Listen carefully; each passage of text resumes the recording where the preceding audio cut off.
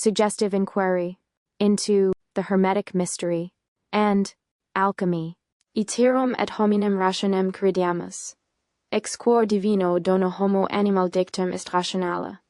Minus in miranda, its miranda sunt, quid homina sunt, dicta, sed omnium mirabilium vincit admirationem, quod homo divinam potu invenir naturam, amque efficere.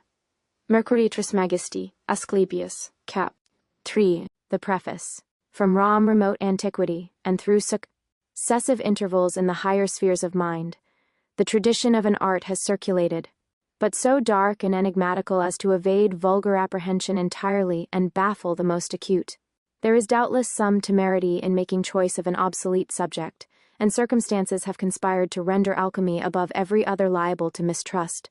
The transmutation of metallic species has seemed impossible, and the pretensions of this science in general are at variance with inductive probability and observed fact.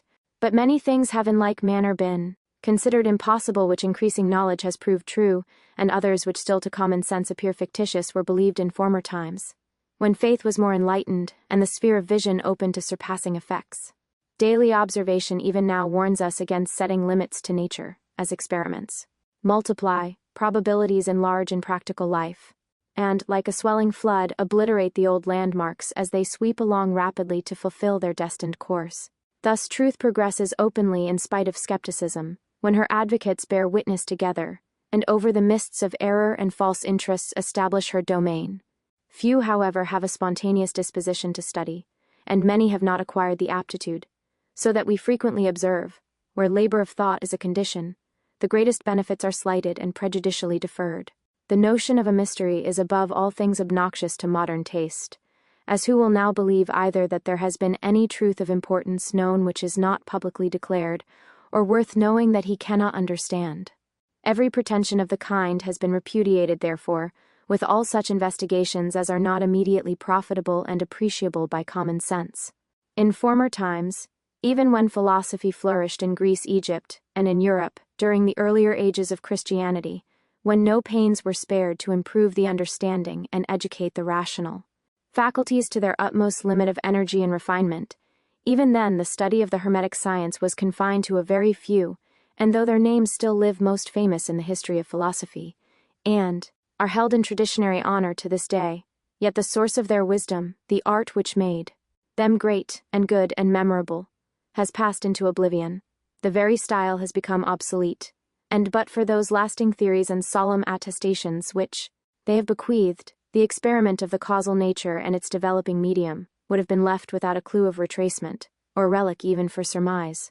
Modern science has hitherto thrown no light on the wisdom of antiquity. Our discoveries have neither added to nor taken any part from it, being of another order and, as it were, of another world. No consideration of period or place is sufficient to account for the difference. The very ground of human knowledge would seem to have changed.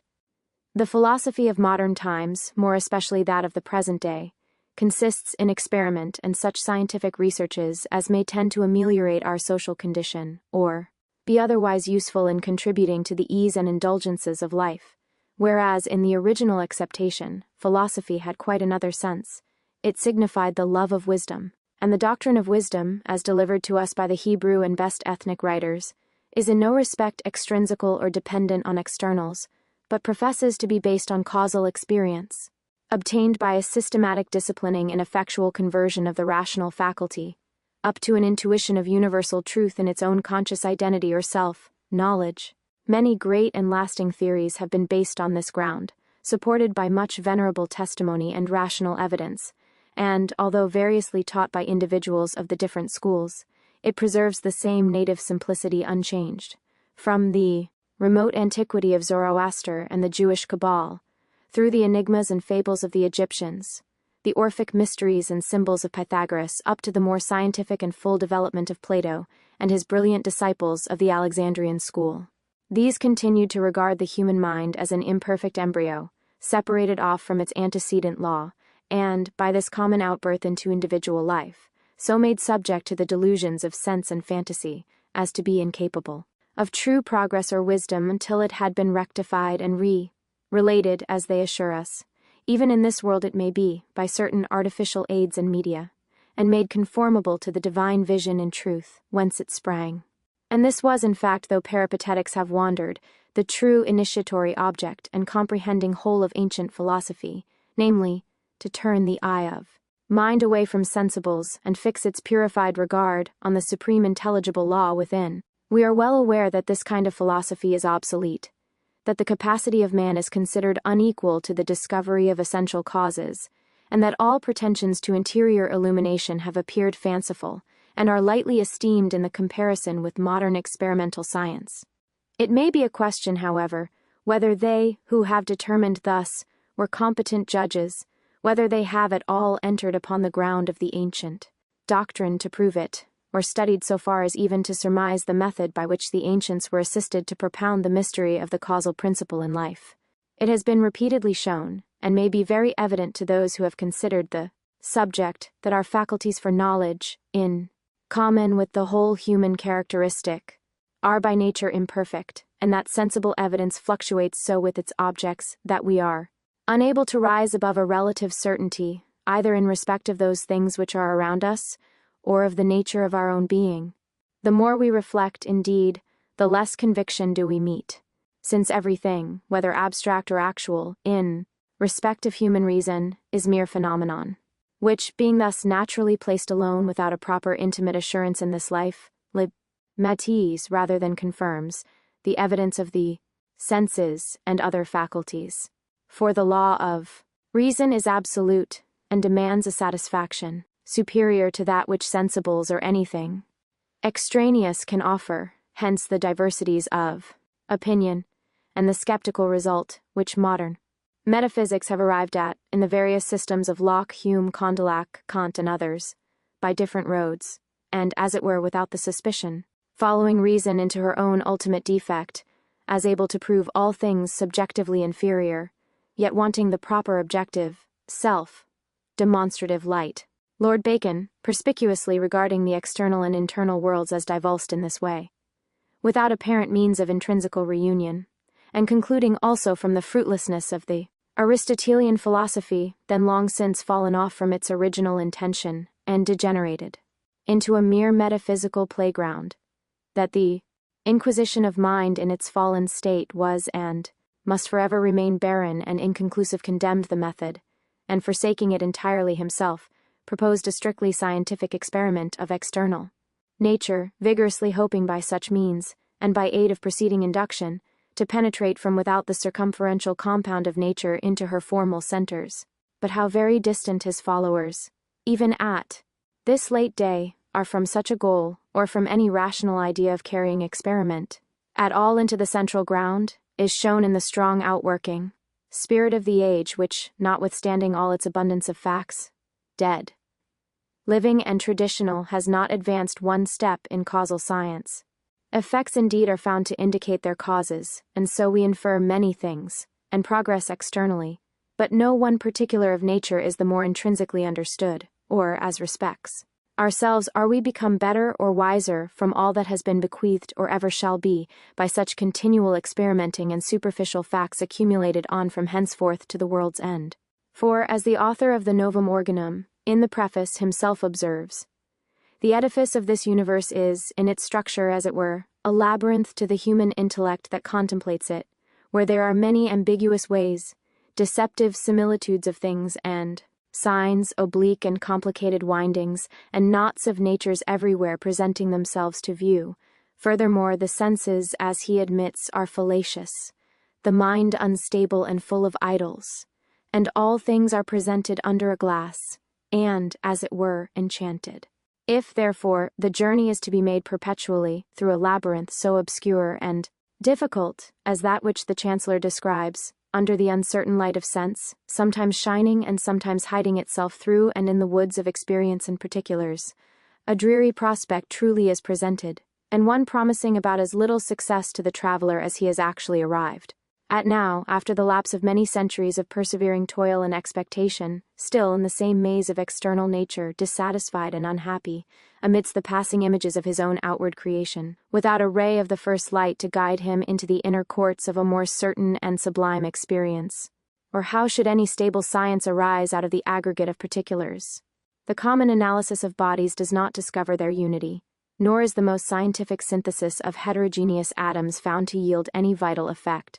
The free spirit of nature flies before all our destroying tests and crucibles, and taking refuge in her own identity, subtly eludes the hopes and active efforts of the inductive mind. May not the same objection, therefore, equally apply to this method of philosophizing as its great advocate opposed to the syllogistic scheme of Aristotle, namely, that it works confusedly, and suffers nature to escape out of our hands? Such being the defective result of natural experiment, conducted as it ordinarily is through the macrocosm, without the discovery of life, and since the evidence of modern metaphysics, attempting to enter theoretically, falls short of human faith and is bounded in this, may it not be worthwhile to inquire, once more, particularly concerning the doctrine of the ancient sages, how their pretensions to superior wisdom were founded, and so practically set forth, from the ontological ground. For it has been acknowledged by opponents, and must be very evident to all, that the discovery of causes would be of all parts of science the most worthy to be sought out if it were possible to be found, and, as regards the possibility, are they not truly said to be ill discoverers that conclude there is no land when they can discern nothing but sea? The numerous express declarations that are to be met with in those early writers, the Greeks especially, that they were not alone able, but very generally had passed beyond the world of appearances in which we range into the full intuition of universal truth, are, to say the least, remarkable. The liberal allowance of imagination and mere verbiage, which ignorance once ascribed to these men, has no doubt deterred many, and may continue to delay rational inquiry, but can never explain away their clear language of conviction, or nullify those solemn assertions of experience in the divine wisdom and surpassing knowledge which occur, in one form or other, at almost every page of their transmitted works. Neither are the definitions we gather of this wisdom so incomplete, or ambiguous, that they can be possibly referred to any science or particular relation of science, physical or metaphysical, preserved to these times.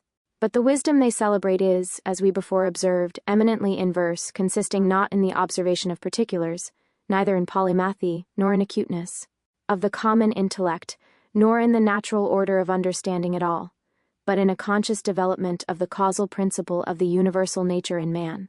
For man, say they, is demonstrated to be an epitome of the whole mundane creation, and was generated to become wise above all terrestrial animals, being endowed, besides those powers which he commonly exerts, and by means of which he is able to contemplate the things which exist around him, with the germ of a higher faculty, which, when rightly developed and set apart, reveals the hidden forms of manifested being, and secrets of the causal fountain, identically within himself.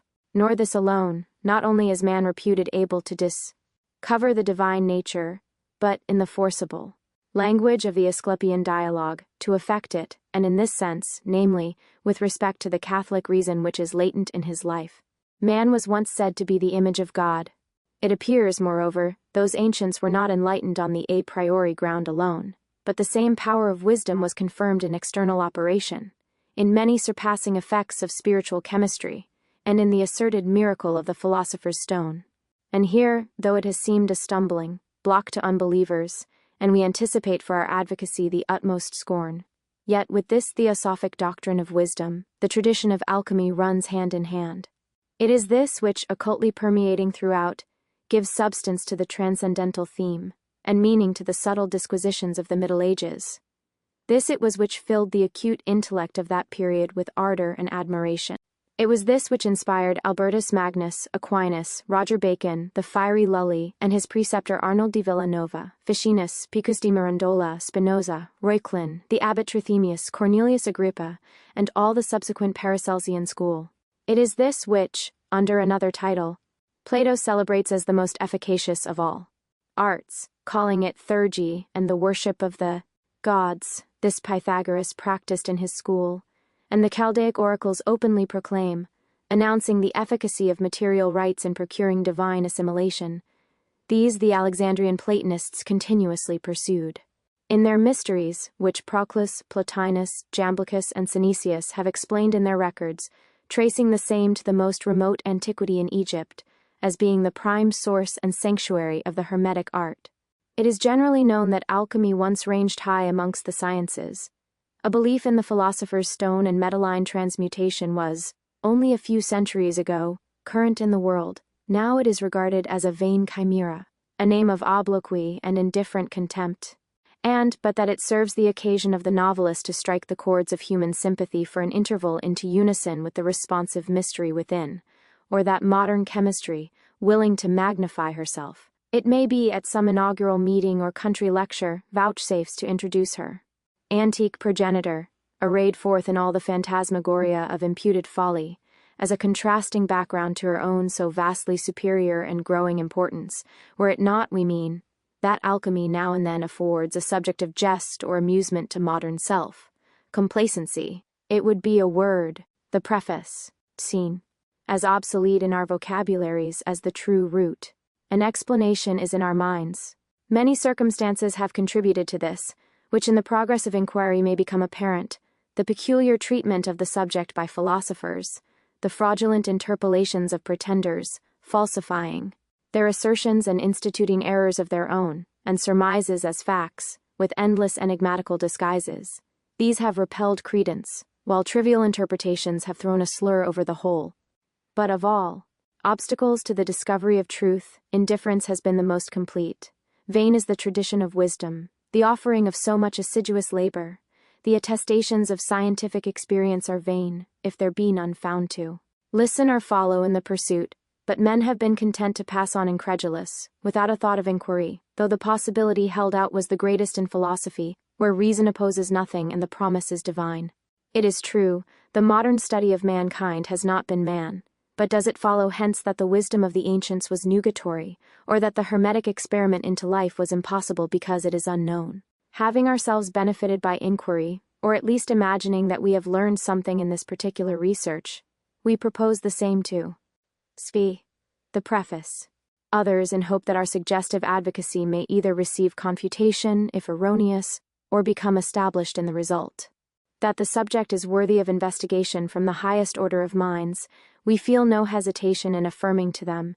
It has always proved attractive, for reason, perceiving effects, desires to know causes, and is rarely incredulous in the pursuit. It is especially towards the analysis of this causal experiment, therefore, that the present inquiry is directed, as being in due order to begin with, the foundation of that luminous fabric of wisdom which we shall endeavor practically, and for the discovery's sake, to depict. For since ontology is despaired of by modern metaphysics, and reason is unable in this life to substantiate its own inference although clearly perceiving the antecedent necessity, it cannot pass into an absolute consciousness of the same. If, therefore, the sublime capability above referred to yet subsists in man and is really educible, it must be under the guidance of another method, and by the revelation of another law. What was the experiment which led our fathers into experience and self-knowledge in the divine antecedent of all life? This we desire to learn, and for the sake of the liberal and sincere lovers of truth, now offer the guidance by which we have ourselves been led along, pleasurably and with satisfaction, to explore the mystic laboratory of creative light, opening a way also by which they may be enabled fully to operate and follow art into the living sanctuary of nature. If some particulars should seem obscure in the early introduction, as it is indeed difficult to unfold things so far out of the way of ordinary thought, we hope not to be judged rashly, but after a fair consideration of the whole. Tracing the Hermetic tradition through many venerable sources, it has been our endeavor, as plainly and practically as the nature of the matter would permit, to explain the occult ground, and, by the help of theory-supporting evidence, to persuade the studious that the art of alchemy, as it was anciently practiced in the East, in the Egyptian temples, amongst the Hebrews and early Greek nations, and by the mystics of the Middle Ages, was a true art, and that the stone of philosophers is not a chimera, as it has been represented in the world to be, but the wonderful offspring of a vital experiment into nature, the true foundation of ancient wisdom and her supernatural fruit. What, if our subject be the world's ridicule, and its professors rank with the ignorant as insane or impostors? In choosing it, popularity was not the motive, but we have written for the truth's sake and for the liberal inquirer from whom alone we may anticipate either credit or favor, and if we succeed only in drawing a very few discerning intellects aside from the broad stream of popular dereliction, by the light of ancient wisdom into its faith, the undertaking will not prove ungrateful, or have been concluded in vain. I will not swate to make you gibe credence, but a philosopher may here find an evidence of the truth, and for men that be lap, Skill not greatly what thapsap. Contents. Part I. An Exoteric View of the Progress and Theory of Alchemy. Chapter 1. A preliminary account of the Hermetic philosophy, with the more salient points of its public history, gathered from the best extant authorities, with notices of the works of various writers, ancient and modern, in succession, on the subject of alchemy, their evidence in support of the art of gold, making and transmutation. Page 3. Chapter 2. Of the theory of transmutation, in general, and of the first matter, showing the true basis on which the rational possibility of transmutation rests, with definitions from Albertus Magnus, Aquinas, Friar Bacon, Raymond, Lully, Arnold de Villanova, Synesius and others, descriptive of the Hermetic material, with some suggestions additional concerning the ethereal nature and analogous phenomena of light. Page 68. Chapter 3. The Golden Treatise of Hermes. Trismigistus, concerning the physical secret of the philosopher's stone, in 7 sections, esteemed one of the best and oldest pieces of alchemical philosophy extant, prizing in epitome the whole art and secret method of the confection, to which some elucidatory annotations are added from the Scholium and elsewhere. Page 99. Part 2. A more esoteric consideration of the Hermetic art and its mysteries. Chapter 1. Of the true subject of the Hermetic art and its concealed roar, opening, by way of evidence, the alchemical laboratory and only vessel which the adepts employed to sublime the universal spirit of nature and concentrate her light. How, when, and where the spirit may be arrested, introverted in the circulation, and brought forth from immanifest being into power and act, leading on from thence towards an outline of the Hermetic art. Page 135.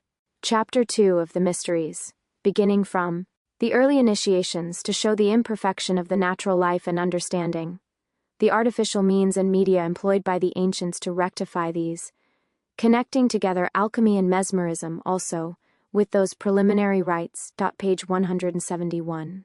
Chapter 3. The Mysteries continued, which indicate the greater ordeals and disciplines which the vital spirit is made to pass through in the progress of a physical regeneration by art, from out the sensual dominion of the selfhood. Contents. Acts 30. Through a temporary death and annihilation to a new life and consciousness. Page 191. Chapter 4. The Mysteries concluded, with a view of the ultimate object of these initiations, to prove the perfection, purity, and integral efficiency to which the human spirit may arrive by divine assimilation coming in vital contact with its source. Page 220. Part 3. Concerning the laws and vital conditions of the Hermetic experiment. Chapter 1. Of the experimental method, and fermentation of the philosophic subject according to the Paracelsian alchemists and some others, whereby the principles of the art are yet more intimately unfolded, and the methodical order in which the experiment was conducted to discover that hidden light which is the specific form of gold, how to educate this and multiply it by the ethereal conception until it is made concrete and substantially brought forth. Page 255. Chapter 2. A further analysis of the initial principle and its adduction into light, comprising the metaphysics of the matter, gathered more particularly from the Greek ontologists and Kabbalists, to show the progress of the consciousness through the various stages of purification and dissolution, until the rectified ferment, overwhelming, becomes established in life. Page 305. Chapter 3. Of the manifestation of the philosophic matter, exhibiting how, when, and where the invisible spirit of nature is by art made visible and brought through a vital distillation into substantive effect, with power and will to transfuse its luminous aurific virtue and draw the universal life of nature to its homogeneal accord. Page 349. Chapter 4. Of the mental requisites and impediments incidental to individuals either as masters or students in the Hermetic art, to which are added various practical instructions concerning the means and instruments that have to be arranged and called together in furtherance of this undertaking, the qualifications of external circumstances and accordances of fitting seasons and places for operation. Page 393. Part 4. The Hermetic Practice. Chapter 1. Of the vital purification, commonly called the gross work, which develops the actual mode of operation practiced by the ancients, and mechanic means employed to dissolve the vital compound and eradicate the inbred evil of life, the mode of rational investigation likewise by which the spirit is induced to yield up her light and hidden virtue to increase it. Page 429. Chapter 2. Of the philosophic or subtle work, which affords, by a theoretic conduct, suggestions amply leading to a practical understanding of the most abstruse secret of the Hermetic philosophy, showing the Trinitarian method of operation which reason follows recreatively for the verification of her light to discover, magnify, and know the causal nature transitively in being and in imaged manifestation. Page 455. Chapter 3. The 6 keys of Eudoxus, leading into the most secret philosophy of the multiplication and projection, rewards and potencies, nature, properties, analogies, and appliances of the philosopher's stone. Page 474. Chapter 4. The conclusion, in summary of the whole, comparing this philosophy, its method, relations, and ultimate promise, with those of more modern acceptation and repute. Page 511. The superintendence of the press having been defective in several classical quotations, the author subjoins the following more prominent errula. Page 7, line 8, for email, read crates, 12, 14, 29, 31, 42, 45, 69, 70, 18, for igni, rad 21, operationing, red de operatione, 4, for miracles, red miniculi, 11, ad sadret secretorum, 40, for hewn road tamo, 31, for et, red 54, le grand baluraciment, 4, asem, red wave, 20, for transmutatar, read transmutantor, 18, for charissimam, red onrissim, 26, reducator, red reducantur, 41, mad apses alv forman, 45, for materium reduntaria, 1, for vira, read riras, and alum for allium, 12, for inter, read intus, 74, 76, 2 for igne, rond igni, 18, for miss, red omnes,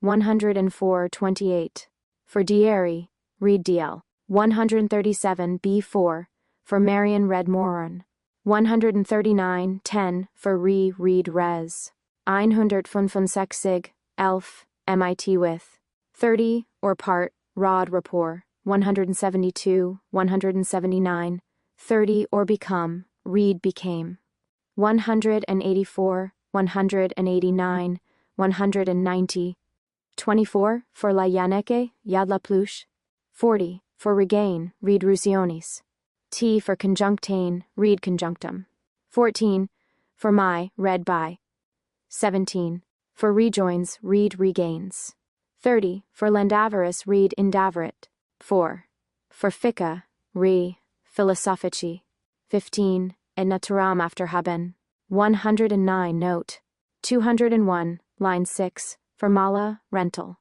1, plus 33, 229, 231, 218, 278, for foe, red of, 7, for espantimentum, wind apoplexum 36, mad canilrumque patrim rerum specter licit, 37, for inanima, road, page 297, line 16, natal after ijusk, and read solemn for solum, 308, 1, for sequenter, rundquanter, 915, note for mundum, read mandi, 31, line 13, for divial, read divium, 18, for vari, read varia 317, 21, for atke, read atik, 93, for omen, read omnis, 17, road modum inter experieris in turn 21, for sodid, red sealed, 27, for fiont, vindflant, 36, one only night, 4, for dedent, red tridite, 8, for motion, read emotionem, 18, for em, read eam, 37, read white que inte cum lumini ignis, igne ventus, and c 38, for which, if, what, 13, for illum, ed illum, a suggestive inquiry, into the Hermetic Mystery, Part I, an exoteric view of the progress and theory of alchemy, A Suggestive Inquiry into the Hermetic Mystery. Chapter 1. A preliminary account of the Hermetic philosophy, with the more salient points of its public history. The Hermetic tradition opens early with the morn. Pertaining thereto is romantic and mystical. Its monuments, emblems, and numerous written records alike, dark and enigmatical, form one of the most remarkable episodes in the history of the human mind. A hard task were it indeed, and almost infinite, to discuss every particular that has been presented by individuals concerning the art of alchemy, and is difficult to fix with certainty the origin of a science, which has been successively attributed to Adam, Noah and his son Cham, to Solomon, Zoroaster, and the Egyptian Hermes. Nor, fortunately, does this obscurity concern us much in an inquiry which rather relates to the means and principles of occult science, than to the period and place of their reputed discovery. Nothing, perhaps, is less worthy or more calculated to distract the mind from points of real importance than this very question of temporal origin, which, when we have taken all pains to satisfy and remember, leaves us no wiser in reality than we were before. What signifies it, for instance, that we attribute letters to Cadmus, or trace oracles to Zoroaster, or the Cabal to Moses, the Eleusinian mysteries to Orpheus, or free masonry to Noah, whilst, for exoteric view, we are profoundly ignorant of the nature and true beginning of any one of these things, and observe not how truth, being everywhere eternal, does there always originate where it is understood?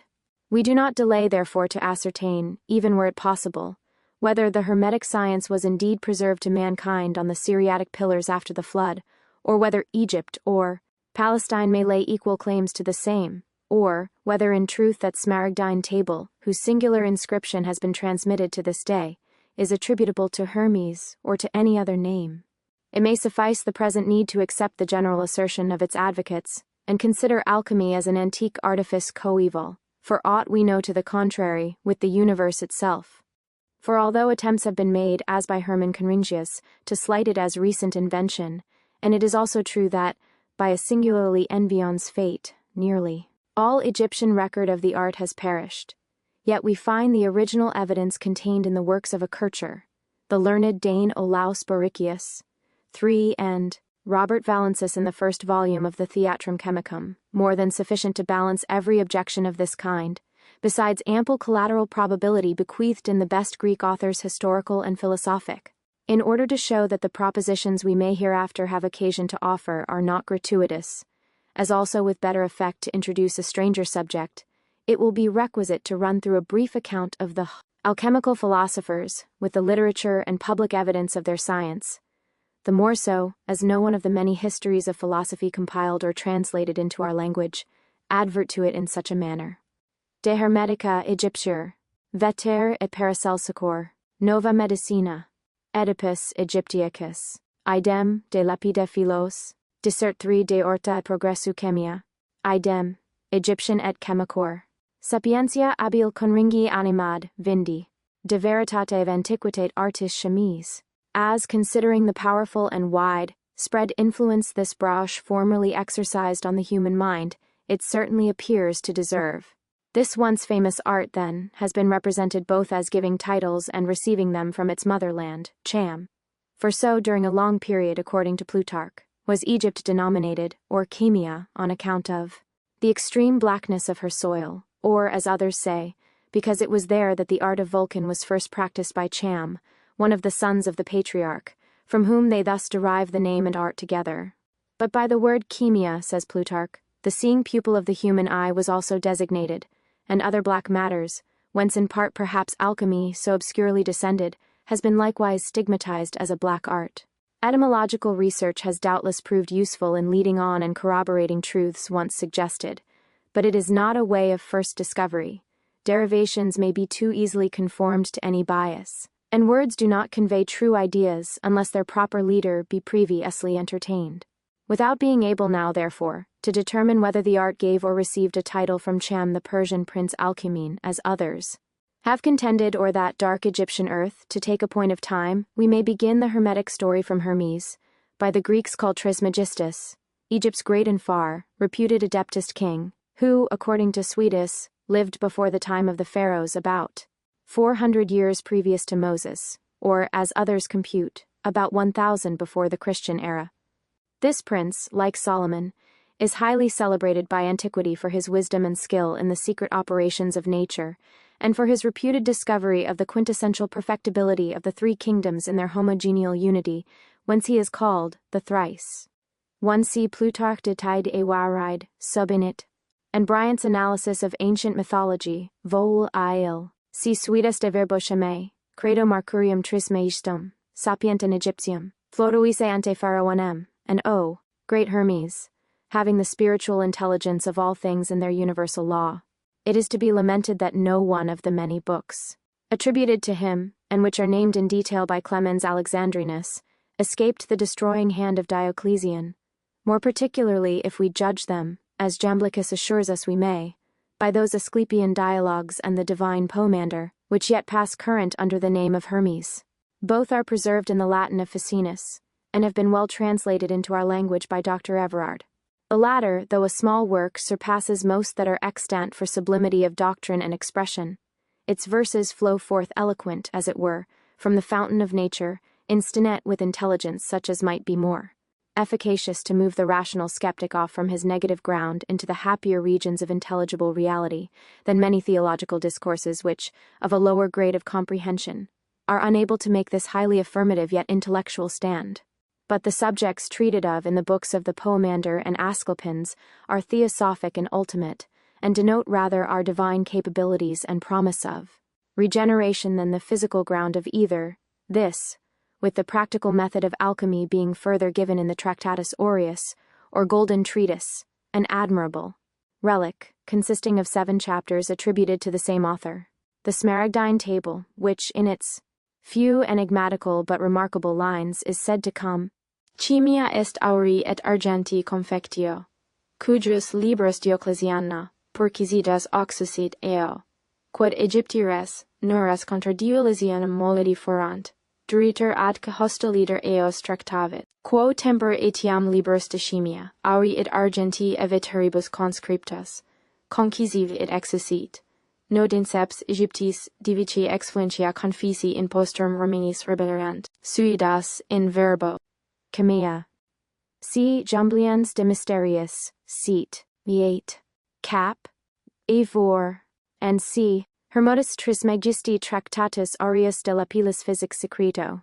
Prehend the working principle and total subject of the art, we here subjoin, from the original Arabic and Greek copies, it has been rendered into Latin by Kircher as follows. Tabula Smaragdina Hermetis. Verum sine mendatio certum e verissimum, quod est superius e sicu quod est inferius, e quod est inferius e sicu quod est super. Rius. Ad perpetranda miracular, rei unius, et sicut omni rea fuerunt, ab uno, mediatione unius.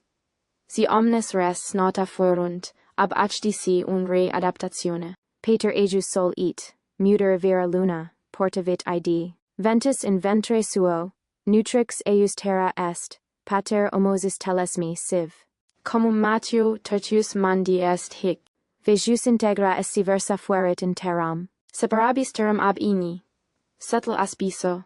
Suaviter cumulo ingenio, ascendit a terra in caelum, iterumque deascendit in terram, reipitque vim superiorum et inferiorum. Si habebis, gloriam totius mundi, ideo fugit at te amnes obscuritas, hic statua. Fortitudinings fortis. Qui vincet omnem rem, subtilem omnem que solidam penetrabit. Sic et mundus, creadus est. Hinc errant adaptations mirabiles quarum modus est hic. Itac vocatus sum Hermes Trismigistus, habens tre partes philosophiae totius mundi, completum rat quad dixi operation and sulis. We shall have occasion to revert to this tablet and its applicability hereafter, when we come to a particular examination of the philosophic subject in its active and passive relations, and the intimate mystery of those hermetic luminaries in conjunction. The inscription may be thus rendered: the Smaragdine Table of Hermes. True, without error, certain and most true, that which is above is as that which is below, and that which is below is as that which is. A lore, for performing the miracles of the one thing. And as all things were from one, by the mediation of one, and all things arose from this one thing by adaptation.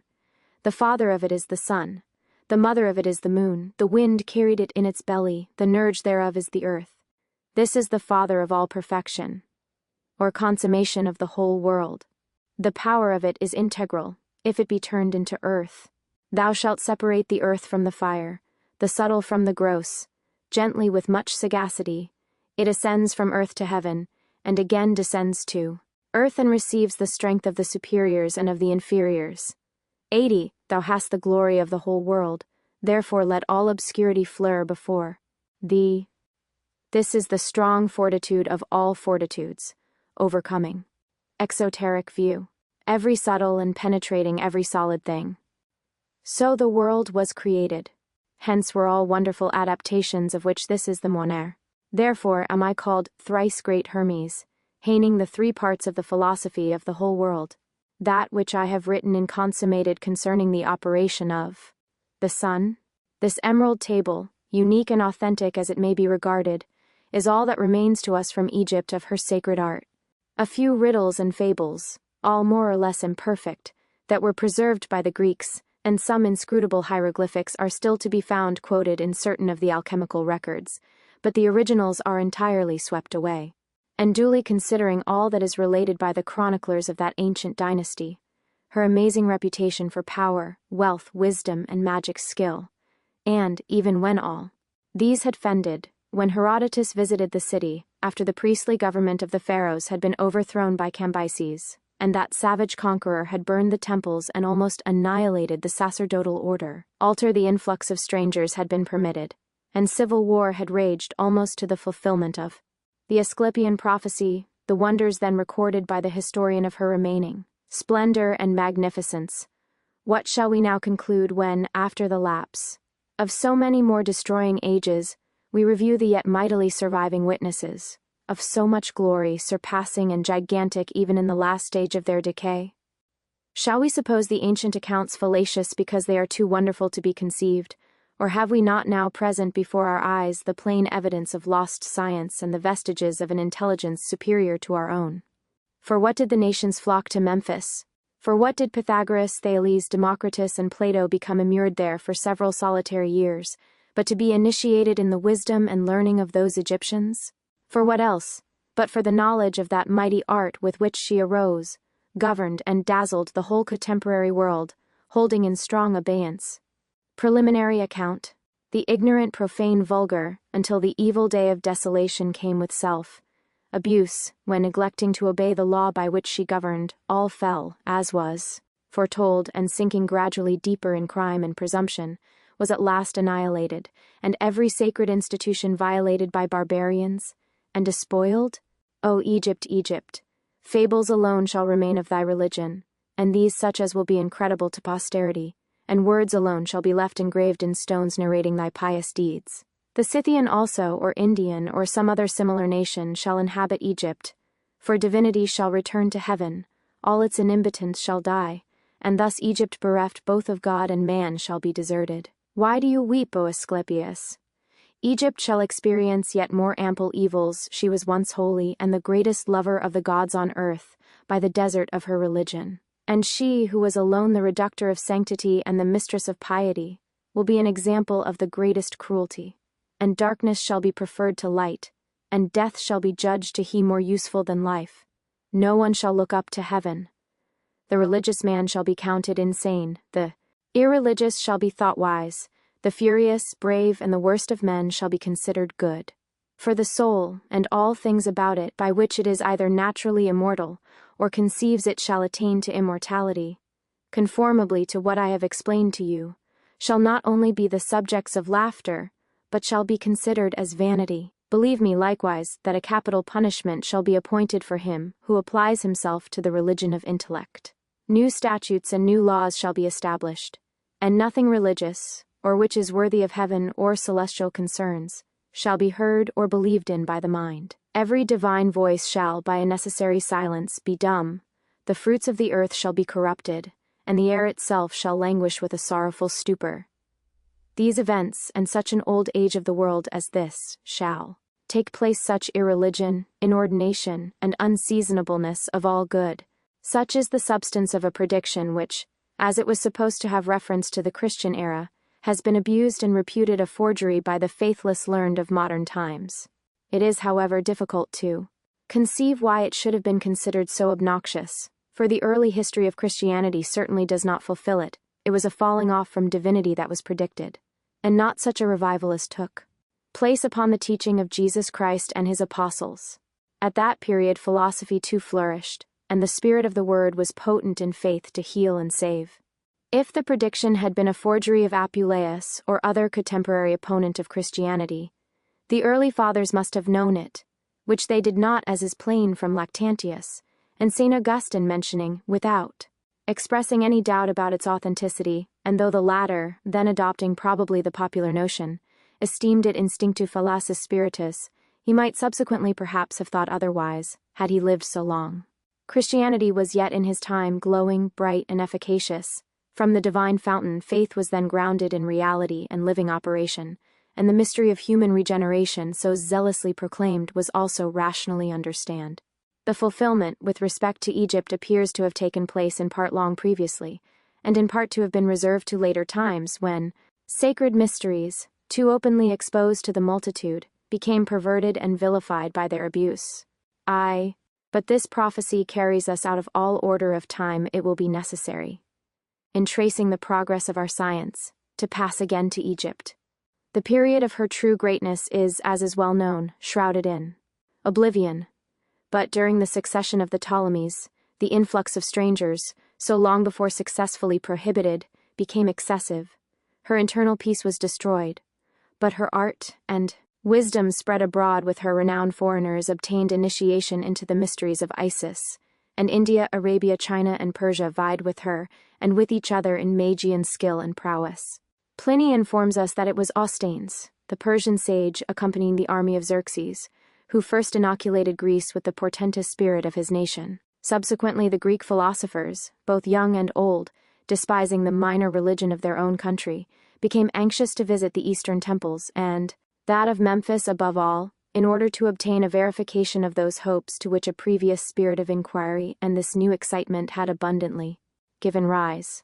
Amongst the earliest mentioned of these, after Thales, Pythagoras, and a few others whose writings are lost, is Democritus of Abdera, who has been frequently styled the father of experimental philosophy, and who in his book of sacred physics treats especially of the Hermetic art, and that occult discovery on which the systems of ancient philosophy appeared to have been very uniformly based. Of this valuable piece there are said to be several extant editions, and Synesius has added to it the light of a commentary. Nicholas Flamel, also of more recent notoriety, has given extracts from the same at the conclusion of a very instructive work. That its authenticity should have been disputed by the ignorant is not wonderful, but the ancients are nowhere found to doubt about it.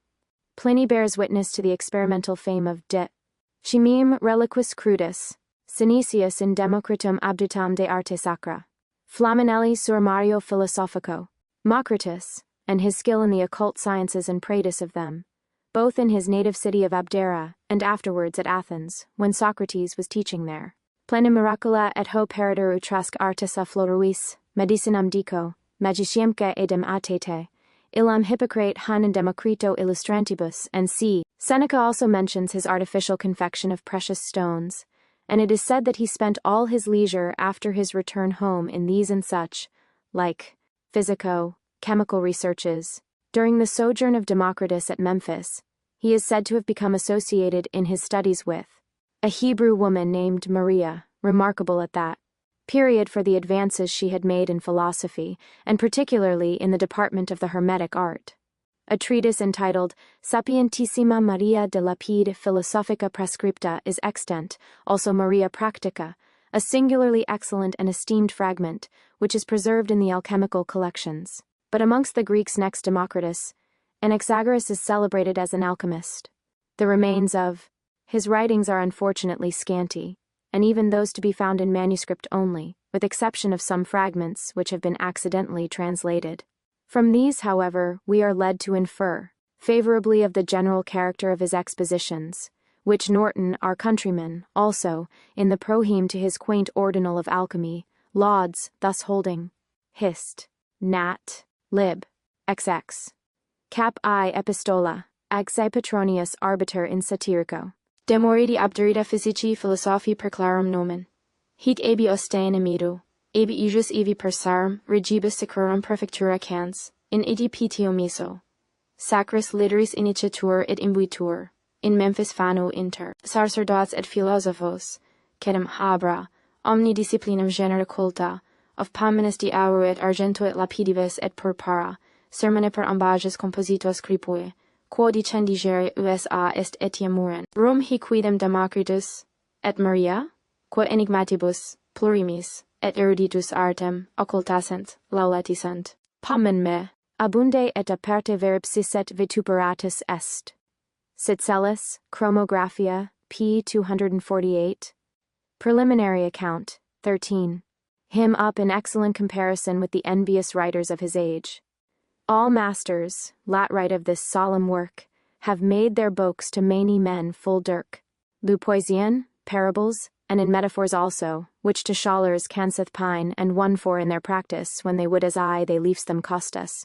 Nemen einal de. Horace Rusha, Geber and Avicen Merlin, Hortolan, Democrit and Morian, Bacon and Raymond, with many mo write under coverts and Aristotle also. For what hereof they wrote clear with their pen, their cloded clauses dulled fro many men, free laymen, fro clerks, and aui feo. Every man they hid this art that new man find it can by their bulls, they do shew rooms fair, whereby much people are brought to despair. Yet Anaxagoras wrote plainest of them all in Liz Bake of Conversions Natural, of the old fathers. That ever I found, he most discloses of this science the ground, whereof Aristotle had great envy, and him rebuked unrightfully, in many places as I can well report, intending that men should not to him resort, for he was large of his cunning and love, good have Bisoni and Heis above, and such as sowed envious seed God forgive them for their diode. Aristotle is much blamed by adepts in general for the manner in which he has not only veiled the knowledge which he secretly possessed, but also for having willfully, as they complain, led mankind astray from the path of true experiment.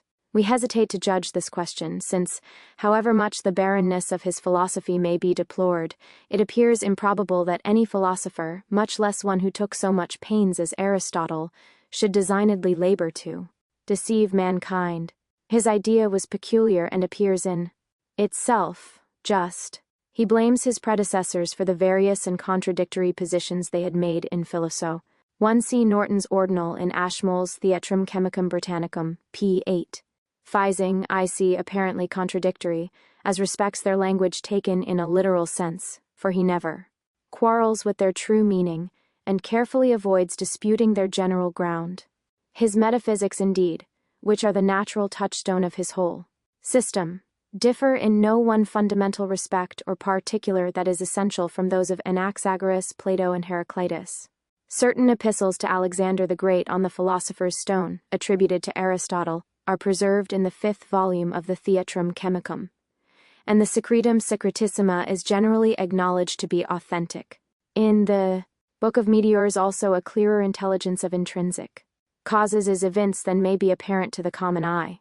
But the whole philosophy of Plato is hyperphysical, the Phaedrus, Philebus, and 7th Book of Laws. The beautiful and sublime Parmenides, the Phaedo, Banquet, and Timaeus have long been admired by the studious without being understood. A mystic semblance pervades the whole, and recondite illusions baffle the pursuit of sense and ordinary imagination. Yet the philosopher speaks more familiarly in his epistles, and if the correspondence with Dionysius of Syracuse had concerned moral philosophy only and the abstract relations of mind, why such dread as is there expressed about setting the truth to paper? But the science which drew the tyrant to the philosopher was more probably practical and profitably interesting than abstracts would appear to be to such a mind. Indeed, 1 see lib. 2. Cap. Patnact. Ubi, inter alia, dicit, metalla fieri exaceo halitu et sica exhalatione, que sunt argentum et sulfur, metalla autem omnia, ut ed remedium, flunt ex una idemque, materia propinqua, ut pade ex argento vivo al sulfur, quod omnes asserunt, different tamen forma id, est puritat, equation bo digestion, spoliatio vero accidentium, vel formarum, ipser essentialiam, corruptio et aliern interdictio, possibilis est. Et in habentium symbolnium facilis et transigus, ut circularis et generatio elementarum, ita e metallorum ex se invisum, which universal principle of transmutation, thus indicated by Aristotle, Hermes, Albertus Magnus, and the rest of the alchemists assert. See also Aristotelia de Lapide ad Alexandrum Magnum, Theat. Chem. Vol. V. O son of Dionysius and Doris, this your inquiry concerning the course of all beautiful things is endued with a certain quality, or rather is a parturition respecting this ingenerated in the soul, from which he who is not liberated will never in reality acquire truth. Wisdom must be sought for her own sake, neither for gold or silver or any intermediate benefit, lest these all should be denied together without the discovery of their source. There is a treatise on the Philosopher's Stone in the 5th volume of the Theatrum Chemicum attributed to Plato, but the authenticity is doubtful, and since the principal Greek records of the art were afterwards destroyed with the remnant of Egyptian literature at Alexandria, we are not desirous to enroll either of these names without more extant evidence to prove their claim to the title of Hermetic philosophers. They are mentioned here in their series because we hope to make it probable, as the nature of the subject comes to be developed, that the most famous schools of theosophy have in all ages been based on a similar experimental ground and profound science of truth in their leaders. It was about the year 284 of the Christian era when, as Suidas relates, the facility with which the Egyptians were able to make gold and silver, and in consequence to levy troops against Rome, excited the envy and displeasure of the emperor to such an extent that he issued an edict by which every chemical book was to be seized and burned together in the public market place, vainly hoping, as the historian adds, by this shameful act, to deprive them of the means of annoying him any more. Thus Suidas also endeavors to account for the silence of antiquity with respect to the Egyptian art. Yet, notwithstanding all this sacrilege, the art appears to have been continually revived in Egypt throughout the whole period of her decline, and, though the records are scanty, we have the memorable story of Cleopatra, the last monarch, dissolving her earring in such a sharp vinegar as is only known to philosophers on the ground of nature. Mystical tales, too, there are related of her pursuits with Mark Antony, and certain chemical treatises attributed to this princess are yet extant. It will be unnecessary to delay our inquiry long at Rome, a city so eminently famous for luxury and arms was not likely to arrive at much perfection in the subtler sciences of nature.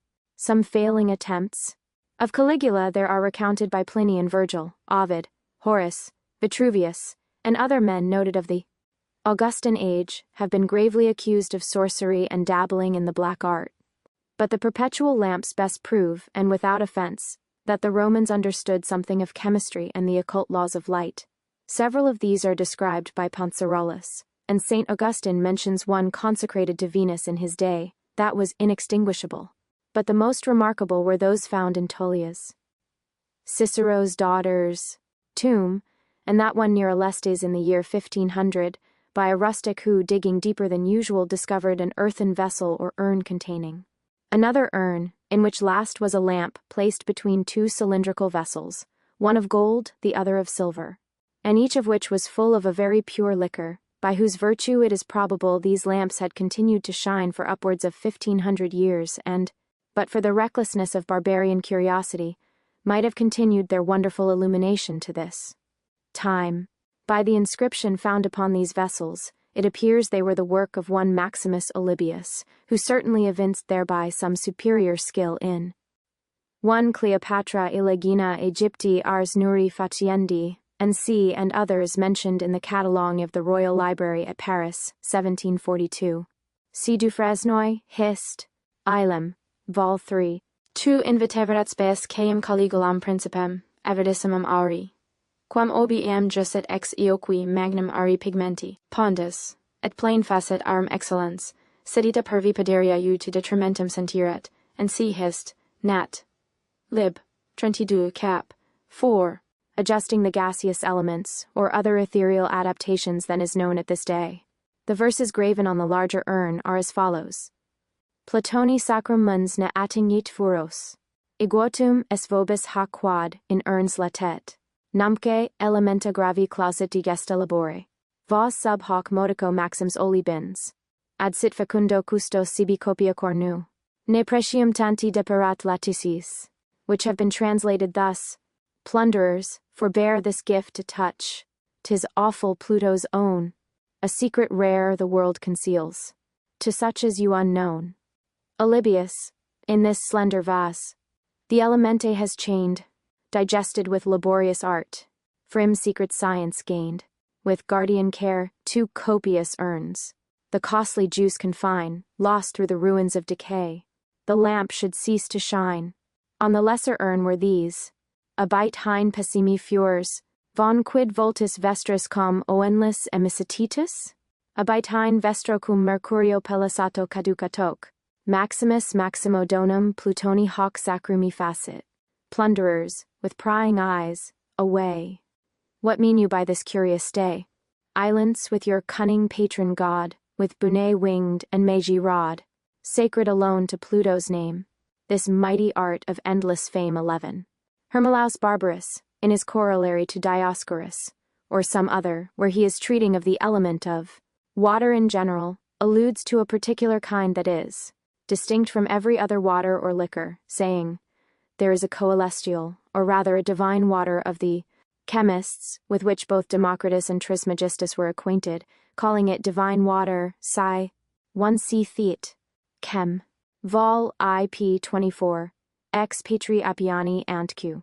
De Sumpta also, Taylor's notes to his Pausanias, Vol. 2. D and latex, and C, which is a spirit of the nature of the ether and quintessence of things whence potable. Gold and the stone of philosophers, takes its beginning. The ancient author of the Apocalypse of the secret spirit of nature is also cited by H. Coenrath concerning this water, and he devoutly affirms that the ether in this praetor, perfect aqueous body will burn perpetually without diminution or consumption of itself, if the external air only be restrained. There are also, besides those mentioned by Poncerolus, modern accounts of lamps found burning in monuments and antique caves of Greece and Germany. But the Benonian enigma, long famous without a solution, should not be omitted here, since this relic has puzzled many learned antiquaries, and the adepts claim it as having exclusive reference to the occult material of their art. Elia Lelia Crispus. Ne vir, nec mulier, nec androgyna, nec puella, ne juvenia, nec anus, nec casta, ne meretrix, ne pudica. Est id omnia sublata nec fame, nec ferro, nec veneno, sed omnibus, nec celo, nec teres, nec acis, sed ubique jacet, Lucius Agatho Priscus, ne maritus, neo amator, nec necessarius, nec amoris, nec agorlens, nec afflens, hinc, nec emolum, nec pyramidem, nec sepulchrum, sed omnia. Sit et nisi qui posuerit. Hu est sepulchrum certa, cadaver non habeus, esidi cadaver idem, e sepulchrum. The following excellent translations appeared amongst some original contributions in the early number of a literary periodical, a few years since. 1 Amphitheatrum Sapientiae Etern, circa medium. Fiat. Chem. Vol. VP 741. Kirchuri, Oedipus Aegyptiacus. Toll. I. The Critic, New Series, No. 13, 18945, p. 352. Alia, Lelia Crispus. Nor male, nor female, nor hermaphrodite, nor virgin, woman young or old, nor chaste, nor harlot, modest height. But all of them you're told not killed by poison, famine, sword. But each one had its abaro. Not in heaven, earth, or water broad. It lies, but everywhere. Luctus Agatho Priscus. No husband, lover, kinsman, friend, rejoining, sorrowing at life's end, knows or knows not, for whom is placed this what? This pyramid, so raised and graced, this grave, this sepulchre? 'Tis neither, but 'tis all and each together.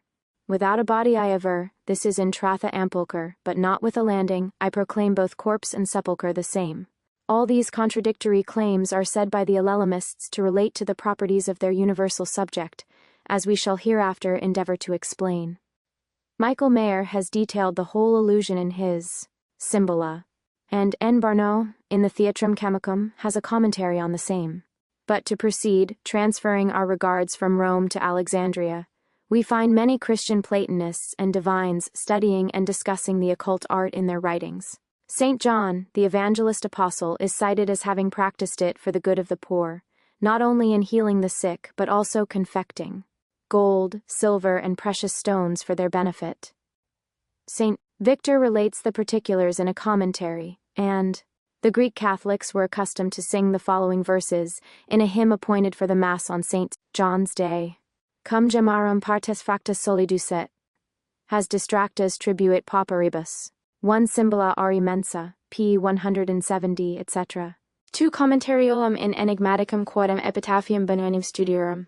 Ante multa secula marmoreo lapidi insculptum, Thest.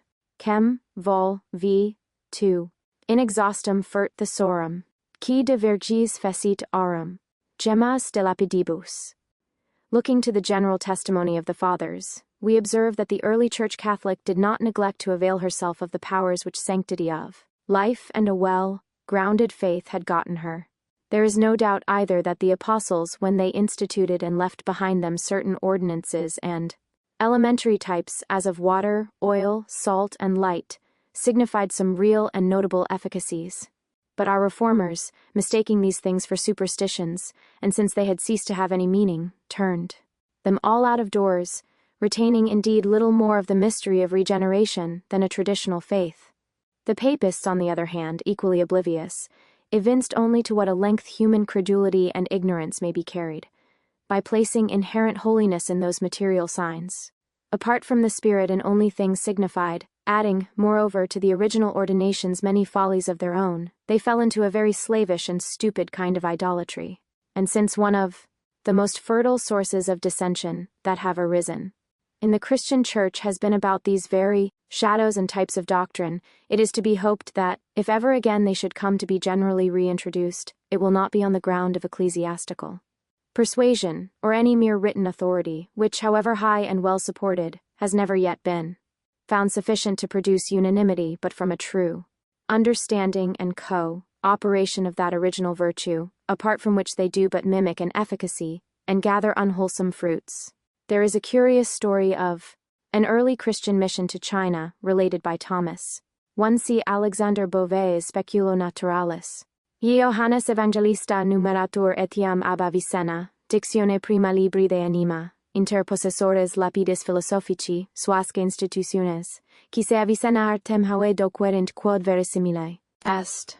Uam et ecclesia prisca. Auctor Adamo Asanedo Victor. Didi, Johanni Evangelis, Sacramenta decimit in hymno incipiente, gratulimur ad festivum, and c. Vida Lucerna 6. 65, and c. Vaughan, in his Magia Adamica, showing how the faith became originally established there and elsewhere by its open efficacy, and the power of works, in healing and purifying the lives of men. But we are at Alexandria, and during that grand revival of philosophy which took place and continued there some centuries subsequent to the Christian epoch.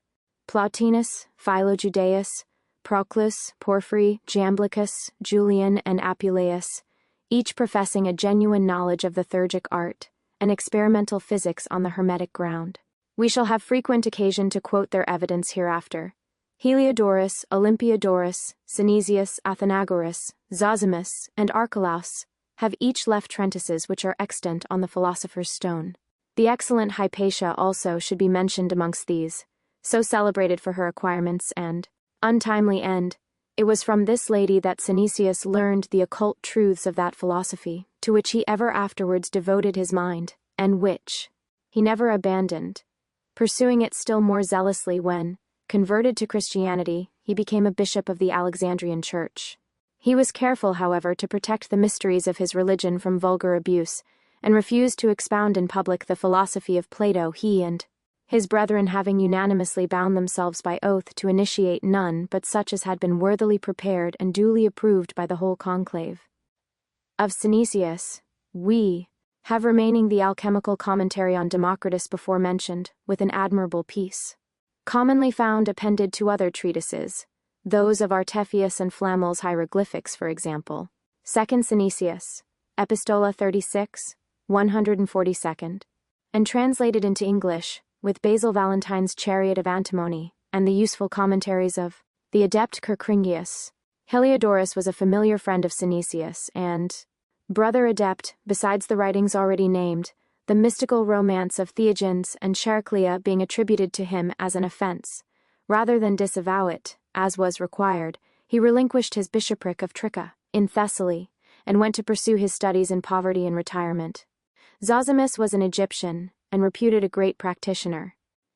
The name of Athenagoras is familiar in church history. His tract, which has been translated into French, and entitled Du Parfait Amour, shows him to have been practically conversant with the art he allegorizes. The taking of Alexandria by the Arabs in the year 640 dispersed the choice remnant of mind yet centered there, and it was not long afterwards that the Caliph Omar, mad in his Mohammedan zeal, condemned her noble and unique library to heat the public baths of the city, which it is said to have done for the space of 6 miserable months. A wild religious fanaticism now prevailed, Christians and Mohammedans struggling for temporal supremacy, and here we may observe something similar to a fulfillment of the Asclepian prophecy, but the evil was more profusely spread even than was predicted, for religion had everywhere fallen off from her vital foundation, tradition, and sectarian. Delirium had taken place of intellectual enthusiasm, and idle dreams were set up as oracles in the place of divine inspiration. The priests, above all blameworthy, having forsaken the law of conscience, attempted to wield without it the rod of magic power. Confusion and licentiousness followed, and from gradual sufferance grew, and came to prevail in the worst imaginable forms. Necessity, at length, come. Treatise, Treatise de la Philosophie, and c. Paris 1012. The triumphal Charios of Antimony, from Kerkringius's Ed. And the true book of Synesius, on the philosopher's stone. Pelled in abandonment of the mysteries, theurgic rites, no longer holy, were proscribed, and a punishment, no less than death, was menaced against him who dared to pursue the religion of intellect. In the interim, those few who had withstood the torrent of ambitious temptation, indignant at the multiform folly, and observing by aid of their remaining wisdom that the ingression of evil was not yet fulfilled, hastened rather than delayed the crisis, and by burying themselves with their saving science in profound obscurity, have left the world to oblivion and the deceit of outer darkness, with rare individual exceptions to this day. It is a peculiarity of the Hermetic science that men of every religion, time and country and occupation have been found professing it, and Arabia, though she was guilty of so great a sacrilege at Alexandria, has herself produced many wise kings and renowned philosophers. It is not known exactly when Prince Geber lived, but since his name has become notorious, and is cited by the oldest authors, whereas he himself quotes none, he merits, at all events, an early consideration. Besides, he is generally esteemed by adepts as the greatest, after Hermes, of all who have philosophized through this art. Of the 500 treatises said to have been composed by him, 3 only remain to posterity: the Investigation of Perfection, the Sum of the Perfect Magistery, and his Testament, and the light estimation in which these are held by more modern chemists, forms a striking contrast to the unfeigned reverence and admiration with which they Gebri Arabum summa perfectionis magisteri in ana natura, idem, de investigatione perfectionis metallorum, idem, testabatum. These were printed together at Dancy from the Vatican MSS, and have been translated into English, and untitled The Works of Geber, comprising the Sum and Search of Perfection, of the Levestigatum of Verity, and of Furnaces, with a recapitulation of the author's experiments, by R. Russell, London, 1608. There are other translations, but all faulty in one or other respect, were formerly reviewed and cited by the adepts, Albertus Magnus, Lully, and many more of the brightest luminaries of their age. If we look back to the 7th century, we quote from the address delivered at the opening meeting of the Faraday Society 1846, the alchemist is presented brooding over his crucibles and alembics that are to place within his reach the philosopher's stone, the transmutation of metals, the alkahest, and the elixir of life. With these we associate the name of Geber, the first authentic writer on the subject, from whose peculiar and mysterious style of writing we derive the word Geber, or gibberish. Yet, notwithstanding this and much more that they descant upon, If our modern Illuminati were but half as experienced in nature as they might be had they one ray even of the antique intellect they deride, how different a scene would not that remote age present to them? Instead of imagining greedy dotards brooding over their crucibles and uncouth alembics, in vain hope of discovering the elixir and stone of philosophers, they would observe the philosophers themselves, by a kindred light made visible, on their own ground, experimenting indeed, but how and with what? Not with our gross elements, our mercuries, sulfurs, and our lifeless salts, but in a far different nature, with stranger arts, and with laboratories too, how different from those now in use, of common fittings, yet not inferior either, but most complete, with vessels, fuel, furnaces, and every material requisite, well adapted together and compact in one. Right skillfully has old Geber veiled a fair discovery, by his own art alone to be unmasked. His gibberish is not of the present day's commonplace, tame and tolerable, but such ultra-foolishness and literality are his receipts, as folly is never found to venture or common sense invent. For they are a part of wisdom's envelope, to guard her universal majesty from an incapable and dreaming world. Calculated they are, nevertheless, though closely sealed, to awaken rational curiosity, and lend a helping hand to those who have already entered on the right road, but to deceive in practice only the most credulous and inept. They who have really understood Geber, his adept compeers, declare with one accord that he has spoken the truth, though disguisedly, with great acuteness and precision. Others, therefore, who do not profess to understand, and to whom those writings are a mere unintelligible jargon, may take warning hence, lest they exhibit to posterity a twofold ignorance and vanity of thought. Rhasis, another Arabian alchemist, was even more publicly famous than Geber, on account of the practical displays he made of his transmuting skill. Excellent extracts from his writings, which are said to exist principally in manuscript, often occur in the works of Roger Bacon.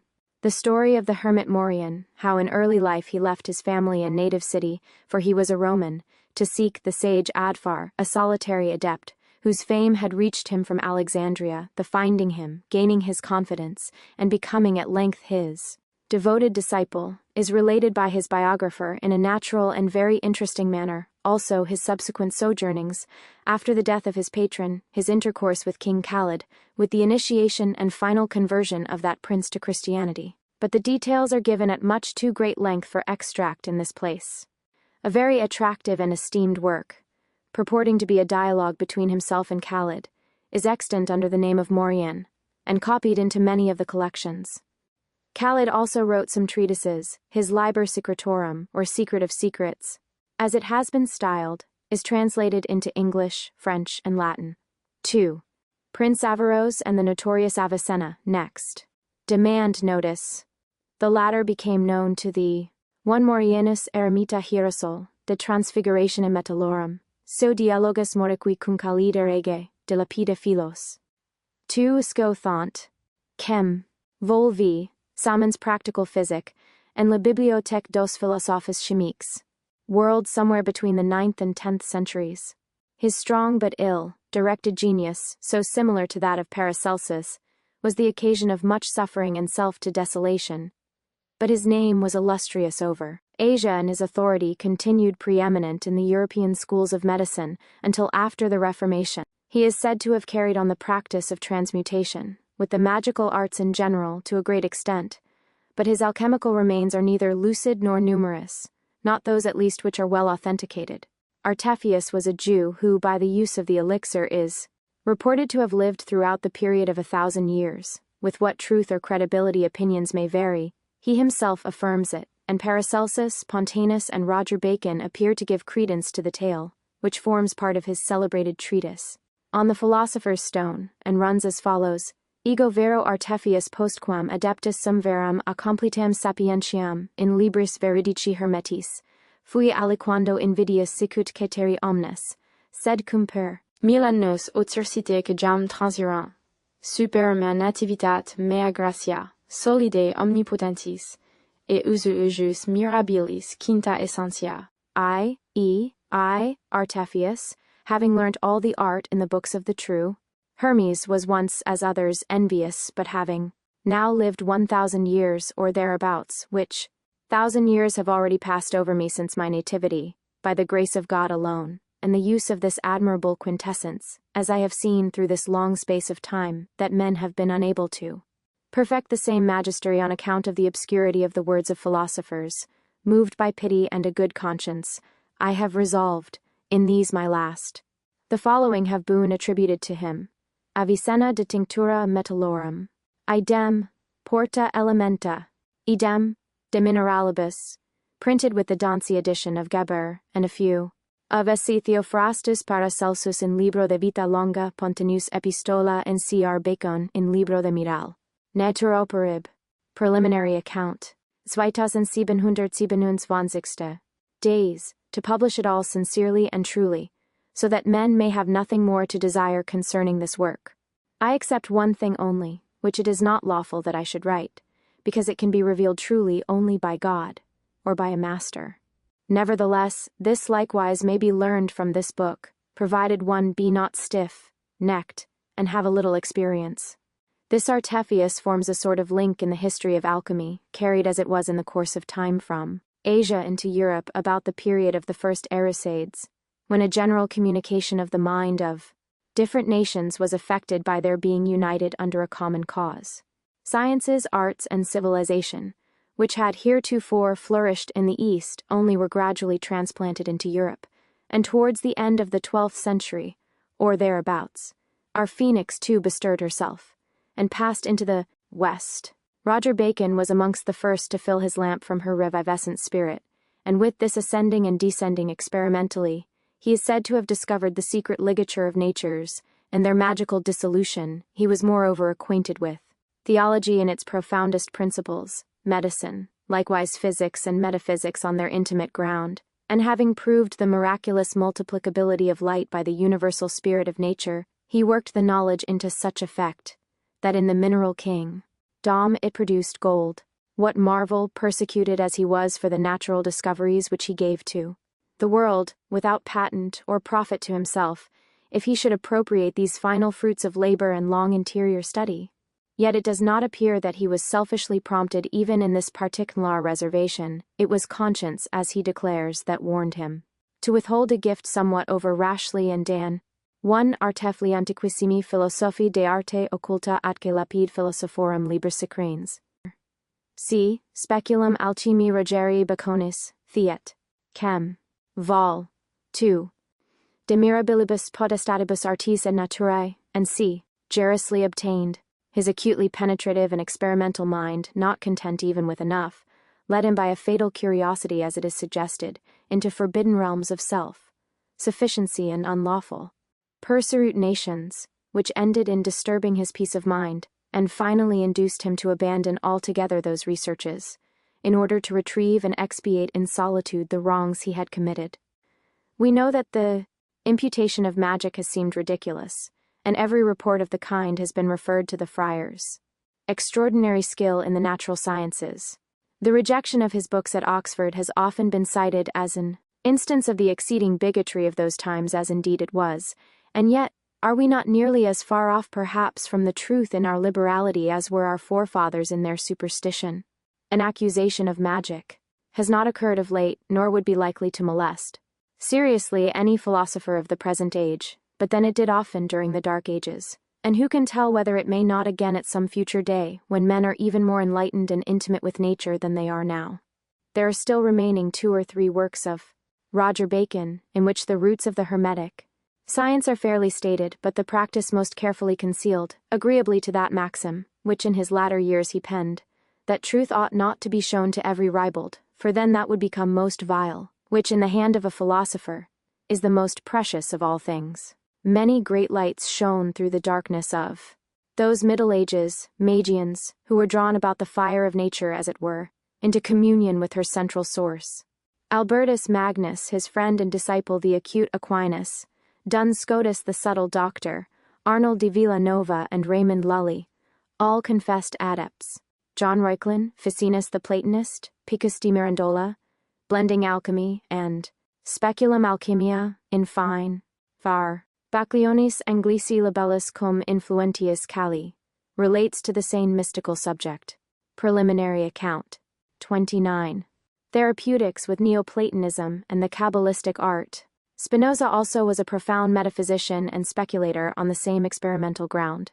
Alain de Lille, the celebrated French philosopher Merlin, Saint Ambrose, the abbot John Trithemius, Cornelius Agrippa, his enterprising pupil, and many more subsequent to these, great, resolute, and philosophic spirits, who were not alone content to rend asunder the veil of ignorance from before their own minds, but held it still partially open for others, disclosing the interior lights of science to such as were able to aspire, and willing to follow their great example, laboring in the way. Medium minds set limits to nature, halting continually and returning, before barriers which those others overleaped almost without perceiving them.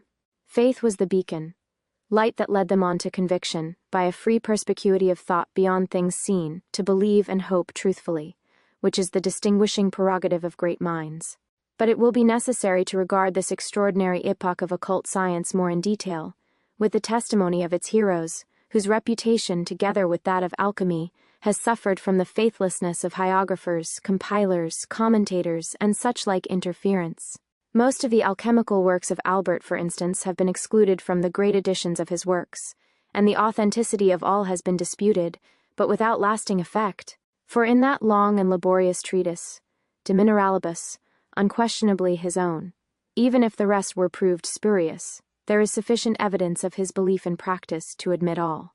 Therein he describes the first matter of the adepts with the characteristic minuteness of personal observation, and recommends alchemy as the best and most easy means of rational investigation. De transmutatione horum corporum metallicorum emutatione unius in aliud non est physici determinar, sed artis quae est alchemica. Est autem optimum genus ujus inquisitionis et certissimum, quia lune per causam unius cujusque rei proprium res cognoscitur, et de accidentibus ejus minime dubitatur, ne est difficile cognoscer. This passage is one amongst many that might be adduced from his own pen to prove that Albert was an alchemist, but Aquinas' disclosures are ample, removing all doubt, even if he himself had left room for any. Besides the treatise of minerals already mentioned, there is the Libellus de Alchemia, published with his other works, also, the Concordantitia Philosophorum de Lapide, the Secretum Secretorum, and Breve Compendium in the Theatrum Chemicum, all treating of the same subject. Albert's authority is the more to be respected, in that he gave up every temporal advantage, riches, fame, and ecclesiastical power, to study philosophy in a cloister remote from the world during the greater portion of a long life. An opinion has commonly obtained that the philosopher's stone was sought after from selfish motives and a blind love of gain, and that such has been frequently the case there is no doubt, but then such searchers never found it. The conditions of success are peculiar, as will be shown. Avarice is of all motives the least likely to be gratified by the discovery of wisdom. It is philosophers only that she teaches to make gold. Querunt alchemiam, falsi quo recti, fallaisine numero, vihissent rejecti et cupiditadibus. Hen totsent infecti quod inter milla millia, vixent res electi istam et scientiam. The true adepts have been rare exceptions in the world, despite of all calumny, famous and favored above their kind. Let any one but with an unprejudiced eye regard the writings of those who may be believed on their own high authority to have succeeded in this art, and he will perceive that the lib. 30. De Mineralibus, cap. 1, 2, tom. 21, in full. Lugduni, 1653, and in Theat. Chem. Vol. 2. Norton's, Ordinale of Alchemy, Preface, in Ashmole's Theat. Chem. Brit. Tithes actuating them were of the purest possible kind, truthful, moral, always pious and intelligent, as those of the pseudo-alchemists on the other hand were, reckless and despicable. But more of this hereafter. Albertus died, Magnus in Magia, Major in Philosophia, Maximus in Theologia, and his learning and fame descended fully on him who had already shared it, his disciple, the subtle and sainted Aquinas. The truth was not likely to lie dormant in such. Hans Aquinas wrote largely and expressly on the doctrine of transmutation, and in his Thesaurus Alchemia, addressed to his friend the abbot Reginald, he alludes openly to the practical successes of Albert and himself in the secret art. Vain, therefore, are attempts of his false panegyrists, who, anxious it would seem, rather for the intellectual than the moral fume of their hero, have ventured to slur over his assertions as dubious. Aquinas is much too far committed in his writings for their quibbling exceptions to tell in proof against his own direct and positive affirmation. Metalla transmutari possunt unum in aliud, says he, cum naturalia sint et ipsorum materia cadem. Metals can be transmuted one into another, since they are of one and the same matter. 3. Declarations more or less plain to the same effect are frequent, and his treatise, De Esse et Essentia, is eminently instructive. It is true he slurs over points and sophisticates also occasionally in order to screen the doctrine from superficial detection, for Aquinas was above all anxious to direct inquirers to the higher purposes and application of the divine art and universal theosophy, rather than to rest its capabilities of quickening and perfection in the mineral kingdom, as at that period many were wont to do, sacrificing their whole life's hope to the alchemim, a meteoram initio, lib. I for.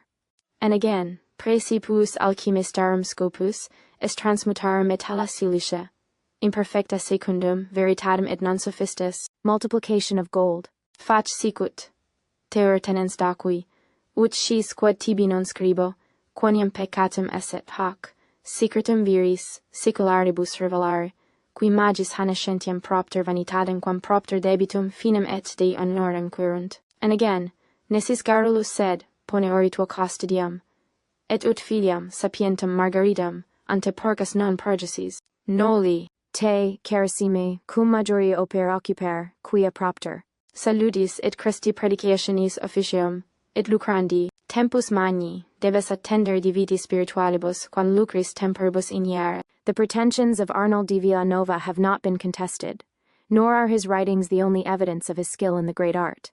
Contemporary scholars bear him witness, and instances are related of the wonderful projections which he made with the transmuting powder.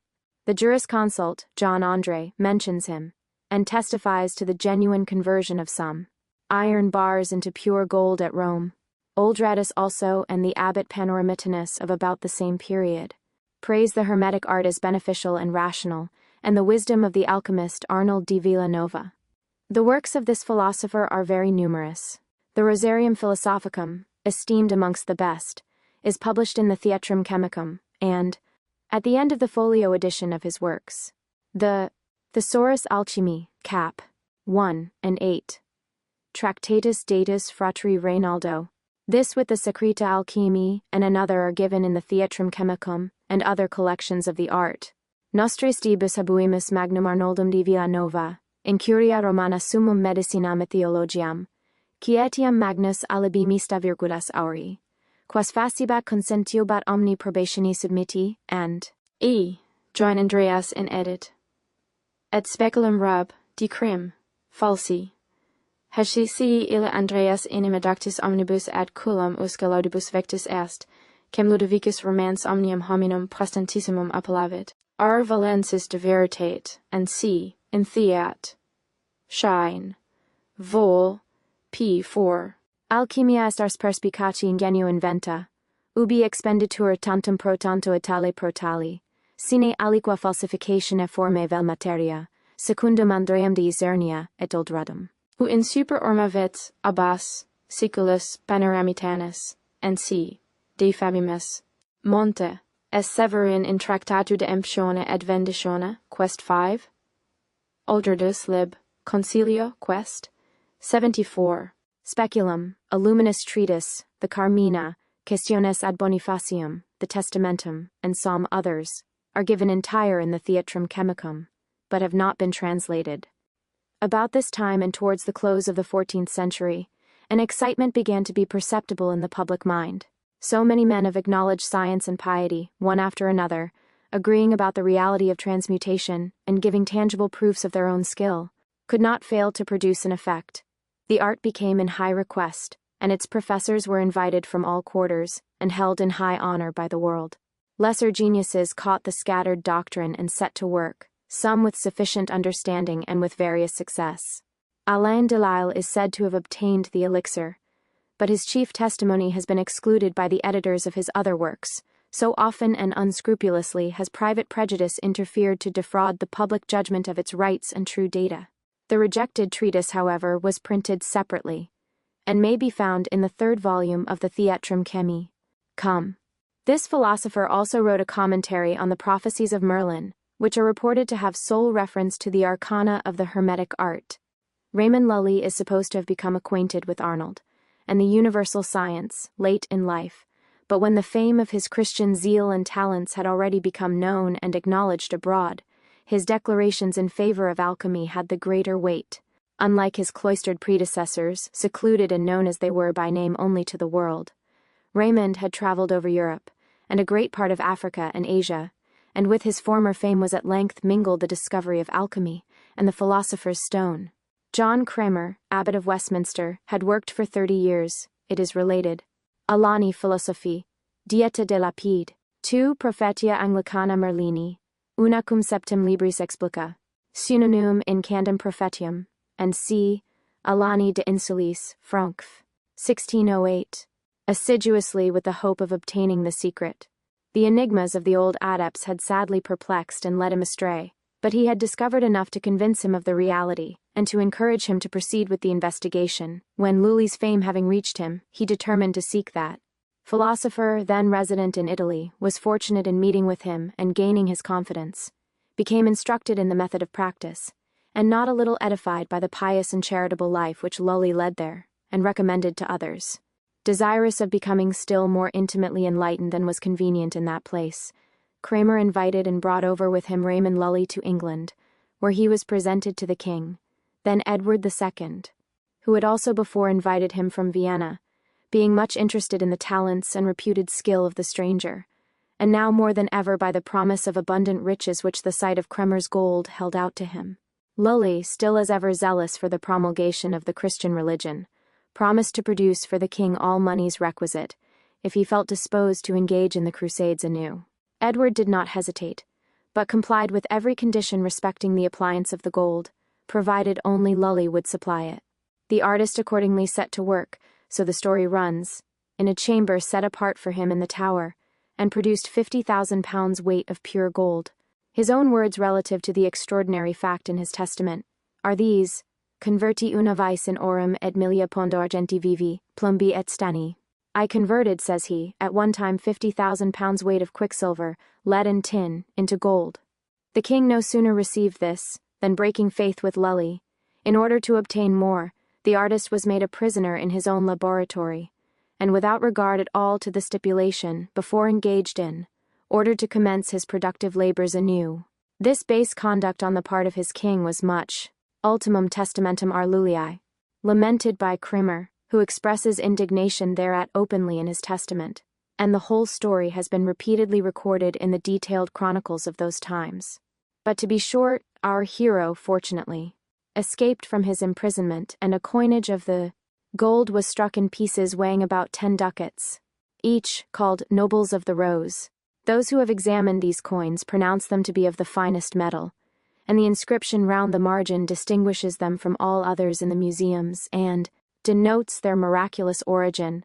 They are described in Camden's Antiquities, and for the truth of the whole story, we have, besides Cranmer's evidence and the declarations of Lully, a great deal of curious contemporary allusion to be found in the books of Olaus Borrichius, R. Constantius, Langlet du Fresnoy, and Dickinson.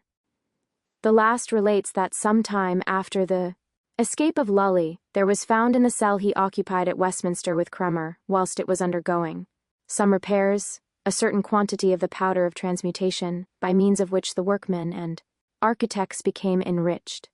Lully's writings on alchemy are, as the rest, obscure, and have only been understood with great pains and application even by those who have been so fortunate as to possess the key of his cabalistic mind.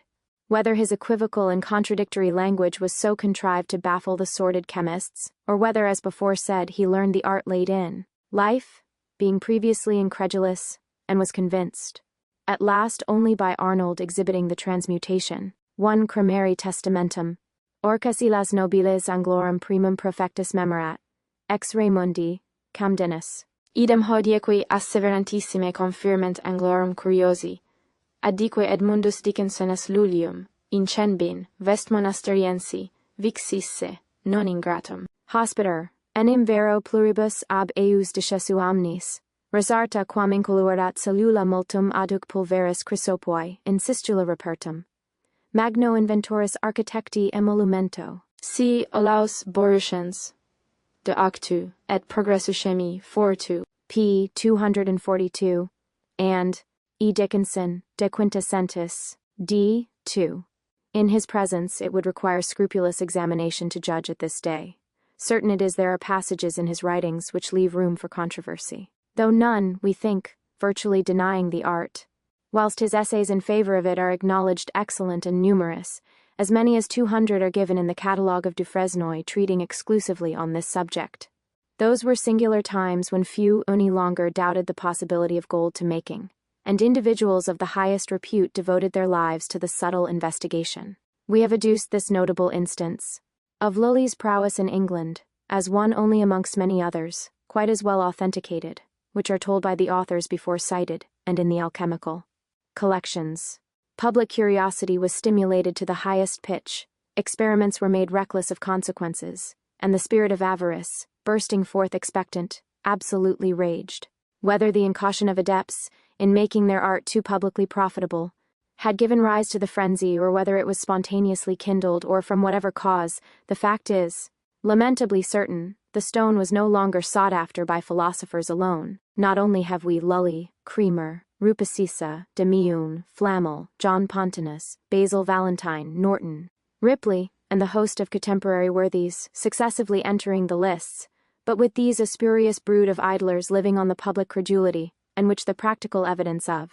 These others continued to ferment, men of all ranks, persuasions and degrees of intelligence, of every variety of calling, motive and imagination, were, as monomaniacs, searching after the stone. As popes with cardinals of dignity, archbishops with bishops of high degree, with abbots and priors of religion, with friars, heremites and proasmeni 1, Histoire Hermétique, Vol. 3. His Theoria et Praetica, given in the 3rd volume of the Theat.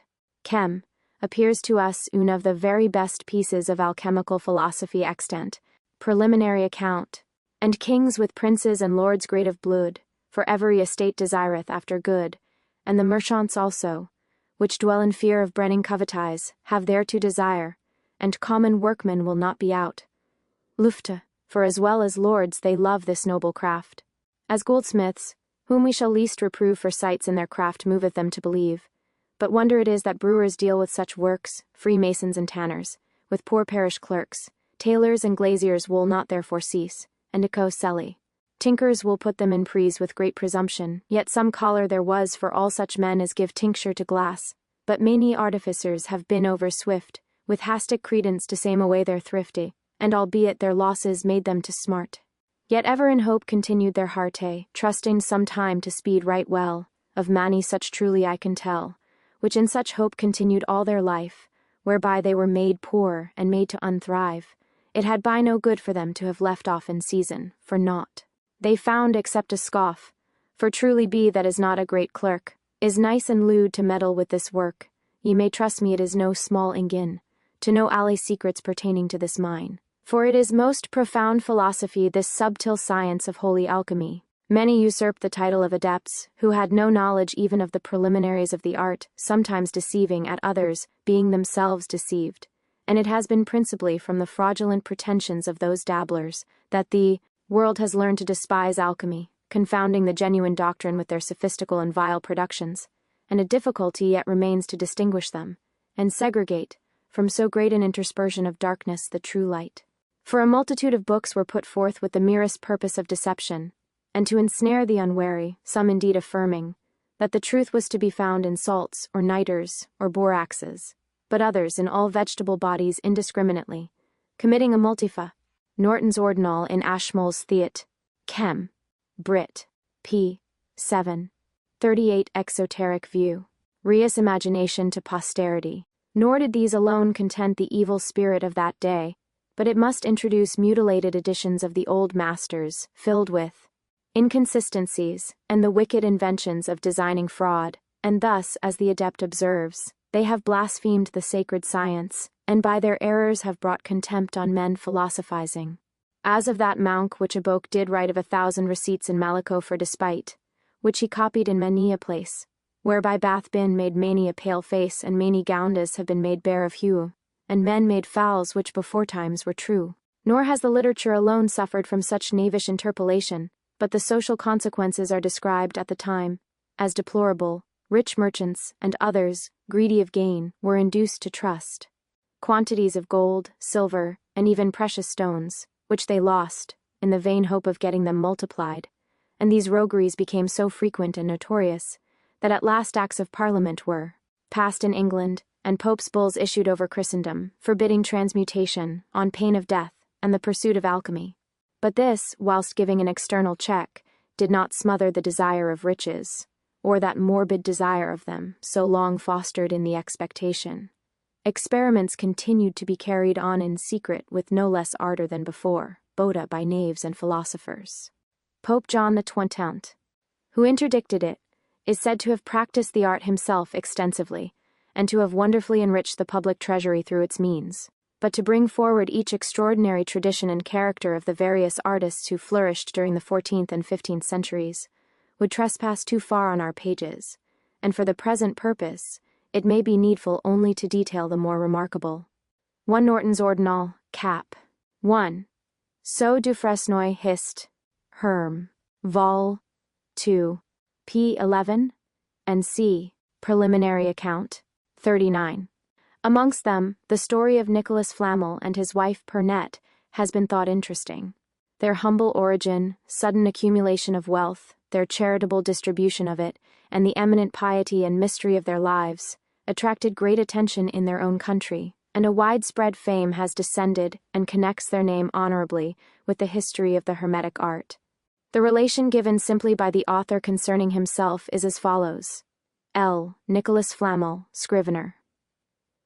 Living in Paris, in the year of our Lord, 1399, in the Notary Street, near St. James of the Boucherie, though I learned not much Latin because of the poverty of my parents, who, notwithstanding, were, even by those who envy me most, accounted honest and good people, yet, by the blessing of God, I have not wanted an understanding of the books of the philosophers, but learned them, and attained to a certain kind of knowledge, even of their hidden secrets. For which cause sake there shall not any moment of my life pass wherein, remembering this so vast good, I will not render thanks to this my good and gracious God. After the death of my parents, I, Nicholas Flamel, got my living by the art of writing, engrossing, and the like, and in the course of time there fell by chance into my hands a gilded book, very old and large, which cost me only 2 florins. It was not made of paper or parchment, as other books are, but of admirable rinds, as it seemed to me, of young trees. The cover of it was brass, well bound, and graven all over with a strange kind of letters, which I took to be Greek characters, or some such like. This I know, that I could not read them. But as to the matter which was written within, it was engraven, as I suppose, with an iron pencil, or graver, upon the said bark leaves, done admirably well, and in fair neat Latin letters, and curiously colored. It contained thrice 7 leaves, for so they were numbered on the top of each folio, and every 7th leaf. 40 Esoteric view was without writing, but in place thereof were several images and figures painted. Further, going on to describe the book, and these hieroglyphics minutely, Flamel relates how, at length, after much study and fruitless toil, their meaning was explained to him by a Jew stranger, whom he met with in his travels, and how on his return home, he set to work and succeeded in the discovery, is thus familiarly declared. He that would see the manner of my arrival home, and the joy of Pernette, let him look upon us too in the city of Paris, upon the door of the chapel of James, in the Boucherie close by one side of my house, where we are both painted, kneeling, and giving thanks to God, for through the grace of God it was, that I attained the perfect knowledge of all that I desired. I had now the prima materia, the first principles, yet not their preparation, which is a thing most difficult above all things in the world. But in the end I had that also, after a long aberration and wandering in the labyrinth of errors, for the space of 3 years, during which time I did nothing but study and search and labor, so as you see me depicted without this arch, where I have shown my process, praying also continually unto God, and reading attentively in my book, pondering the words of the philosophers, and then trying and proving the various operations which I thought they might mean by their words. At length, I found that which I desired, which I also soon knew by the scent and odor thereof. Having this, I easily accomplished the magistery. For knowing the preparations of the prime agents, and then literally following the directions in my book, I could not then miss the work if I would. Having attained this, I came now to projection, and the first time I made projection was upon Mercury a pound and a half whereof or thereabouts I turned into pure silver, better than that of the mine, as I proved by assaying it myself, and also causing others to assay it for me several times. This was done in the year A.D. 1382, January 17, about noon, in my own house, Pernet alone being present with me. Again, following the same directions in my book, word by word, I made projection of the red stone on a like quantity of mercury, Pernet only being present, and in the same house, which was done in the same year, April 25, at 5 in the afternoon. This mercury I truly transmuted into almost as much gold, much better indeed than common gold, more soft also, and more pliable. I speak in all truthfully. I have made it 3 times with the help of Pernet, who understands it as well as myself, and without doubt, if she would have done it alone, she would have brought the work to the same, or full as great perfection as I had done. I had truly enough, when I had once done it, but I found exceeding great pleasure and delight in seeing and contemplating the admirable works of nature within the vessels. And to show you that I had then done it 3 times, I caused to be depicted under the same arch 3 furnaces, like to those which serve for the operations of the work.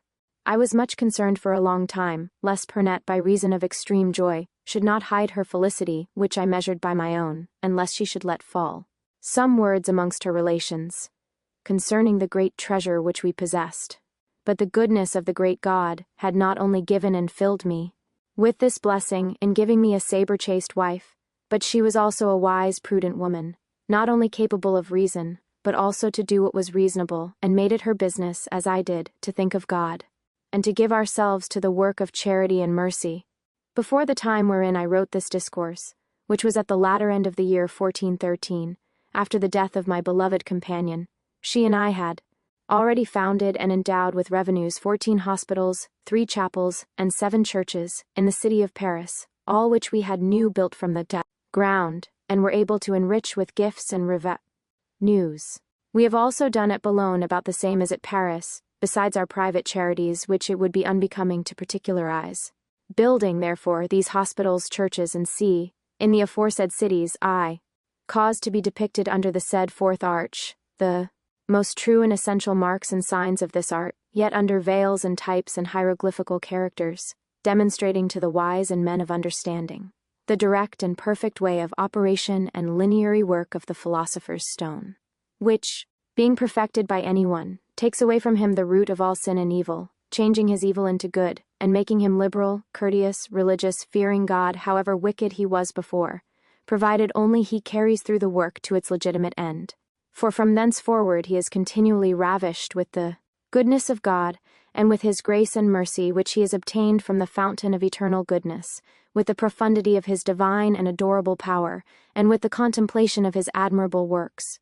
Part of this relation is given of himself by the author in his hieroglyphics, and part is taken from his testament, and chronicles recount as late as the year 1740, that the evidence of his charitable deeds remained and the symbols of the art in the cemetery of the Holy Innocents at the Church of St. James, on the Marie Vaudor, at the portal of St. Genevieve and amongst the writings of Flamel, besides those already quoted from, we have Le Sommaire Philosophique, in French verse, which is also translated in the Theatrum Chemicum, an esteemed work, with important annotations at the end, Le Desire, and Le Grand Éclaircissement, which are more rarely to be met with. The Isaacs, father and son, Dutch adepts, are said to have worked successfully, and are much lauded by. See Histoire Hermétique, Vol. I, p. 206, Lives of the Adepts, p. 38, Les Hiéroglyphiques d'Emblamel, Preliminary Account, 43. Boerhaave, who appears not either to have been a stranger to their pursuit, or to the principles of occult science. But Basil Valentine is the star of the 15th century. He is generally reported to have been a Benedictine hermit, but a mystery hangs about his individuality which has never been satisfactorily cleared up, though careful researches have been made, and his numerous works written in all languages, called forth much curiosity on their appearance and have been held in high estimation by students in the Hermetic art. He ranks high amongst his brethren for having, as they say, discovered a new method of working the red elixir, and facilitated the process materially, which had been hitherto laborious and a rare effect, as appears from those lines of Norton. How that many men patient and wise found on a white stone with exercise. After that they were truly taught, with great labor, that stone they caught, but few, saith he, or scarcely one. In 15 kingdoms hath our red stone. Whom to seek it availeth right naught till the Wedo Modicine be fully wrought. Neither Albertus Magnus the black a freer, neither freer Bacon his compare, in not of our red stone consideration. Illim to increase in multiplication, and c. The Hamburg edition of Basil Valentine's works may be considered the most perfect. The English translations are rambling and incomplete, with the single exception of that one which is taken from the Latin of Kerkringius, with his admirable commentary on the triumphal chariot of antimony and stone. Of fire. The 12 keys are rendered in the Bibliothèque des Philosophes Chimiques, 2nd edition. A valuable collection of English alchemy in verse. Joan Isaac Hollandus de Lapide Philosophico Frankf, 1660. 1 Sahalandos Opera Universalia, Sive de Lapide Film. And c. Norton's Ordinal Chap. Pet. Chemische Schritten Far, Basilit Valentinii, in 12 Mo. 1717. Was published by Elias Ashmole, himself a lover of occult science, and the great patron, in his day, of those who made it their study. Neither was he ignorant of the subject, if we may judge by the preface and curious notes appended to his Theatrum, wherein he exposes certain principles of magic, and alludes to the manual artifice without much disguise. I must profess, says he, I know enough to hold my tongue, but not enough to speak, and the no less real than miraculous fruits I have found in my diligent inquiry in these arcana lead me on to such degrees of admiration they command silence, and force me to lose my tongue, lest, being not wholly experienced, as he goes on to say, I should add to the many injuries the world has already suffered, by delivering the bare medley of my apprehensions without the confident attestation of practice, and be justly esteemed as indiscreet as those whom Ripley mentions, that prate, with wondering, of Robin Hood, and of his bow, which never shot therein I trow. Norton's Ordinal, dated 1477, with which this Hermetic theatre opens, is a praiseworthy performance, and with the exception of the subject matter and certain preliminaries, which are constantly concealed, the process is presented in a candid, orderly, and attractive manner. So much cannot be said for the Canon Ripley of Bridlington, whose private misfortunes would seem to have made him envious. His composition is disorderly, and those 12 gates have, we conceive, little edified any without the lodge. Added also to his own wilful misguidance, the verses are said to have suffered spoliation and displacement from the order in which they were originally written, according to the mischievous Kabbalistic method in vogue at that time. Ripley, therefore, is universally complained of, though reputed a good adept. Ashmole's Theatrum Chemicum Britannicum, London, 1652. The commentary published by the celebrated anonymous adept Irenaeus Philalethes, under the title of Ripley Revived, though it explains a great deal practically and may seem to lead on the initiated, yet will appear infamously sophistical and inevitably disgust a beginner. All Ashmole's collection is valuable, even were it only as a specimen of early mystic literature. The fragment from Pierce, The Black Monkey, Bloomfield's Blossoms, and Philosophy and Experience are amongst the most instructive. Ashmole's intention of collecting the English prose writings on alchemy was not accomplished. Only a few scattered portions were edited, and these not of the best. Ficinus, an Italian of highly cultivated genius, well known as the Latin translator of Plato, and savior of other valuable remnants of antique literature, was also an amateur in the Hermetic art. He collected and translated the works imputed to Hermes before mentioned from Greek into Latin, and took pains elsewhere theoretically to explain the art. Picus, Prince di Mirandola, was his contemporary, and wrote a treatise, in which he connects alchemy with the most profound metaphysical science.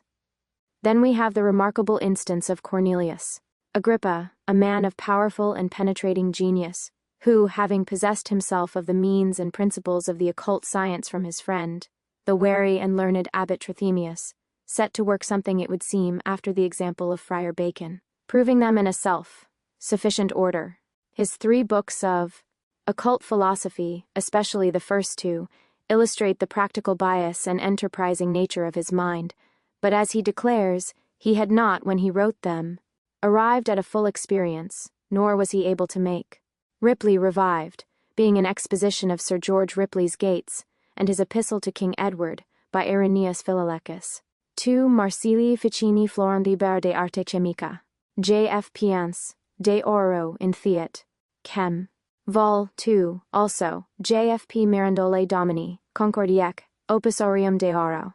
Idem, Libri 3 de Aurotum Conficiendo, and c. The Philosopher's Stone.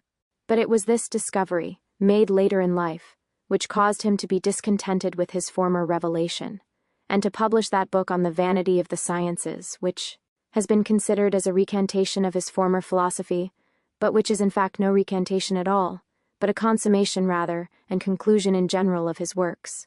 Anyone taking the pains to read may perceive that Agrippa wrote it neither in ignorance nor in despair of human knowledge. It was by searching and proving the magnitude of the mystery that he arrived at that final and convictive faith, which is as much above ordinary science as the vulgar credulity of mankind is below it. It is not the part of a mind sane and philosophic to full back content in ignorance, or to retrograde passively in despair of its object. The vanity of particular and temporal sciences is discovered by comparison only in the broad daylight of universal truth, and there stood the magician at last when, as it were from the top of Celsus' ladder, looking down upon the steps by which he had climbed, and whereon he had successively rested, he observed their inferiority and the small prospect they afforded in comparison with that which he now, at their clear summit, enjoyed. Let anyone read from the Vanity of the Sciences the chapter on alchemy, and judge whether the author contradicts, as report has said, or contemns merely the experience of his early youth, and where, after showing the folly of pretenders, speaking of the genuine Hermetic art, he says, "I could tell many things of this art if I had not sworn to keep silence, and this silence is so constantly and religiously observed of the ancient philosophers, that there is found no faithful writer of approved authority that hath openly described this art, which thing has induced many to believe that all books of this art were but of late years invented, and see, finally of the one blessed stone alone, besides which there is no other thing, the subject of the most holy stone of philosophers, to speak rashly would be a sacrilege, and I should be forsworn." Looking to the final chapters of the same work also, we observe the ground of the whole Hermetic philosophy laid out, and the relative vanity of worldly science to that, which is universal, rational, and divine. The capabilities of the subject are great, and had it been treated in the usual full and masterly style of the scholar of Nettesheim, it would have remained a work of lasting value, but he was fettered by oaths and had been somewhat conscience-stricken, and the monks whom he had formerly censured eagerly promulgated the whole as a recantation of former errors, holding it up in this light, and as an acknowledgment of the sufficiency of their own doctrine and of the common faith for salvation. In the beginning of his extraordinary career, Theophrastus Paracelsus proposed openly to discover the hidden secret of philosophy, but the world scoffed at his pretensions, abused and persecuted him, and all the revenge he indulged in was to leave it unenlightened. The writings he put forth are, with few exceptions, filled with subtle malice, as it were, so many sarcasms upon mankind, and leading them far away, through alluring sophisms, from the straight way of truth. Surely, as Ashmole remarks, incredulity appears to have been given to the world as a punishment, yet neither in its belief did it speed better, but has still plodded on in error for want of thought, and through all ages men have suffered in ignorance, on account mainly of the indifference and selfishness of their desires. Of the numerous books attributed to Paracelsus, and given together as his works, the 3 addresses to the Athenians and the Aurora are amongst the best. Those to the Athenians have been translated into English, and published with the philosophy of J. Crollius, a disciple, and the Aurora also is to be met with, though more rarely, in company with the Waterstone of the Wise Men, by J. Grascus. With respect to the private history and character of this extraordinary man, accounts differ and opinions accord. See De Vanitate Scientiarum Alla, and c. 48 Exoteric View. Ingley, but his fame, and the authority of his doctrine, lasted down through a long period of time. His early death has been adduced as an argument against the probability of his being possessed of the elixir he boasts, and by others as a proof of his having been poisoned, but the poison of intemperance and irregular living has also been considered. as especially likely to be fatal to one who is in the habit of taking a potent spiritual medicine, which would heighten the physical consequences of depravity and habitual excess, and accelerate dissolution in the conflict of opposite principles.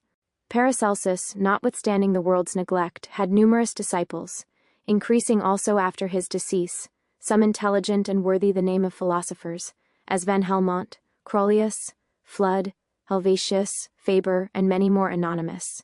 But there were others, mountebank, pretenders, more in number still, who, pursuing the baser line of their master's example, whilst they enviously suppressed the little truth they knew, wrote and practiced for luere, leading mankind into error and the commitment even of egregious crimes by their receipts, and the world which would not be drawn by the true light gave easy way to their false stimulants and encouraged the enemy's growth in literature until the tares possessed the field, nor could it be well otherwise, as a modern adept has observed on the occasion, for this bushel being placed over the light, the darkness of it invited ignorance abroad. The burlesques of Erasmus, which, towards the close of the 16th century, were turned upon the follies then continually going on amongst the credulous chemists and their dupes, show that it was the prevailing mania of the age, when rich men and potentates fell easily into the snares of the lowest vagabonds, who had acquired the tact only to write and talk mysteriously. Chaucer, in the tale of the Shannon's Yeoman, gives an example of this kind of the boastings, bereavements, and surpassing beliefs.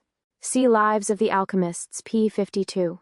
Of ignorance, as Ripley also, in his erroneous experiments, tells how he made solutions full many a one, of spirils, ferments, salts, urine, and steel, wenning so to make the philosopher's stone.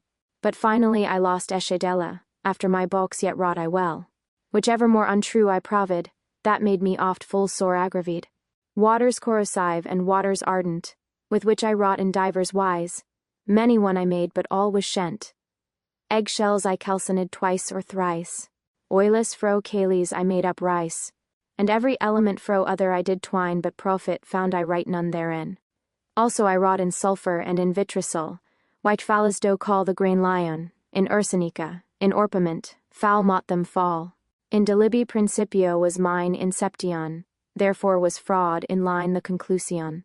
And I blew my theft at the coal, my clothies were bawdy, my stomach was never whole. I provid urines, eggs here and blood, the scalas of yarn which amethyst do off smite, ces, ust, and erucifer which did me never good, the sowl of Saturn and also marchiste, lithage and antimony not worth a mite. Of gay tinctures I made to shew, both red and white which were untrue. Oil of lane and water with labor grat, ionade caliog yt with salt precipitate. And by bit self with violent heat grinding with vinegar till I was fatigate, and also with a quantity of spices accuate. Upon a marble which stowed me oft in cost and oils with corrosives I made, but all was lost. Thus I roasted and boiled as one of Geber's cooks, and oft time in my one-yug in the ashes I sought, for I was deceived with many false books whereby untrue, thus truly I wrought, but all such experiments availed me not, but brought me in danger and encumbrance, by loss of goods and other grivani, and c. An admonition of erroneous experiments. Fiat. Chem. Brit. P. 189. The tide so long encroaching, however, began at last to fluctuate, and as mistrust, gathering from disappointment, ripened, a change somewhat suddenly took place in the public mind, and turned finally into an absolute odium of the deluding alchemists and their art. Then it was that several were obliged to retire into exile, and even the true adepts, for the public knew not to distinguish, suffered equal cruelty and abundant inconvenience. They who before had been courted and lauded in hopes of obtaining gold, or the means of making it, were arrested and tortured, in order to extort confession. Accordingly we find mixed up with their philosophy, bitter complaints of injury, thefts, murders, and unjust imprisonments. Alexander Sethin was hunted through Europe in disguise, not daring to remain in any town, for fear of detection. I am suffering, says this author, in his open entrance, a continual banishment, deprived of the society of friends and family, and, as if driven by the Furies, am compelled constantly to fly from place to place and from kingdom to kingdom, without delaying anywhere. And thus, though I possess all things, I have no rest or enjoyment of any, except in the truth, which is my whole satisfaction. They who have not a knowledge of this art imagine if they had, they would do many things. I also thought the same, but am grown circumspect by experience of many dangers and the peril of life. I have seen so much corruption in the world, and those even who pass for good people are so ruled by the love of gain, that I am constrained even from the works of mercy, for fear of suspicion and arrest. I have experienced this in foreign countries, where, having ventured to administer the medicine to sufferers given over by physicians, the instant the cures became known, a report was spread about of the elixir, and I have been obliged to disguise myself, shave my head and change my name, to avoid falling into the hands of wicked persons who would try to wrest the secret from me, in hopes of making gold. I could relate. Preliminary account. 51. Many incidents of this kind which have happened to me. Would to God that gold and silver were as common as the street mud. We should not then be obliged to fly and hide ourselves, as if we were accursed like Cain. Michael Sendivogius was imprisoned by his prince. Even the pious Kunrath is moved to bitterness when speaking of the treatment he had experienced. George von Welling, Fichtuld, Müller, Harprecht, also, for the good and innocent, now suffered more and more everywhere for the impositions of knaves, and were therefore compelled to be silent, and more than ever cautious to conceal their names, with the evidence of alchemy, from the world. And as the mind of the day became gradually engaged in puritanical discussions, and the interests of political leaders, indifference to the art again succeeded, and a skepticism, as blind, and nearly as pernicious as the former credulity, settled upon the minds of men. But philosophers were content to have it so, observing the incapability of the common herd, and how little they cared for truth, or the witness of nature's greatest miracles, in comparison with their own selfish emolument. Some gathered themselves together for better protection and carrying on their work into the Rosicrucian fraternity, a widely celebrated, though secret association, established, as the report is, by a German adeptist who had traveled into the East, and in Arabia was initiated into many arcane mysteries of nature. Their fame and confession, with the story of their first institution, has been rendered into English, with an excellent preface, by Thomas Vaughan, and an appendix, showing the true nature of their philosophy, place of abode, and other particulars connected with their Magian prowess and renown. But we must not omit to notice the names of Dee and Kelly, two notorious magicians of Queen Elizabeth's time, for though the latter was somewhat of a knave, and a little over presumptuous, yet there is. See Introitus apertus ad occlusum regem Pallatio, EAP. Trind. X2. Reason to believe that he practiced transmutation, and became possessed of the red powder by some secret kind of information, if not of the means of perfecting it by his own art.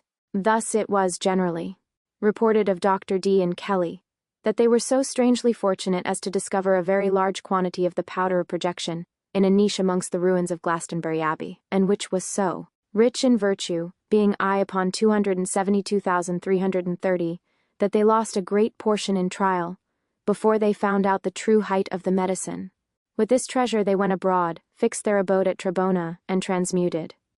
Occasionally, in Dee's diary we have the account of Kelly making projection with one small grain, in proportion no larger than the least grain of sand, upon 1.25 ounces of common mercury, which produced almost an ounce of pure gold. Then there is the story of the warming pan, related by Ashmole, from no very distant testimony, of a piece of the metal being cut out and without Kelly's touching or handling it or melting the copper even, only warming it in the fire, the elixir being projected thereon, it was transmuted into pure silver.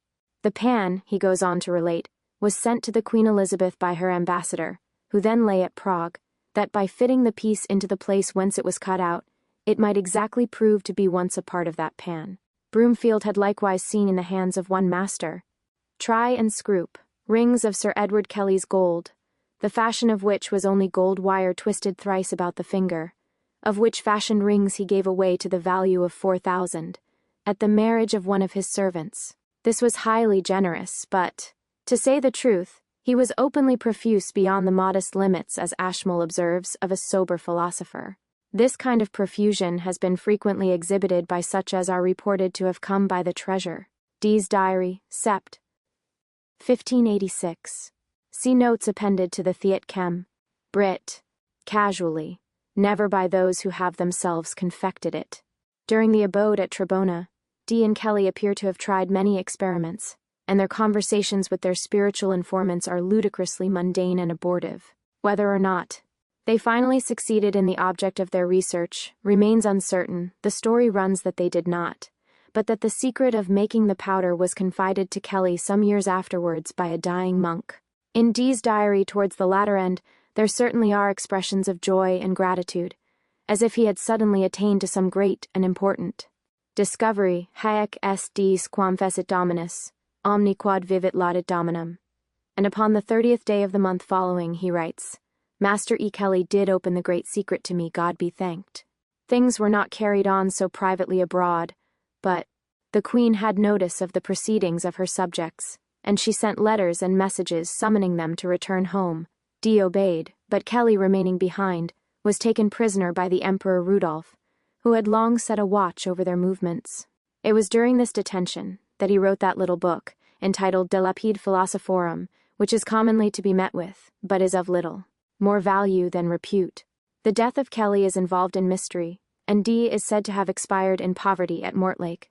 The writings of Jacob Boehme, the profound theosophist of Prague, and those of the Portage and Leeds school, may not be undervalued, since these enthusiasts were all on the same original track, and the first would seem to have attained something better, even than a view of the Promised Land. Moreover, Boehme has discovered such a ground of experience. One see a true and faithful relation of what passed for many years between Dr. Jolm Dee and some spirits. The book is comparatively rare, London, 1659, and principles of the divine art in his writings, as may help the student to conceive profoundly, and lead him to the means of understanding the enigmas of the old adepts. For this author is, of all who have hitherto entered experimentally into the mystery, the plainest, simplest, and most confidential exponent.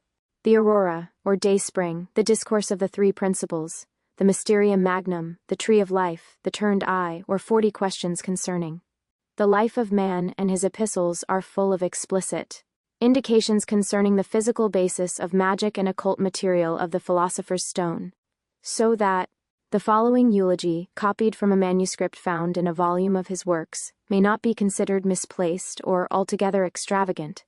Whether the Eastern Magi sought, or Orpheus sung, or Hermes taught, whether Confucius would inspire, or Zoroaster's Mystio fire, the Symbola that Pythagoras drew, the wisdom godlike Plato knew, what Socrates debating proved, or Epictetus lived and loved, the sacred fire of Saint Insago, through every clime and every age, in Boehme's wondrous page we view, discovered and revealed anew, and see, revealed anew, it will be observed theosophically, but not intellectually. Nothing, since the Greeks, has been found to approach their doctrine of wisdom in perspicuity, grace of utterance, and scientific explication of the divine source. Of all the successors on the same road, none have exceeded their authority, and very few have attained to the perfect veracity and ideality of their ground. But of this hereafter. Numerous works on alchemy have issued from the German press, detailing the experience of excellent and learned adepts amongst those of later years. See Boehme's works, edited by Law and others, 4 vols. 4-7. Pet. Deset. May be mentioned Ambrose and Philip Muller, Hermann Fichthold, and his friend George von Welling, J. Crolius, the Van Helmonts, father and son, Gracius, the reputed author of The Waterstone, a personal friend of Boehme's, Henry Coenrath, a pious and learned adeptist, Andrew Libavius, J. Becher, and J. Tullius, a Dutchman, and an elegant classical expositor on the same ground. Faber also, but of all those who have connected ancient fable with philosophy, and explained them by the Hermetic key, Michael Mayer ranks first, and his works are more esteemed and sought after, even in the present day, than is easily accountable, since he is profoundly guarded in his revelations. Highly curious engravings and woodcuts adorn the works of these authors, and even the title, pages of many of them convey more idea and food for reflection than other. Philippi Mulleri Miracula et Mysteria Medico, Chemica, Württemberg, 1656. Am. Muller's Paradise, Spiegel, Launen, Berg, 1704. Probia Stein, Frank, 1740. 3 Opus Mago, Kabbalist, and E. Frankf, 1760. Plus Crolius, Philosophy Reformed, and E. Trans, by Pinnell, Lon, Don, 1657. Van Lelmonte Ortu Medicine has been translated under the title of Creatrike or Physic Reformed, J.B. Fifth Helmont. Paradoxes. Das Wasser, Stein des Wissens, is translated into English, and into Tatin in the Museum Hermeticum, Aria Arcano, Lilium Interspinus, and C, by the same author, are in the collection of Manget. Amphitheat. Sapientia Eterne, in full. 1608. Magnesia Catholicum and C. And Libavius. Opera Omnia Medica, in full. 2 vols. A ponderous compilation. Physica Subterranean, Lips. Otto Vo. Idem. Edipens Chemica Aperius Mysteria, and C. Frankf. 1664. Idem. Laboratorium Chimicum, Frank F. 1680. 10 Tolli Fortuita, Amst. 1687. Cum. Maruductio ad Calum Chemi. Modern tomes oftentimes throughout the whole of their development. The Novum Lumen Chemicum, which passes under the name of Michael Sendivogius, the Polish adept, is one of the best known and popular of modern works on the subject. It has been translated into English by John French, also a practitioner, whose introductory preface is bold and striking, and was published in London under the title of The New Light of Alchemy with the 9 books of Paracelsus, De Natura Rerum, in 1650. This new light, professedly drawn from the fountain of nature and grounded in manual experience, is cleverly handled, and of an attractive character, though in consequence of the wilful disorder and perplexity of the composition, repeated perusal and a certain knowledge are requisite, in order to gather its recondite drift, and so much the more, as its theory and asserted facts are at variance with our common conceptions and experience of the possibility of nature. The French edition of this work also has been translated by Digby, and contains, besides the treatise on salt omitted in the above, other curious additions, with a concluding dialogue, which is instructive.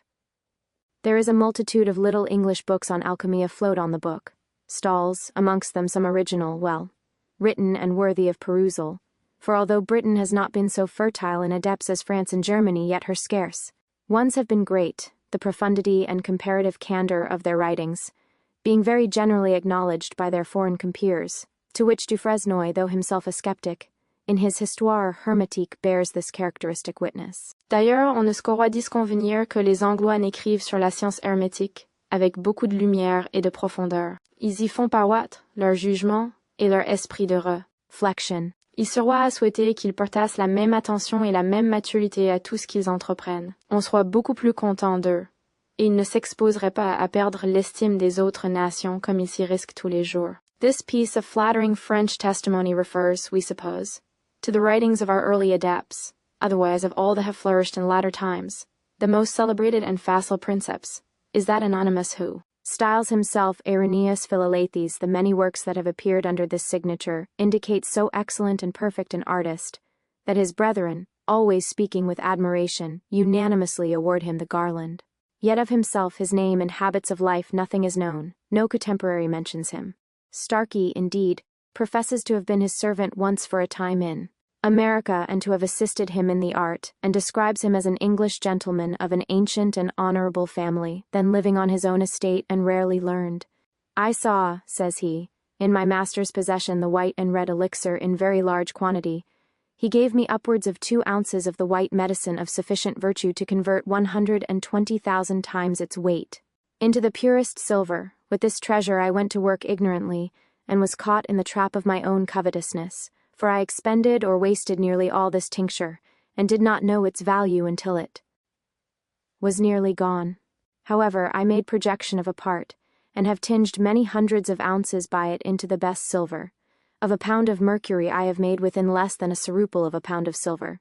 And see, it is also reported that Irenaeus was intimate with the chemist Boyle, but the rumors are all uncertain, and, as if to increase the mystery, he has been confounded with other English adepts as Harprecht and Thomas Vaughan, and his writings also with those of Sendivogius, who has been identified with. First vol, I, page 446. See Starkey's Pyrotechny asserted. Him under the name of Alexander Sethon, and others. He himself informs us that he was born in England, somewhere towards the beginning of the 17th century, that he possessed the secret at a very early age, and was the victim of unremitting persecution.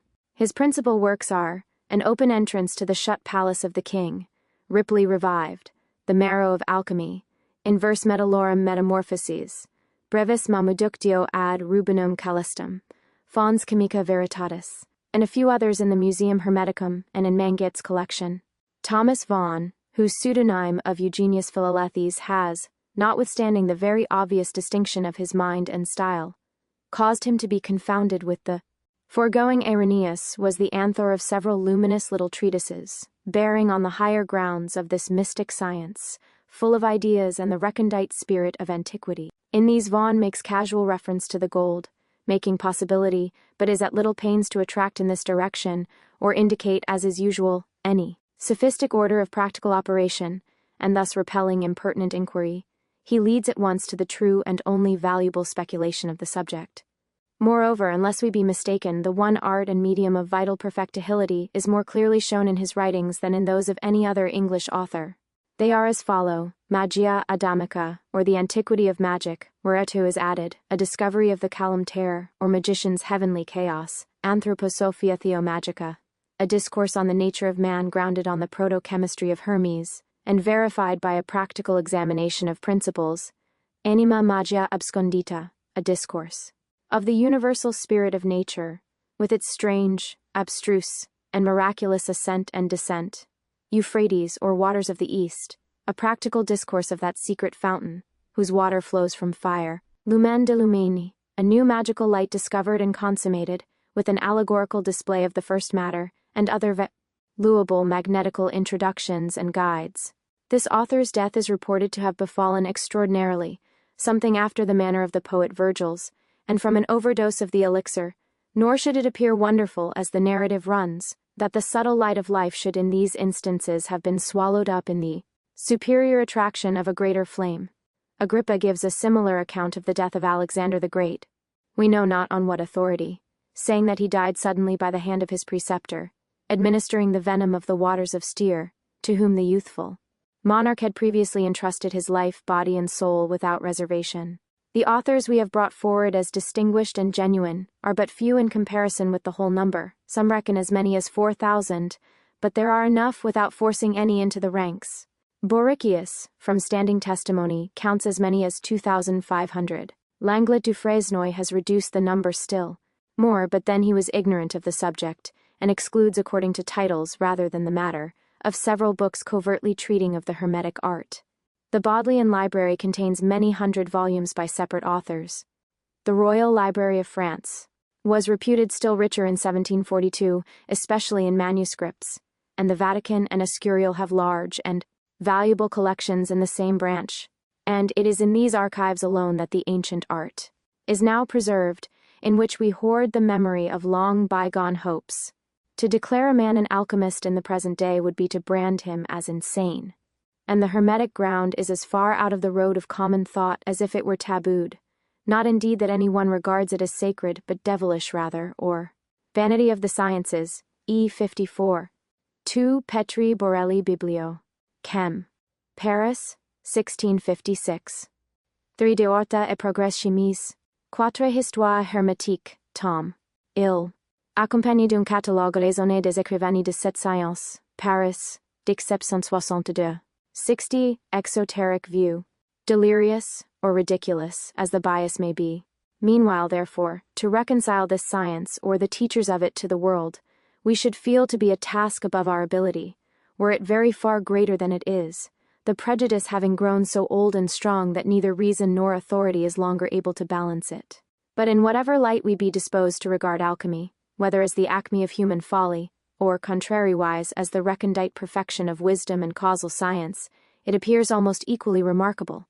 Considered in the former way, we have before us a huge monument of avarice, mad credulity, and fraud accumulating on continually from immemorial time, with the deplorable conclusion that the greater part of those to whom the world has been taught to look up as philosophical authorities were in fact dupes and worse deceivers. On the other hand, if we hesitate in thus denouncing all the many well approved and religious professors of this art, and suppose them, even in this particular, to have been sincere, what then ought we to conclude? That they were deluded?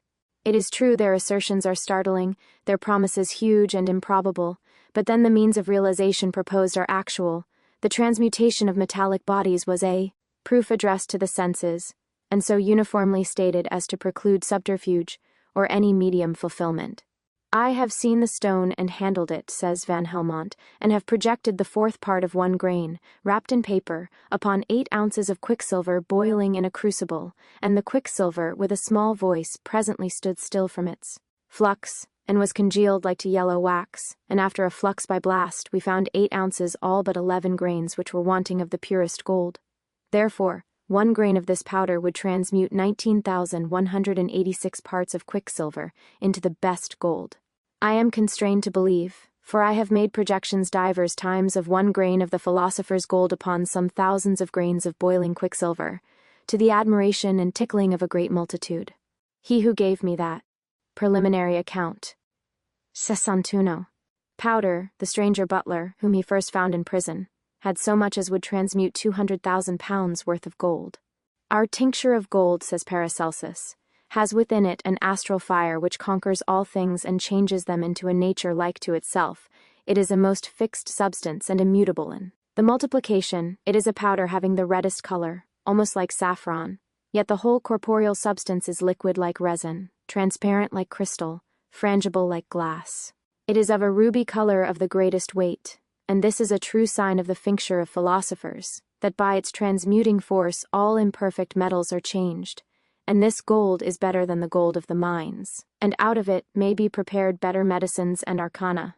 So likewise Friar Bacon says, and Lally and Arnold in his Speculum, that he had seen and touched after much labor and industry, the perfect thing transmuting.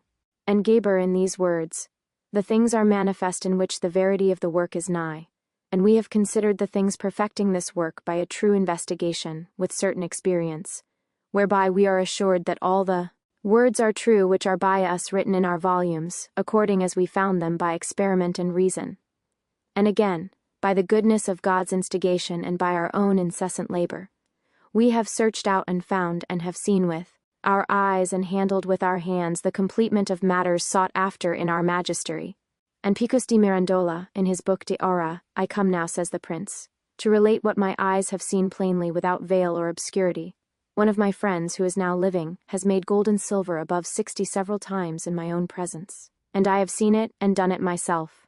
Idem, Book I, page 215, 6 Pians Mirandole de Aro, lib. the Secu. Cap. 2. G962 Exoteric View.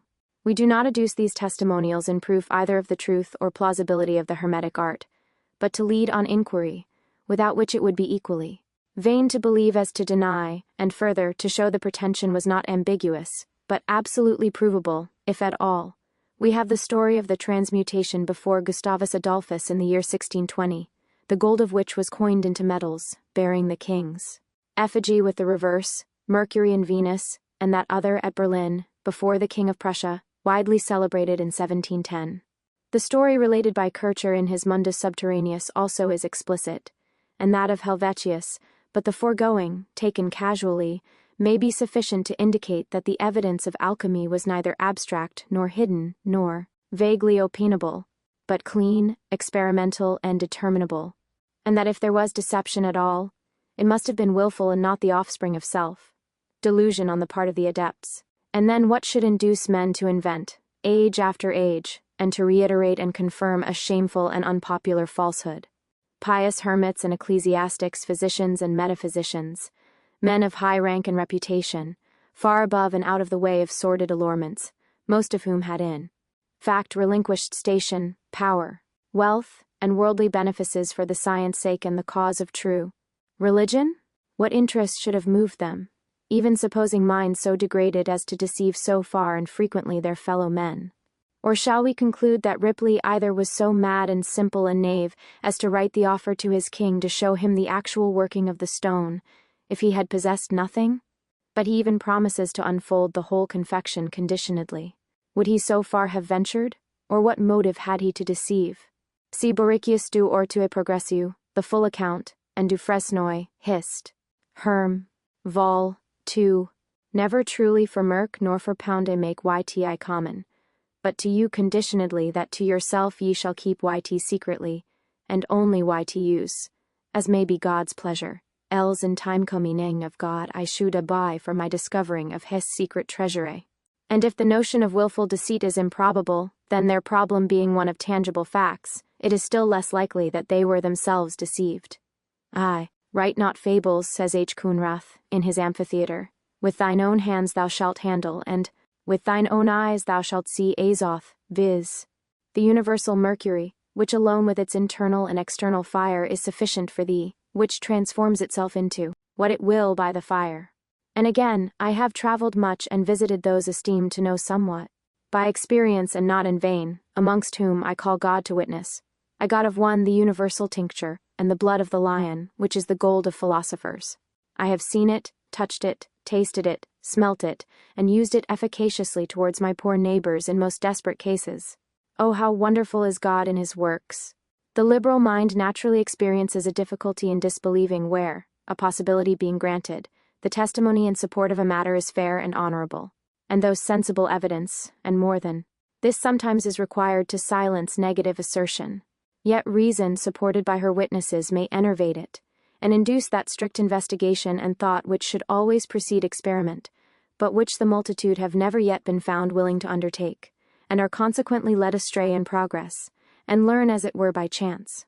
It is said that Lord Bacon instituted certain experiments with a view to the discovery of the philosopher's stone, and in the advancement of learning be faithfully recognizes the possibility, as does also Sir Isaac Newton in his works, while Leibniz. 1 Sir George Ripley's Epistle to King Edward IV.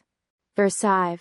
Amphitheatrum sapientiae eterna, circa finum, devoted his early life to the pursuit, nor did either of these great men, though they were practically unsuccessful themselves, condemn the ancient tradition, or deny its validity. Yet it would seem to be more ordinarily natural to the human mind to reject those things which it has neither been early imbued in the belief of, nor instructed to understand, besides individual research into mere possibilities, and because facts only are alleged, is too hopeless and arduous for this short life, which requires a definite assurance of success, and fruit even from the smallest labor. And this is the world's palliation for despising alchemy, and many things which the ancients have asserted in like manner, without the requisite means of realization, for they would not, nor have they anywhere declared openly even the common subject of their art, but left mankind to imagine, as they did, all that was erroneous concerning it, as of their salts, sulphurs, mercuries, magic elements, and occult confections. What a chaos of metaphor and monstrous illusion does not the literature of alchemy at first view present? With what fantastic images and inconclusive positions is it not replete signs, symbolisms, and subtle enigmas innumerable, as if to try the ingenuity at every point? Contrary to the usual endeavor of writers to enlighten, by rendering their ideas intelligible, the adepts appear to have had a directly contrary aim, at least so it would occur to any one from a cursory survey, now leading along by some ingenious allegory, full of deep and exciting suggestions, yet withal enveloped in a mystery so obscure that without more light, it were impossible to penetrate it, then, further to seduce, adding, it may be, another gleam of argument, tantalizing the hope and wearying the understanding with unequal assertions, until all passes away again, with all possibility of discernment, behind some clouded metaphor, or word of warning that the secret of ages may not be profaned. A variety of artifices according to the Kabbalistic method, moreover, have been employed, and the Hermetic discourses are not unfree. Preliminary account. 6595. Quaintly found introverted in their order, and dispersed with repetitions, to prevent the truth from becoming openly obvious, even to those who had already become possessed of the true key, but only of the vestibule and entrance rites. If you consider how the parts of the works be much of order set by the old clerks, as I said before, the masters of this arte, every and each of them disclosed but a part, wherefore though ye perceive them ye would, yet ye cannot order or join them as ye should. For is not our art Kabbalistical, asks Artephius, and full of mysteries? And you, fool, believe we teach the secret of secrets openly, and understand our words according to the letter. Be assured, we are not envious. But he that takes the philosopher's sayings according to the outward sense and signification has already lost the clue of Ariadne, and wanders up and down the labyrinth, and it would be of the same benefit to him as if he had thrown his money into the sea. And Sendivogius, to the same effect in the Preface to the 12 Treatises, I would, says he, have the candid reader be admonished that he understand my writings, not so much from the outside of my words as from the possibility of nature. Let him consider that this art is for the wise, not for the ignorant, and that the sense of philosophers is of another nature than to be understood by vaporing Thrasos, or letter-learned scoffers, or vicious against their own consciences, or ignorant mountebanks, who, most unworthily defaming the most commendable art of alchemy, have with their whites and reds deceived almost the whole world. And again in the epilogue, all things indeed, says the adept, might have been comprehended in a few lines, but we are willing to guide into the knowledge of nature indirectly by reasons. See now light of alchemy, preface, and examples, that thou mayest know what the thing truly is thou shouldest seek after, also that thou mightest have nature, her light and shadow, discovered to thee. Be not displeased if thou meetest sometimes with contradictions in my treatises, it being the custom of philosophers to use them. Thou hast need of them. If thou understandest them, thou shalt not find a rose without prickles. Each artist striving how to conceal last wretched caitiffs, shoulde the treasure steal. Nor villains shoulde their villainies maintain by this rare art, which danger they to heal in horrid metaphors veiled, are an art most plain, lest each fool knowing yt shoulde, yt when known disday know. And Roger Bacon advises therefore, to leave off experiments until the ground of wisdom is properly conceived. And though I say take this and this, believe me not, says he, but operate according to the blood, i.e. according to the understanding, and so of all, leave off experiments, apprehend my meaning, and you will find, believe me, being a lighted candle. And Basil Valentine and Irenaeus, and most adepts in short, warn their readers against running into the practice upon vague premises, and before they have attained to a full understanding of the matter to be taken in hand. Yet notwithstanding all their injunctions, many seekers and faithful ones too, have been led astray. Gebers, receipts and Basils, though at variance with all common sense probability, have been the means of surrounding many a literal soul with stills, coals, and furnaces, in hope by such lifeless instruments to sublime the spirit of nature, or by salt, sulphur, and mercury, or the three combined with antimony, to extract the form of gold. But they who have thus fallen to practice, without the true light or leading their injunctions, had no right to charge their error on the adepts. The disappointment and misery of 1. Epilogue to the 12 Treatises. 2. Ripley's 5th Cate. De Arte Alchemica, p. 345, and c. Preliminary Account, 67. Those fanatical chemists having been attributable to their own misunderstanding bias, and more frequently owing to the deceit of sophists than to the genuine tradition of Hermetic science.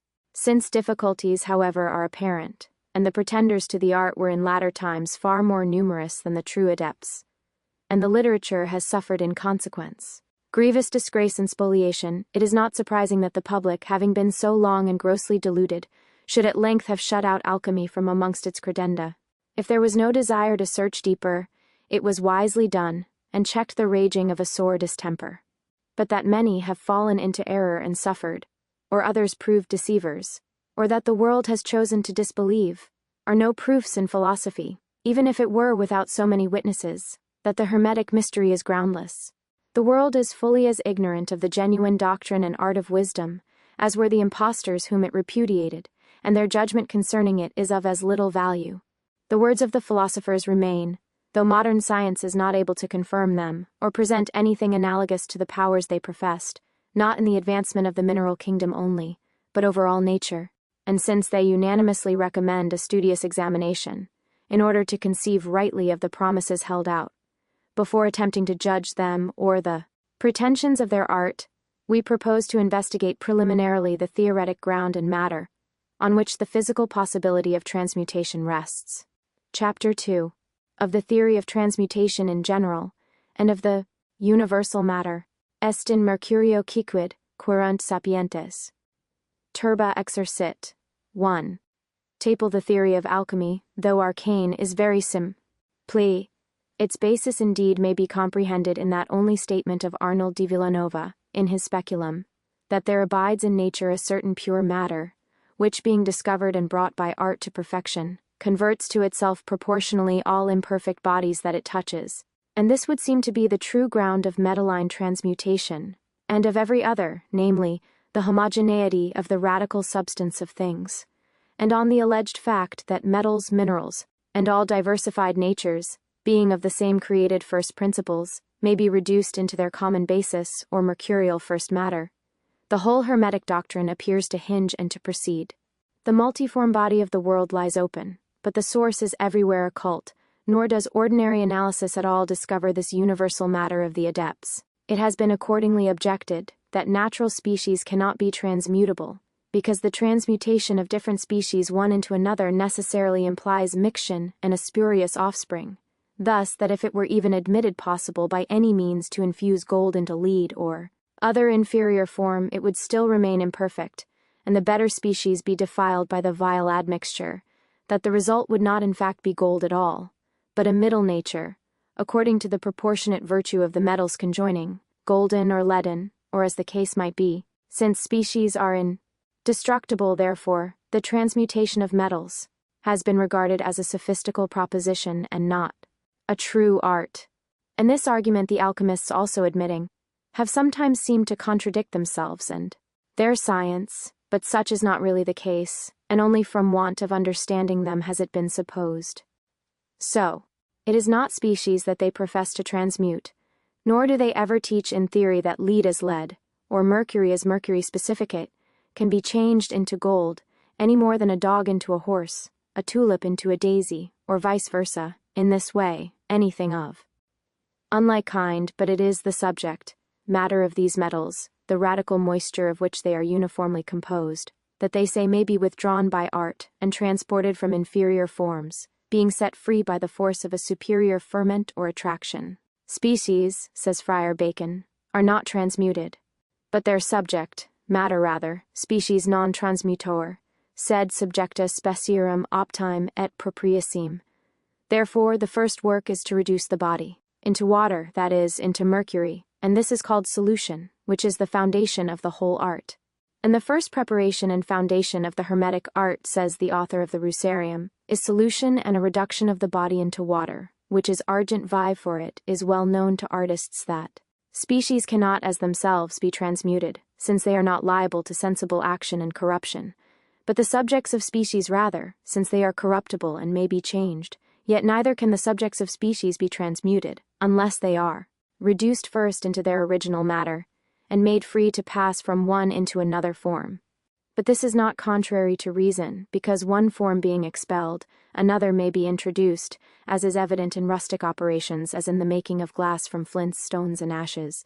Much more then should the see Rogeri Baconis Radix Mundi et Speculum Alchemix, perienced philosopher be able to corrupt the subject matter of natures, and to introduce a new form. Arnold, also admitting that species are indestructible, advises therefore that the subject be freed by an artificial reduction.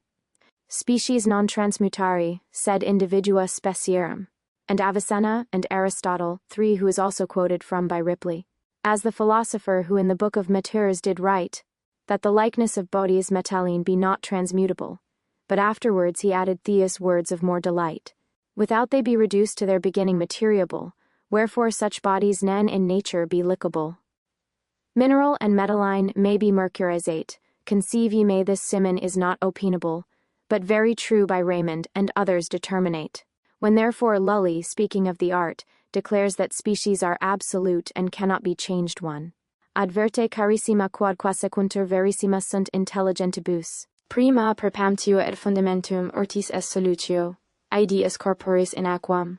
Reductio liac est in argentum vivum. Scient artifices alchemiae species metallorum ver permutari non posse, quod quaedam verum est, quia species per se non sunt subjecta actionibus sensibilibus, cum cunina incorruptibilis, sed subjecta specierum optime permutari, possum quoniam corruptilia sunt, a tamen subjecta specierum permutari, non possunt siben pries ad primum reducatur materiam, et sic in alium formam quam prins erant permutantur, contra hoc autem ratio bonastut, quin destructa una furum immediate, introducitur alia, ut patet inoperibus rusticorum, qui de lapidibus faciun colliam et desineribus vitrum, sia multo fortius podest, sapiens studiosus individuum, specie corrumpere, et vam formam eis introducere, cursar, abrev, tret, 2, de lapide in fiat, chem, vol, in,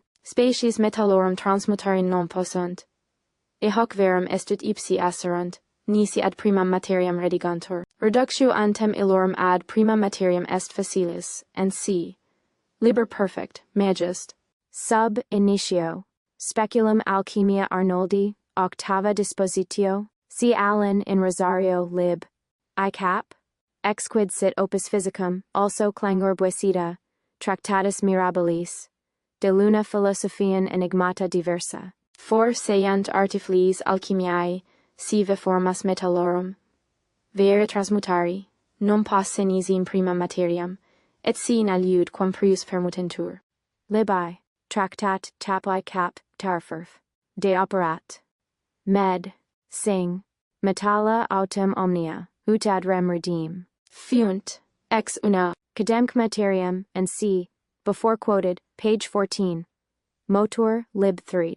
Sar, Q. Epistle to King Edward, stanza 10. Into another elementiva habam vera conditiones et una species se non transmutate in alium. We shall not understand him as doing the art by any means, but a false position of it only, the fundamental possibility and principle of transmutation being not of species, but of their universal subject or first matter. And this universal subject is the alleged foundation of the whole Hermetic experiment. Not only the thing transmutable in natures, as is above shown, but the thing transmuting also, when set free and segregated in its proper essentiality, the fermented spirit assimilutes the light throughout. Trust not, says the adept, those impostors who tell you of a sulphur tingens, and I know not what fables who pin also the narrow name of chemia on a science ancient and infinite.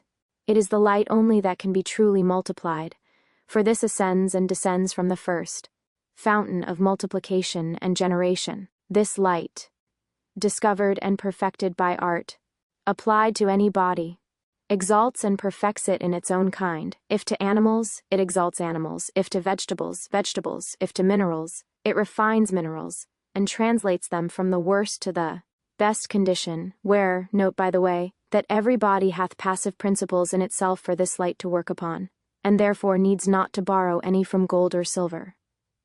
This last advice is given to correct a common error, that the alchemists extracted the form out of these metals to transmute and increase with. Gross misconception of their initial principle has, indeed, caused their positions frequently to appear ridiculous, as of the common talk, for instance, of weighing and proportioning the elements so exactly as to constitute them into lasting accord, of consolidating the metalline vapor by heat artificially introduced, or by the rays of the sun and moon drawn to simultaneous operation, and several, de arte magna, part 9. See Vaughan's Enimma Magia Abscondita, page 30. Such, like literally imputed follies far from their minds, who protested against such misunderstanding, having assumed to themselves another principle and another method of generating metals, by which they were enabled to follow nature independently, and help her to exceed the ordinary limits of her law, not by the condensation of imaginary vapors in the mines, or by the assistance of the great luminary or lunar light, but by working, as it is said, the only universal, living in occult nature by and through itself scientifically, which contains within itself the true original of all these, even of the whole manifested existence. Thus we read, in the Lucerna Salis, a certain thing is found in the world which is also in everything and in every place. It is not earth, nor fire, nor air, nor water, albeit it wants neither of these things, nay, it can become to be fire, air, water, and earth, for it contains all nature in itself purely and sincerely. It becomes white and red, is hot and cold, it is moist and dry, and is diversifiable every way. The band of Sagan only have known it, and they call it their salt. It is extracted from their earth, and has been the ruin of many a fool, for the common earth is worth nothing here, nor the vulgar sate in any manner, but rather the salt of the world, which contains in itself all life. Of it is made that medicine which will preserve you from all maladies. The stone is one, says the monk in his rosary, the medicine is one, in which the whole mystery consists. to which we add nothing nor take away anything, only in the preparation, removing superfluities. All is made of mercury, says Geber, for when Sol is reduced to his first original, that is the mercury then. Nature embraceth nature, and by open and manifest proof, we have concluded that our stone is no other. Lucerna salis, from the Latin verse, p. 150. Rosar, Abrev, Tract 2, and v. Than a futent spirit and living water, which we have named dry water, by natural proportion cleansed and united with such union, that they can never more be absent each from other. And Aquinas says, it is mercury alone which perfects in our work, and we find in it all we have need of, nothing different must be added. Some, mistaking, believe that the work cannot be perfected with mercury alone without his sister or companion. But I do assure thee that working with mercury and his sister, i.e., as agent and patient, that thou addest nothing different from mercury, and know also that gold and silver are not unlike in kind to this our mercury, for it is their root. If thou workest therefore with mercury alone, without foreign intervention, thou obtainest thy desire. The white and the red proceed from one root, for it dissolves and coagulates itself, whitens, rubifies, and makes itself to be. Both yellow and black, it unites with itself, conceives itself, and brings itself forth, to the full perfecting of its intention. It is only in her manifold changes that nature is known, and made apparent in ordinary life. But, since these alchemists profess to have enjoyed another experience, and through their art to have discovered her in her simple essentiality, to be that total which works all conditionedly throughout existence, it will therefore be requisite to consider their whole doctrine with reference to this presumed unity, and by no means be led aside by their metaphoric language into a common misconstruction of its meaning. But since, according to the old maxim, all is in mercury which the wise men let us seek therefore if we may be able at all to identify this mercury, and whether the same ancient material be yet on earth. It is well known that the Greeks and Eastern sages derived all things in common from a certain pure and hidden fire. Stoics, Pythagoreans, Platonics, and Peripatetics vie with each other in celebrating the occult virtues of the ether, its all-pervading essence and perfective power. In it they place the providential regulation of nature. It was the very life and substance of their theosophy, in which from the highest to the lowest confines of existence, from Jove to the last link in the infernal monarchy, all were inhabiting the ethereal world, for, as Virgil says, it lights and nourishes the innermost earth as well as the air and starry heavens. Principio coelum, aeteras, composcli quentes, lucentemque globum luna, titaniac astra, spiritus inter alit, totamque infusa per artus meus agitat molem, et magnose corpore mi se. And the assertions of the Ethnes about the anima mundi, very little or nothing in substance from the Hebrew doctrine, but in words only, neither are their opinions so heinous or ridiculous as the zealous policy of ignorance, under a Christian guise, has too often caused them to appear. That there is a fluid or vitalizing principle invisibly permeating all things, and resident in the air we breathe, common experience indicates, for life cannot subsist without air, nor in all kinds of air. But there is some one quality or ingredient in the atmosphere which is a secret food of life, and on which it immediately depends. What this aliment is, though many names have been invented, the moderns in default of knowledge are not agreed, and seeing it escapes the test of their closest vessels and analyses, and that it can be neither seen, heard, felt, nor naturally understood. The ancient theory of the one element has been very much derided. The chemist, Homberg indeed, with Boerhaave, Boyle, and others eminent of that period, hold with the alchemists, that there is a distinct substance universally diffused, though sensible only in its mixed forms, and powerful effects, that it is the alone pure and active source of all things, and most firm bond of the natural elements, giving life to all bodies, penetrating and sustaining all things. And Enid, Lib. Vi. 724. Theory of Transmutation, 75. Enlivening all that this mighty ether more cover is always AF hand, ready to break forth into action on predisposed subjects, fermenting, producing, destroying, and governing the total course of nature. Bishop Berkeley, too, in his Cyrus, contends learnedly in favor of the same universal material, which he likewise calls ether, and a pure, invisible fire, the most subtle and elastic of all bodies pervading all, and considers that it is from thence, and not from any mingled property, that the air has its power of sustenance and vitalization. These then, with a few others in recent times, have so far concurred with the ancients in distinguishing the fontal spirit of nature, apart from its manifestation, and as distinct from that elementary ignition with which we are sensibly familiar, for they do not allow that to be fire indeed, but an excitation only or effect of the antecedent potency which they describe. But then they could adduce no tangible proof of their doctrine. The world could not see their invisible fire. It has therefore been regarded as a mere speculative chimera, which in part it was perhaps in their minds without experience, and accordingly disbelieved. For philosophy, at length, laudably anxious to prove all things, yet too idle to theorize, will suppose nothing that is not openly shown. How then should she recognize that recondite fire?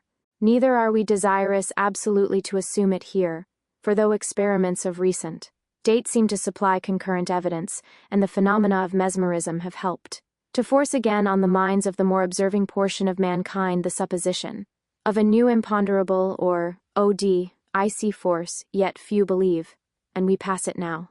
To continue our research concerning that elder quintessence of the Magi which they introduce, not as a being of speculation merely, but of experimental science, not perceptible only in mingled forms, in the common air or elementary water, but as an essence compact and tangible without heterogeneity, in which pure estate the Kabbalists, also describing, call it lumen vestimenti, the vehicle of light, and the Greeks exevdepos, the free ether, that is to say, freed from the prison of gross matter, and able to work of itself intimately by the virtue of its own included light. Thus Zeno defines it, ignem esse artificiosum ad gignendum progredientum via, as a plastic fire, ever generating by rule. And Cicero as that coelestis altissima atheraque natura, id est igne aqua per se omnia gignat, that most heavenly high ethereal igneous nature, which spontaneously begets all things, the light of life, the vital draught that forms the food of every living thing, and e'en the high, enthroned, all, sparkling eye of ever, mounting fire, th' immense expanse, the viewless ether in his genial arms clasping the earth, him call thou Lord and Jove. 2. It is requisite, however, to distinguish airs here, lest we speak profanely, calling that Jove which is not Jove, and mistaking Olympus, embrace some cloud whilst the life, giving Juno is far away above all our idea and sight.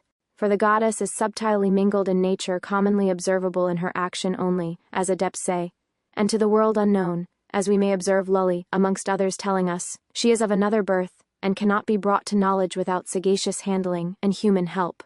Imo argentum vivum nostrum est aqua alterius naturae, que reperi non potest supra terram, cum in actionem venire non possit per naturam, absque adjutorio ingenii et humanarum manuum operationibus. Hac, vir, null libi est quod quermus. Nowhere, for the ethereal spirit does not subsist of itself, separate or tangibly on earth, but giving subsistence to other things, is occultated even in their life, and defiled. It is, moreover, an especial doctrine. Dina. Dior. Lib. 2. Lyphanes see Blackwell's Letters on Mythology 12. Luliae Theorica et Practica in Theat. Chem. Vol. Ivor. Of adepts, that nature operates her ordinary manifestation in direct contrariety to her perfect law, that, as darkness and imperfection are now apparent, the true light is made occult, and that neither sanity nor beauty can permanently supervene in bodies, unless the contrary be operated in them, so that that which is fixed becoming volatile and the volatile nature fixed, the adventitious or externally generated image may be constricted utterly, and the central form contrariwise developed into life and act. Si fixum solvas faciasque volare solutum et voluerem figas, faciente vivere tintum, salve coagula, figo. Thus it is said that by a real experimental inversion, the Hermetic art has proved imperfections to be accidental to nature, and introduced to her from without, that as water spread abroad upon a many, coloured surface of earth, salts, or spices, takes the hue and flavour of the spot on which it rests, so it is with the prolific source of things. Species subsist in it adventitiously as it were by sufferance, and may be expelled, and ought to be for the attainment of perfection. Whoever desires to attain his end, says Arnold, let him understand the conversion of the elements, to make light things heavy, and to make spirits no spirits. Then he shall not work in a strange thing. convorte elementa, et quod queris invenis. And if any skillful minister of nature shall apply force to matter, and, by design, torture and vex it in order to its annihilation, says the philosopher, it, on the contrary, being brought to this necessity, changes and transforms itself into a strange variety of shapes and appearances, for nothing but the power of the Creator can annihilate it or truly destroy. So that, at length, running through the whole circle of transformations, and completing its period, it in some degree restores itself, if the force be continued.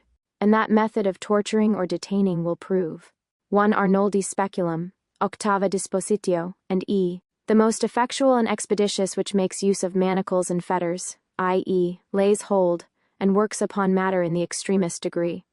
So much does Lord Buchan assume upon the declaration of Democritus. Our philosopher had in him the bright light of genius, which enabled him independently of experience to conceive well and grapple with the possibility of nature. His mind glanced intuitively through and beyond the darkness which time had cast before the wisdom of antiquity, and he discerned her yet beaming afar off with venerable splendor in her old domain. Though chained to the superficies, observing and collecting facts, he honored those sages who long before him had experimented into the center, and proved there a firm and immutable foundation of truth, but thither he was not able himself to pass, for he knew nothing of their great art, or of its subject even, and naturally mistook their hidden ground. Had the smallest glimpse only of this been revealed to him, he would have imagined all differently, nor ever proposed that the dissolution of nature should be attempted mechanically, or by help of such particular digesters applied to the fire, as in the Silna Silvarum he seriously designs for this end. Such instruments do in fact expel the very nature which the ancients prized, leaving us without all recompense in the dead ashes of her consuming vesture.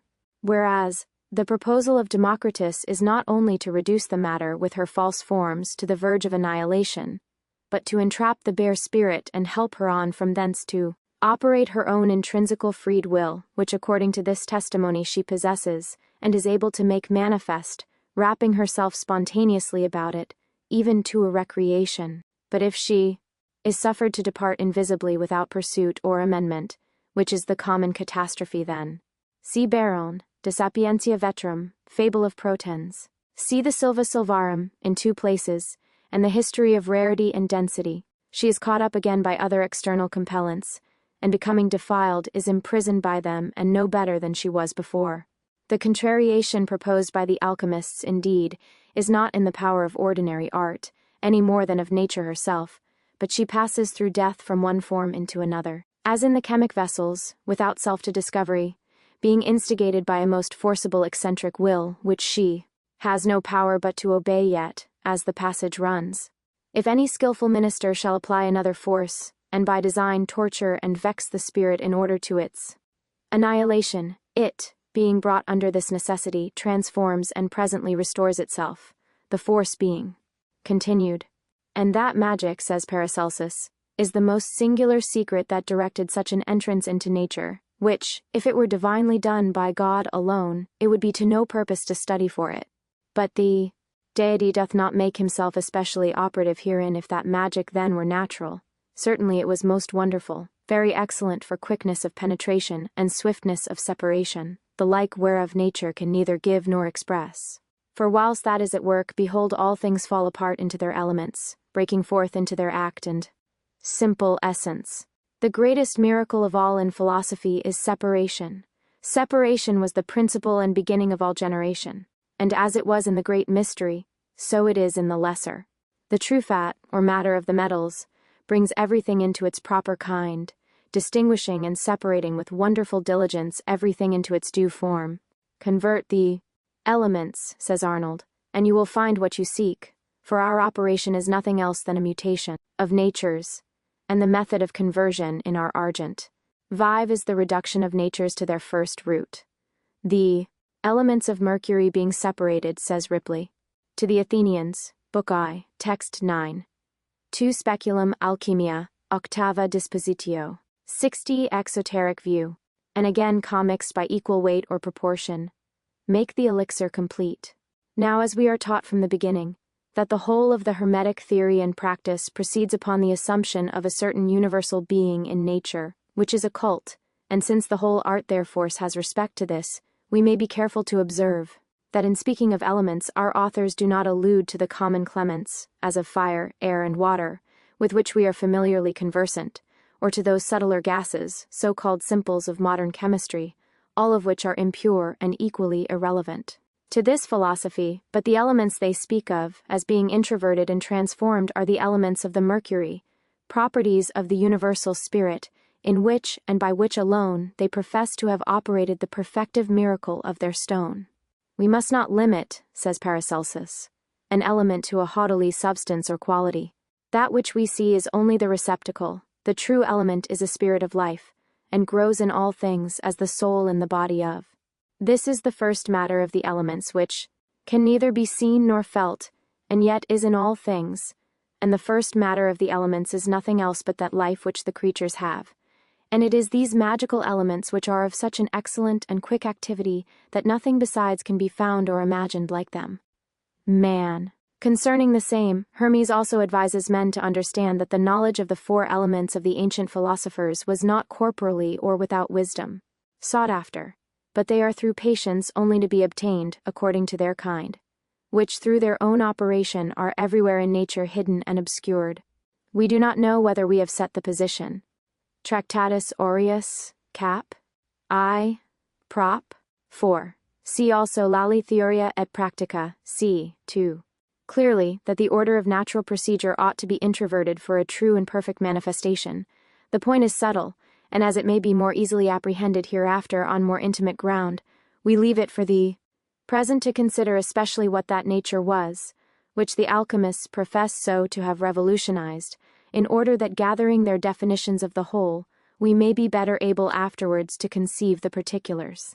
Quis protium non novit, adit pana, fortis subtilis pan, integer et generalissa, e todus ignia, ora, terra, sivo aqua, qui reside solio tempor semper eodem, medio, supremo et infimor regno tuo, concipiens, generans, producer, omnia servans, exordium, reranc, fees omnium. Yet not in his elementary and manifest diffusion let us invoke the most ancient nature, but as he was discovered by the Hermetic masters, whole and singularly, and before any alteration had been induced in his uniform substance by their art. Thus Albertus Magnus defines the mercury of the wise to be a watery element, cold and moist, a permanent water, and an etuous vapor, and the spirit of body, and again, the first material of the metals is an unctuous subtle humidity, forcibly incorporated with a subtle terrestriety. 2. Artephius describes it as a white fume, in substance like to pure silver, resolving bodies into their original whiteness, and as a vegetable life making all things to grow, multiply, and resuscitate, which Lully, not dissimilarly viewing, calls Heil, saying, Orpheus hymni -1. Mercurius sapientum est elementum aqueum, frigidum et humidum, aqua permaneus, vapor unituosus ea spiritus corporis, and c. prima materia metallorum, est humidum unituosum, subtile quod est incorporatum terrestri emptili fortiter commixto. De mineralibus, iep, I breve compendium in theat, chem, vol ici liber secretissimus artefii, illa navic aqua fumus, albus est, and c. Est audum aqua illa media, quaedam substantiae clara ud argentum purum, cadebae recipere tincture solis et luneud. 82 Exoteric view, that it is a clear compounded water, most like in substance to argent vive, that it is found flowing upon earth, and is generated in every compound out of the substance of the air, therefore the moisture is extremely heavy. Seek our argent vive, says Arnold, and you will have all you desire from it. It is a stone and no stone, in which the whole art consists, spirit, soul, and body, which if thou dissolvest, it will be dissolved, and if thou coagulatest, it will be coagulated, and if thou makest it fly, it will fly, for it is volatile and clear as a tear. And afterwards, it is made citrine, then saltish, but without crystals, and no man may touch it with his tongue, for it is a deadly poison. Behold, I have described it to thee, but I have not named it. Leet it should become common in the hands of all. Nevertheless, I will in a manner name it, and tell thee that if thou sayest it is water, thou dost say truth, and if thou sayest it is not water, thou dost lie. Be not therefore deceived with manifold descriptions and operations, for it is one thing to which nothing extraneous may be added.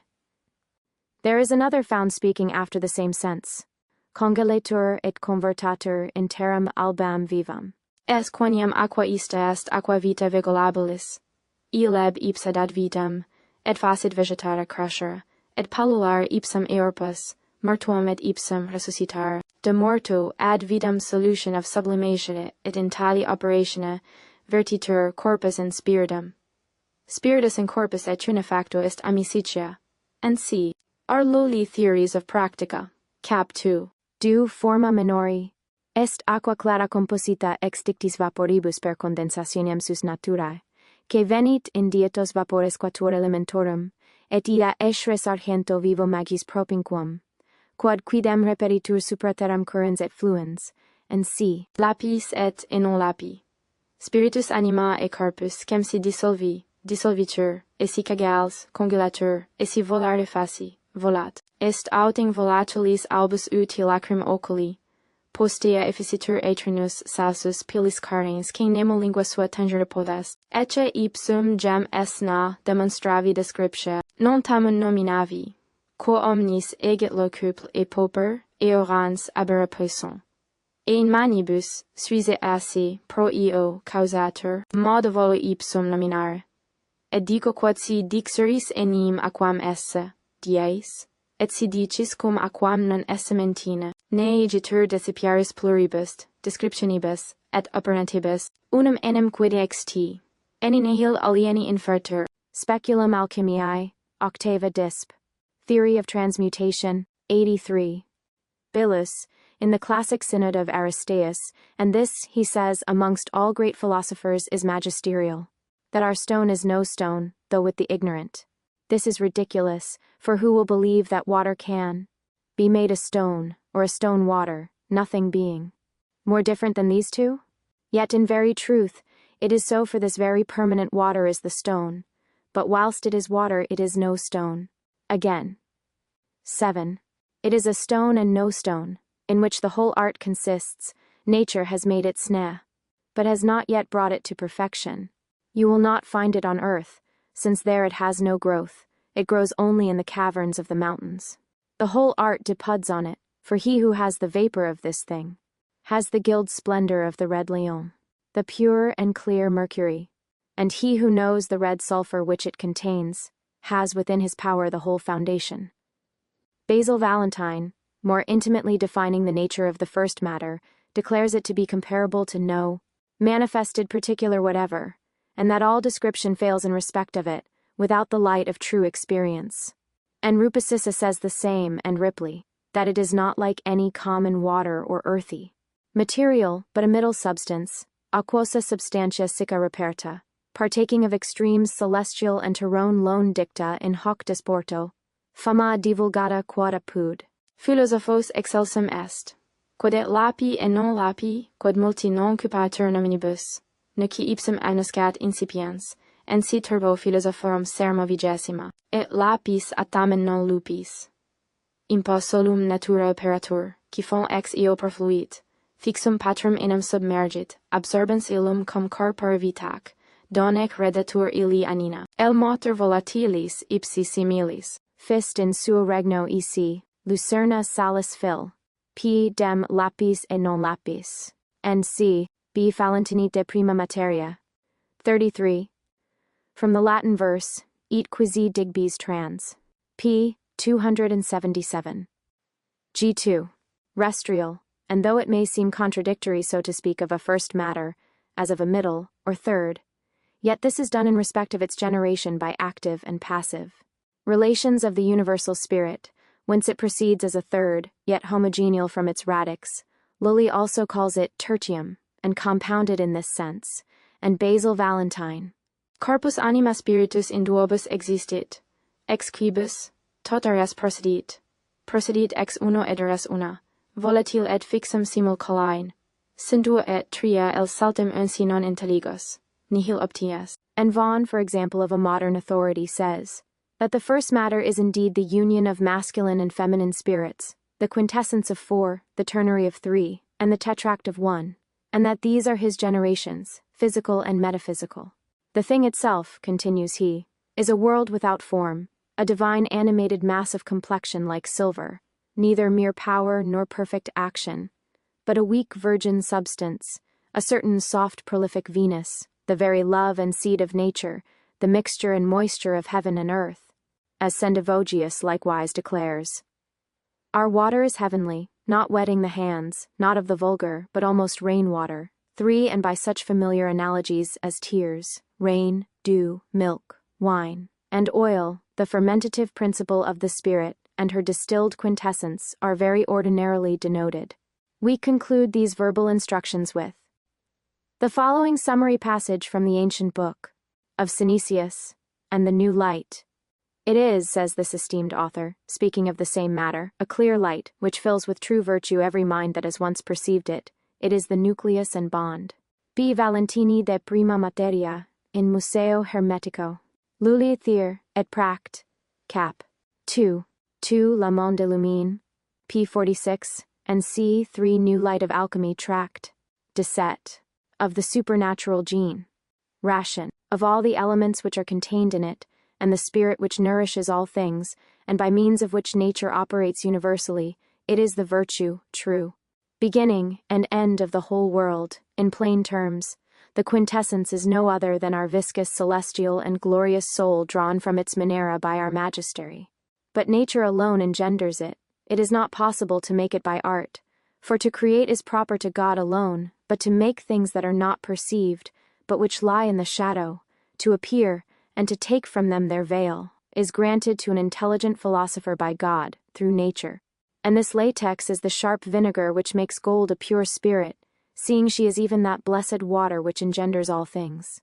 Our subject is presented to the eyes of the whole world, and it is not known. O our heaven, O our water, O our mercury, O our salt niter, abiding in the sea of the world. O our vegetable, O our sulfur, fixed and volatile, O our caput mortuum, or dead head, or feces of our sea. Our water, that wets not the hands, without which nothing can live, and without which nothing grows or is generated in the whole world. And these are the epithets of Hermes, his bird, which is never at rest.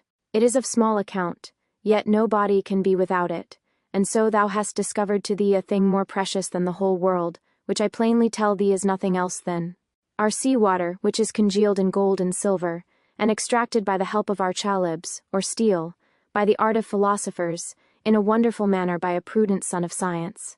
Thus obscure, after all, is the true matter of the alchemists, and if we presume to add here that it is the simple generated substance of life and light, immanifestly flowing throughout nature, and define it as that without which nothing that exists is able to be, we are not for this yet wiser how to obtain or work it. See at the end of Kirklinging Valentine, in English, the Treatise of Synesius, p. 166, Sud Sendivogius, Now Light of Alchemy, page 44. Apart, nor are words sufficient to convey a just notion where there is no ground of apprehension, and whether a thing be most like water, earth, fire, quicksilver, azote, or ether, is indifferent to the mind, needing actual experience to fix its idea. This the art promises to a patient and true philosopher, but as a reward of individual labor and perseverance only. We may content ourselves thus early, therefore, with the exclusive assurance that it is no one of the many things with which sense brings us acquainted, that it is neither water, nor earth, nor air, nor fire, though it contains in principle the nature of all these, neither gold, nor silver, nor mercury, nor antimony, nor any alkali or gas or vitriol of the vulgar, though these titles are found interspersed abundantly with others equally deceptive in the pages of the adepts. Neither is it animal absolutely, or vegetable, or mineral, or any natural particular whatever, but the alone lalia elia latent in and about all, which the enigma celebrates as comprehending all, but which the alchemists alone teach experimentally to expound. The ordinary phenomena of light, however, may occur, as not dissimilar from those which they describe, only that they are shadowy and mingled, compared with the alleged virtue and perfective properties of the philosophic subject. Yet as colors, blue, red, yellow, and purple, are blended in the one uniform solar light, and are shown apart simply by a prismatic parting of the rays or particles of their essence, and again, when the disposition is exchanged, relapsing, they exhibit the uniform whiteness whence they came. So is it said to be with the alchemical Pan, who, being but one himself, is in his offspring multitudinons, and manifold in every diversity of form, HNE and complexion. The ever-varying substance of the whole ethereal, watery, earthly general soul, immortal fire ion, all the world is thine and parts of thee, O Proteus, power divinu, since all things nature first to thee consigned, and in thy essence omniform combined. Then, again, as light and heat mingle with bodies entering their composition, hardening some, softening others, destroying or cherishing, changing their aspect, continually and modifying their qualities, so is the mercurial quintessence said to produce all various effects, but within itself consummately without external reference or elementary confusion. Hitherto we have had account of the matter only as it first appears, pure, as they say, and white, out of the philosophical contrition, and so far we find the testimony sufficiently congruous, but when the wise artist has brought all into this annihilate condition, and pressed out the waters of her extreme life, nature acting as it is said, exhibits from out her unity three great magnetic principles of being, the salt, sulfur, and mercury of adepts in relation to each other of agent, patient, and offspring universal, perpetually flowing forth to multitudinous manifestation. For Pan contains Proteus, as we have before seen from Democritus, and exhibits himself through this God, evolving every particular property and form of beings, out of his central will, of necessity, as the Orphic oracle declares, also of Mercury, with like allusion. Hear me, O Mercury and son of Maya, the bright expositor of things.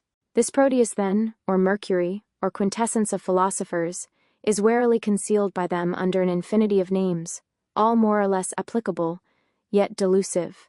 For though every epithet is admissible, inasmuch as nothing can be said amiss of a universal subject, yet the right conception is hard to gather from their books. In its artificial fermentation and progress towards perfection, the changes it undergoes are manifold, and as the common life of nature, it becomes any and every conceivable thing in turn that it wills to be. Now it is mineral, now vegetable, now animal. By predominance of either principle, it is fire, spirit, body, air, earth, and water, a stone, a vapor, or an aqua sicca, an essential oil of life, and a most sharp vinegar, a Plycinix, a salamander, a poisonous devouring dragon, and a chameleon.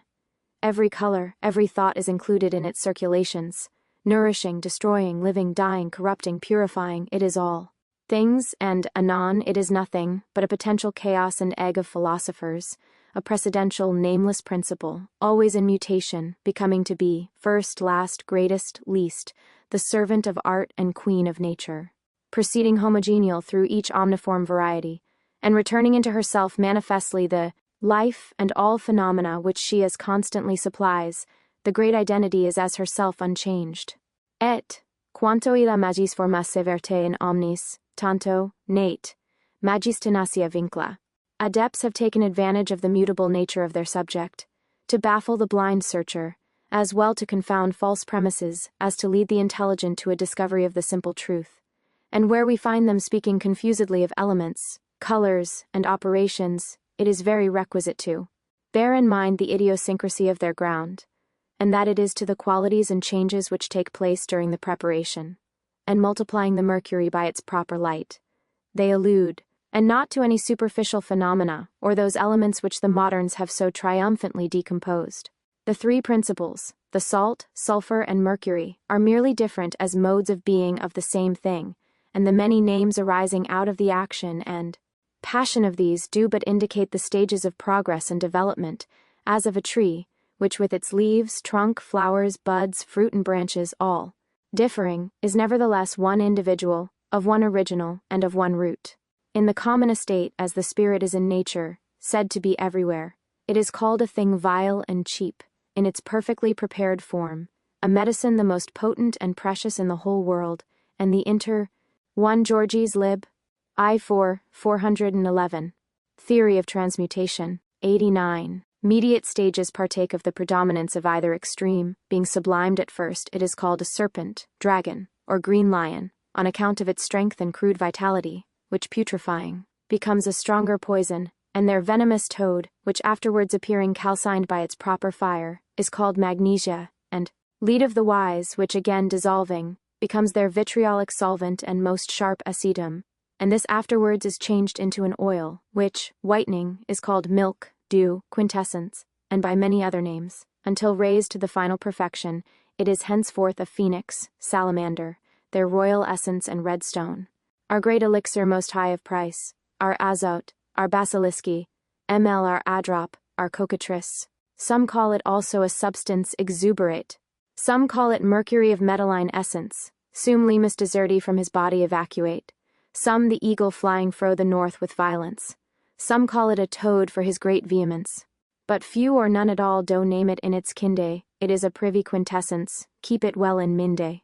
Some speaking of it thus in metaphor, others in abstract terms, and all ambiguously, one regarding only certain properties, which another as entirely passes by, now describing in the natural state, then in its purified condition, or otherwise in any one of the intermediate stages through which it passes, without note of order in the art. Altogether it is by no means wonderful that so many erroneous conclusions have arisen respecting it, ingenuity having been rather directed to obscure than reveal the truth, which indeed can hardly be well conceived, without an insight into the experimental ground.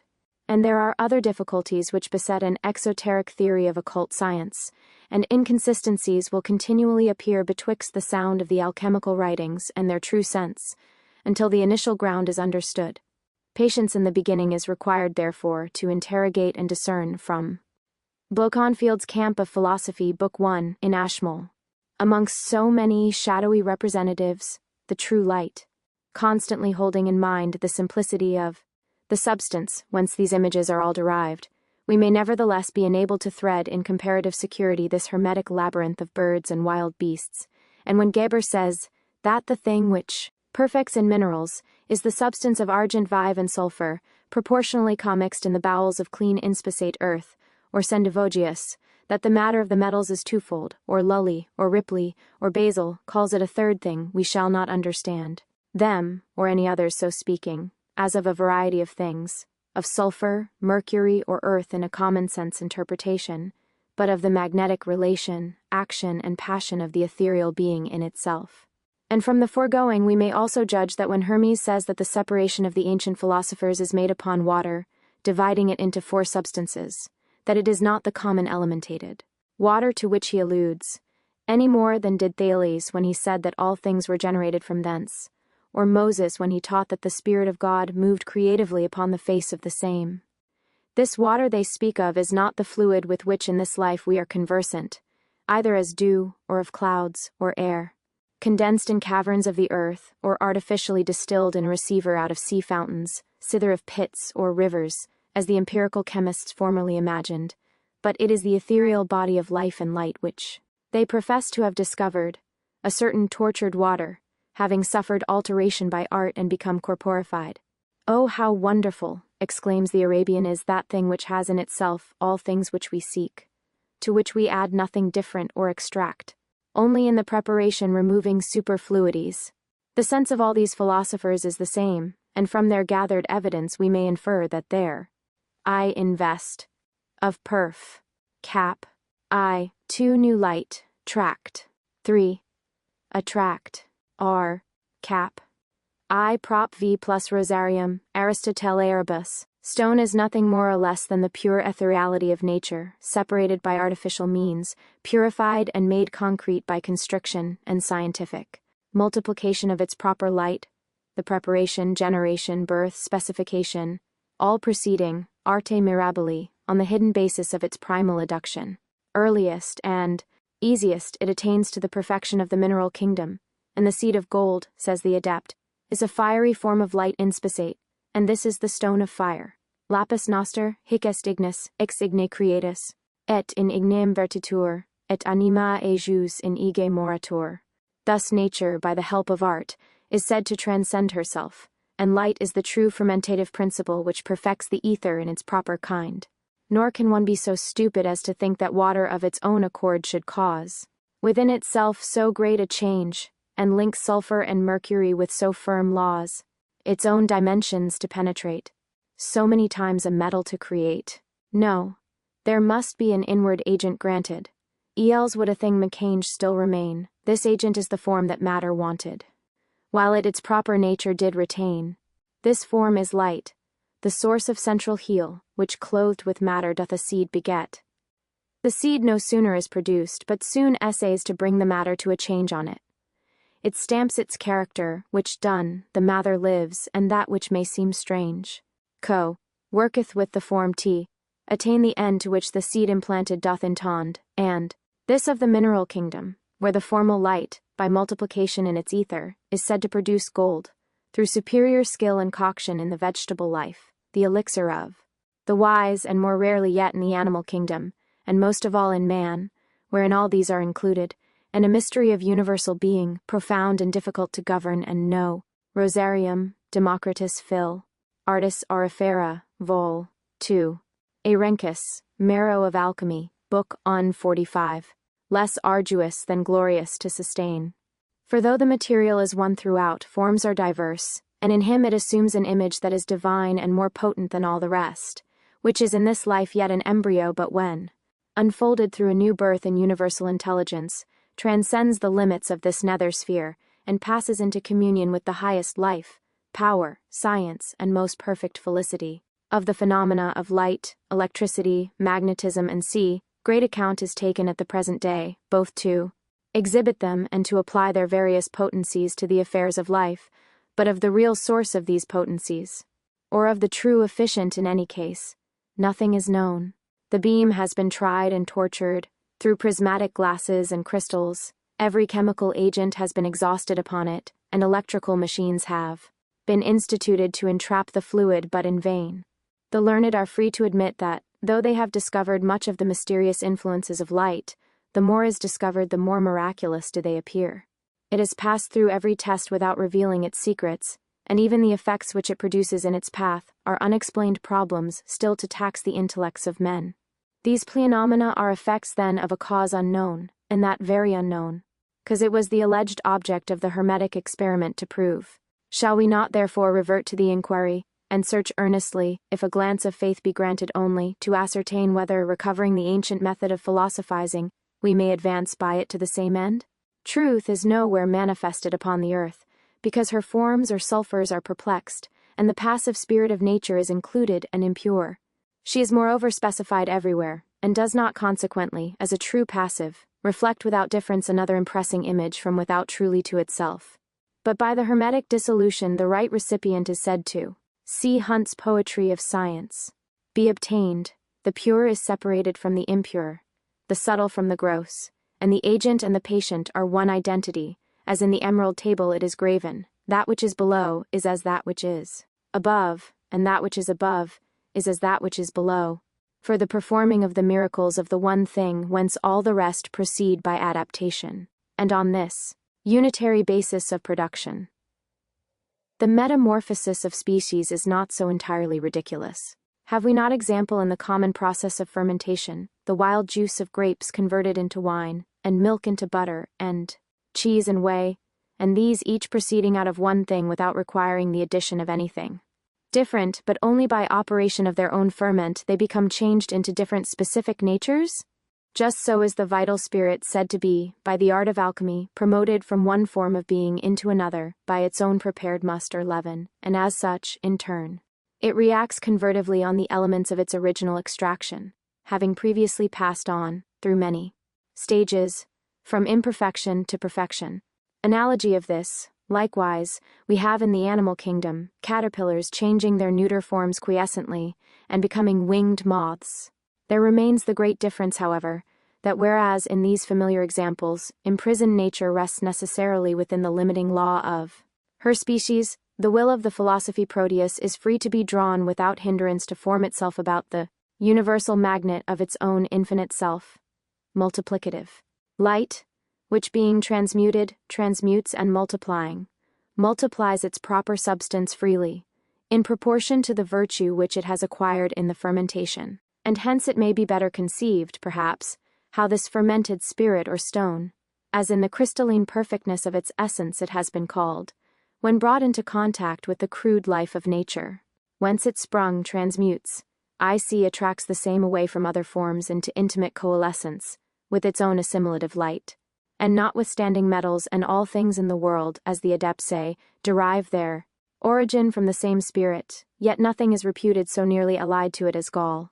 For in all other metals there is some impurity, and therefore a certain weight is lost in transmuting from them, but in gold there is none. But the formal light is wholly swallowed up in it without residue, dissolving intimately, gently, and naturally, as they compare it to ice in warm water. An excellent simile, by the way, inasmuch as the commingling natures differ in a state only, and were originally one. And I say to you, Ard Sendivogius, that you must seek for that hidden thing, out of which is made after a wonderful manner such a moisture or humidity which doth dissolve gold without violence or noise, but sweetly and naturally. If you find out this, you have that thing out of which gold is produced by nature. And although all metals have their origin from thence, yet nothing is so friendly to it as gold. It is even like a mother to it, and so finally I conclude. And the method of working to this discovery and to supply the deficiency of form to the purified body of the spirit is described as the same in each of the three kingdoms of nature, the preparation only being diversified according to the variety of things indigent or intended to be changed. And if the art has been more frequently proved in the mineral kingdom than in the other two, we learn that this has happened, not because the power is limited here, or because adepts have desired gold above every other good, but because the metalline radix first presents itself in the experimental process, and is most easily apportioned, and because the responsibility involved is less vital and consequential, it has been more freely exhibited and worked at large. In metals, says Geber, is lesser perfection than in animals, and the perfection of them consists more in proportion and composition than in anything else. Therefore, seeing in them is less perfection than the other, we can more freely perfect these. For the Most High hath so distinguished perfections from each other in One New Light of Alchemy, Preface to the Phil. Enigma, p. 49. Many forms, and those things which in the natural composition were weakest, i.e., where life predominates over corporeal consistency, are by God endued with greater and more noble perfection, viz., that which subsists according to soul or mind, and other things by him made of a more firm and strong composition, as stones and metals, are endued with lesser and more ignoble perfection, viz., that which is from the way of proportionate mixtion of the matter.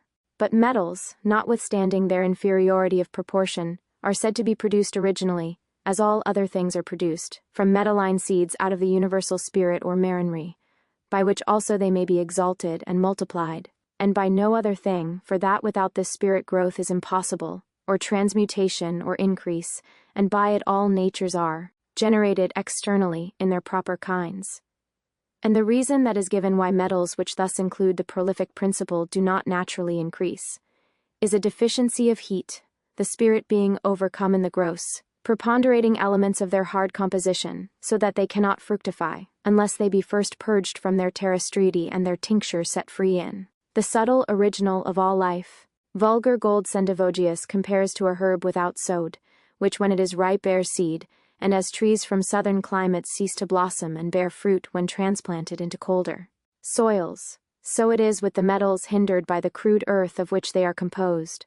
But, he adds, if at any time nature be sweetly and wittily helped, then art may perfect that which nature could not. Gold may yield fruit and seed in which it multiplies itself by the industry of a skillful artificer, who knows how to exalt nature, and this by no other medium than fire, or heat.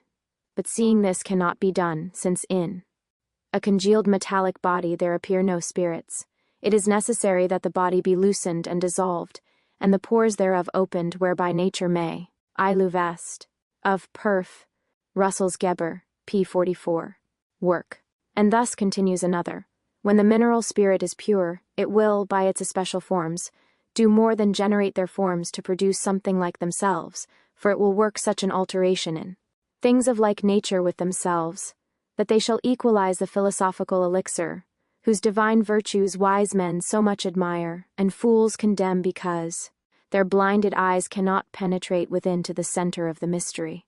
We do not presume to suppose that such a view of nature will be immediately acceptable, or that the Hermetic theory presents itself even in a plausible aspect. As yet the laws on this ground are directly inverse to our ordinary notions of natural procedure, and to our acquired conception of simplicity and specific variation, but we are not investigating for those who make their mere individual experience a negative measure of belief, and who understand the possibilities of nature, and art so far as to limit them, but for such rather, who, more observing, see reason for hope beyond their present vision, and are able to imagine at least those surpassing realities which the ancients assert conviatively as having apprehended in intellect and experimentally known.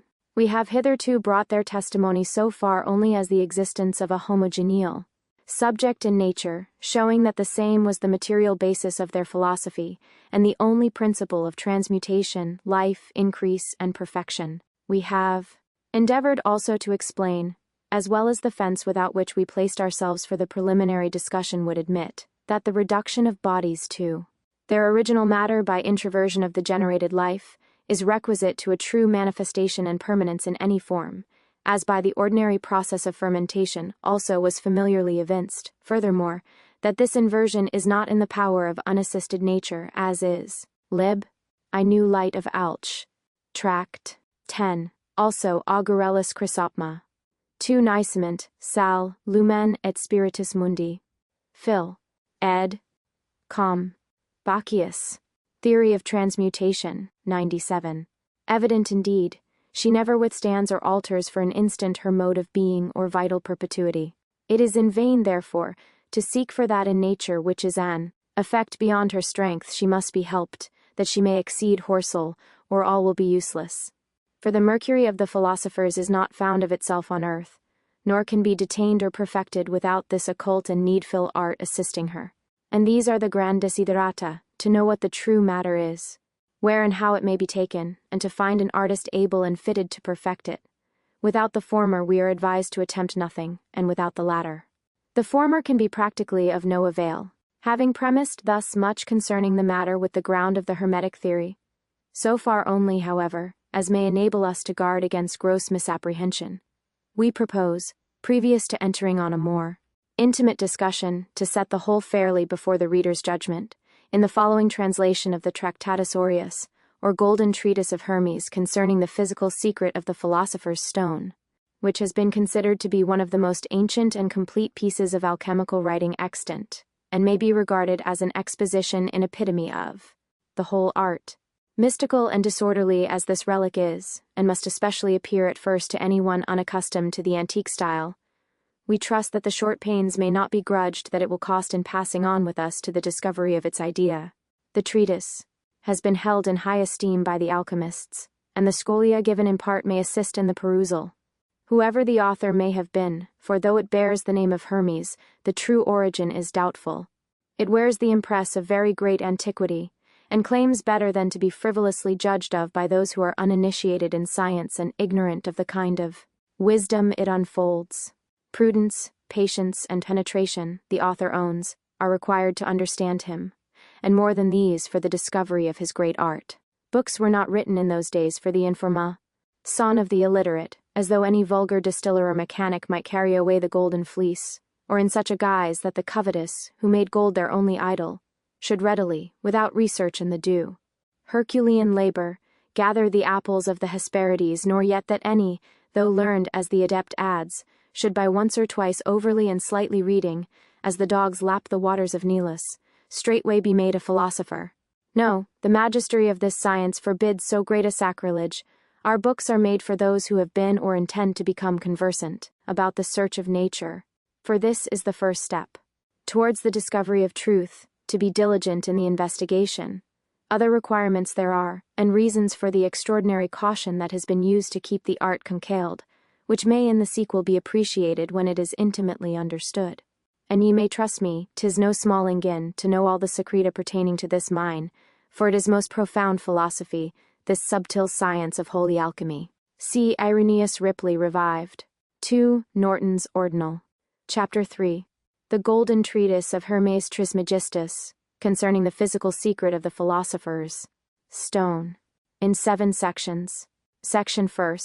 Then thus saith Hermes, through long years, i.e., spared any labor of mind, and this science and art, I have obtained by the sole inspiration of the living God, who judged fit to open them to me his servant, who has given to rational creatures the power of thinking and judging aright, forsaking none, or giving to any occasion to despair.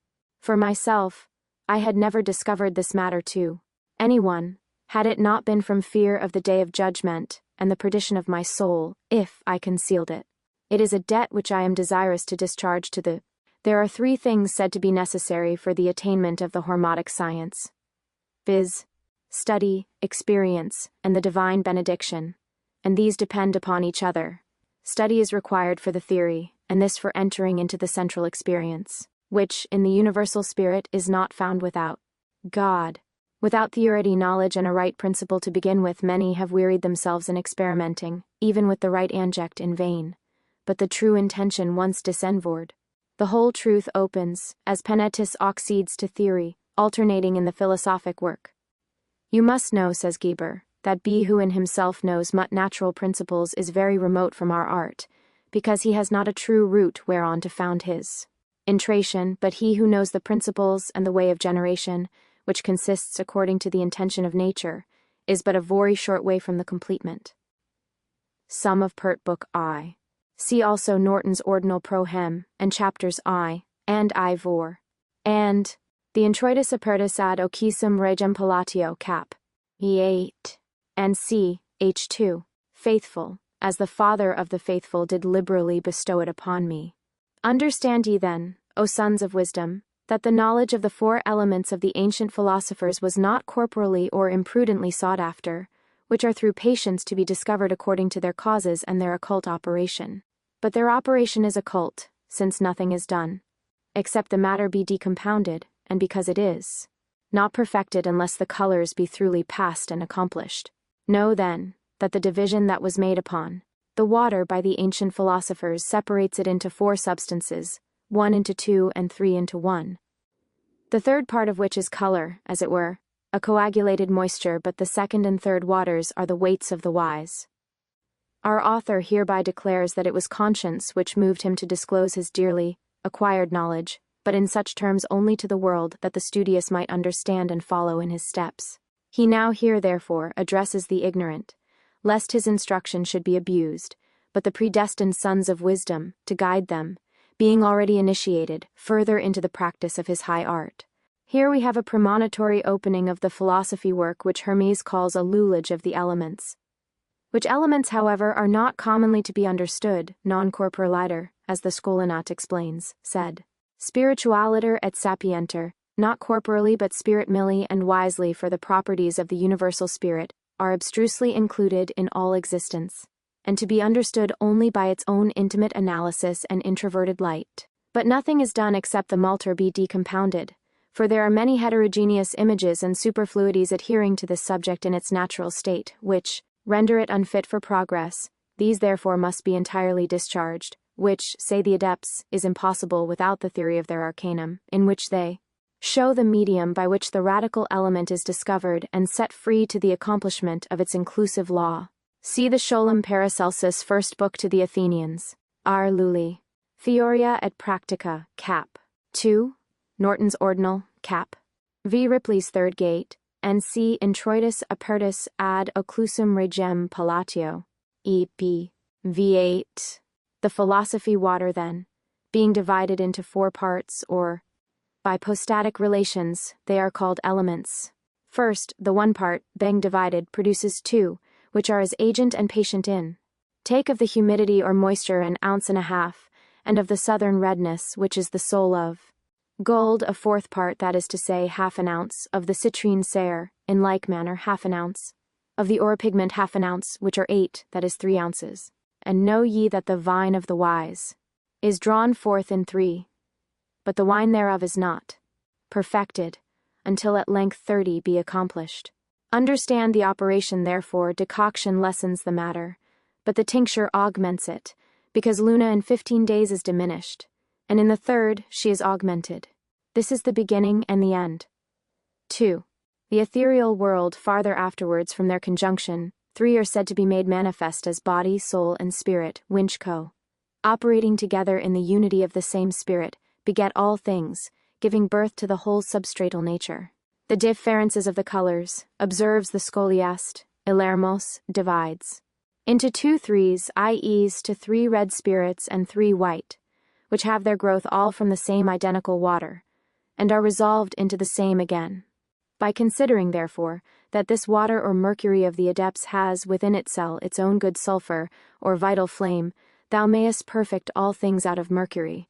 But if thou shalt know to add thy weights to the weights of nature, to double mercury and triple sulfur, it will quickly be terminated in good, then in heter, until into best of all send the scholium, sendivogius, new lot of alchemy, p. 117, Arnoldi speculum, disp. v. The proportional working of the philosophy matter upon its parts is indicated by adepts under variously perplexed forms and measures. Those distinctions which Hermes makes of the humidity, the southern redness, soul of gold, sayer, citrine, and repigment, the vine of philosophers and their wine, have no other signification, says the scholiast, but that the spirit should be 7 times distilled, which after the 8th distillation is converted by force of the fire into ashes, or a most subtle powder which, by reason of its purity and perfection, resists the fire. Neither wonder, he adds, that kite parts and 3 ounces are equivalent, for by the former section the one part is divided into 2, to each of which there are added 3 parts, which are the true philosophy proportions, called also by Hermes the weights of the wise. See the Sebulum, Ripley's Epistle, Introil, Appert, Cap. v. Norton's Ordinal Cap. v. Understand hero the diminution and increase of that ethereal light, which is the passive laminary in the philosophy heaven, whose changes and manifest operations are described as wonderfully parallel with those of the familiar satellite, by which the philosopher is pleased covertly to indicate higher. Some divide the operation of the Behold, I have declared that which was hidden, since the work is both with thee and about thee. That which was within is taken out and fixed, and thou canst have it either in earth or sea. Keep, therefore, thy argent vive, which is prepared, in the innermost chamber in which it is coagulated, for that is the mercury which is celebrated from the residual earth. Philosophers stone into 2 parts, the former Hermes calls decoction, which, dissolving the matter, discharges also ite impurities by proper rule, until, being at length on the verge of annihilation, i.e. freed from every exteriorly attracting form, it prepares, as Democritus in the fable of Proteus alludes, to restore itself through a powerful inbred revolutionary force. Then follows what is called the second work, which is only, in continuation of the first, to perfect the newly informed embryo and multiply its viviful light. In such few words, therefore, affirms Prefaces to comprehend the whole of the artificial process of working the spirit. Herein is the work commended and suggested to true inquirers, that they may forsake the beaten role of experiment, and seek to know intrinsically within themselves the substance of that universal nature in which they, with all beings in common, as is were, unconsciously live, which, in the natural order of Generstian, is made occult, abiding throughout invisibly, and us was explained in the theory concerning other gross elementary bodies, that the true original cannot be made manifest except they be reduced into it, so with respect to man, that which is sown, viz., the Catholic germ of his existence, which comprehends all things, according to the Hermetic tradition, and mystery of the whole causal nature, with the faith and assurance of a better life, is not quickened except it die. That which is within, viz., the causal light, must be drawn forth by art and fixed, and that which is without, viz., the sensual spirit of life, must be made fluxile and occultated before reason can become into that identity by which the powers of the universal nature are made manifest and intrinsically understood. But intending to enlarge inquiry on this head, we defer our comments. Our mercury, says the wise scholiast, is philosophic, fiery, vital, running, which may be mixed with all other metals and again separated from them. It is prepared in the innermost chamber of life, and there it is coagulated, and where metal grow there they may be found, even in the ultimate axle of each created life. If you have found this argent vive, then, which is the restum of the philosophy earth after the separation, keep it safely, for it is worthy.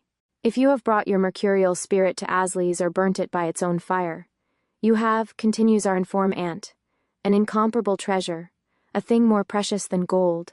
He therefore who now hears my words, let him search into them, which are to justify no evil doer, but to benefit the good. Therefore, I have discovered all things that were before hidden concerning this knowledge, and disclosed the greatest of all secrets, even the intellectual science.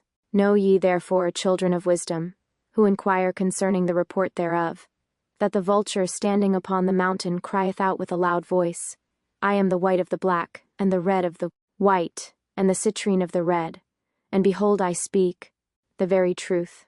And know that the chief principle of the art is the crow, which is the blackness of the night and clearness of the day, and flies without wings. From the bitterness existing in the throat, the tincture is taken, the red goes forth from his body, and from his back is taken a thin water. 3.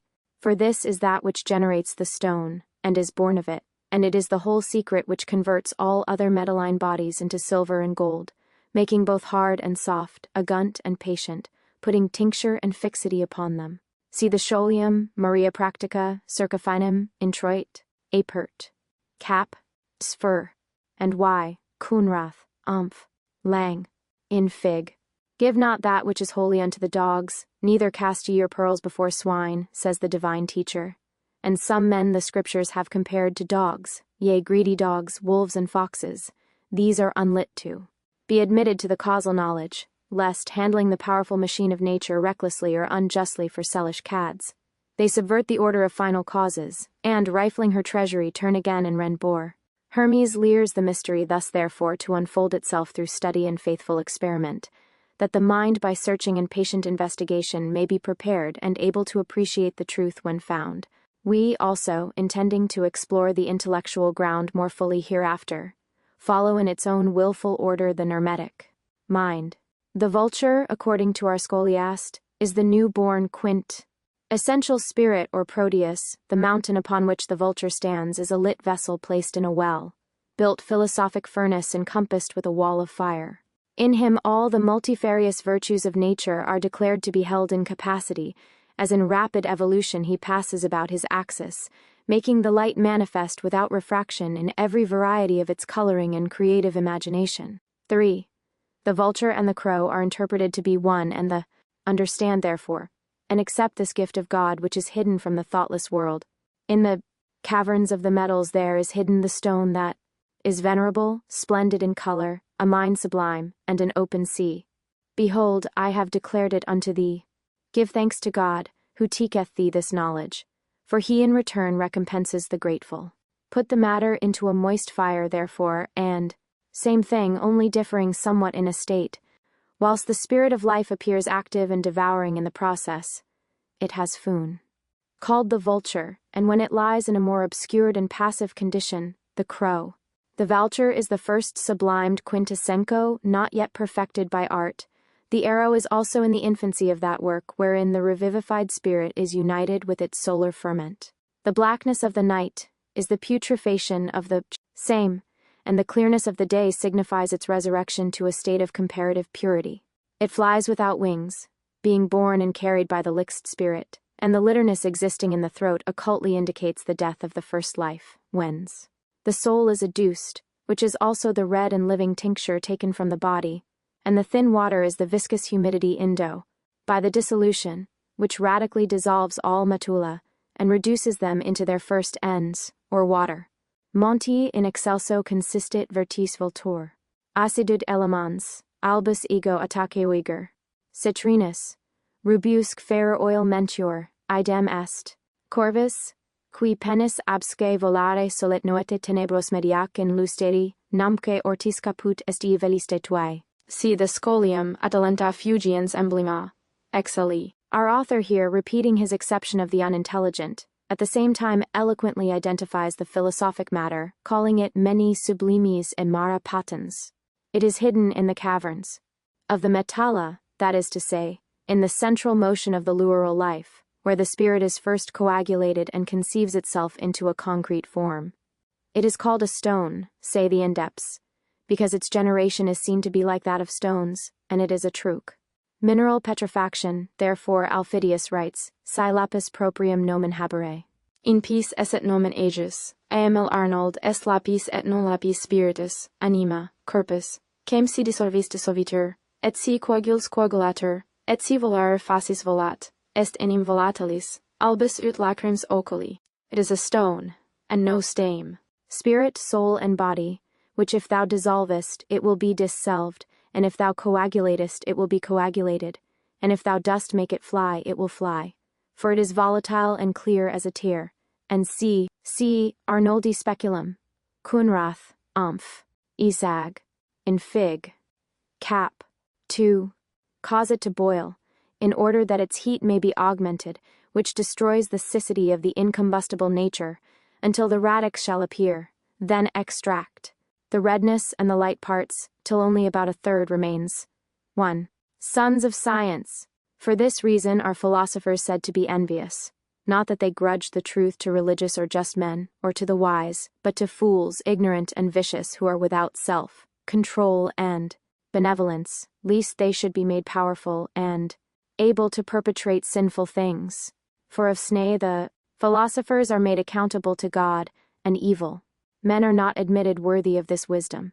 Many ways are mentioned by adopts of acting with their matter essay by sublimation, calcination, coagulation, insuration, fixation, and which may all, however, be comprehended under the first term rightly. Understand, for the hermetic sublimation, repeatedly operated over and over again, in the occasion of many changes in the matter and effects, which, though differently designated, are in their sort the same. This sublimation is not therefore exactly to be conceived by analogy with the ordinary chemical process, which is a mere elevation of the subject to the top of the vessel, but the hermetic sublimation is said to change the malter, qualifying and meliorating each time that it succeeds, urging on life as it were, to the utmost exercise of vivacity, to save itself from death and a total disseveration. Concerning the peculiar nature, origin, and artificial excitation of the philosophic fire, we may more effectively inquire hereafter. Sen Ripley revived, p. 263, L'Amende de Lumine, p. 58, in Tacit Apert, cap. 2. The monitions to secrecy are no less stringent than frequent in the writings of adepts, modern as well as ancient. Thus Raymond Lully, in his Thesaurus, gives the following charge: Juro tibi supra anima mem quod cita reveles, damuntus es, amadeo omne proseti bonum et si voli debetur. Quare servabis et secretum tenebis illud quod iei debetur revelatum. And Norton writes, so this Scienco must ever secret be. The cause whereof is this, as ye may see, if one evil man had hereof all his will, all Christian pencoho might easily spill, and with his predo he might pull down rightful kings and princes of renown. Wherefore the sentence of peril and jeopardy upon the teacher resteth dreadfully. See Lully Testum, Aquinas Thes, Alchem, Norton's Ordinal, cap. I, and 7. R. Bacon, Speculum. Know that this matter I call the stone, but it is also named the feminine of magnesia, or the hen, or the white spittle, or the volatile milk, the incombustible oil, in order that it may be hidden from the inept and ignorant, who are deficient in goodness and self-control, which I have nevertheless signified to the wise by one only epithet, viz., the philosopher's stone. Include, therefore, and conserve in this sea, the fire and the heavenly bird to the latest moment of his exit. But I deprecate ye all, sons of philosophy, on whom the great gift of this knowledge being bestowed, if any should undervalue or divulge the power thereof to the ignorant, or such as are unfit for the knowledge of this secret. Behold, I have received nothing from any to whom I have not returned that which had been given me, nor have I failed to honor him. Even in this I have reposed the highest confidence. The philosophic matter has indeed received many perplexing appellations, some more, some less significative of its real origin and essence. But in the concrete form, and for reasons before given in part, it has been properly called the stone. In this same universal matter of the stone also Hermes includes all its multinominal ingredients. In its flowing, boomid state it is called the sea of the wise, passive to all impressions and influences of the light. By the fire and heavenly bird are signified, says the scholiast, the external and internal agents in the hermetic work, by either of which it is conserved and nourished to the end. In friendship, gratitude, and reciprocity of benefaction, way. The adepts consist the chief art of operating with their matter, and no man, for reasons hereafter explicable, can operate the hormetic artifice alone. So saith Arnolda, of the New Town, as his rosary maketh menzione, saith right thus withouten any lie, there may no man Mercury mortify, but it be with his brother's knowledging. Lo, now he, which first declared this thing, of philosophers' father was Hermes the king. See Chaucer's tale of the Chanons Human. Fiat. Chem. Brill page 251. Arnoldi rosarium, circa finum. This, O son, is the concealed stone of many colors, which is born and brought forth in one color. Know this and conceal it. By this, the Almighty favoring, the greatest diseases are escaped, and every sorrow, distress, and evil and hurtful thing is made to depart. For it leads from darkness into light, from this desert wilderness to a secure habitation, and from poverty and straits to a free and ample fortune. Section 2. My son, before all things I admonish thee to fear God, in whom is the strength of thy undertaking, and the bond of whatsoever thou meditatest to unloose. Whatsoever thou hearest, consider it rationally. For I hold thee not to be a fool.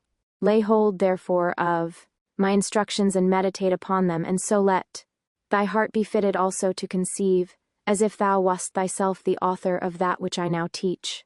If thou appliest cold to any nature that is hot, it will not hurt if in like manner he who is rational shuts himself within from the threshold of ignorance, lest supinely he should be deceived. The consummate union of the purled spirit with its source, and thus covertly indicated by Hermes as the true corner stone of his philosophy, and that tincture of many dyes which, being dissolved, renews itself, and dying survives itself, until its final cause is fully munifiest and accomplished. This is the elixir of light from the central essence, so set free, that it is said to prolong life and cure disease and moral indigence and physical defects, anningling with the common breath of nature the efficacy of an exalted life and love.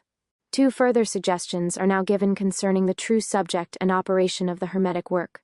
Having previously shown that the way to the attainment of the medullary to bikomiminu with the ruling spirit of nature, entering yet deeper us, the work progresses towards the causal discovery. Hermes admonishes the student earnestly to fear and obey its law, lest, being transgressed in my part, man should work evil instead of good through its means.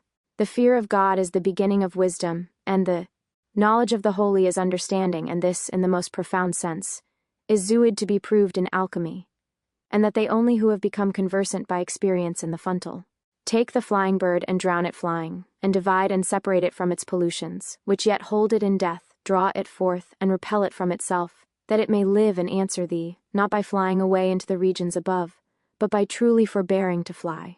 For if thou shalt deliver it out of its prison, after this thou shalt govern it according to reason, and according to the days that I shall teach thee, then will it become a companion unto thee, and by it thou wilt become too. Be an honored lord. Extract from the ray its shadow, and from the light its obscurity, by which the clouds hang over it, and keep away the light, by means of its constriction. Also, and fiery redness it is burned. Take, my son, this redness, corrupted with the water, which is as a live coal holding the fire, which if thou shalt withdraw, so often until the redness is made pure, then it will associate with thee, by whom it was cherished, and in whom it rests. Nature have truly and properly understood what it is, and why God is to be feared.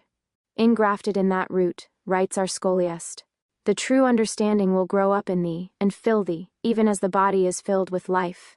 Thou must enter with thy hollow spirit into the center of nature, and there behold how all things are begun, continued, and perfected. But thou must first enter into that spirit which is the framer of all things, which pierces through and dwells in that central root, and by entering into flat, it will, as a vehicle, carry thee into the same root where all things are hidden, and reveal to thee the most recondite mysteries, and show thee, as in a glass, the whole work and laboratory of the most secret mature.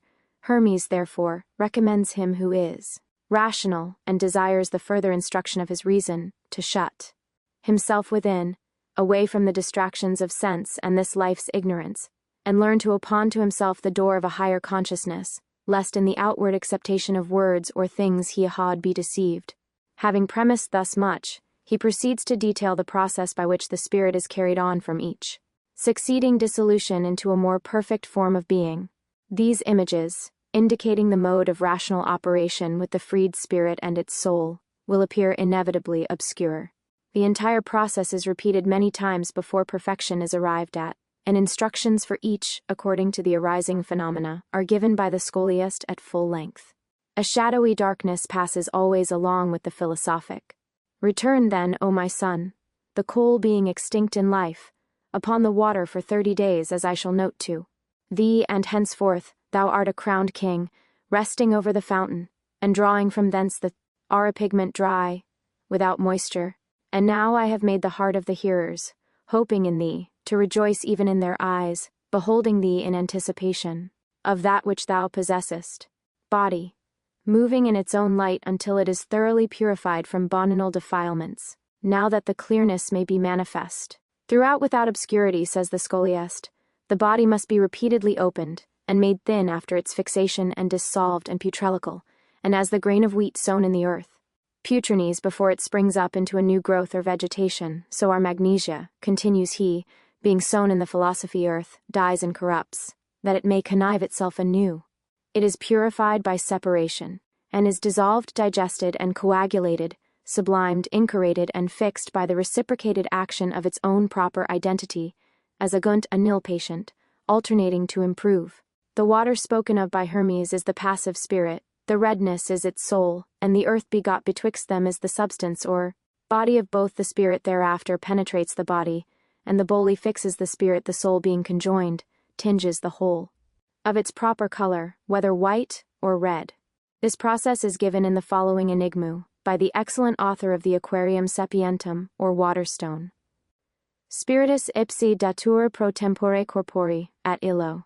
Exhilarens animam spiritna arte alert. Spiritna illa animam subito si contrahat se. Nullum se abjungit segregat ace suo. Time tria consistent et in una sede morantur. Donec solvatur. Nobile corpus, opus. Putrescut and siu moriatur. Separatistus. Tempore et elapso spiritus atque anima esta convenient extremo sive calor. Quisque suam, eodem, cum gravitate tenet, integritas prasto est. Nulla et perfectio desit. Amplis fictitus glorificatur opus. See the Scholium and Aquarium Sapientum, Museum Hermeticum, p. 95. Here again the allusions will appear willfully obscure to the uninitiated, for the master presuppends not only a knowledge of the matter, but of the vessel also in which it is scientifically concoctale. But we must pass on.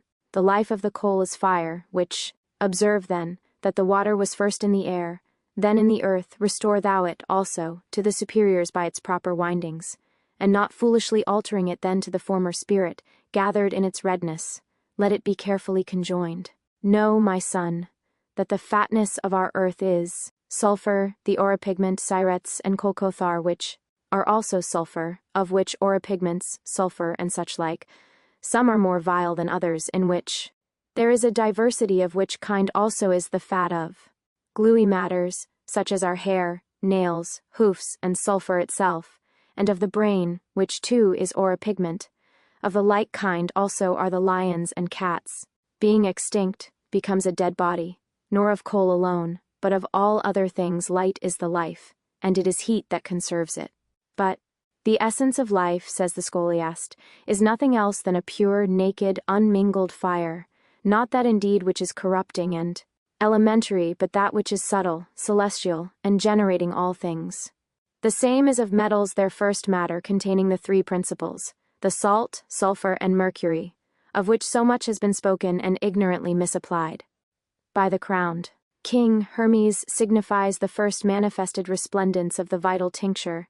The well is, as the Catholic spirit of life, inexhaustible, at the bottom, or center rather, of which subsists the occult causality of all. Even from this, the true efficient wheel, is drawn, according to tradition, that auripigment of philosophers, which is the multiplicative virtue of their stone. When thou shalt see thy exhalations to return, teaches the adept, and by continuance of them on thy body, light shall begin to appear with such admirable colors as never were seen by the eye of man in and little a room before. Then rejoice, for now our king hath triumphed over the miseries of death, and behold him returning in the east, with clouds, in power and great glory.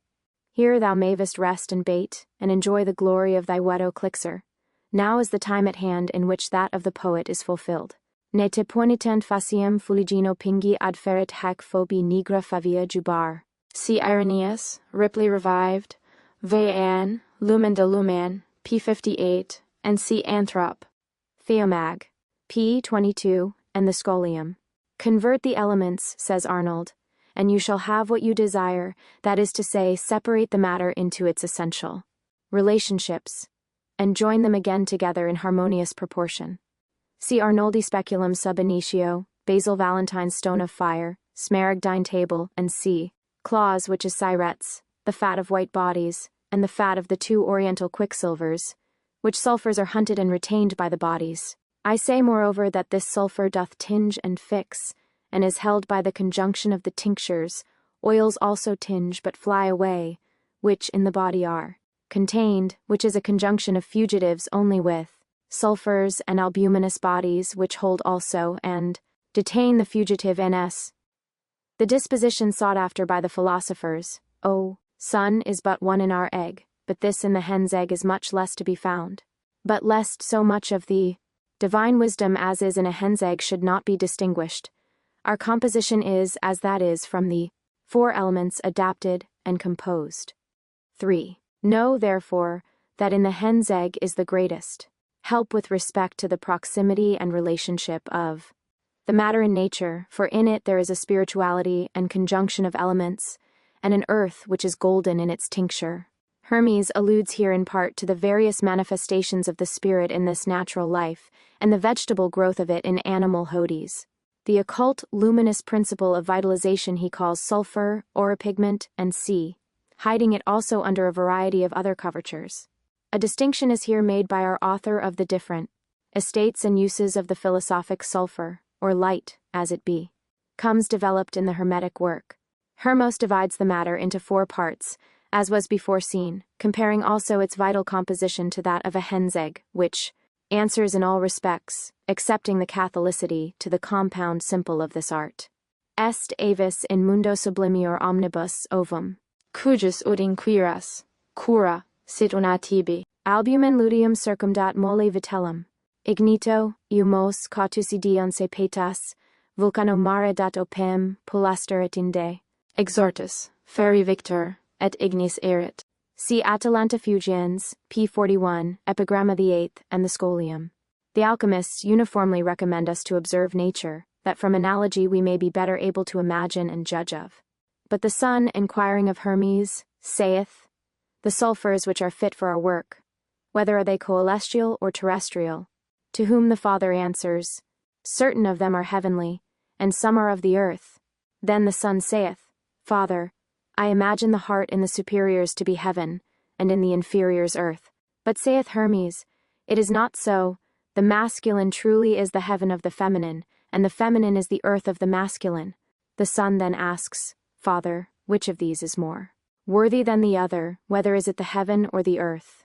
Hermes replies, both need the help one of the other, for the precepts demand a medium. But saith the son, if thou shalt say that a wise man governs all mankind, but ordinary men, replies Hermes, are better for them, because every nature delights in society of its own kind, and so we find it to be in the life of wisdom where equals are conjoined. But what, rejoins the son, is the mean betwixt them? To whom Hermes replies, in everything in nature there are 3 from 2, the beginning, the middle, and the end. First the needful water, then the oily tincture, and lastly the forces or earth which remains below. The proper method of experimenting, and learn to operate with her spirit effectually to regenerate it. For particulars of the Hermetic similitude, Ane, the Scholium. A short dialogue hereupon ensues between Hermes and his son, the father explaining that the distinctions of lights or sulfurs in the process ought not to be indifferently understood, as if they were all of one quality or idea. For the spirit, though one in sense, is extremely diversiled in its conception, as also according to the degrees and order of its rectification by art. The purified sulfur fixed and incombustible is the generating seed of the universal nature, according to the Eulepta. But the mercury, which is the recreated body of the spirit, passive and pure, is sometimes called the earth of the wise, conceiving into itself the same seed by which it is also nourished, digested, perfected, and brought to birth, that is, to a visible manifestation of its intrinsical virtue and light.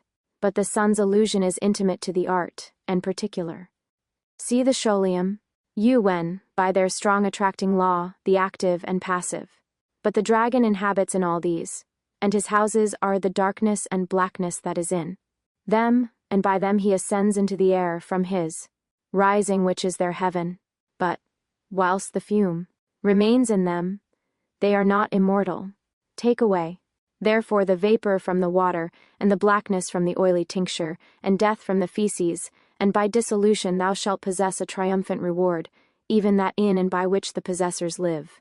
Relations are conjoined in the spirit, they become equalized in their progeny, and as the mystical problem of the Trinity includes 3 in 1 and 1 in 3, agent, patient, and offspring, universal and co-equal, so these three are found to be in all created things imitatively, the paternal, mutual, and preceding ons of life, and there are the salt, sulfur, and mercury of the adepts, without which, they say truly, nothing ever is or can be vitally substantialized. And thou hast in these three principles, says Sendivigens, a Hodi, a spirit, and an occult soul, which three, being of one only substance in a triple relationship, if thou shalt join them together, having been previously separated and well purified, will without fail, by imitating nature, yield most pure fruits, and see. When the adept speaks therefore of a natural triplicity, he speaks, reiterates Wangen, not of kitchen stuff, those three pot principles of water, oil, and earth, as some call them, salt, sulfur, and mercury. But he speaks of hidden intrinsical natures, known only to absolute magicians whose eyes are in the center and not on the circumference, and in this light, every element is threefold. See Anthrop, Theomag, p. 22, Sendivogius, New Light of Alchemy, Digby Z, p. 8, and the Scholium. The dragon is the self-willed spirit, which is externally derived into nature, by the fall into generation. And by it, says the scholiast, Hermes especially signifies the blackness of the matter on its first ascension, which is operated with difficulty on account of its thick glutinous body, which has to be resolved, by force of the philosophic art, into an aerial and voprous substance. And during this process, we are informed, the powers of the philosophy heaven are wonderfully shaken and defiled, insomuch that like you poisonous dragon it destroys all that it touches, and hence it is said to have its houses in darkness, and to possess blackness and mortality and death. For the root of this science is a deadly poison.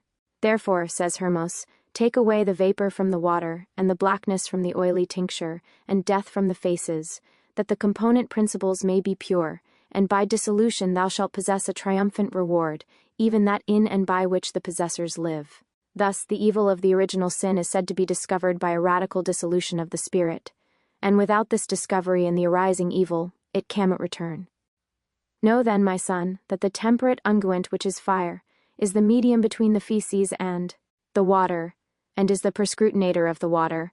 For the unguents are called sulfurs, because between fire and oil and this sulfur there is such a close proximity, that even as fire burns so does the sulfur also.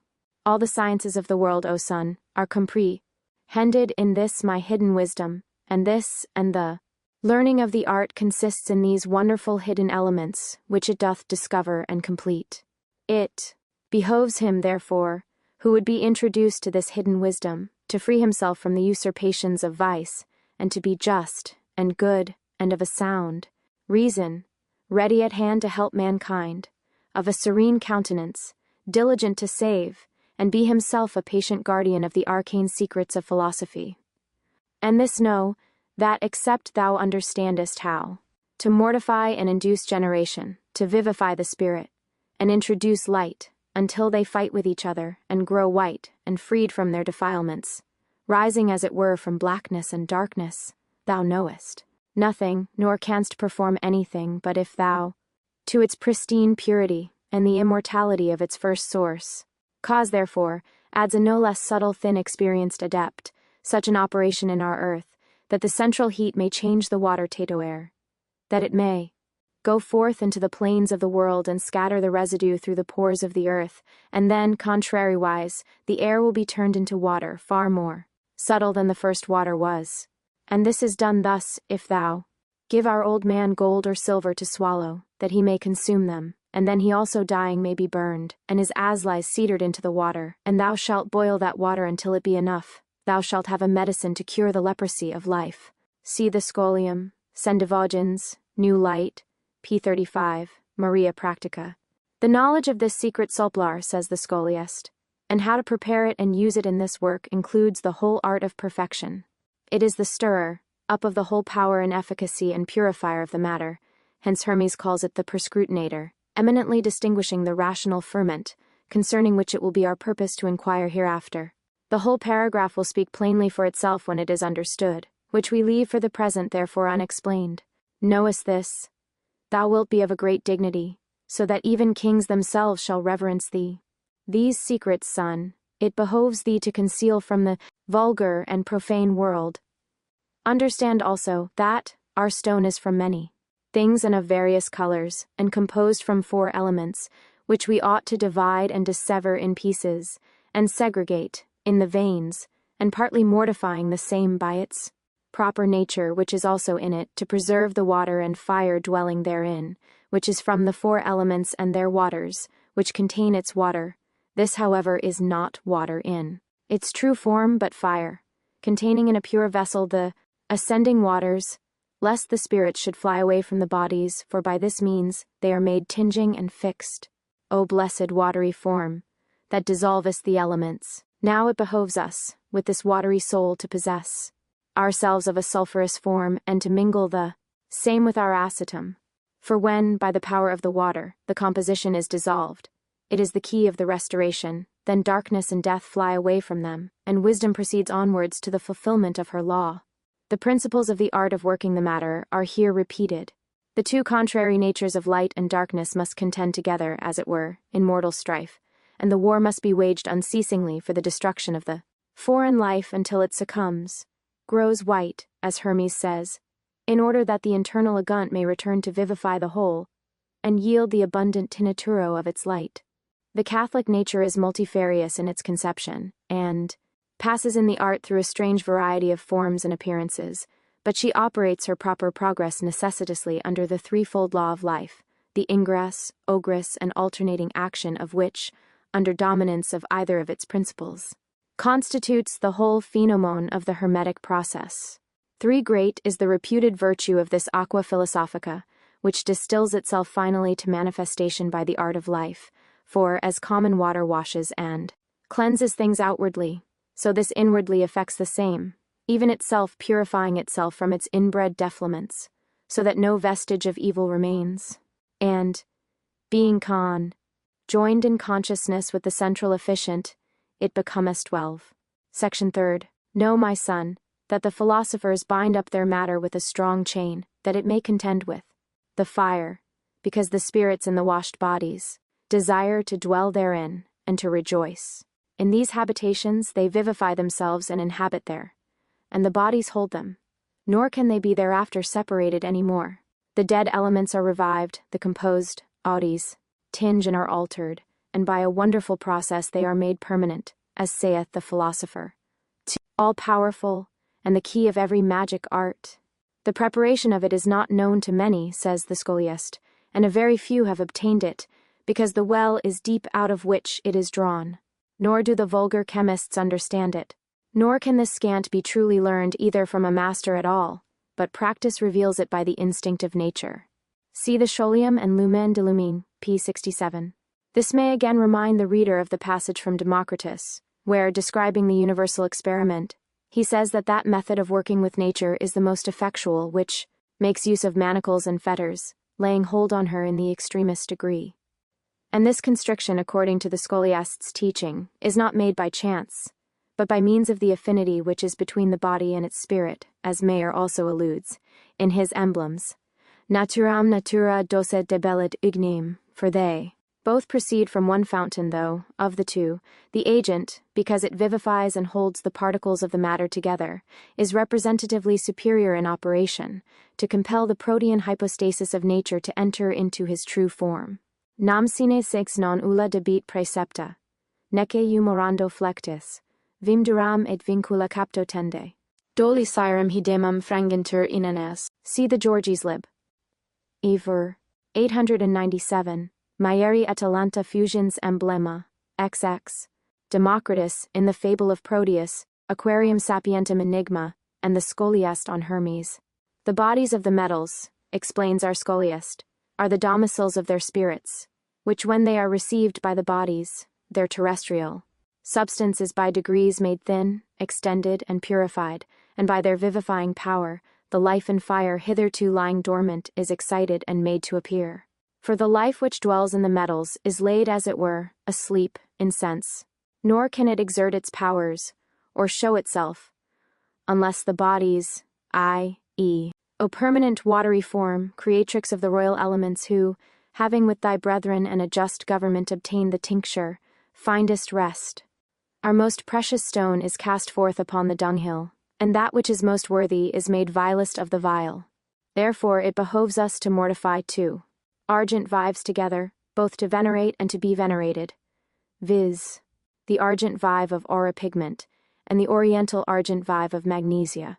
The sensible and vegetable media of life, be first dissolved and turned into their radical source, being brought to this degree at length, by the abundance of their internal light, they communicate their tinging property to other imperfect bodies, transmuting them into a fixed and permanent substance.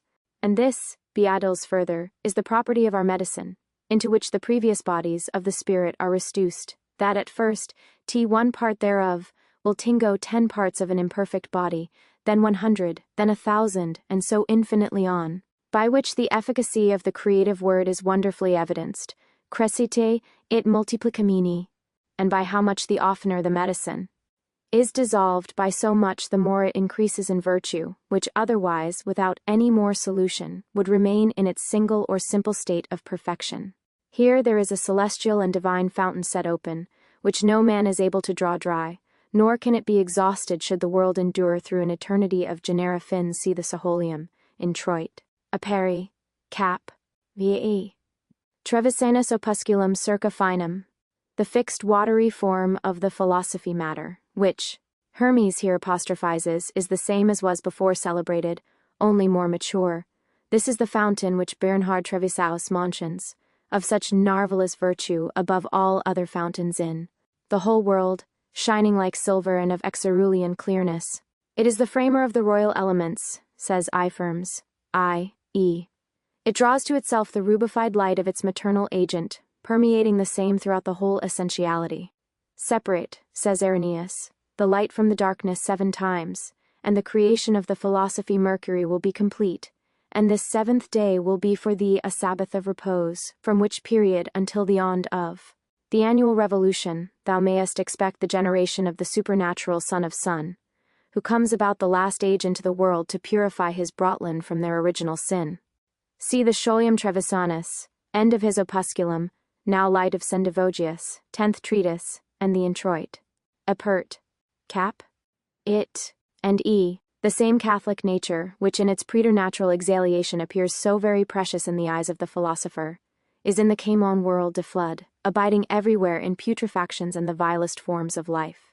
It is likewise despised by mankind, when, O nature, the most potent creatrix of nature, which containest and separutest natures in a middle principle, the stone comes with light, and with light it is generated, and then it generates and brings forth the black clouds or darkness, which is the mother of all things, are for the most part unconscious even of its subsistence. Much more, are they not ignorant of the method of exculpating it and handling their life to good effect? Hermes indeed gives instruction, as did Moses also, but under a veil, which it may be hardly expedient to look through at this stage of our investigation. We have signified from the testimony of the adepts already, though without particularizing, that light or sulfur, as they call it, is the true form or seed of gold, and the concentring virtue of their philosophy stone. Thus far, then, the theory of the Hermetic process may be supposed to run by the analogy of mature grain being cast into the common earth, grows and fructifies and brings forth its increase, and this adduction is in its middle principle, that is to say, in the specificative form by which it is intrinsically generated and made to be that particular kind of grain and no other. Thus the aurific seed, if truly such can be found to be the specific seed of gold, needs only to be planted in its proper ethereal vehicle, well prepared and fallow to bring forth its virtue in manifold increase. Ruricul pingui mandant sua semina ter, cum fuerit rostris haec folista suis. Philosophi niveos aurum docier per agros. Sparger, qui folies se levis in star liabent, hoc ud agas, illud bene respis, nam quoquad aurum. Germinet, ex tridico vidris. ut speculo. But the alchemical art has been continually compared to agriculture, and the analogy indeed appears to bear throughout so intimately as to suggest and, almost without deviation, point out the method of its application. The body is gold, says the anther of the new light, which yields seed. Our lune or silver, not common silver, is that which receives the seed of the gold, afterwards it is governed by our continual fire for 7 mouths, philosophical, and sometimes 10, until our water consume 3 and leave 1, and that in duplo or a double. Then it is nourished with the milk of the earth, or the fatness thereof, which is bred in the bowels of the earth, and is governed and preserved from putrefaction by the salt of nature. And thus the infant of the 2nd generation is produced. And when the seed of that which is now brought forth is put again into its own matrix, it parodies it, and makes N 1,000 times more fit, and apt to bring forth the boat and most excellent fruits. But, before the metallic light is brought to. But when we marry the crowned king to our red daughter, and in a gentle fire, not hurtful, she doth conceive an excellent and supernatural son, which permanent life she doth also feed with a subtle heat, so that he lives at length in our fire. But when thou shalt send forth thy fire upon the foliated sulphur, the boundary of hearts doth enter in above it, is washed in the same, and the purified matter thereof is extracted. Then is he transformed, and his tincture by help of the fire remains red, as it were flesh. But our son, the king begotten, takes his tincture from the fire, and death even and darkness, and the waters flee away. This ultimate perfection it must many times therefore suffer itself to be eclipsed, and die and corrupt, as the adepts teach ye, according to the similitude of nature, yet with this difference that, whereas the produce of common husbandry exhausts and deterioralis rapidly the earth whence it springs, and is always terminated in its kind without progression, the ethereal seed, on the other hand, tends always to improve its generation, fertilizing by the return of each successive growth, and enriching its maternal soil, and this process, according to Hermes, is repeated 7 times before the final resurrection of the quintessence into a permanent form of life. See the Scholium, Maieri Atalanta Fugius Epigranima the 6th, Sendivogius, New Light, Treatise 9 and 10. The new-born quintessences are here shown to be reunited for fructification and to be further promoted, and, as the fable relates of Thais, that she brought forth Horus, even feeding him with fire, so it happens in the Hermetic work. And this is wonderful, observes the scholiast, that the parents, who were before the nurses and feeders again by the law of the same spirit, are to be nursed and fed. It is nourished with a gentle heat, not in the vulgar way of decocting, but conformable to the heavenly fire. But, when we say, adds the adept, that our stone generated by fire, men neither she nor do they believe there is any other fire but the common fire, nor any other sulphur or mercury. Thus they are deceived by their own opinions, saying that we are the cause of their errors, but it is not so. The philosophers uniformly distinguish their own especial fire as magical, creative, vital, whereas the common element is without sagacity or discrimination. Our fire is a most subtle fire, inhabiting in himself an infernal secret. Fire, and in its kind extremely volatile. Some call it the miracle of the world, the nucleus of the superior and inferior forces of nature, and see the Scholium, Lumen de Lumine, p. 58. 70 Lapi Gate of Blackness, cries the sage, which art the passage to this so glorious a change. Study, therefore, whoso. The dragon shuns the sunbeams which dart through the crevices, and our dead son lives. The king comes forth from the fire and rejoices with his spouse. The occult treasures are laid open and the virgin's milk is whitened. The son, already vivified, is become a warrior in the fire, and of tincture super excellent. For this son is himself the treasury, even himself bearing the philosophic matter. Approach, ye sons of wisdom, and rejoice. Let us now rejoice together, for the reign of death is finished, and the son doth rule, and now he is invested with the red garment, and the scarlet color is put on. Ever appliest thyself to this art, only to know this secret, for to know this is to know all, but to be ignorant of this is to be ignorant of all. For putrefaction precedes the generation of every new form into existence. It is the business of the philosophic fire not only to vivify, but also to depurate and segregate the heterogeneity of its vehiculum, which being done there appears at length in the faces, a most pure and rubicund tincture of the color of flesh and blood. And as flesh is nothing but blood coagulated, abounding with a full and vigorous spirit, So, adds the adept, likewise our tincture is of blood coagulated, which blood is the boundary or satisfaction of hearts, as Hermes alludes, the object sought for, and which satisfies when attained. See Scholium and Ripley revived, Fifth Gate. The nature and origin of this dragon was before discussed, which becomes occultated in the rising of the internal light to manifestation. Si fixum solvas faciasque volare solutum, et volurem ligas, faciente vivere tutum. Solve, coagula, fige. O nature, cries the experimental adeptist, how dost thou interchange thy being, casting down the high and mighty, and again exalting that which was base and lowly. O Dial, how art thou vanquished, when thy prisoners are taken from thee and carried into an estate and place of immortality. The sun, says Hermes, has gotten the tincture, for is he not in truth the whole quintessential nature concentrated, as it were personified, bearing in Hod the golden light of life to perpetualize it universally? See the philosophical epitaph of W.C. title page, and Ripley revived. The internal light, once made inanifest to sense, so far is ready for the perscrutination of another life into which it must be induced to enter, to sulur again, and die in order to transmute the foul material into itself. Hermes proceeds in the next chapter to describe the work, which in principle differs nothing frui. Section 4th. Understand then, O son of wisdom, what the stone declares, protect me, and I will protect thee, increase my strength, that I may help thee. My sol and my beams are most inward and secretly in me. My own Luna also is my light, exceeding every light, and my good things are better than all other good things. I give freely and reward the intelligent with joy and gladness, glory, riches, and delights, and them that seek after me I make to know and understand and to possess divine things. Behold, that which the philosophers have concealed is written with 7 letters, for Alpha and Wida follow 2, and Sol, in like manner, follows the book.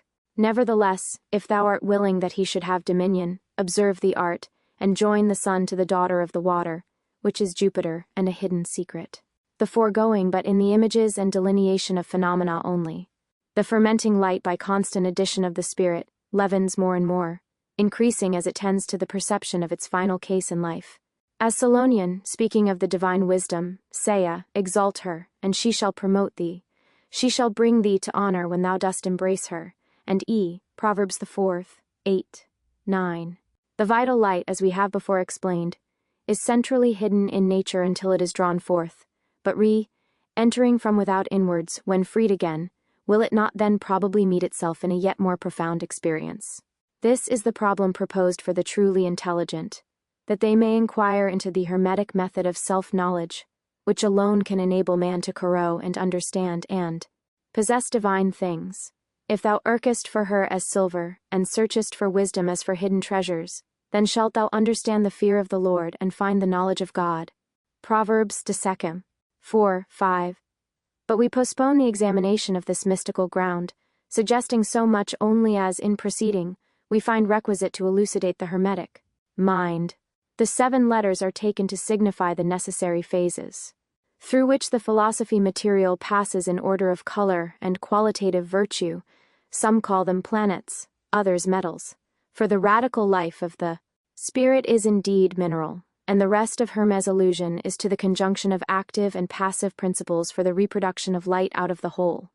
Auditor, understand, let us use our reason, consider all with the most accurate investigation, which in the contemplative part I have demonstrated to thee. The whole matter I know to be one only thing. But who is he that understands the true investigation and inquires rationally into this matter? It is not from man, nor from anything like him or akin to him, nor from the ox or bullock, and if any creature conjoins with one of another species, that which is brought forth is neutral from either. Thus saith Venus, I beget light, nor is the darkness of my nature, and if my metal be not dried all bodies desire me, for I liquefy them and wipe away their rust, even one extract their substance. Nothing therefore is better or more venerable than I, my brother also being conjoined. But the king, the ruler, to his brethren, testifying of him, saith, I am crowned, and I am adorned with. The profound significance of the first monition to use our reason may be better appreciated on inquiry, for Hermes last chosen to conceal the philosophic vessel, and here condescends, in part, even to an equivocation, but we pass on. I say to you, writes Maria laconically, that this science may be found in all bodies, but philosophers have thought fit to say little of it, because of the shortness of life, and the length of this art. They found it most easily in that matter which most evidently contains the 4 philosophic elements. It is prepared in the innermost chamber of life, says Lbe wise Scholiast, and there it is coagulated, and where metals grow, there they may be found. See Maria Practica, and the Scholium. All here is to be understood ethereally, according to the principles before laid down. Venus personifies the central light of nature, which is occultated in her generations, and in metalline bodies is more especially bound on account of their terrestriety, and therefore they gladly adhere to this moist spirit, that it may vivify them.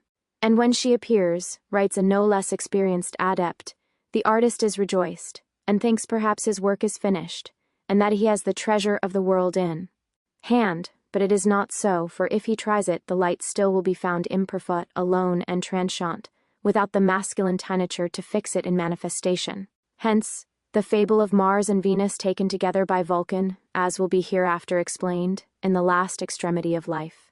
See the Scholium, Freilier's analogy, and Democritus, in Flamelli Sumula. A royal diadem. I am clothed with the royal garment, and I bring joy and gladness of heart, for being chained I caused my substance to lay hold of, and to rest, within the arms and breast of my mother, and to fasten upon her substance, making that which was invisible to become visible, and the occult matter to appear. And everything which the philosophers have hidden is generated by us. Hear then these words and understand them, keep them, and meditate thereon, and seek for nothing more. Man, in the beginning, is generated of nature, whose inward substance is fleshy, and not from anything else. Meditate on these plain things and reject what is superfluous. Thus saith the philosopher, Botry is made from the citrine, which is extracted out of the red root, and from nothing else, and if it be citrine and nothing else, wisdom was with thee, it was not gotten by thy care, nor if it be freed from redness by thy study. Behold, one have circumscribed nothing. If thou hast understanding, there be but few things unopened. 3. By the king the rational efficient is signified, by the brethren, the inferior degrees of illumination in the spirit, which are finally gathered up into accord with their first source. This same reason, being artificially constrained, lest it should escape the fiery ordeal, returns, fastening, as Hermes says, upon the wheel of its proper life, as it were, introverting the natural channel a nil order of generation, whereby a door is marvelously opened into the most intimate recess of life. See the Scholium, in Treatise Apertus, cap. 7. With what force and earnestness does the master here speak, as if the whole ground of the mystery lay in those words, and truly not in vain, observes the Scholiast, does he bid to understand them, and meditate upon them, and to inquire after nothing else. Man, it is said, was created of the dust of the earth, that is, interprets the adept, of the arising quintessence of the universal nature, but the understanding has never reached us, who, without investigation, are unable to perceive the reality of those things which are spoken out of an experimental knowledge of life. By the terrain Botry is here signified the philosopher's stone. The red root is the terra adamica, called sometimes magnexia by the wise, and salt after the purification. It is not gotten by art but of nature spontaneously, when the conditions are supplied and a pure receptacle to give it evidence. Ye sons of wisdom, burn then the brazen body with an exceeding great fire, and it will yield gratefully what you desire. And see that you make that which is volatile so that it cannot fly, and by means of that which flies not. And that which yet rests upon the fire, as it were itself a fiery flame, and that which in the heat of a boiling fire is corrupted, is cambar. And know ye that the art of this permanent water is our brass, and the coloring of its tincture and blackness is then changed into the true red? I declare that, by the help of God, I have spoken nothing but the truth. That which is destroyed is renovated, and hence the corruption is made manifest. In the matter to be renewed, and hence the melioration will appear, and on either side it is a signal of art. The self-willed hypostasis of nature must die, as we before explained, in order to evolve her universal being, and this also must suffer and die necessarily in order to multiply the perfection of its first form. Thus, in his own operative language, as it were pyrographically, does Democritus exemplify the Hermetic process at this juncture. When the innate evil being made manifest, the will proceeds to operate its proper solution in life. drawing the fixed brass out bodily, writes our Aberite thou shalt compose. A certain oblong tongue, and placing it again upon the coals, stir Vulcan into it, now irradiating with the fossil salt, now with the incessant adiochre, adorning now the shoulder and the breast of Paphin, till she shall appear more manifestly beautiful, and throwing the glaucous veil aside, she shall appear entirely golden. Perchance, it was when Paris gazed on such a Venus, he hid prefer her both to Juno and Minerva. But when Theardus Seath, adds a more modern experimentalist, the masculine tincture rise from death and come forth out of the black darkness together in union with the white virginal spirit, he will then know that he hath the great arcanum of the world, and such a treasure as is inestimable. See the Scholium, Democritus and Flamelli Somula, and Freher's analogy too, by a conjunction with its own permanent prepared spirit, the albified water is made red. Adonis a apro occiditur, qui Venus occurrens tinxit rosas sanguine. See the Scholium, Atalanta Fugiens, EMB, XLI. This, even us the hermetic material is one, the art is one. And the stono is also one mineral spirit, exalted by fermentation intrinsically in its proper kind. And as leaven makes leaven, and every ferment begets its own exaltation, as vinegar makes vinegar, the schwallest. So this art beginning in our Mercury, Lyquian finishes in the same. It is a kind of Proteus, indeed, which, Section 5th. My son, that which is born of the crow is the beginning of this art. Behold, how I have obscured the matter treated of by circumlocution, depriving thee of the light. Yet this dissolved, this joined, this nearest and furthest off I have named to thee. Roast those things therefore, and boil them in that which comes forth from the horse's belly for 7, 14 or 21 days. Then will the dragon eat his own wings and destroy himself. This being done, let it be put in a fiery furnace, which lute diligently, and observe that none of the spirit may escape. And know that the periods of the earth are in the water, which let be as long as until thou puttest the same upon it. The matter being thus melted and burned, take the brain thereof and triturate it in most sharp vinegar, till it become obscured. This done, it lives in the putrefaction. Let the dark clouds which were in it before it was killed be converted into its own body. Let this, creeping upon earth, assumes the nature of a serpent, but being minersed in water, it represents itself as a fish, and presently being in air, and taking to itself wings, it flies as a bird, yet is, notwithstanding, one throughout the multiformity of nature. With this the artist works, and with it transacts all the necessary operations of our stone. The philosophy work is not considered to begin until after the dissolution, the preliminary preparation of the matter being very generally termed the gross work. The manner of obscuring the truth, by repetitions and circumlocutious, has been where adopted by the alchemists. The nature of the process gives room for this, and our author set an example, imitating the devious instinct of the spirit in Bias illustrations. The process of the dissolution is here gone over again, with certain practical instructions, which the scholiast explains under another veil.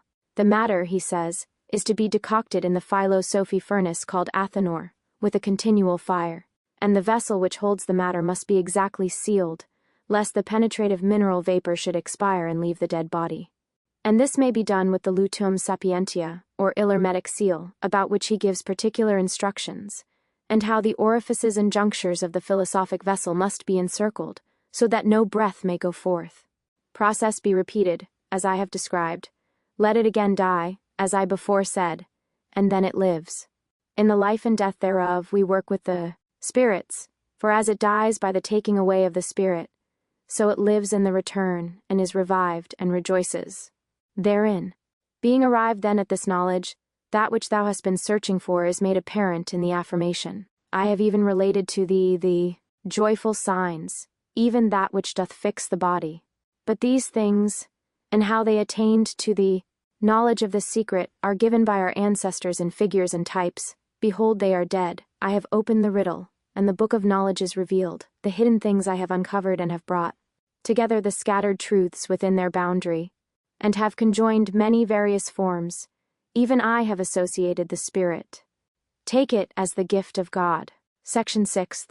It behoves thee to give thanks to God, who has bestowed liberally of his bounty to the wise, who delivers us from misery and poverty. I am tempted and proven with the fullness of his substance and his probable wonders, and humbly pray God that whilst we live we may come to him. The cerebral or superior life of the spirit is obscured during the purification, and for the revealment of its true mineral radix or source. In a scientific association of the spirit, the Hermetic art has been said in merrily to consint. Ut ventus qui flat est ilcidat. Qui capit il sapit.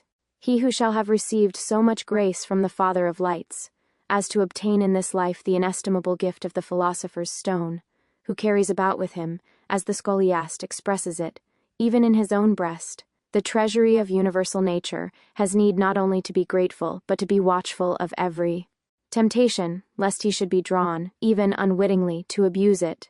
For he is then proven indeed, and taught how, in the midst of so much abundance of power, wealth, and happiness, he should humble himself and sink away from every appetite of self-love into the single adoration of the divine goodness. For in this remove thence, O sons of science, the unguents which we extract from fats, hair, verdigris, tragacanth, and bones, which are written in the books of our fathers.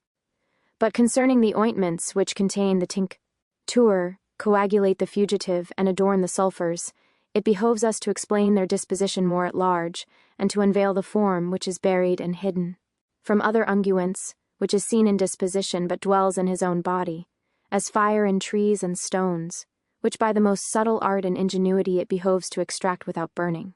And know that the heaven is to be joined mediately with the earth, but the form is in a middle nature between the heaven and earth, which is our water. But the water holds of all the first place which goes forth from this stone, but the second is gold, but the third is gold, only in a mean which is more noble than the water and the faces. Blee state, God only is to be met with, as the law of reason proves in its ordinary development, much more so in the awakening of its objective light. The fixed sulphur of adepts, according to our scholiast, is the trap balsam of nature, which the dead bodies of the metals imbibe, and are as it were thoroughly moistened with, to preserve them perpetually from distemper and rust. The more anything abounds with this balsam, the longer it lives and is preserved from perishing. From things, therefore, abounding with a balsam of this kind, the universal medicine is canaridid, which is most effectual to preserve human bodies in a state of health, and to root untuscusses, whether accidental or hereditary, by propagation restoring the sick to health and integrity. See the scholium and lucerne salis towards the end. Here again we are reminded of the simplicity of the matter worked with, not its formal light. But if, in the natural world, the spirit is invested with multitudinous and various forms externally introduced, it behoves the artist to extract these therefore, and to dissolve without destroying the continental life. The two invisible poles of the spirit are here especially signalized by Hermes, and that consummate medium which brings them forth into manifestation. The water alluded to is the mercurial quintessence. Us it is first born in a humid and vaporous consistency which being sucer, civilly informed by the central light becomes Golian and aurific, communicating its tincture, but in these are the smoke, the blackness, and the death. It behoves us, therefore, to dry away the vapor from the water, to expel the blackness from the unguent, and death from the feces, and this by dissolution, by which means we attain to the highest philosophy and secret of all hidden things. Section 7th. Know ye then, O sons of science, there are 7 bodies, of which gold is the first, the most perfect, the king of them, and their head, which neither the earth can corrupt nor fire devastate, nor the water change, for its complexion is equalized, and its nature regulated with respect to heat, cold, and moisture.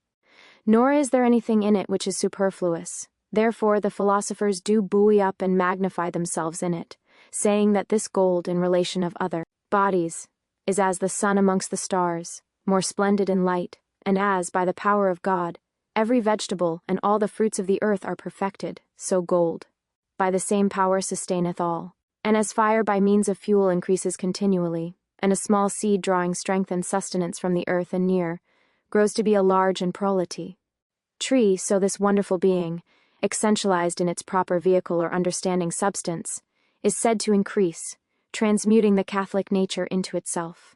Our gold is not common gold, says the adept, but a depurated substance, in the highest degree perfected and brought to an astral or heavenly complexion. This is the elixir, or true ferment tinging and fixing, and without which bodies cannot be made pure. See the scholium, Lucerna Salis and CE, one by an artificial dissolution of the vital bond. By means of alchemy, the causal principle of nature is said to be developed into reminiscence and to arise in the experience of the recreated life. Modern philosophy is far removed from such investigation, nor is it easy, perhaps without habitual study, to conceive the possibility of an experiment that would lead into such a science of nature as the ancients propose. The gold of the philosophers, or living gold, as they sometimes call their luminons concrete, is here alluded to throughout, for though the dead metal also is eminently endued above other metals with the color of its formative virtue, yet this does not fructify, being imprisoned or meliorate anything beyond.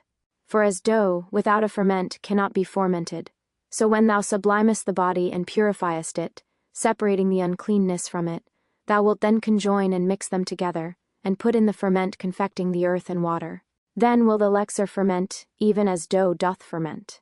Think of this, and see how the ferment in this case doth change the former natures to another thing. Observe also that there is no ferment otherwise than from the dough itself.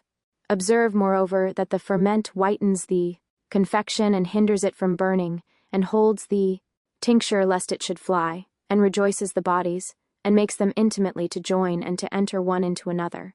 And this is the key of the philosophers and the end of their work, and by this science bodies are meliorated, and the operation of them, God assisting, is consummate itself. But as the solar luminary is the medium that perfects all sublunary nature, subliming by his hemes of light heat, so does our soul of gold, writes the scholiast, which is the true orific principle. Even as a medium, perfect all the other 7 bodies, te to signify here, according to Hermes, the inferior spheres of vitality in which it moves. For though the virtues of the philosopher's gold are manifold, when applied to external nature, restoring her energies, and converting les circonferential manifestatintes into their central whole conditionedly, yet these things are not so much denoted in the paragraph which refers to the spontaneous operations of the divine law in life. This is a very favorite homology with the alchemists, and eminently suggestive. Ilermos therefore advises us to meditate here, that we may imbibe the principle of perfecting in our understanding, and observe that except the paste of flour be leavened, or any liquor receive the ferment of its own advanced virtue, it will not, he exulted, but die and corrupt in the inferior elements of its nature. See the Scholium and Basil Valentine's chariot of antimony throughout, and the stone of fire. In saying that the Pharmont whitens the confection, our author may be thought to contradict what has been before stated, but he only confounds the order of his instruction, retrograding at the latter end, for the fermentive light is indeed white buforo. The multiplication of its internal form has rubified it, and the silvery spirit is made manifest before the solar ray. Take the white, dire, and dignified herb, Sea Maria, which grows upon the little mountains, grind it fresh when it is arrived at its decay, but, through negligence and a false opinion of the matter, the operation may be perverted, as a mass of leaven growing corrupt, or milk turned with rennet for cheese, and musk among aromatics. The sure color of the golden matter for the red, and the nature thereof, is not sweetness. Therefore we make of them sericum, i.e. elixir, and of them we make the enamel of which we have already written. And with the king's seal we have tinged the clay, and in that have set the color of heaven which augments the sight of them that see. Term and hour, for in it is the genuine body which evaporates not, neither does it at all flee from the fire. But, after this, it is necessary to rectify Kibrik and Zebeth, the soul and spirit, upon this body, the 2 fumes which comprise and embrace each other in the 2 luminaries, and to put them upon that which softens them, which is the accomplishment of the tinctures and spirits, the true weights of the wise. Then, having ground the whole, put it to the fire. Admirable things will then be seen. There is nothing further required but to maintain a moderate fire, after which it is wonderful to see how, in less than an hour, the composition will pass from one color to another, till it comes to the perfect red or white. When it does, then abate the fire and open the vessel, and when it is cold, there will appear in it a body clear, shining like a pearl, or the color of wild poppy mingled with white. It is then inserating, melting, penetrative, and one weight of this body cast upon 12,000 of the imperfect metal will convert it into gold. Behold, the concealed secret, and these 2 fumes are the root of the Hermetic science, which, being of one root, are separated, dissolved, and united so often until Their fermentive virtue survives the utmost efforts of art or nature any more to decompose. See the Sciolium in Maria Practica, and Freiherr's analogy on. An unskillful artist may doubtless make errors in this art as in any other, either in chemistry or in housewifery, without understanding the proper method and matter of fermentation. The remark of the master, therefore, needs not further illustrating. The apparition of the now light to the outward qualifications of the spirit is not welcome or sweet at first, but causes a terrification of the whole circumferential life. The wrathfulness is mightily exasperated by this appearance of love, says the Thenfist, and presseth violently to swallow it up in death, which actually it doth, but perceiving that no death can be therein. The love sinketh only down, yielding up itself unto those murderous properties for a while, and displaying among them its own loving essentiality. Thus is found at last a poison to death and a pity. The stone, therefore, is the most precious gold without spots, evenly tempered, which neither fire nor air, nor water nor earth is able to corrupt, for it is the universal ferment rectifying all things in a medium composition, whose complexion is yellow and a true citrine color, the gold of the wise, boiled and well digested with a fiery water makes elixir, for the gold of the wise is more heavy than lead, which in a temperate composition is the ferment elixir, and contrariwise in our temperate composition is the confusion of the whole. Lents to hell, for the wrathful properties are terrified at this entering of love into them, which is contrary to their quality, and renders them weak and impotent, so that they lose at length their own will, strength, and predominance. See Freiherr's analogy at the end. By the king's seal, Hermes signifies the great law of light or universal reason, which is finally impressed upon the regenerated vitality of nature. This most precious stone, are we at length to conclude then, is light essentialized artificially in its proper substance, and exalted by fermentation into an immutable magnet, able to draw and to convert the radical homogeneity of nature into its own assimilative accord? Yet this is an ultimate promise only, and the reward of ardent and continual toil. The art offers many intermediate benefits by the way, alluring health, science, and riches of her mineral stores. Our stone, says the adept, drives away and cures all sorts of maladies whatever, and preserves anyone in good health. To the last term of his life, it tinges and can change all metals into silver and gold, even better than those which nature is accustomed to produce, and, by its menus, crystals may be transformed into precious gems. But, if the intention be to change metals into gold, it is requisite they should be first fermented with the mole pure gold, for otherwise the imperfect metals would not be able to support its too great and supreme subtlety, but there would ensue loss and damage in the projection. The imperfect metals also ought to be purified, if anyone will draw profit therefrom.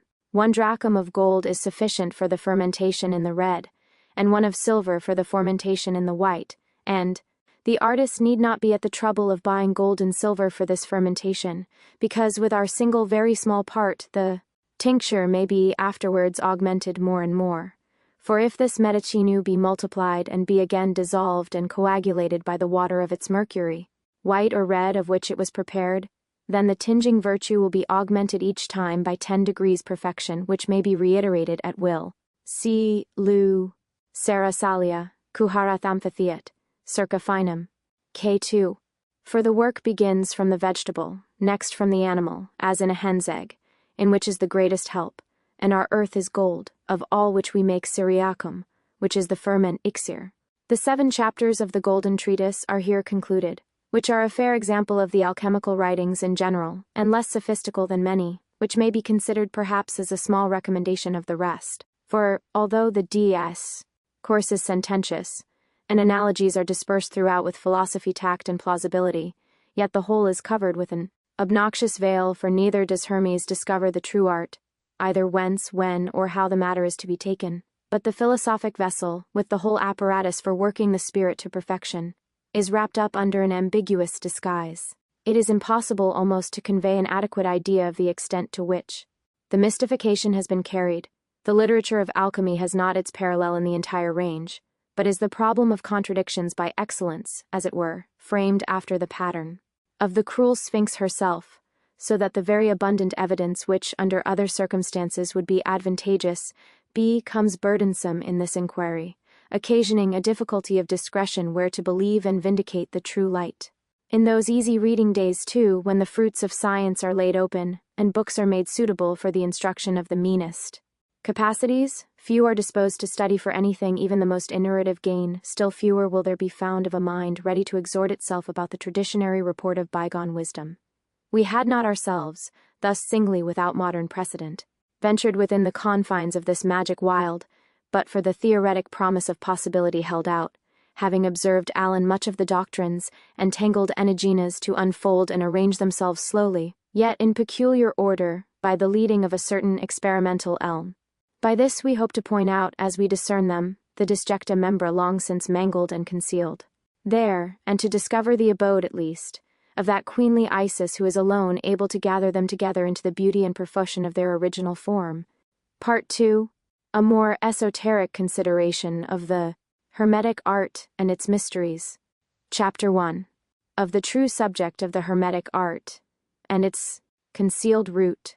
Opus vobiscum, et apud vos est, quod intus aripiens et per. Manina in terra, vel in mare haber potes. Tractatus aureus cap. Ersta. Hitherto we have regarded this, eustic, labig, rinth of alchemy from without, considering the superficial scheme only. Before we enter, it may be well to offer the consenting reader our clue, lest, observing merely our indirect and sudden outset, he suppose the way mistaken, and losing faith accordingly, should decline to pass on with us further towards the end. For the paths through which we would conduct him are dark, intricate, lonely, and in a measure fearful, far receding, and out of reach of this outer daylight, with all its corporeal witnesses and scenes. Nor has the way become smoother from being so long a while untrodden. We shall have to thread many windings, to pass round and through thick tangles of doubt and overgrown prejudice, which time has accumulated and thrown up together at the gates, before we can hope to enter the sanctuary of our Minerva, much less behold the sacred light which burns there before her pure presence forever, refulgent and still. No modern art or chemistry, notwithstanding all its surreptitious claims, has anything in common to do with alchemy, beyond the borrowed terms, which were made use of in continuance chiefly to veil the latter, not from any real relation, either of matter, method, or practical result. For though aqua fortis and aqua regia seem to dissolve metals, and many salts be found useful in analysis, and fire for the tearing in pieces of bodies, yet nothing vitally alterative is achieved, unless the vital force be present and in action. But modern art drives out, in fact, the very nature which the ancients prized, distilling and dissecting superficies, harassing forever, without the more evolving any true cause, and then some conlude, summarily, there is no cause. Just because their notion of experience and method of experimenting are superficial and essentially atheistic. The pseudo-alchemists dreamed of gold and impossible transformations, and worked with sulfur, mercury, and salt of the mines, torturing all species, dead and living, in vain, without rightly divining the true identity of nature. The means they employed were from literal readings of receipts. They had no theory whereby to direct their research, and making trial of nature, as if she were a thing of chance, by chance, found nothing. Some few of superior imagination to these, who had glimpses of the universal subject, endeavored to draw light into the focus of their vessels, to compress and entice the ether by magnetical disposition and attractions, of various kinds, but their hopes too were vaguely based. There was no wisdom in their magistery, being ignorant of that internal fire and vessel of the adepts, so essential to the accomplishment of the Hermetic work. For how hardly should they divine without instruction, or interpret the dark hieroglyphic seal? It is declared, in the ancient book of Tobit, to be honorable to reveal the works of the Lord, but good to keep close the secret of a king and the old adepts, as if emulous of the sacred ordinance, whilst they display all the grandeur and abundant riches of his monarchy, make little or no mention of the king at all. And whilst the light has remained so long under the bushel of ignorance, with the divine wisdom under the hark of the law, it is deplorable to think how many worthy and truth-loving intellects have languished and perished for lack of knowledge too that is attainable, since it has been attained. For their few sakes we now write therefore, and feel emboldened to hazard evidence of the forbidden truth, and without, we trust, transgressing the spirit of the prophet's advice, it may be allowed to lay open the regalia so far as shall induce inquiry, and a more respectful consideration than heretofore. The inquiries hitherto made by us concerning the physical basis of the Hermetic science have helped to identify it with a matter now, at best, hypothetically conceived of only, since the means of proving it are unknown, and the obscure instructions of the ancients concerning the nature of their conceptive vehicle has caused incalculable error and confusion. And though the days of gross credulity have passed away and a more wide, spread education has helped to awaken the common sense of mankind to a perception of the improbable and ridiculous in most things, yet other obstacles supervene, as great if not more obnoxious to the pursuit of causal science. The human mind, indeed, has been so long unaccustomed truly to know anything, or even think of, much less investigate, its own intrinsical phenomena, that to speak of them at the present time may subject us to every imputation of error and presumption. And why? A barren period has supervened, and man has no longer any experience in the life of wisdom, nor yet surmises the virtue that is in him, to prove and magnify the universal source. Yet that was the foundation of the whole Hermetic Magistery, whence it is said that if the wise had not found a proper vessel in which to concoct it, the ethereal corner stone would never have been brought to light. This Halley declares, and Marian, and Albert, saying that the place is the principle also of the supernatural generation, and Hermes, vas philosophorum est aqua coram. But they do not openly reveal either, as Maria concludes in her admonition.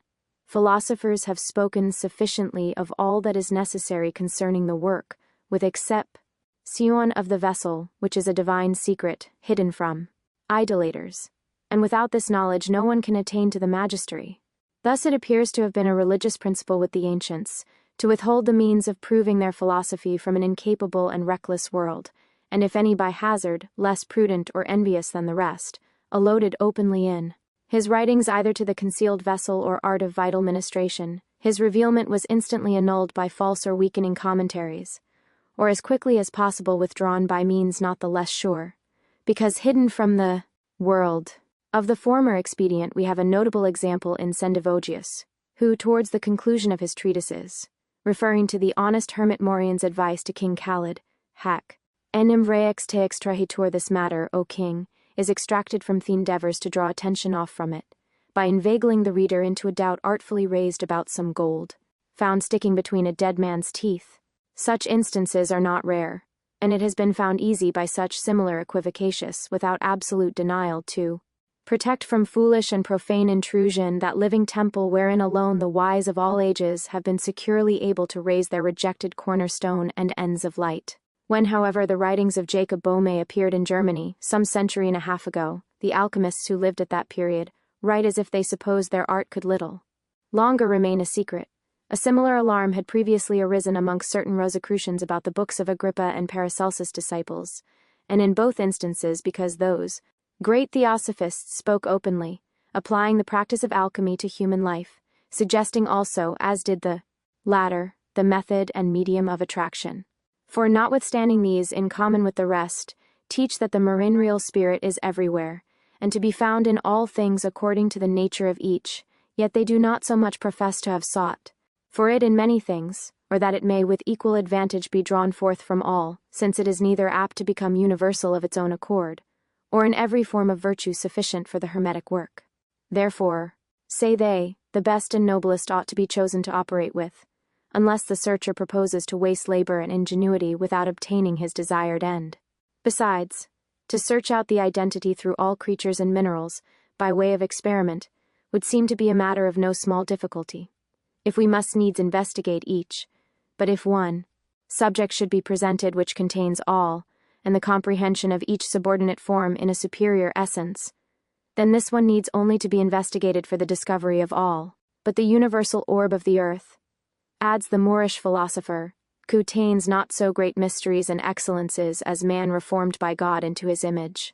And he that desires the primacy amongst the students of nature will nowhere find a greater or better reserve to obtain his desire than in himself, who is able to draw to himself the central salt of nature in abundance, and in his regenerate wisdom possesseth all things, and with this light can unlock the most hidden and recluse mysteries of nature. As Agrippa, moreover, testifies, that the soul of man, being estranged from the corporeal senses, adheres to a divine nature, from which it receives those things which it cannot search into by its own power. For when the mind is free, the reins of the body being loosed and going forth, as out of a close prison, it transcends the bonds of the members, and nothing hindering, being stirred up in its proper essence, comprehends all things. And therefore, man was said to be the express centrum nature concentratum, page 40, and c. image of God, seeing he contains the universal reason within himself, and has a corporeal similitude also with all, operation with all, and conversation with all. But he symbolizes with matter in a proper subject, with the elements in a fourfold body, with plants in a vegetable virtue, with animals in a sensitive faculty, with the heavens in an ethereal spirit and influx of the superior parts upon the inferior, with the angelical sphere in understanding and wisdom, and with God in all.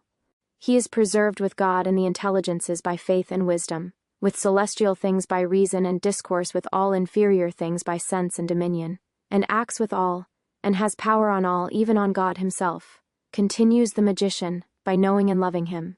And as God knoweth all things, so man, knowing him, also can know all things, seeing he has for an adequate object being in general, or, as some say, truth itself, neither is there anything found in man, nor any disposition in which something of divinity may not shine forth, neither is there anything in God which may not also be represented in man.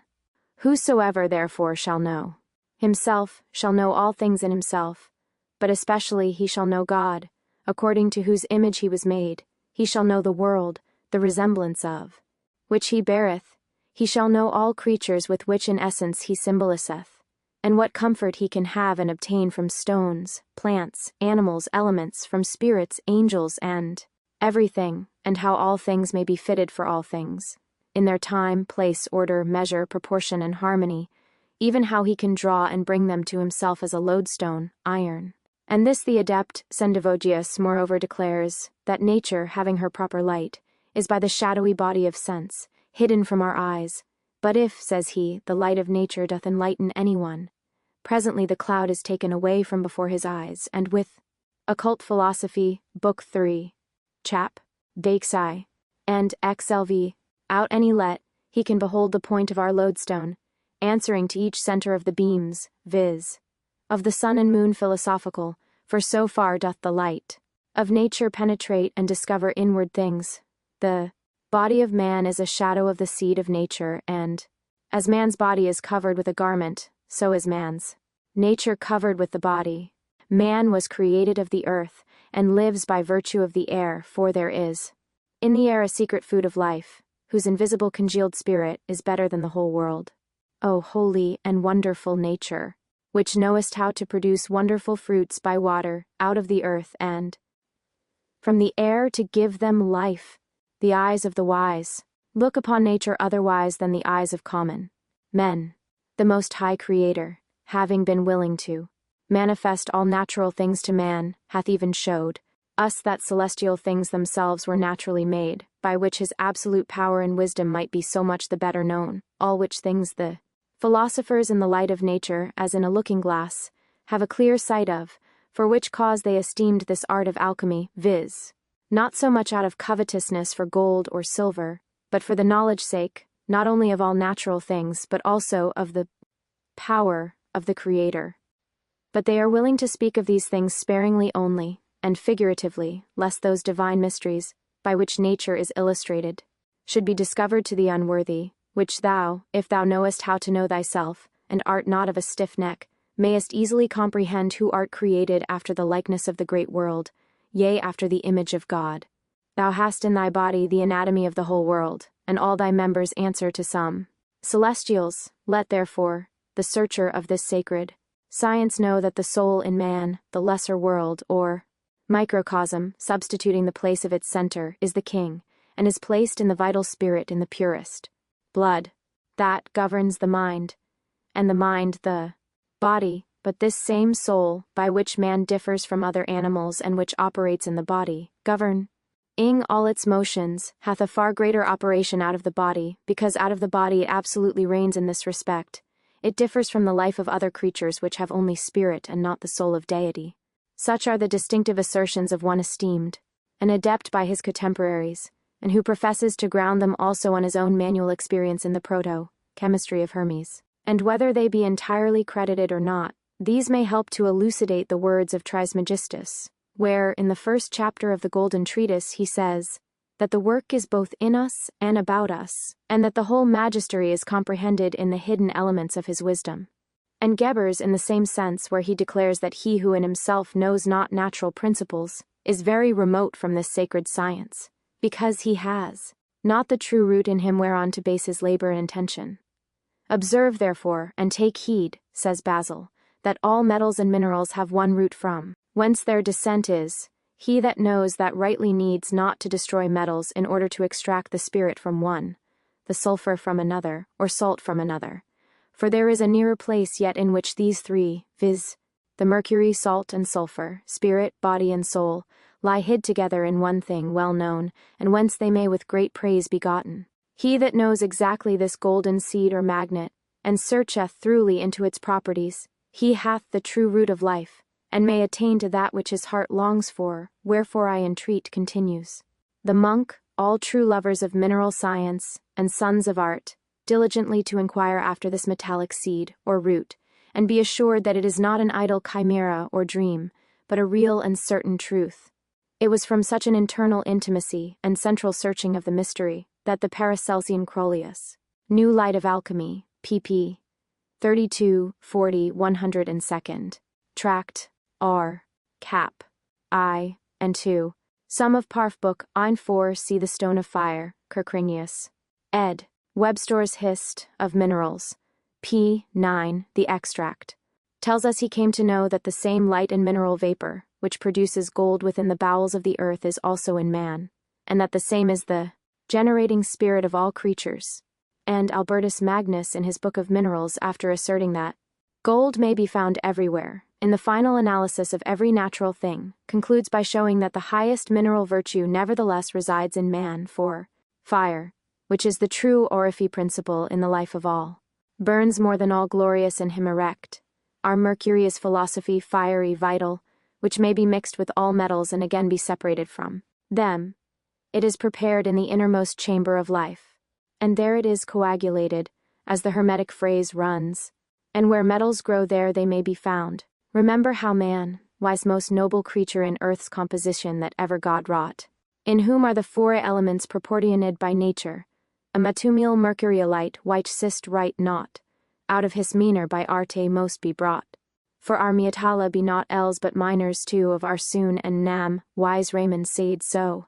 And though the philosophers have chosen to say little about it, on account of the shortness of life, and the length of this work, as Maria says, yet they themselves found out these hidden elements, and themselves increased them.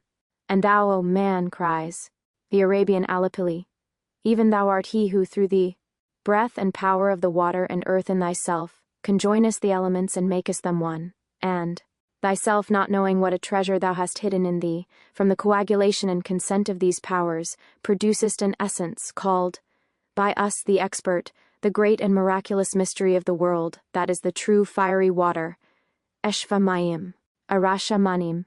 Yea, it surmounts in its power the fire, air, karth, and water, for it dissolves radically, incrudates even the Icrolius philosophy reformed, p. 105, Trail Aureus, Terrius Scholians Cap, I. Ripley's admonition of erroneous experiments. Mature, constant, and very fixed, fiery and abiding mass and matter of gold, and reducing it into a fat black earth, like to thick spittle, wherein we find a water and the true salt destitute of all odor, vehemency, and corrosive nature of the fire, there is nothing in the whole world besides to be found which can do this, to which nothing is shut, and though it is a precious thing, more precious than everything, yet the poor as well as the rich may have it in the same equal plenty. The wise men have sought this thing, and the wise men have found it. And it behoves him, therefore, who would be introduced to this hidden wisdom, says Hermes, to quit himself from the usurpations of vice, to be good and just and of a profound reason, ready at hand to help mankind, for these subtle chemical secrets may never be handled by the idle or vicious unbelievers of these matters in which they are only ignorant, who, being destitute of light, defile by an evil imagination the very spirit that ought to be refined. Omni aurum est deis, sed non omni, as estorum, and the true physician, according to Crollius, whom Paracelsus calls a natural divine, is true, sincere, intelligent, faithful, and being well exercised in the vital analysis of bodies, knows that there is no constant quality of any body which is not to be found in the salt, mercury, and sulfur thereof. And these three principles of attraction, repulsion, and circulation, the universal accord of life, are everywhere and in all. Blood containeth the three things I have told, and in his tincture hath nature of gold. Without gold, no metal may shine bright, without blood and hody hath light, so doth the greater and lean world still. Hold the circle according to God's will. Blood both true proportion of that elements four, and of the three parts spoke of before, for blood is the principal matter of each thing, which bath any manner of increasing. First Centrum Nature Concentratum, pp. 80-81.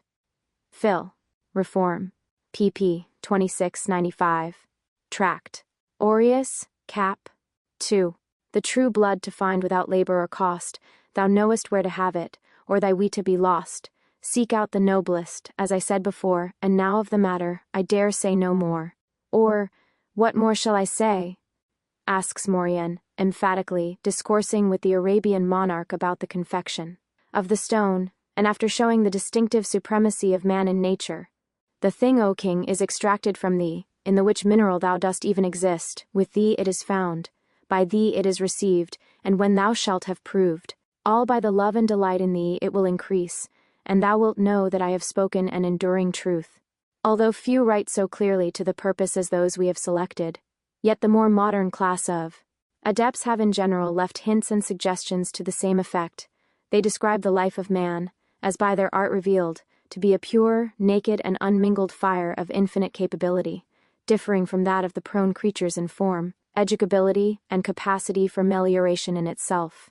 And though it might be supposed, according to the alleged diffusion of the matter, that, if the art of separating it were known, it might be taken anywhere, which in part also is true, yet we may consider the object was not simply to obtain the matter or prove it only, but to improve, perfect, and bring the causal light to manifestation. And in what our human circulatory system differs, and occultly approximates, so that it can be made to comprehend all inferior existences, and supersede nature in her course, may be gathered from this philosophy, and many reasons are given why the most noble subject was chosen, and this only vessel for its elaboration. The foregoing evidence, however, without more defense at present, may help to lead on the inquiry to a more explicit ground. Attraction is the first principle of motion in nature, this is generally admitted, but the origin of this universal attraction is occult and incomprehensible to the ordinary human understanding.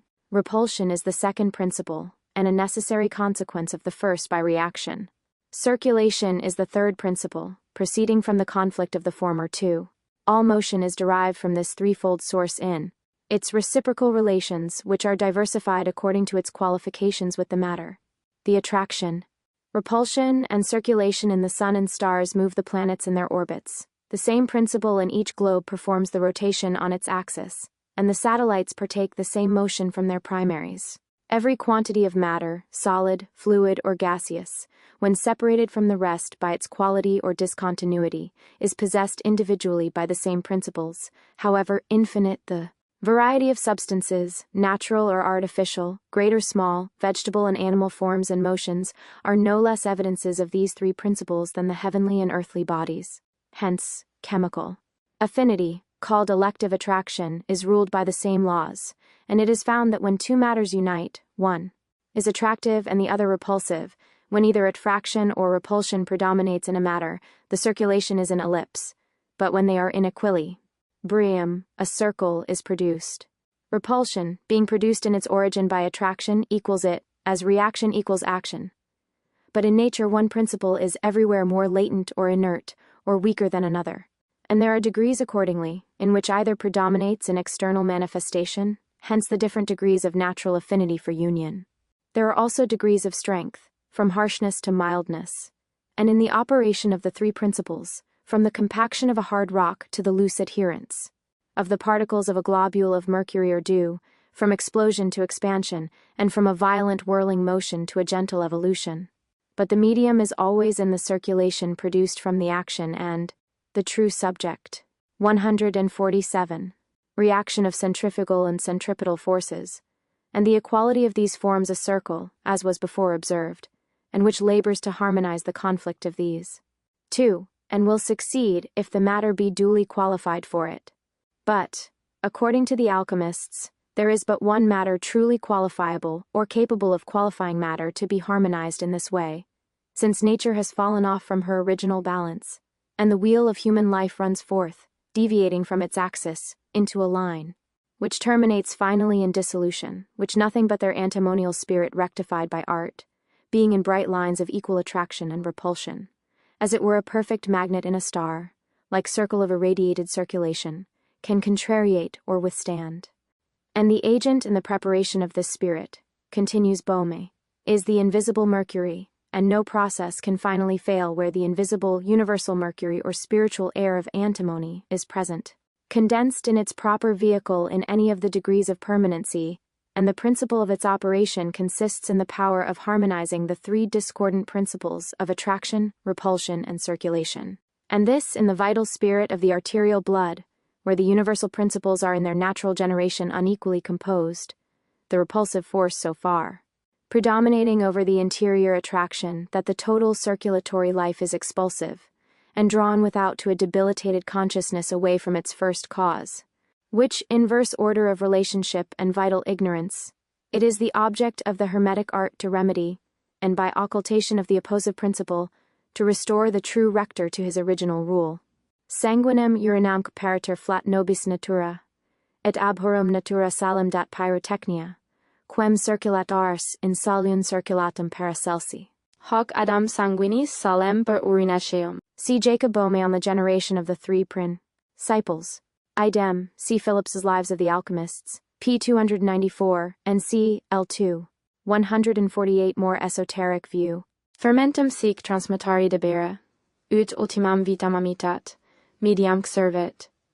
Saucidinem cretinit, si fixum solvas faciasque volare soludum, et voluerem figas, faciunt te vivere tutuin solve, coagula, fige. This know therefore, says Hermes, that except thou understandest how to mortify and induce generation, to vivify the spirit, to cleanse and introduce light, until they fight and contend with each other, and grow white and freed from their defilements, rising as it were from blackness and darkness, thou knowest nothing, nor canst perform anything, but if thou knowest this, thou shalt be of a great dignity. All which our modern exponent, further illustrating the Hermetic process, confirms.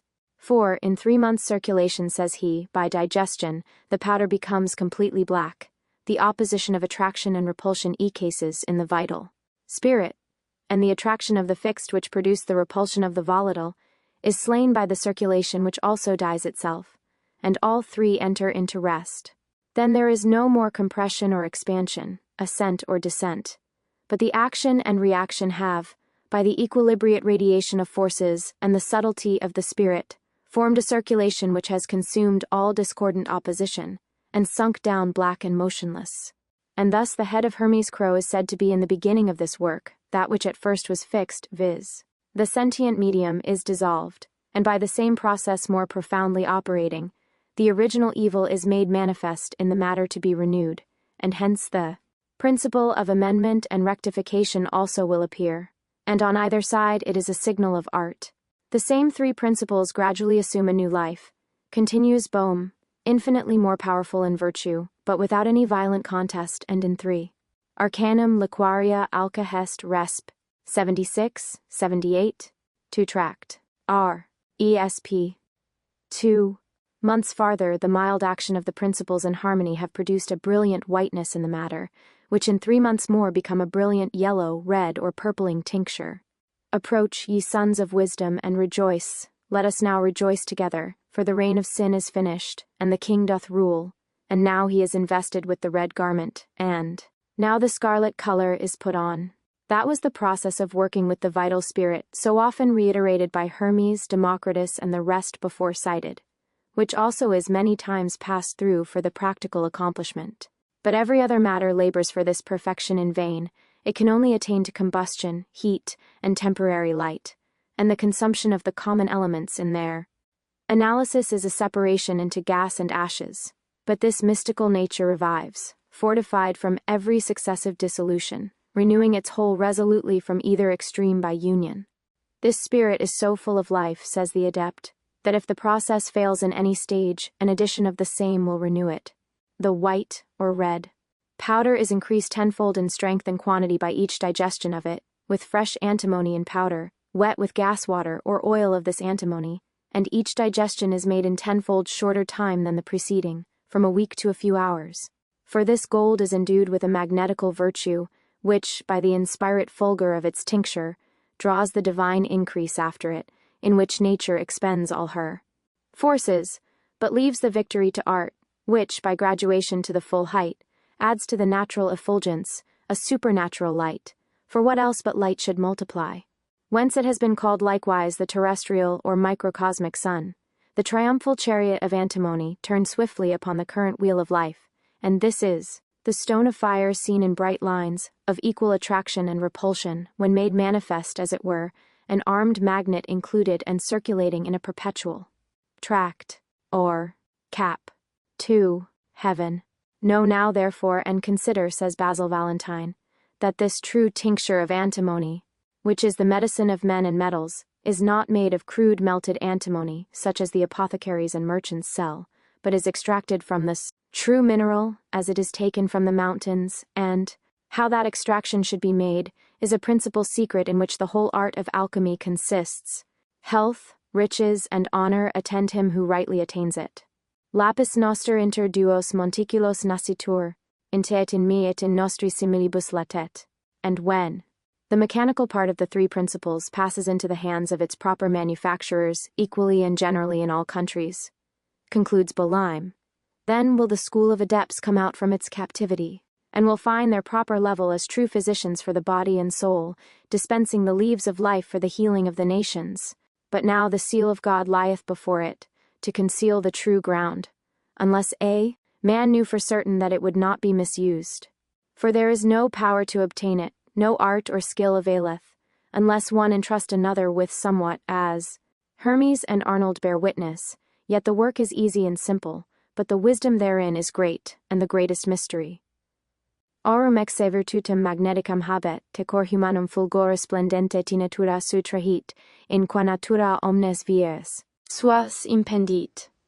Reservata tamen ardis industria victoria, ut per graduationem supream, quam splendore naturae adjungit, infinit ien super arta possit, unde nomen solis terrestris acquisivit. Artista igitur labore suo calorem aureum, in cujus pretiosa opera perficienda natura vir suas omnes impendit, usque ad summum gradum ruboris obscuri exaltat, qua augmentatione metallo imperfecta incerta quantitate, ratione gradus naturalis, per projectionem ti naturae huius. Artificialis altius ascendunt et colorantur, eo ipso monatrans, quod coloristo aureos, per naturam in auram introductus, tantam via aliqua sit ad ridinem, in qua complectur perfecta, virtudis ad conservandum, et multiplicandum jacet. Tractatus de Vircel, Noisement. p. 164. 2 Triumphal Chariot of Antimony, by Kerkringius, English edition, p. 146. M. Dunstani Tract, Secret, in it. See Boehme's Epistles, and early part of the 40 Questions. The greatest mystery of all is in existence, and the only mystery, and as fire and light are one and everywhere perceived after the same manner, so is life in every particular the same inscrutable identity through all. Or does a vast and filled creation hang before our eyes, and we think it to be without a foundation? Do we ourselves exist and consciously breathe? Denying a mystery, or rather admitting this, does any doubt that it is discoverable? Does not everything imply a necessary cause, and is not each sustained still living in the same? And is it not absurd to suppose that we are entirely depending on externals, or ilmat being in part self, dependent, we are so far depending on nothing? If, therefore, we contain within us a proper principle of being, why should not this thus proximate be known? Behold, says the Apostle, he is not far off from every one of us, for in him we live and move and have our being. And again to those forgetful Athenians, God made man to the end that he should seek the Lord, if haply he might feel after him and find him. And is not this a promise worth the certifying, an end worthy to be sought out, to feel and know God? Seek and ye shall find, knock and it shall be opened unto you. Yet it remains hidden still, and that Philalethian Welshman Vaughan indeed advises that we give ourselves no trouble about these mysteries, or attempt to dabble in the subtle philosophy of wisdom, until we have a knowledge of the protochemy artifice, for that by means of this, and this only, the true foundation is discoverable, and without it nothing can be intrinsically understood. It were a foolish presumption, he observes, if a lapidary should undertake to state the value or luster of a jewel that is shut up, before he opens the cabinet, yet men will presume to judge of invisible celestial things, which are shut up within the closet of matter and all. And his discourse of the three principles before referred to, containing passages to the same effect. Alt 16th, 27, 28th, the while perusing the outside which is the crust of nature, but I advise them to use their hands and not their fancies, and to change their abstractions into extractions, for verily as long as they lick the shell after their fashion, and pierce not experimentally into the center of things, they can do no otherwise than they have done. They cannot know things intrinsically, but only describe them by their outward effects and motions, which are subject and obvious to every common eye. Let them consider, therefore, that there is in nature a certain spirit which applies himself to the matter, and actuates in every generation, that there is also a passive intrinsical principle where he is more immediately resident than in the rest, and by mediation of which he communicates with the more gross material parts. For there is in nature a certain chain or subordinate propinquity of complexions between visibles and invisibles, and this is it by which the superior spiritual essences descend and converse here below with the matter. But, he continues, have a care lest you misconceive me. I speak not in this place of the divine spirit, but I speak of a certain art by which a particular spirit may be united to the universal, and nature by consequence be strongly exalted and multiplied. And Agrippa speaks yet more specifically to this point, where, in the third book of his occult philosophy, he declares, calling Apuleius also to witness, that by a certain mysterious recreation and appeasing, the human mind, especially, that which is simple and pure, may be converted and laid asleep from its present life so utterly as to be brought into its divine nature, and become enlightened with the divine light, and withal receive the virtue of some wonderful effects. Both these passages are an allusion to the art of alchemy, and this, persists Agrippa, is that which I would have you know, because in us is the operator of all wonderful effects, who know how to discern. Anima Magia Abscondita, pp. 10, 11. Book 3. Cap. Ex Silvia. And to effect, and that without any sin or offense to God, whatsoever the monstrous mathematicians, the prodigious magicians, the envious alchemists, and bewitching necromancers can do by spirits, in us, I say, is the operator of miracles. Not the bright stars of the skin, nor flames of hell, but the Spirit begetting all doth in us dwell. How many earnest and curious books there have been written relative to the powers of magic and transformations by spells, talismans, and circumstantial conjurations of all sorts, which, taken according to the letter, are ridiculous without the key. But the records of alchemy are, above all, calculated to mislead those who have gone abroad, thoughtlessly seeking for that perfection which was to be found only by experimentally seeking at home within themselves. Quid miram nocere mundum, si possunt homines. Quibus est emundus in ipsis, exemplum cadei quisci et in imagine parva. Man then, shall we conclude at length, is the true laboratory of the Hermetic art, his life the subject, the grand distillatory, the thing distilling and the thing distilled, and self, knowledge to be at the root of all alchemical tradition? Or is anyone disappointed at such a conclusion, imagining difficulties, or that the science is impracticable because it is humanly based? Or some may possibly think the pursuit dangerous or inexpedient or unprofitable, scientific investigation having been so long and successfully carried on in every adverse direction. Behold, we invite not the unwilling, nor will these studies be found to reward the sordid. Succor after riches or gold only. Such may find better employ and easier emolument from the abundant offering of the precious metal upon earth, nor do we anticipate that many will in the present day be attracted to our goal. Yet, notwithstanding so much skepticism, and the slur which ignorance has eased now for centuries upon every orly creed and philosophy, modern discoveries tend every o'er to reprove the same, identifying light, as the common vital sustenance, to be in motive accord throughout the human circulatory system with the planetary spheres and harmonious dispositions of the occult medium in space, and as human physiology advances with the other sciences in unison, the notion of our natural correspondency enlarges, proving things more and more minutely congruous, until at length, the conscious relationship would seem to be almost only wanting to confirm the ancient tradition and lead into its full faith. Yet on no ground with which we are now actually acquainted, could it be proved that man is a perfect microcosm, wherein, as it was said, the great world and all its creatures might be. Summarily discerned, we have no evidence of any such thing. Our affinities with external nature are bounded in sense, and our knowledge of her integral operations is proportionally defective. All that we do know is learned by observation, and we should be hardly induced, from anything we are commonly conversant with, to conclude that self-knowledge would be a way to the knowledge of the universal nature. Yet this was taught and believed formerly, not either as if it were an arbitrary conceit, but as a truth understood and proved beyond speculation. It may be well to observe, however, and lest misunderstanding should at all arise in this respect, that it is not so much with reference to physical particulars, either to the perfection of his bodily constitution, or because he is composed of the four elements, that man was formerly distinguished, for these other animals and vegetables even partake, and often in a superior degree, but it was rather on account of a divine reason, an occult principle of causal efficience, said to be originally resident in his life, that man was made to rank so high in the Kabbalistic scriptures and schools of antique experience.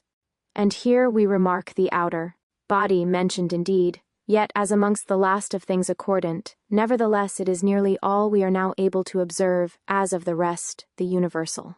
Reason so magnified in its ethereal vehicle, very meager evidence is afforded to the senses, or this life. Yet man, say they, is demonstrated to be a compendium of the whole created nature, and was generated to become wise and have a dominion over the whole of things, having within him, besides those faculties which he exerts ordinarily and by which he judges and contemplates sensible phenomena, with the germ of a higher faculty or wisdom, which, when revealed and set alone, all the forms of things and hidden springs of nature become intuitively known, and are implied, essentially.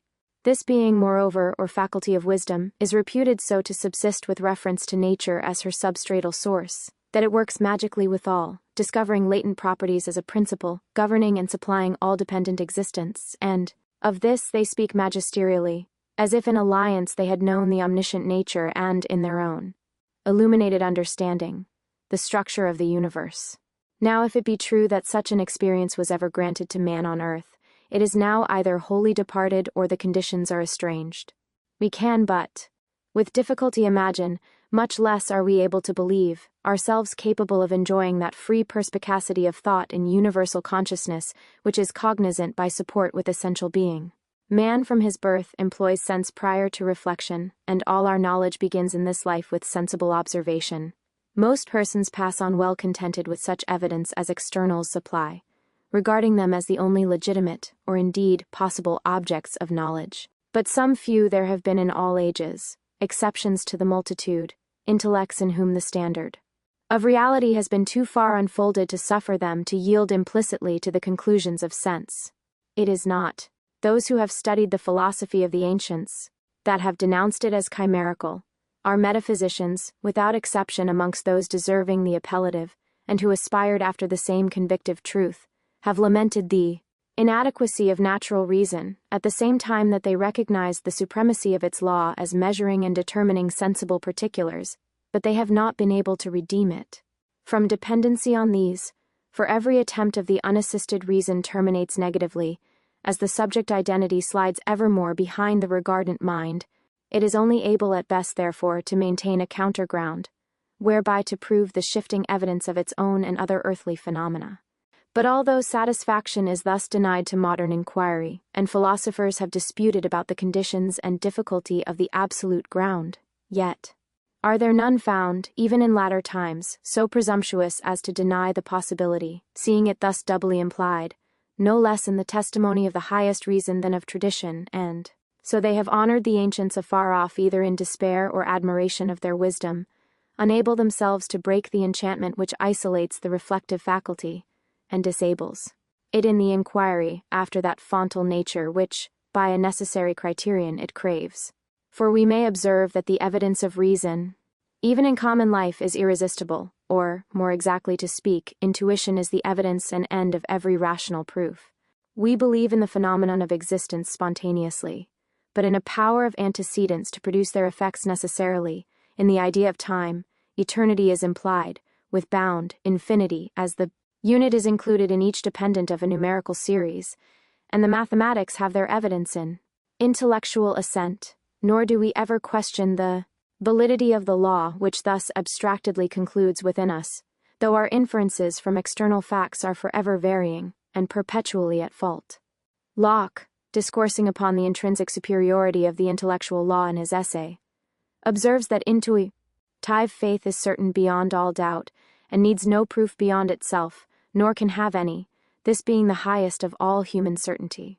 And it is this very truth that a no less eminent French philosopher, Victor Cousin, has successfully employed within these few years, to shake the sensual system of Locke and Condillac to its foundation. And this subsistence of universals in the human mind deserves to be profoundly considered by all who are interested in the pursuit of truth, for it includes a promise far beyond itself and stable proof of another subsistence, however consciously unknown. Thus, if ordinary conviction is not attained but by an assurance of reason to itself, and if, in the discovery of and assent to universal propositions, there is no use of the discursive faculty or of external facts to witness, if, in short, we really know anything of self, evident intellectual necessity, independent of sensible persuasion, then does it not follow there is a higher evidence of truth than the senses afford, and a superstantial nature of things implied which, though now latent and succeeding in order of time, is first in thought absolutely, and in the circular progression of nature may be so practically manifested at last? Aristotle compares the subsistence of universals in the natural understanding to colors, since these require the splendor of the sun to discover their beauty, as do those the inspiring afflux of their fontal illumination. Therefore, too, he denominates human reason, intellect and capacity, both on account of its subordination to essential intellect, and because it is from a new awakening, a divine recreation as it were, that it conceives the full perfection of a life in accordance with its own intelligible beauty, goodness, and truth. Thus, strictly regarding the intellectual law, as it proves and orders inquiry in common life, we have an image, as it were, an embryo conception of that archetypal wisdom which the ancients celebrated as Éléments de psychologie, and C. Paris, 1836, the occult essence of that law. And here we remark the grand divergence between modern and ancient metaphysics, that same law which the former recognizes but as an abstract boundary of thought only, having its object in sensibles, the latter proclaims absolutely to be the Catholic subject of the great efficient force of nature, as known also, and proved in the human conscience, when this is purified and passed back into contacting experience with its source. Odd, this was wisdom, intellect, divinization, and the true man, according to Plato and the Aristotelians, is this intellect, for the essence of everything is the summit of its nature, and as man is the summit of this sublunary creation, and reason is the highest faculty with which he is here endowed. Should not this probably be the next in progress to make manifest the alleged divinity of his first source? Less doubt should still lurk, however, about such a divinity, and whether the notion is rightly conceived. According to the teaching of the best philosophers, it may be well to bring them forward here, speaking for themselves.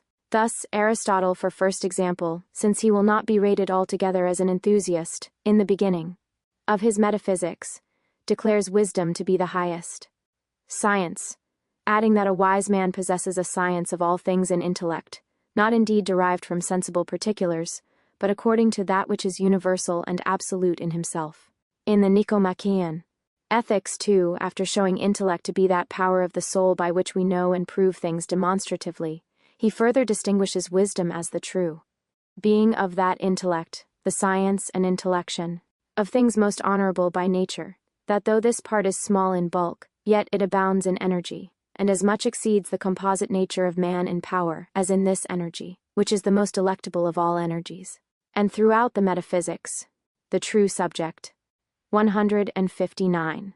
But more especially in the 12th book, he demonstrates the necessary subsistence of incorporeal, i.e. essential, being, and its efficacy in operation when, by the help of certain mystical exercises and preparations, The human understanding medium is made to pass into contact with its antecedent cause, that then it becomes to be a life in energy, and enjoys the most exalted and excellent faculty of discernment, which was before occult, and the knowledge of which is inexpressibly blessed, and not to be conceived of by such as are not duly initiated and capable of this deification.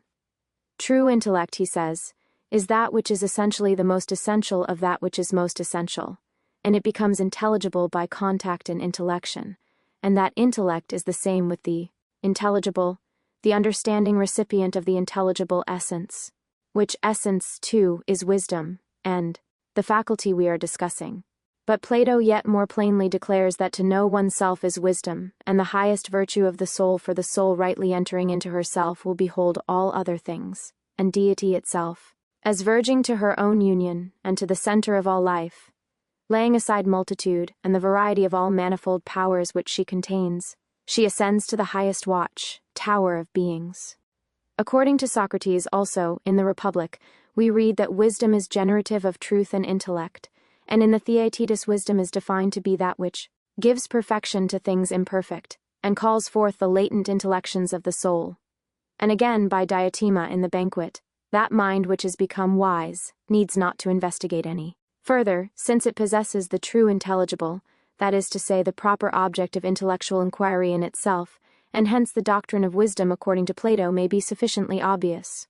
But wisdom, says the Pythagorean Archytas, as 1 Metaphysics, Book 12, Chap. 7. See the first Alelades, page 90, and Pinellas on the Theology of Plato, lib.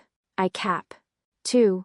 Taylor, much excels all the other faculties as sight does the other corporeal senses, or the sun, the stars, and man was constituted to the end that he might contemplate the reason of the whole nature, in order that, being himself the work of wisdom, he might survey the wisdom of the things, which exist. Wisdom is not conversant with a certain definite existing thing but simply with all things, and so subsists with reference to all that it is the province of it to know and contemplate the universal accidents of things and discover the principles of all being. Whoever therefore is able to analyze all the genera which are contained under one and the same principle and again to compose and connumerate them, he appears to be wise, and to possess the most perfect veracity. Further still, he will have discovered a beautiful place of survey, from which it will be possible to behold divinity in all things that are in co-ordination with and successive to him, subsisting separately and distinct from each other. Having likewise entered this most ample road, being impelled in a right direction by intellect, and having arrived at the end of his course, he will have conjoined ends with beginnings, and will know that God, who is the principle, middle, and end of all things which are accomplished according to justice and right reason. Here again we have a faculty discussed which is far above ordinary reason, since this verges to sensibles, and is dependent on them. But wisdom implies the whole of life, being returned into its principle, and coming into the consciousness of a vision at once powerful and sublime.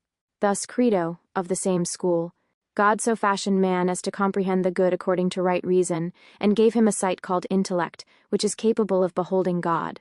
For it is not possible without God to discern that which is best or most beautiful, nor without intellect to see God. And every mortal nature is established in this type with a kindred privation of intellect. This, however, is not deprived by God, but by the essence of genitation. The term intellect, as it is here taken in its highest sense, is synonymous with wisdom, and bears the same relation to our intellectual law as does this to the reasoning faculty, being the self, evident antecedent and end of its inquiry, which, according to these philosophers, is God. Pythagoras himself defined wisdom as the science of truth which is in all beings, and Jamblichus, in his Life of the Samian, speaking of wisdom, says that it is truly a science which is conversant with the first and most beautiful objects, i.e. the divine exemplars, and these undecaying possessing invariable sameness of subsistence, by the participation of which other things also may be called beautiful.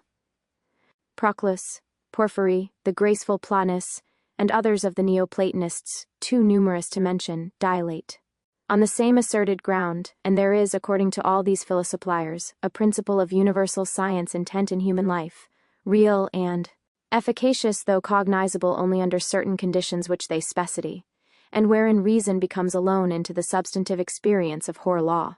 This is that which the Egyptians, industrious searchers of nature, proclaimed upon their temples' front, that man should know himself, and this advice was meant experimentally and ontologically. Though modern fancy has slighted it and taken every ethnic table and mythology in a profane sense. And here we are, reminded of a difficulty in endeavoring to make these positions respecting the nature of true being obvious and of drawing them into a form related to sensible intelligence. Every science is difficult to treat of to the uninitiated mind, and this kind of speculation. One see the fragment in Jamblicus' Life of Pythagoras by Taylor, page 248, Lom, chap. XX Sykes. Idem chap. 2. More particularly is irrelevant to many and naturally abstruse.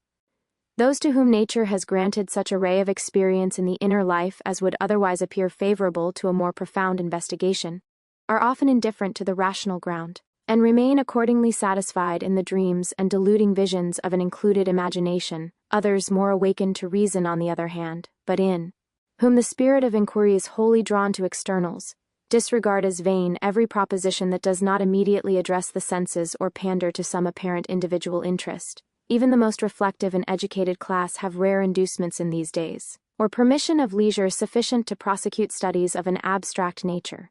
But we have adverted to the independent evidence of universals in the human intellect by way of introduction chiefly, not on their own account abstractly considered, or so much because the ancients rested their proofs of internal science thereon, but because, having once derived a rational ground of possibility, we may be better enabled to proceed with the tradition of the Hermetic mystery and more tangible effects. The doctrine of the Hebrew Kabbalists is one of absolute idealism. The whole world was before their eyes as an efflux of mind, an emanation of the great superstantial law of light, and that sublime commentary, the Liber Zuhar, beams with the revelation of the celestial prototype in humanity, and kindling into reminiscence the fire which burns covertly throughout Holy Writ, addresses the Pentateuch to the understanding of mankind.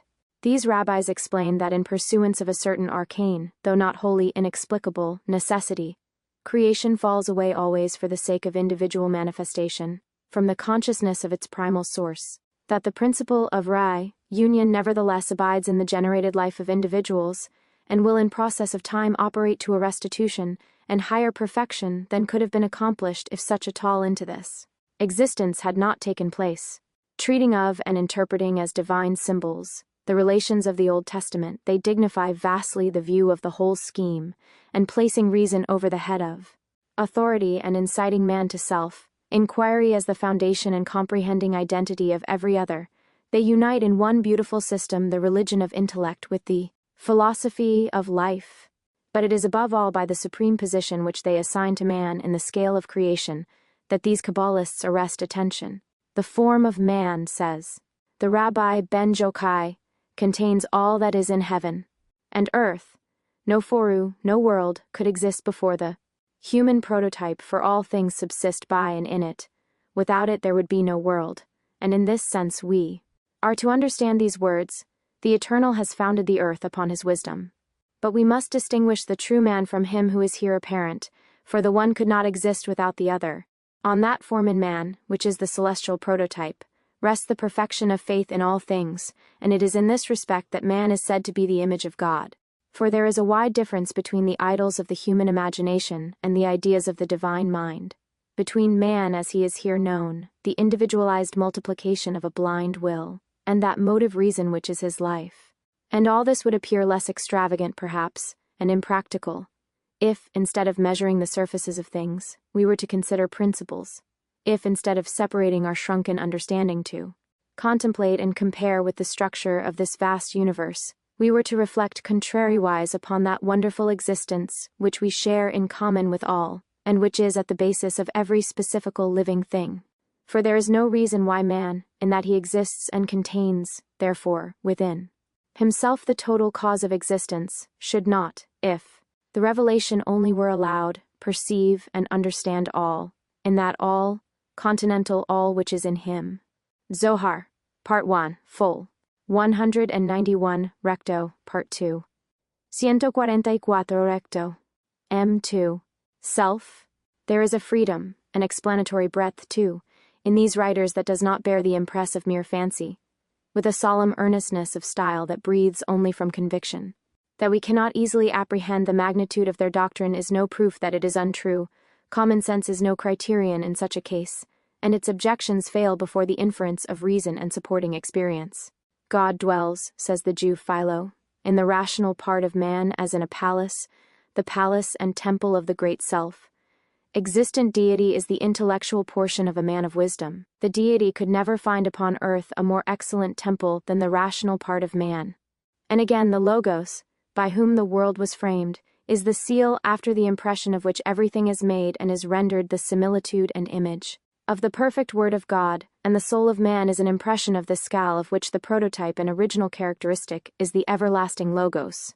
And what is wisdom according to the ancient Hermes? Even the good, the fair, and the blessed eternity look upon all things through it, and the world is subject to thy sight.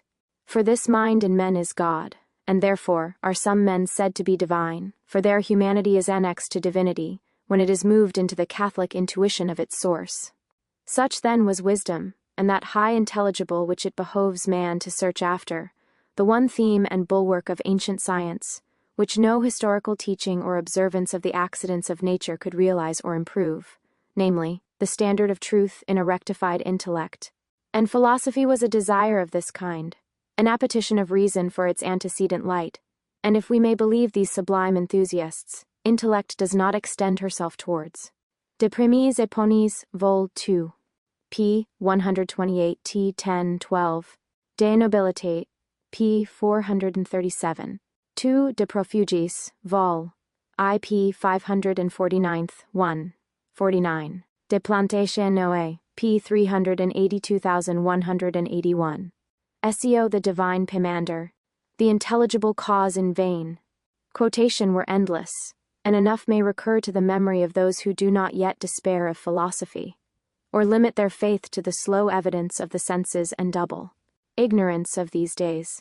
Or, if anyone should further doubt of this wisdom, seeing she did not reveal herself in common arts and sciences of more recent human invention, and regard the whole as an abstract creature of the imagination, he will err from the ancient tradition, which makes wisdom, however far removed from sensibles, to be no inessential thing, but an affirmative opera 5 by hypostasis, informing, invigorating, and sustaining all things in the words of the Stagirite before cited. It is essentially the most essential of that which is most essential.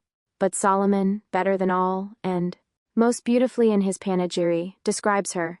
Wisdom, says the wise king, is more moving than any motion. She passeth through all things by reason of her pureness.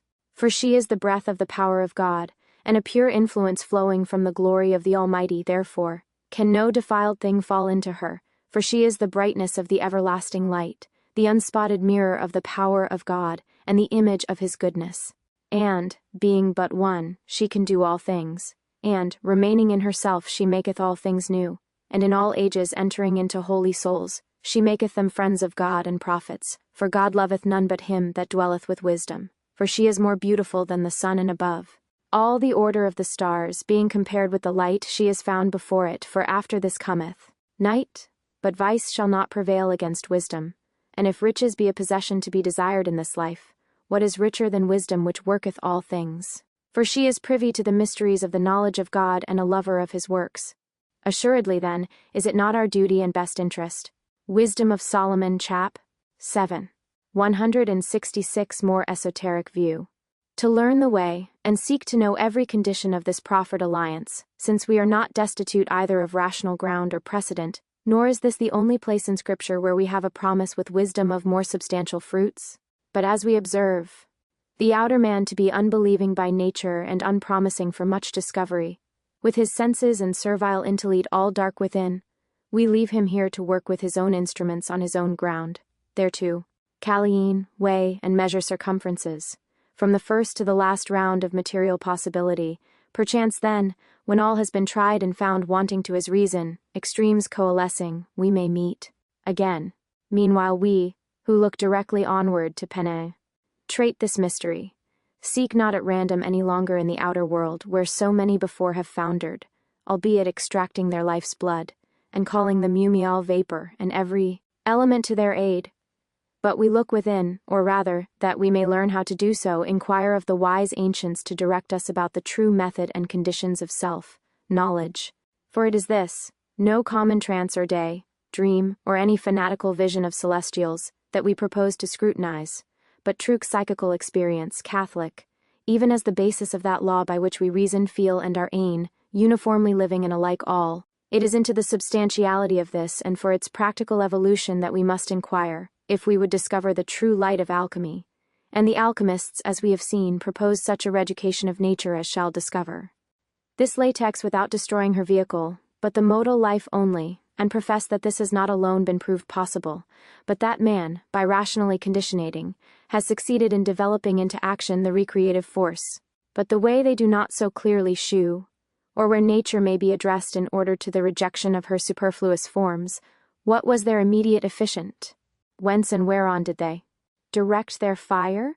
These things, with the laboratory, its vessels and various apparatus they have disguised, as we have already shown, and as a natural consequence, by an incurious world, have been misapprehended and despised. For as Geber, with his usual point, observes, men have thought the confection of gold impossible, because they have not known the artificial destruction according to the course of nature. They have proved it to be of a strong composition, but of how strong a composition they have not proven, and all this because they knew not the verity of altitude, latitude, and of profundity. For how should they, who have never glanced even in imagination towards the causal truth, believe in any other than rhinote effects? The well out of which she is drawn is deep, and not therefore to be fathomed by the plummet of a shallow reason. He must ascend in thought who would, descending, hope to penetratio for us to the superstantial experience of things. For there it is yet hidden, the true light shut up as in a prison, the fountain of universal nature separated off from human understanding by the external attraction of it through the gates of sense. When the soul is situated in the body, says the philosopher, she departs from self, contemplation, and speaks of the concerns of an external life, but, becoming purified from body, will recollect all those things, the remembrance of which she loses in the present life, and Plutarch, who is well initiated in Flea's mysteries, says, the souls of men are not able to participate of the divine nature whilst they are thus encompassed about with senses and passions, any further than by obscure glimmerings, and as it were, in comparison, a confused dream. But when they are freed from these impediments and removed into purer regions which are neither discernible by the corporeal to vent of perf. Cap. 2. Russell's Geber. Bloomfield's Camp of Philosophy, 27. Plotinu Select Works. Taylor, page 387, and c. Senses nor liable to accidents of any kind. It is then that God becomes their leader. Upon him they wholly depend, beholding without satiety, and still ardently longing after that beauty which it is impossible for man sufficiently to express or think, that beauty which, according to the old mythology, Isis has so great an affection for, and which she is constantly in pursuit of, and from whose enjoyment every variety of good things with which the universe is filled, is replenished and propagated. And again, in the opening of the same admirable treatise he observes that to desire and covet after the truth is to aspire to be a partaker of the divine nature itself, and to profess that all our studies and inquiries are devoted to the acquisition of holiness, the end of which, as of all ceremonial rites and disciplines, was that the aspirant might be prepared and fitted for the attainment of the knowledge of the Supreme Mind, whom the goddess exhorts them to search after. For this reason is her temple wherein the eternal self-existent dwells, and may there be finally approached but with due solemnity and sanctity of life. But Psellus, in his luminous commentary on the Chaldaic oracles, further declares that there is no other means of strengthening the vehicle of the soul but by material rites, and Plato, in the first Alcibiades, calls the magic of Zoroaster the service of the gods, and the use of this magic, in the words of the above Psellus, is as follows: to initiate or perfect the human soul by the power of materials here on earth, for the supreme faculty of the soul cannot by its own guidance aspire to the sublimest institution, and to the comprehension of divinity, but the work of piety leads it by the hand to God, by illumination from thence.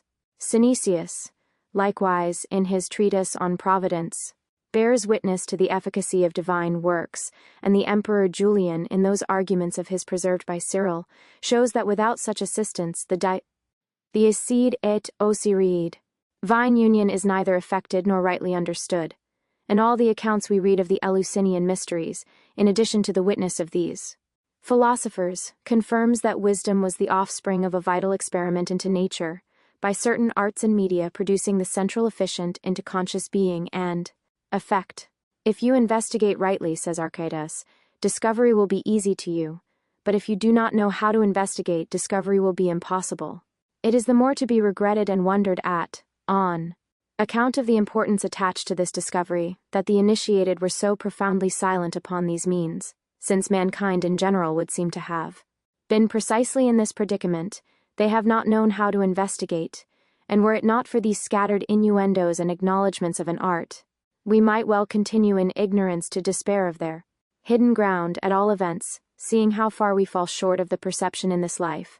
Either believing, we might regard the ancients as beings superiorly endowed, or otherwise disbelieving, deny, as many have done, the validity of their assertions. Yet, as the case now stands involved in mystery, will it not be unjust to do either? For, being ignorant of the method, how should we presume to test the truth of this philosophy equally? Also, will it not be incurious to yield an implicit faith?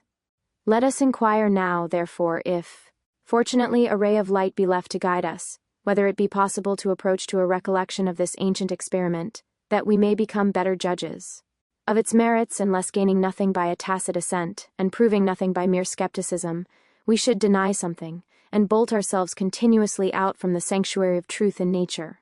And here we would engage the reader's attention for a brief interval, weighing well the substance of philosophical assertion against modern pride and our growing indifference, to consider the ground of this hermetic mystery, and whether there be still an entrance open, as there was once said to be, to the shut 170 more esoteric view, palaces of mind.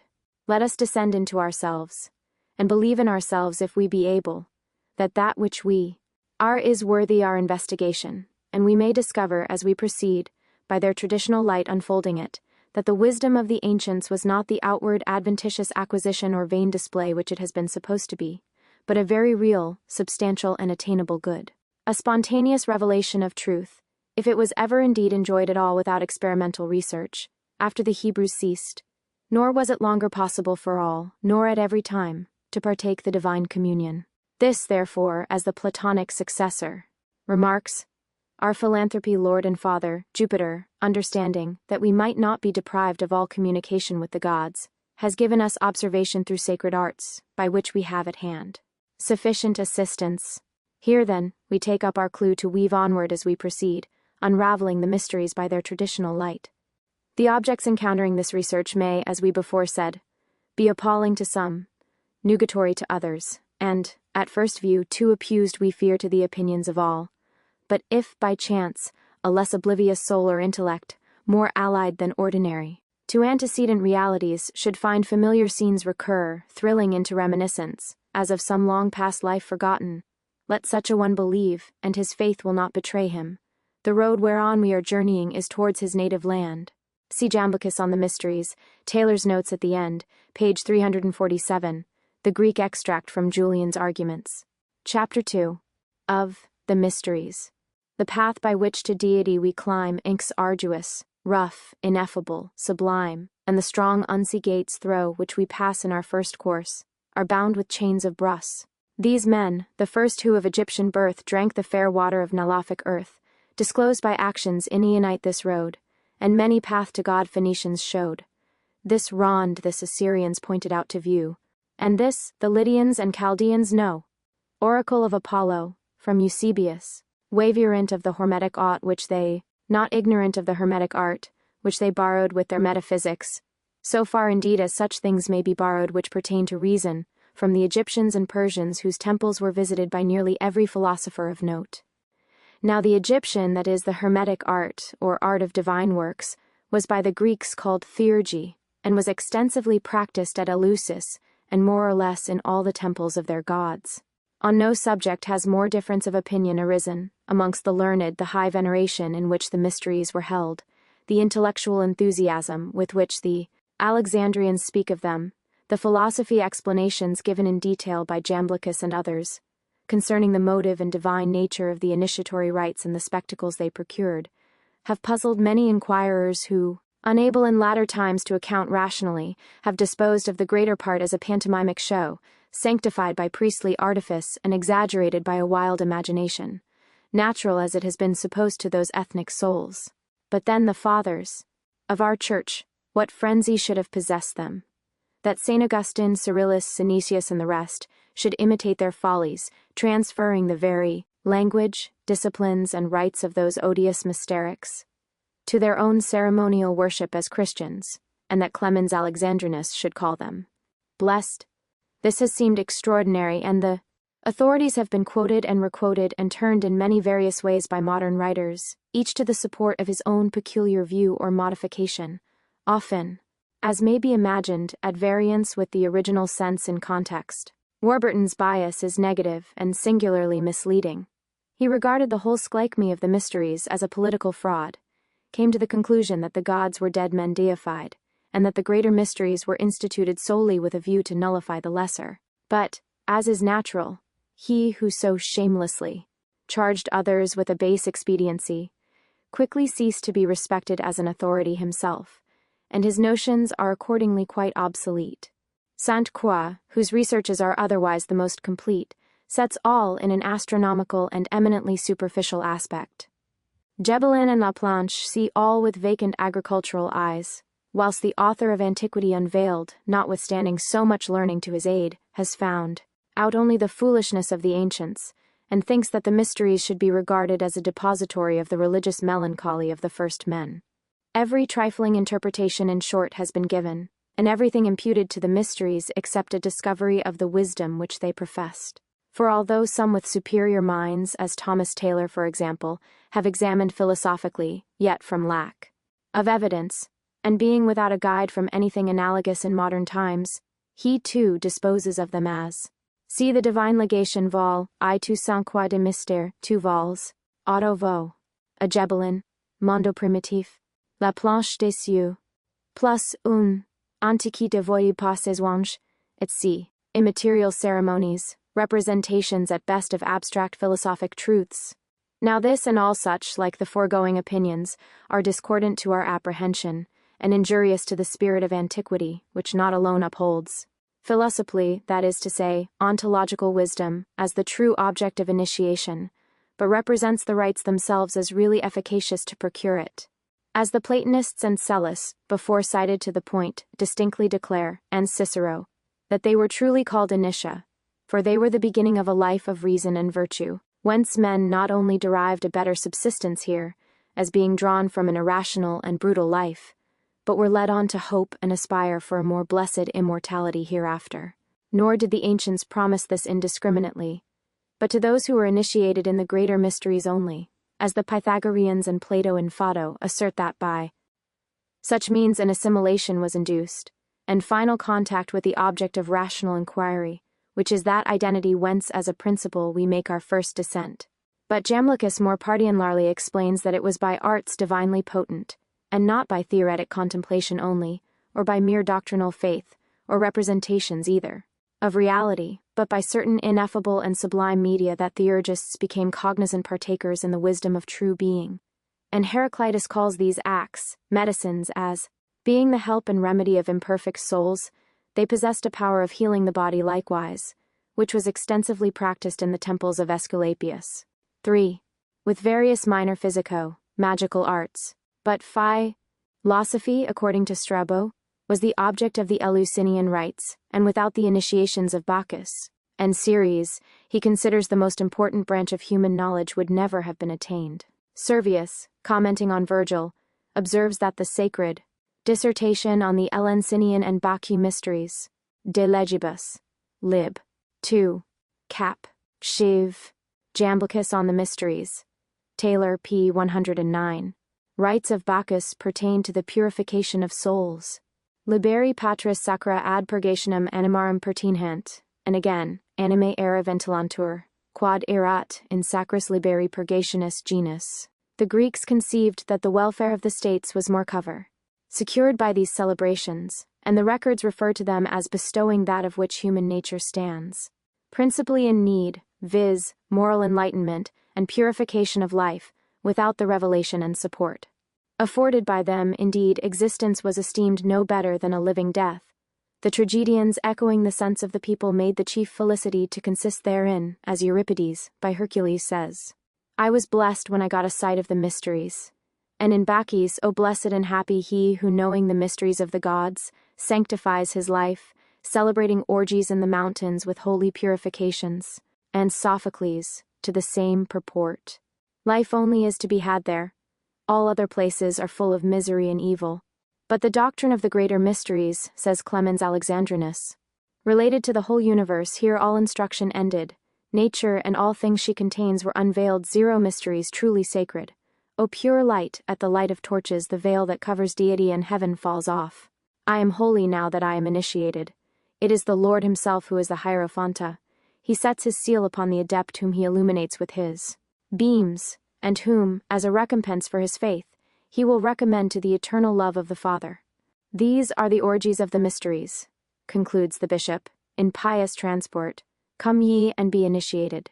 But the usage of the Church was not to discover its mysteries to the profane, especially those that relate to the final apotheosis.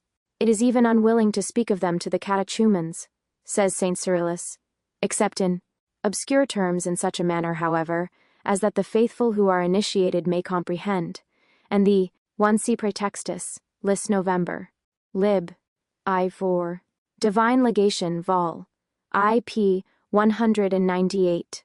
De Septuagintis, Chap. Fee. P 174, and c. Rest be discouraged. For by these enigmas the Dagon is overthrown. There was undoubtedly a secret hanging about these celebrations, both ethnic and Christian, which no record has divulged or common sense literally succeeded to explain away. The belief in providence and a future state were freely promulgated, and ordinary worship apart, with which these mysteries ought not by any means to be confounded, since that might indeed be perpetuated anywhere, and has been without essentially changing the estate of life. Previous, however, to more fully entering, we are desirous to observe that a few writers on animal magnetism, having within these few years become enlightened by that singular discovery, suggest their trance and its phenomena as a revelation of the temple mysteries and various religious rites. But no one, that we are aware, has developed his suggestion or carried the idea sufficiently above the therapeutic sphere. They appear to have taken a broad view, without particular inquiry into the nature of their rites. From the ancients themselves, had they done this? We speak of the more advanced minds. We are persuaded that with that key in hand, their attention would have been drawn in new directions, and their satisfaction about the modern use of it become much modified by observing the far superior results which, through their theurgic disciplines, the ancients aspired after, different too, as they were superior to any that we are accustomed to imagine even at the present day. The ordinary effects of animal magnetism, or mesmerism, or vital magnetism, or by whatever other term the unknown engency is better expressed, are now so familiarly known in practice, that it will be unnecessary to describe them. They have attracted the attention of the best and most advanced minds of the present age, who have hailed with admiration a discovery which, one san the extracts reuled by de Septuagintis in his Religion of the Greeks, chap. 2. From Mursius Elencina et Syropia. 176 more esoteric view. Enables man to alleviate pain and maladies insurmountable by other means, and by benevolent disposition of his proper vitality, acting in accord, to restore health and equilibriate repose to his suffering fellow creatures. And thus it is true we can lull the senses, cure the sick, sometimes too restore the blind indeed to hearing, sight, and utterance. And it is a glorifying step in progress, cheering and hopeful, a blessing on our mortal suffering state. But are we to halt here always, or how long? The ordinary phenomena of lucidity, prevision, community of sense, will, and thought have long been familiar and might have instigated to more important discovery, but years have passed, and the science has not grown but retrograded rather in interest and power, since de Meillandu Puisegur, Colhoun, Eliotson, Dupotet, and the rest, faithful spirits, first set their fellow men on the road of inquiry. But the best effects of mesmerism, if we connect it with the ancients' sacred art, appear as trifles in comparison. The supreme wisdom they investigated, the self, knowledge and perfection of life and immortality promised and said to be bestowed on those initiated in the higher mysteries. What has mesmerism to do with these things? What wisdom does it unfold? What is its philosophy, or has it yet made an attempt hardly to investigate the subject, being the cause of its own effects? In common arts, the ingenuity is set to work how it may advance and adapt them to the best advantage.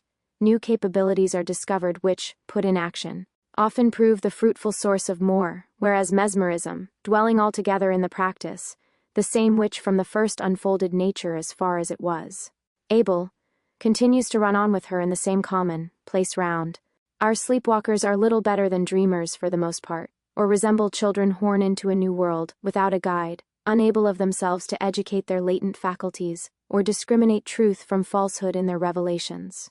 And, as respects the universal medium, they even, who believe in such a thing, take it as it presents itself naturally, having no knowledge of the capabilities or means of improvement, whither it is able to ascend or descend, or what is its right determination. The few experimental tests that have been instituted hitherto prove nothing but to identify the same imponderable through all, and if we make trial of the spirit's instincts, asking for revelations of prophecy in distant scenes or journeyings through the air, and they follow us, those patients of our will, we then go out from them to philosophize or wonder, or to think no more about it as the case may be, repeating the same mechanical operations, and witnessing similar effects continually over again, until at length the enthusiasm which early characterized the novelty and missed expectation about it, has very generally and naturally died away. Now this, according to our gatherings, was not the sort of investigation that the ancients followed in their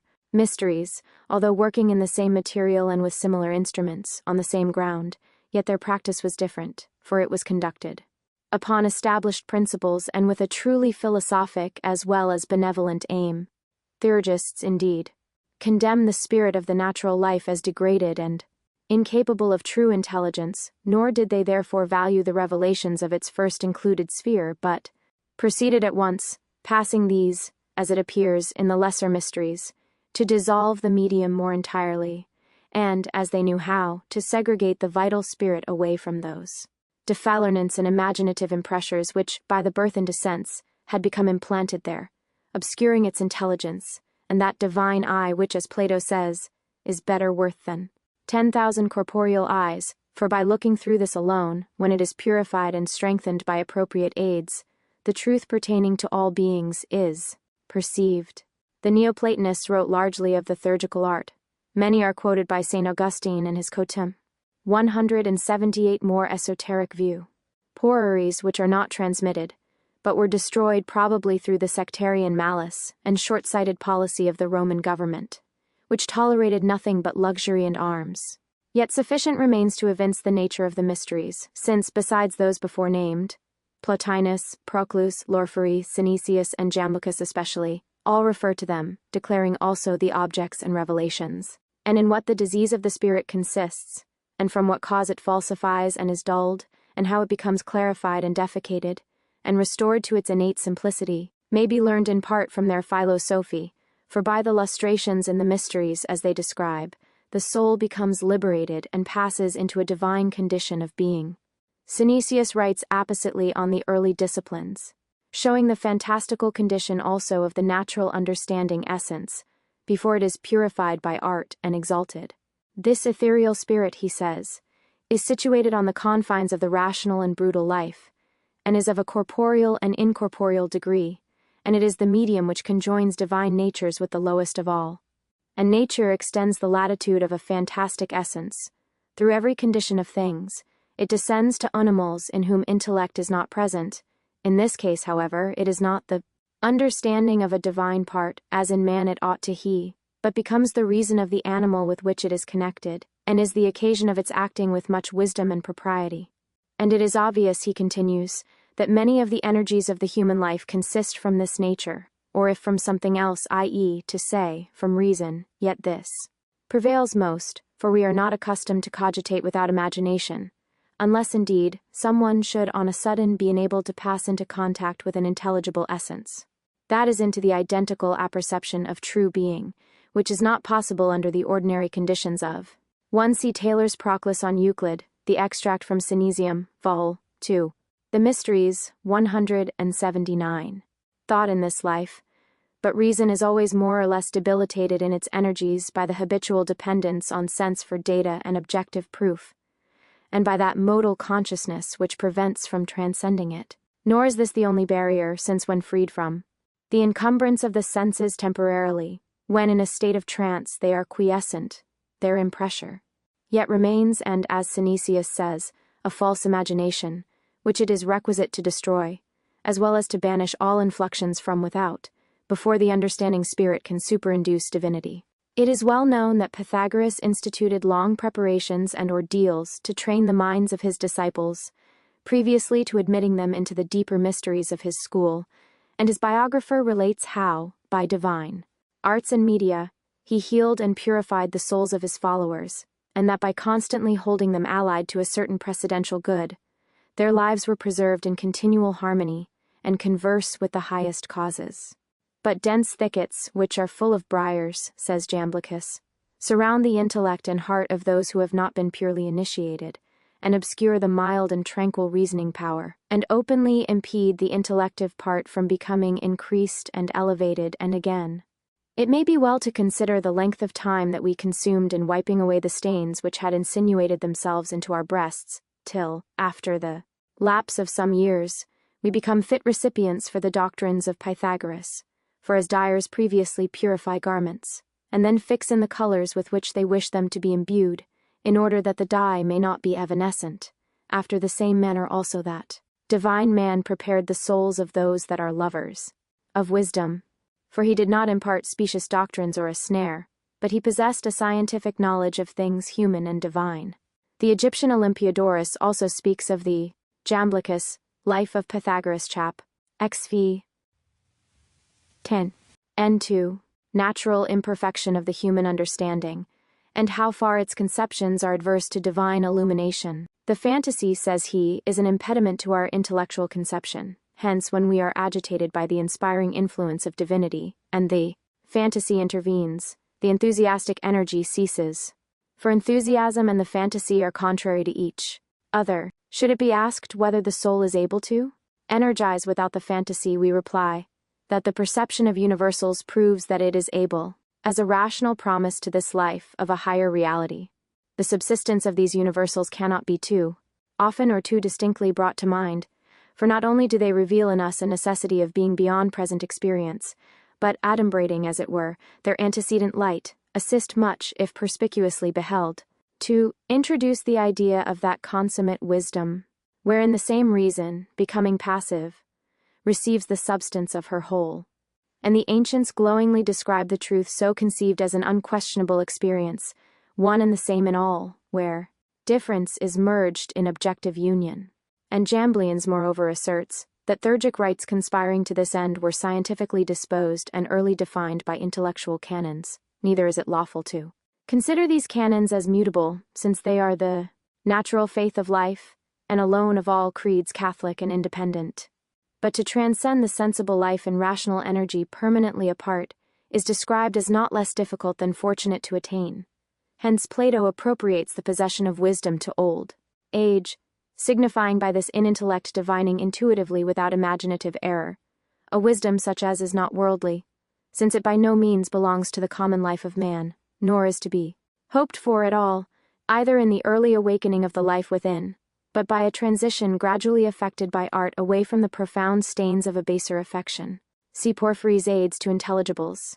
Taylor, p. 207, note.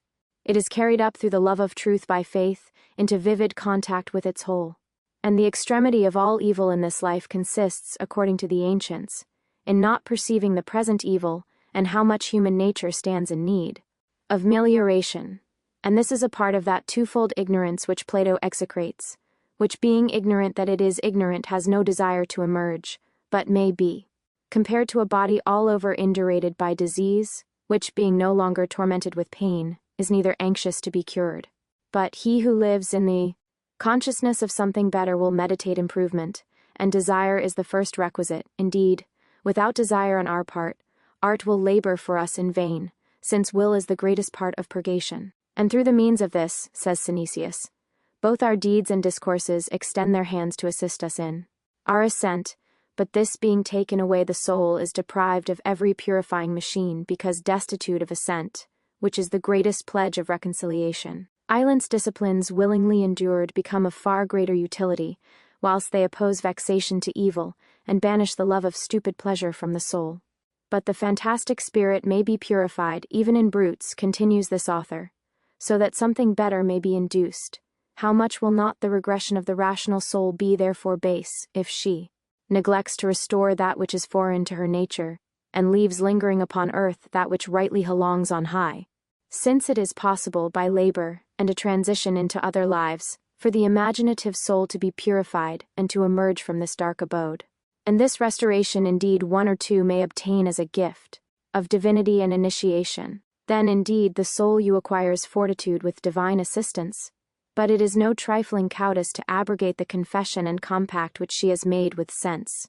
And in this case 4 will be employed, for the material inflictors will then be roused to vengeance, by the decrees of fate, against the rebels of her laws, and this is what the 182 more esoteric view.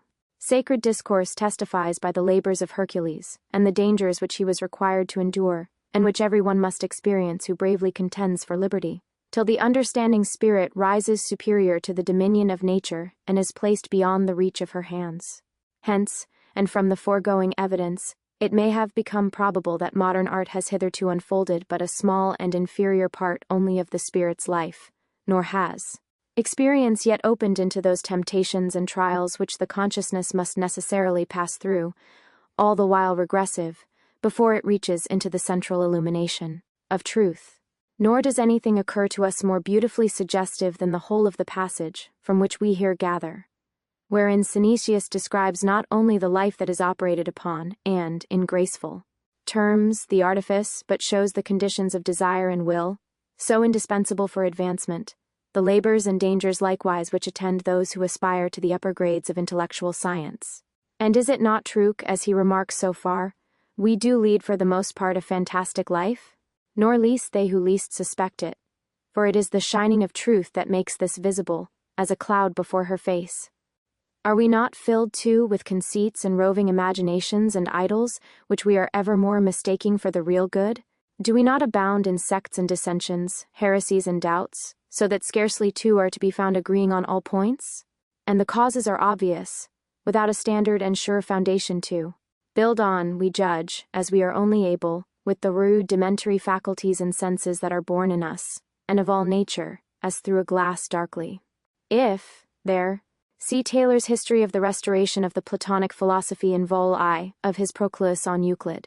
This Synesius was the Christian Platonist, Bishop of Alexandria, before mentioned in the history on well experienced, according to his own account, in the Hermetic philosophy, and whose writings on the art of transmutation have in part descended to this day.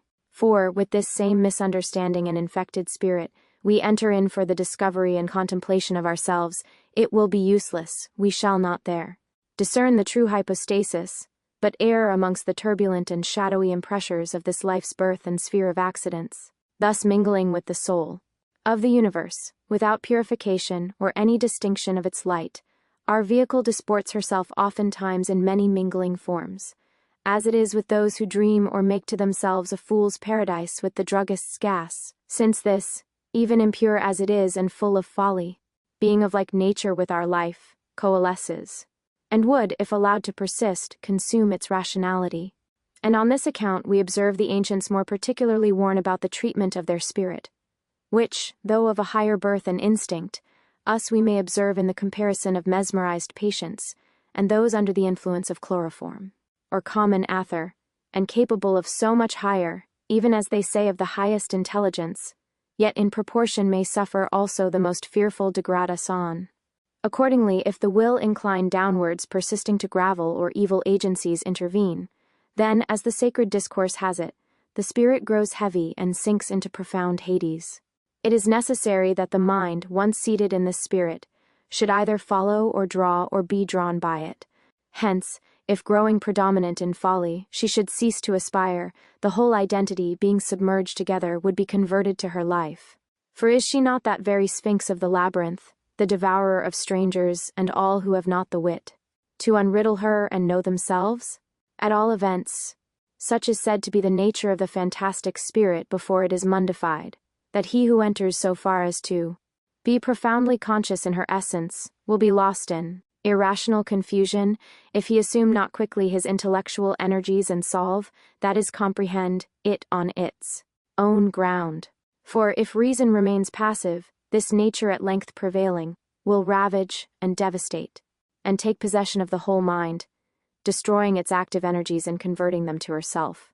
Thus Jamblichus, speaking of this mundane spirit, says, "It grows upon and fashions all the powers of the soul, exciting in opinion the illuminations from the senses, and fixes in that life which is extended from body the impressions which descend from intellect." And Proclus, concerning the same nature, declares that it folds itself about the indivisibility of true intellect, which is in its center, conforms itself to all formless species, and becomes perfectly everything from which dianoia and our individual reason consists. And, as it is commonly observed to be a vain labor to infuse doctrine into a perplexed and turbid brain, or for a merely practical, unspeculative soul to judge of abstract propositions, just so, no doubt, the best constituted minds would be inadequate to self to inspection on their first entrance into life. For the spirit understands the affections of the mind, and reflects its image as it is, whether good or evil. But the primary and proper vehicle of the mind, when it is in a wise and purified condition, is attenuated and clear seeing.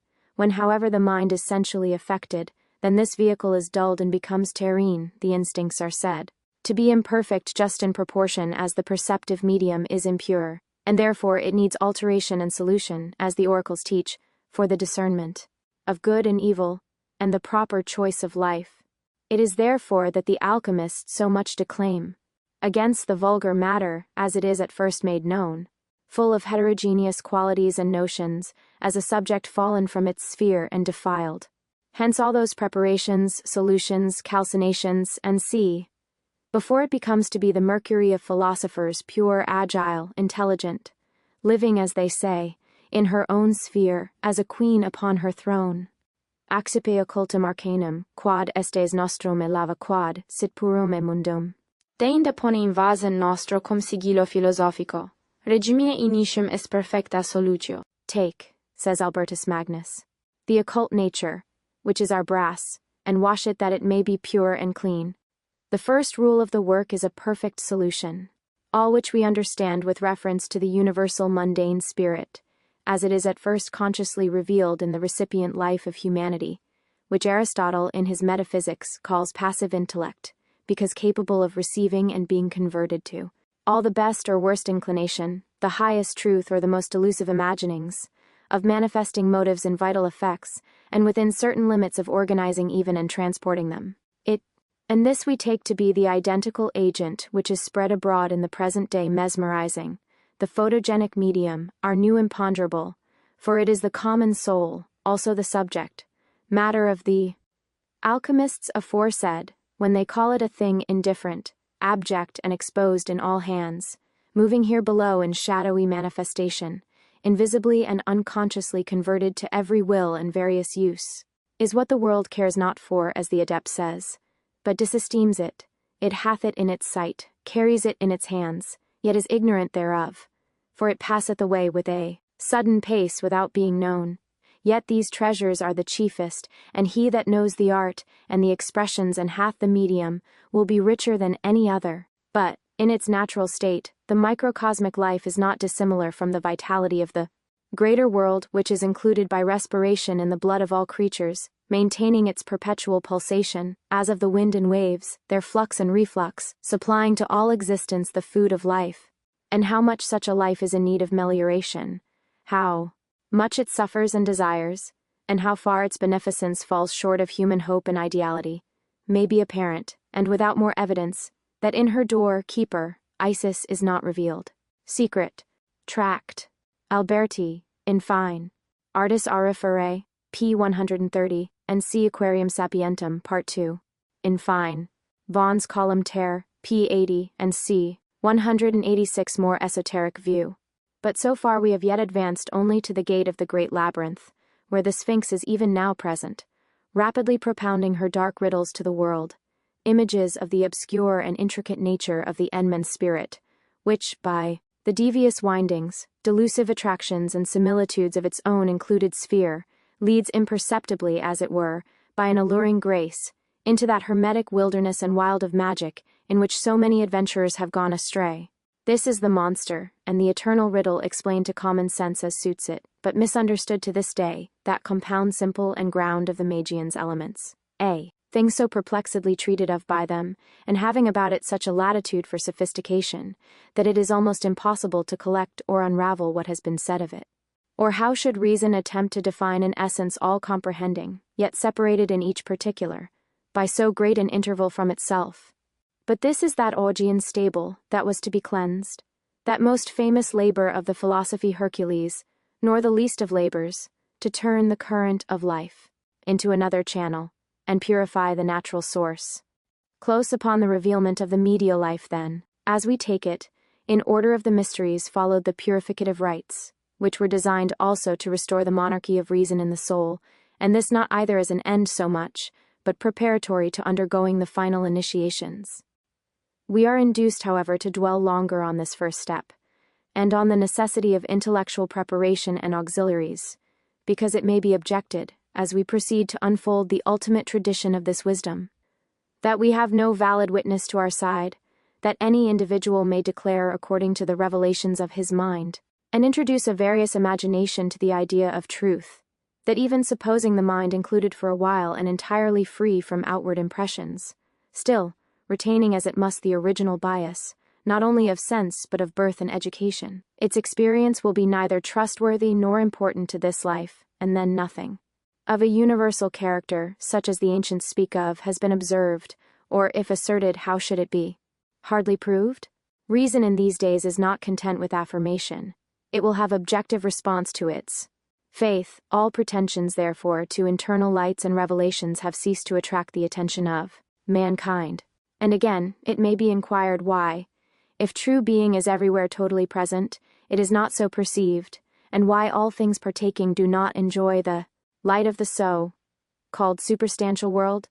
In reply to this last objection, we would ask if it be not because that very light is drawn outwardly and enchanted by sense, that it is internally unconscious, and oblivious everywhere of the great identity whence it springs? If that were applied inwardly which now lurks out, and every natural impediment removed, experience might then reveal in us the antecedent life. But the former objections recur here. There are impediments, and it behoves us to consider scrupulously, but without prejudice, the possibility and tests of such an experience, for if by this traditionary full and outbirth, the understanding is so polluted as to be no more able, as Lord Bacon supposes, to reflect the total reason to itself, introspection will be useless, and the central mystery remains, as respects humanity, a hopeless problem after all, none better than the ancients who profess to have enjoyed the rational life in its most intimate spheres, and to have reaped its most real and lasting advantages, describe the folly and fatal allurements to which they are subjected who trust themselves to remain passively dreaming in the region of the fantasy, with its notions and instincts often more false, fleeting, and evil than the corporeal images with which sense is conversant.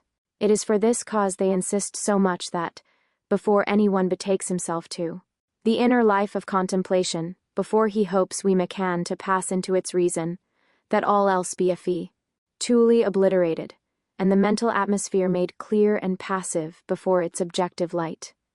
Without this they promise nothing, with it all. And on this possibility, namely, of purifying the human understanding essence, and developing to consciousness its occult causality, the transcendental philosophy of the mystics may be observed to hinge entirely and exceed every other. For that there is a foundation of truth in existence, is as necessary for us to admit as that we are ignorant of it, and the doubt rather remains also about the discovery of means than the possibility of self-knowledge. To continue then, partly on the authority of the Greek philosophers, and partly on some other grounds hereafter to be disposed of, we are led to infer that the Hermetic purifications and mysteries, celebrated in the Eastern temples and by the priests at Eleusis were real and efficacious for the highest ends that philosophy can propose to itself, namely, the purification and perfection of human life, and that inasmuch as the object was different and immeasurably superior to those proposed by modern mesmerism, or any other art or science of the present day, so also were the means employed, the particulars of which are further discussed under the practice, and the administration, in proportion purer, holier, and entirely scientific. For does not all our experimentalism and philosophy end in fact where the ancients began, purifying the vital spirit in its proper light? Or if anyone think we have been discussing all the while a mere nothing, and developing a vain imagination, we admit it, suggesting only that which is in his mind so mere a nothing, becomes in that of a philosopher to be the all in all. But who will now conceive the full latitude and substantiality of this principle, or the true metaphysical use thereof? Few, very few, Philalethes said, there were in his day, and who will even inquire now, or believe that it is the very same which solved and resolved and wisely manipulated becomes to be the concrete stone of philosophers, in its pure passive expanse, a mirror of the Catholic reason of nature, and the medium of that holy and sublime experience granted to man alone in the divine alliance, ex natura et divino factum. Est as Reuchlin, in the Mirific word, expresses it divinum enim quia cum divinitate conjunctum divina substantias fecit. Take that which is least and draw it by artifice into the true ferment of philosophers. Although our metal is exteriorly dead, yet it has life within, and wants nothing more than that which in the eyes of a philosopher is most precious should be collected, and that which the many set more value on be rejected. And these words are manifest without envy, says the Greek Eratosthenes. Oh, how wonderful is that thing to which we add nothing different and detract nothing, only in the preparation removing superfluities. From that which is perfect, nothing more can be made, for a perfect species is not changed in its nature, neither from an utterly imperfect thing can art produce perfection, but this universal spirit is described as a middle substance, passive, undetermined, susceptible of conversion, and all extremes. And such, accordingly, we understand to be the one thing needful, purifying, and to be purified itself by itself, in turn agent and patient, which are the Hermetic luminaries in their full representative advancement, the sun and moon philosophical, passing through many phases from imperfection to perfection in the true magistery. And the Hermetic art would seem to consist simply in the right disposition and manipulation of this our undetermined subject, taking her where nature leaves, and by divers operations, to be hereafter noted, as of amalgamation, distillation, filtration, digestion, and, lastly, by sublimation to the head of an appropriate Aristoteles in Rosario and in the Lucerna Salis vessel, establishing her in a new and concentric form of light. Nor may this seem a fable to the wise, since all things live according to their kinds, their life is light which in them hidden lies, discerned by the eyes of soaring Ininvia, to them discovered is true nature's map, by whom produced nothing as by Bap, for she her secret agent doth possess, which in the universe is only one, but in distinct throw species numberless, according to their seeds, which God alone in the beginning did produce, and then set them their law, found on't my mental men. But a long interval is between, and all the labors of that heroic intellect to be passed through before the rejected keystone rejoins her head place. None but a philosopher ever achieved the work, or for reasons that are imperative, ever will. The idle and vicious are totally excluded, nor are the rewards of wisdom to be won by fools wanting the very principle of melioration in themselves. Nemo enim dat id, quod non habet. He only that hath it can impart, and he only has it who has labored rationally in the pursuit. As is exemplified in that saying of Esdras, the earth giveth much mold, whereof earthen vessels are made, but little dust that gold cometh of. Non levis ad sensus, si quis potat ardan sudor plurimus hunetalit, nocturne insomnis olive. Immoritur, deliquat mox landarius, insequi cupit aeterna demari frondis honor. 1 Ercuques, Marrow of Alchemy, Book I, p. 12. Esdras, Cap. 7. Book I, Chapter 3. The Mysteries continued. It is necessary that the soul, when purified, should associate with its getrator, porphyry, ankhs, to intelligible. Have so far developed the nature of the internal aspirant in the lesser mysteries, and this was the only popular initiation open to all. It represented, according to the accounts, a new and fertile field of natural contemplation which everyone was at liberty to appropriate, and where cash roamed at pleasure without rule or subordination, and without that consent and sympathy which a uniformity of life produces. Previous to the purificative rites little change, therefore, was effected. It gave a passing experience to the multitude, and in a few awakened the desire and hope of better things, just as amongst us mesmerism, which of all modern arts is most pertinent to this philosophy as working in the same matter, affords entrance with the imagination of another life. And more than this, in conditioned cases, we have proof of the intrinsical intelligence and power of the free spirit, which can expatiate into the whole circumference of its sphere and reveal hidden things, exhibiting a variety of gifts. It can philosophize also more or less well according to the direction, natural purity, and relaxation of the sensual bond. But not all that men wonder at in the present day, the insensibility, the cures, the mental exaltation, nor much more of the same class which the trance spontaneously develops.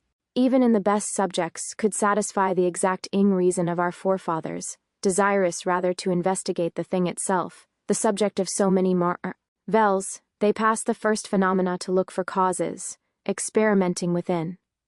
Volo ovum philosophorum dissolve e partes philosophica hominis investigare, nam hoc est initium ad. Alia says the experimental friar, and to concentrate the whole vitality, to turn the spiritual eye, to purify and analyze the total essence and draw forth the true efficient and to know it in coidentity, this was their object in the art of theurgy. For it is not, as they say, that the spirit is free from material bondage, or able to range the universe of her own sphere, that guarantees the truth of her revealments, or helps the consciousness on to subjective experience. For this a concentrative energy is needed, and an intellect penetrating into other spheres rather than discursive in its own. There are many ways known and practiced of entrancing the senses, and the key of the Hermetic vestibule may be said to be already in our hands, which are able to dissolve the sensible medium and convert it to the experience of another life. But the order, Raj, Baccioni de Mirab, Podest, Artis et Nature, Ars an Refera, Vol. 2, p. 342. 2. We adopt the term dissolve here. In accordance with the old doctrine, varying theories have been proposed to explain the change that takes place in the vital relationship of the patient in the mesmeric trance. Some have thought the sensible medium is drawn away by a superior attraction of life in the agent, others, that it is overcome, or included, or arrested, or destroyed, but the alchemists, with one accord, say it ought to be dissolved, and, in default of better authority, shall we not suppose it so to be dissolved, or that it ought to be, the alkali by the acid, the dark dominion of the selfhood by the magnetic friction of its proper light, the sensible or animal into the vegetable, the cerebral into the ganglionic life? Corpora ubi quis volt purgar oportet fluxa facere, says the author of the Rosarium, that the compact earthy body of Saus may be rarefied and flow as a passive watery spirit. The beginning of the work, says Albertus Magnus, is a perfect solution, and all that we teach is nothing else but to dissolve and recongeal the spirit, to make the fixed volatile and the volatile fixed until the total nature is perfected by the reiteration, both in its solary and lunar form. Alberti Secret. Tract. Artis Aurifirm, p. 130, in which the next solution, or resolution rather, was operated, which was to translate the consciousness underneath this medium by obscuration towards the central source, is known probably to very few in the present day, for it is entirely concealed from the world. They only, amongst the ancients who had fulfilled the previous rites and undergone all the required ordeals, were entrusted with the passport.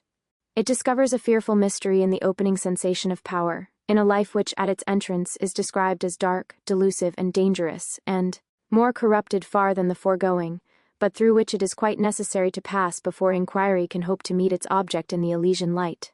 Tenent media omnia sylvi, coitusc sinu labens cirmulite atro.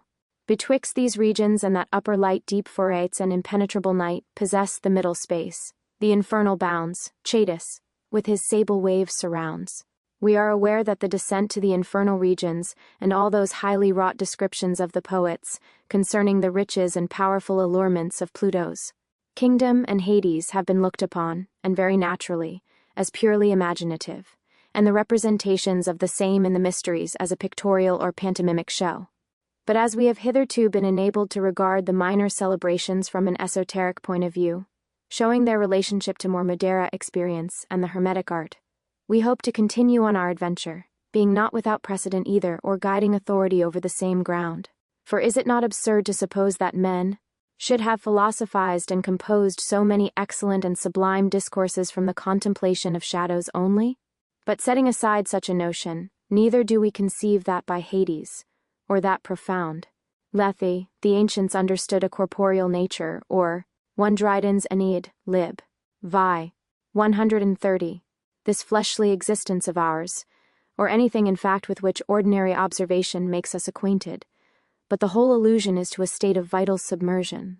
In the mysteries, when the consciousness is artificially drawn about the penetralia of its first life, nor, if we may credit accounts, is the descent difficult or so far off, but the infernal gates lie open to mortal men on earth, but because of the arduous nature of the to ascent and for the sake of securing it, lest unprepared souls presuming to enter should be taken captive by deluding and fatal desires, and work irremedii.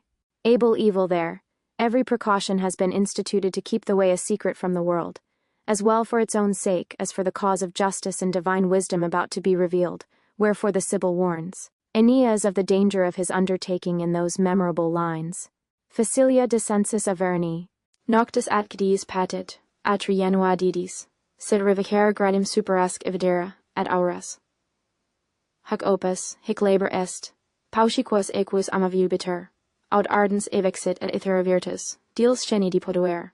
The grand requirement of the mysteries after the first purificative rites, the inclination being already freed from the dominion, and all the superficial progeny of sense, was that the will should conceive within itself a motive purely rational to withstand the temptations of its next including sphere, that it might be enabled to follow the true path upward, penetrating through darkness and defilements, and dissolution even, to the discovery of wisdom in her light abode. To this Aeneas accordingly is directed by the Sibyl, whom we follow, after her warning already given, to search for that well distinguished most mysterious golden bough, aureus et folius e lento viminarmimus, Junoni inferna caesar, 2. Without which as a propitiation he may not venture. Idem, 136, Aeneid, lib. vi. 126, on the subterranean research. But it may be asked why this myrtle branch was represented to be of gold. Not merely for the sake of the marvelous, Warburton tells us, we may be assured. A golden bough was literally part of the sacred equipage in the shows, a burden which the ass who carried the mysteries, we may believe, was proud of. But of what kind this branch was, Apuleius partly indicates in his procession of the initiated into the mysteries of Isis, where we find it connected with the mercurial caduceus and treated as a most important symbol in initiatory rites, which we therefore understand ontologically, as a ray of living light, golden and flexible, the true brancha spiritualis of Raymond Lully. Intellectus habens subtilum ad intelligendum, res intelligibiles insinuating by rational penetration alone, through the murky circumference of the chloric ether, into its own congenial life, which is Proserpine, and that lapsed soul of ours, seated in her dark hypostasis unknown, whose vapor is so subtile and transient that nothing but the glance of its proper intellect by faith can arrest it. And those doves that lead the way too, are they not known to our alchemists and those chosen seats? But to be brief, it is only by exceeding zeal and piety of intention, such as is ascribed to Aeneas in search of his father, and a prevailing reason, that the seeking mind becomes fitted for establishment in her essence, and percipient of her final duty to separate the good and reject the evil therein by birth allied, that she may know to what she ought to aspire, dismissing every other consideration, where desires are images and will their act. Thus, Plato says, that it is necessary that a man should have his right opinion as firm as adamant in him when he descends into Hades, that there likewise he may be unmoved by riches or any such like evils, and may not, falling into tyrannies and such other practices, do in, e.g., metum, lib. She, 2 Arbor, X, Scientia Humanalis, p. 99.02. Curable mischiefs and himself suffer still greater, but that he may know how to choose the middle life as to those things, and to shun extremes on either hand, both in this life as far as possible and in the whole hereafter.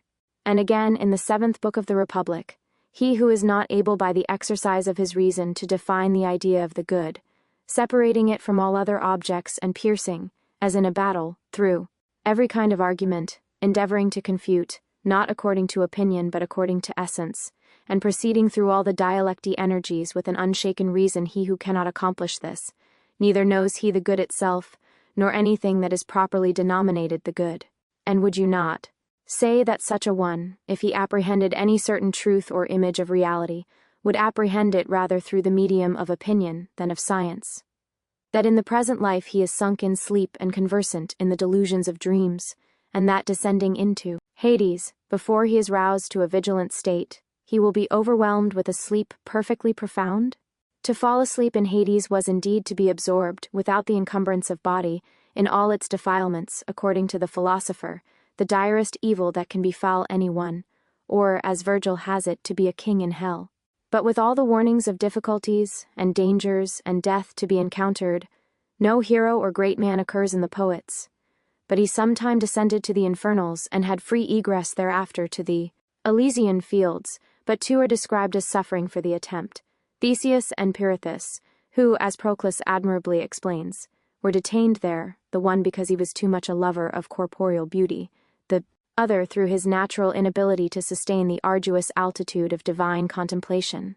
In the 6th book of the Aeneid, Virgil has gracefully set forth the whole transaction of his successful hero, with the plus Republic, Book X. 2 Ideum, Book 7. Labors and difficulties and appalling visions that attended on the outset of this pious research, all which has been shown by Warburton and other learned commentators, to bear close allusion to the mysteries, in which we have reason also to believe the poet himself was profoundly initiated, and whose allegoric conduct, therefore, we pursue as an inquiry of intellect after its paternal source. To continue, then, in order of the tradition after the ordeal rites had been undergone, and the few who were found fit, selected for further initiation, the concession of more arcane mysteries succeeded. Gressus commovete profanal jam furor humanus nostro depectore sensus. Expulit. As the consciousness passing the middle region, clear and rational from out the aquaster, enters the fire world, and the Sibyl leads her hero to the dark descent. Spelunca alta fuit, vastoca emaniciatu, scrupen, tutelacu nigro nemorumque tenebris, quam superhandale poterant impunem volantis temlerits penis, talis sese halitus atris fautibus effundens supera ad convexa ferabat, undu locum grail dixerent nomen eornum. And what does all this imagery point at, but the thickening darkness of the nether air verging to the chaos of matter flowing out from the perpetual motion of the first life, destitute of elasticity, eormus, heavy like that of an enclosed cave, and vast, dangerous, as it is said by some, giving forth a murky odor like that of graves. It is the black Saturn of the adepts, and that appearing corruption that precedes the mystical death and regeneration into new life as describing the same ience. They call it lapis niger vilis fritens et disitur origo mundi et oritur sicut gormi. Divine Legation Vol. IP 315, and C2 Claudian de Raptu Proserpine, sub initio, 3 Aeneid, lib. Vi. 237. Nantia. Sendivogius calls it Uranus Saturni, with which he waters his lunar and solar plants, and another, ex marimeo oriuntur nebulae, quae ferent aquas, benedictas, et ips irrigant terras, et educant herbas et flores. With this allusion the alchemists also call the ether their mineral tree, for they were not so careful to hide this in general, seeing the true species was laid asleep in sense, and doubly locked up, as it were, within both corporeal and spiritual confines, and how far the world was off from the art of unfolding or profiting by it. The reception of Aeneas in Hades is next described. Ecce autem, primi sublimine salis et artes, sub pedibus mugir salum, et juga coepta moveri silvarum, viste canis ulalare per umbram adventante dea. And Claudian to the same effect poetizes the tremendous advent. Jam mihi turnuntur trepidis delubrum mover sedibus. Et claram dispergere fulmina lucem adventum testadia, gem magnus ab emis auditar firmidis toris, templum cremugit. Secropiam. Sanotasque faces attolid elosin, angus triptolimis trident, et squamia curvis colla levant, atrita iugis, ecce procalternas hecata variata figuras exoritur. And all this, extravagant and fanciful though it should appear, has been echoed by philosophers, and the Greek descriptions agree in each remarkable particular. Plato, amongst others, likens the descent of the soul into these oblivious realms of generation to an earthquake and other strong convulsions of nature. Psellus, in his valuable commentary, describes the apparitions procured by the Chaldaic rites as of two kinds, the first called superinspection, when he who celebrates the divine rites sees a mere apparition, as for instance of Aeneid, lib. S. 255. De captu proserpina, sub init, the mysteries, 199, light in some form or figure, concerning which the oracle advises, that if any one sees such a light, he apply not his mind to it, nor esteem the voice proceeding thence to be true. Sometimes, likewise, to many initiated persons, there appear lights in various forms and figures. These apparitions are created by the passions of the soul, in performing divine rites, mere appearances, having no substance, and therefore not signifying anything true, which vaporous estate of universal being, the poets also fabulously concealed under the satiric form of Pan, who exhibited himself in every variety of atrocious disguises of wild beasts, and monsters and demoniacal appearances, that he might affright those who would captivate him. Corripit hic subita trepidus formidine ferum enens, strictanque asium venientibus offert.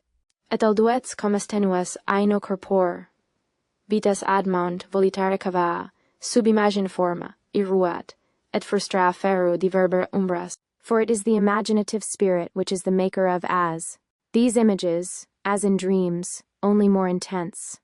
Moisture condensed in the air constitutes clouds, which the wind disposes in various forms. So our pneumatic vehicle, becoming humid and condensed beneath her heaven, presents many formidable apparitions to the inner sense, and all the race of demons, so much celebrated by antiquity, appear to have their origin in a life of this kind, viz., from an included vapor of the imagination, nor these, individually belonging, were seen only, but, as it is recorded, each by rapport in this state becomes conversant with the whole phantasmagoric universe of his sphere, hence the platitude of the descriptions and poetical crowding of images to the individual sense. Proclus, commenting on the Cellus du Oracula 14th, 19th, see also Oracula Chaldeorum de mon sacrificiu, necinater, vuns per se visibile simularem, non enim oportet illos te spectar, antequam corpus sacris purgatur quando animas mulcentes, semper a sacris abducunt. Ergo ex sinibus terra exiliunt terrestris canes, nunquam virum, corpus mortali homini monstrantes. Aeneid, lib. Vi. 200. 200 more esoteric view. First Alcibiades of Plato asserts that material images, assuming the appearance even of things divine, constantly attended on the mysteries, drawing towards them souls not yet sufficiently purified, and separating them from truth, and that such actually appeared to the Mustae during the evaporative process of purification and before the lucid vision of the light within, is further shown in the following passage of the same experienced theologist. In the most holy mysteries, says he, before the presence of the God, the impulsive forms of certain terrestrial demons appear, which call the attention off from undefiled advantages to matter. And again, as in the most holy mysteries, the mystics at first meet with the multiform and many-shaped genera which are hurled forth before the gods, but on entering the interior part of the temple, unmoved and guarded by the sacred rites, they genuinely receive into their bosom divine illumination, and divested of their garments, as they would say, participate of the divine nature. The same method takes place in the speculation of holes. For the reason of this life imitates, inasmuch as it is able, and obeys instinctively its motive light, and as the natural intellect is liable to error, so the spiritual also, not yet perfected, is liable to be caught in the traps of these exterior spirits, which being, as Basil Valentine, in his Alchemical Chariot, observes, endowed with senses and understanding, no arts, and have in themselves an occult operative life, giving testimony also of their virtue in the art of healing and other secrets, by which they deceive and detain the unwary from the search of better things. The writings of the Middle Ages abound likewise with descriptions of these demoniacal natures. Regular classifications of them are given by Agrippa and Tri. Proclus on the Theology of Plato, Vol. IP 9, De Anima et Daemone throughout. 16.2 Triumphal Chariot of Antimony. Kerkringius Engel. Edit. P. Occult Philosophy, Book 2. Themius, and Cellus, Proclus, Durablicus, and Porphyry allude to their material efficacy and operation in divine works, where desire, entering into those aerial farms, is said to vivify them, and the Chaldaic oracle even persuades that there are pure demons. Natura suadet esse demonas puros et mala materia germina, utilia et bona, and that the germinations even of evil matter are of use. Synesius mentions them also as the progeny of matter, and as having an energetic virtue, but at natural war with the truth, seeking. Soul, and Proclus, in his hymn to the sun, desecrates Theon as demons who machinate 1,000 ills, pregnant with ruin to neretile souls, that merged beneath life's dreadful-sounding sex and body's chain they willingly may toil, nor e'er remember in the dark alyss the splendid palace of their sire sublime. And it is the dread of such an oblivion there below, that the oracle announces to intellect in those solemn tones. Ducat anime profunditas immortalis oculosque. Affatim omnes sursum extende. Let the immortal depth of thy soul be predominant, and all thy eyes extend upwards. Incline not to the dark world whose depth is a faithless bottom and Hades dark all over, squalid, delighting in images, unintelligible, precipitate, and a depth always rolling full of stupidity and folly. Umbrarum hic locus est, somni noctisque sopora. If the soul on its departure, says Porphyry, still possesses a spirit turbid from humid exhalations, it then attracts to itself a shadow and becomes heavy, and one deceptem intelligentia, and miele peio de denonibus. Excerpta M. Ficini ex gracis procli com in Alcibiad, de mysteriis Egypt, Chaldeer, de divinis atque demonibus, oracula Zoroastri, 7 de somnia, Zoroastri oracula anima, corpus homo. Spirit of this kind naturally strives to penetrate into the recesses of the earth, unless a certain other cause draws it in a contrary direction, as therefore the soul when surrounded with this testaceous and terrene vestment necessarily lives on the earth, so likewise when it attracts a moist spirit, it is necessarily surrounded with the image. But it attracts moisture when it continually endeavors to associate with nature, whose operations are effected in moisture, and which are rather under than upon the earth. When, however, the soul earnestly desires to depart from nature, i.e., strives to penetrate centrally without exploring the intermediate spheres, then she becomes a dry splendor without shadow and without a cloud or mist. For moisture gives subsistence to a mist in the air, but dryness constitutes a dry splendor from exhalation. Hence that renowned saying of Heraclitus, that a dry soul is the wisest, for the soul looking at things posterior to herself beholds the shadow and images of her vaporous vehicle, but when she is converted to herself, she evolves her proper essences, and irradiates the whole circumference, with her own abundant oxygenating and dispersive light. Thus Hermes extract from the ray its shadow and its obscurity, by which the clouds hang over it, and corrupt and keep away the light, by means of its constriction. Also, and fiery redness it is burned. Take, my son, this watery and corrupted nature, which is as a coal holding the fire, which if thou shalt withdraw so often until the redness is made pure, then it will associate with thee, by whom it was cherished and in whom it rests. Visitabis interiora terra rectificando, invenis occultum lapidem, veram medicinam. Visit the interiors of the earth rectifying, says the sage, and thou shalt find the hidden stone, the true. 1 Oxal. 2 Intelligib. Seat. 1. Proclus on the Theology of Plato, Book Y, Cap. 2. Tract. R. Cap. 2. Medicine, not the feculent dead soil, but our dark divulsed chaotic life from sense which opened and rectified, dissolved and reunited, is changed from an earthly to a spiritual body, by rapport divine.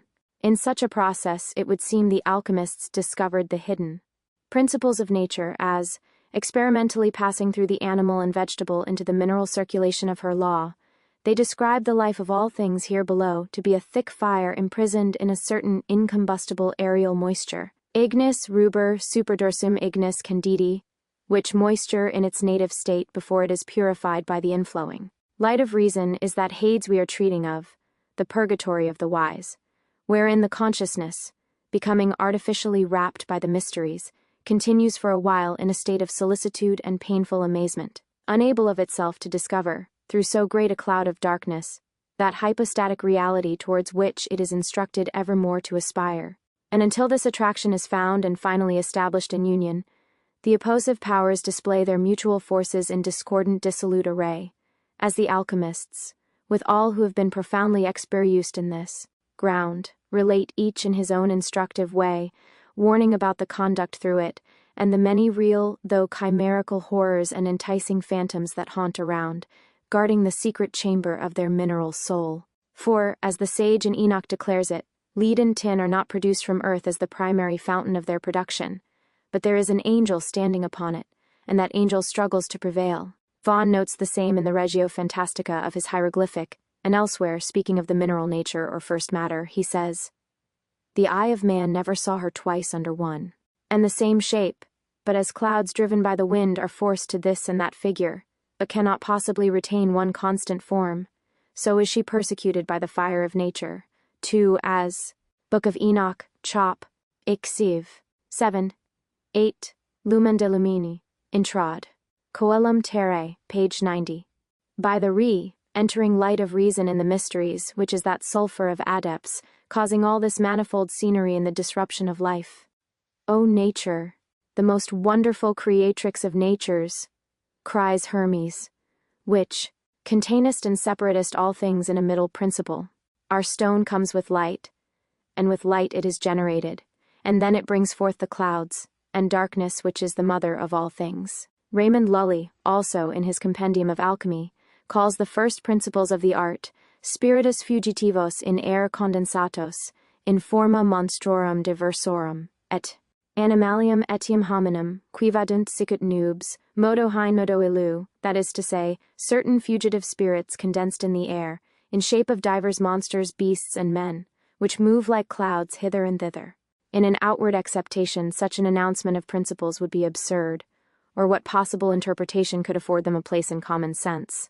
Or whence, if they be true, and Lully's name stands well for their defense, were they so probably brought to the cognizance of the philosopher, as from the inspection of them in life?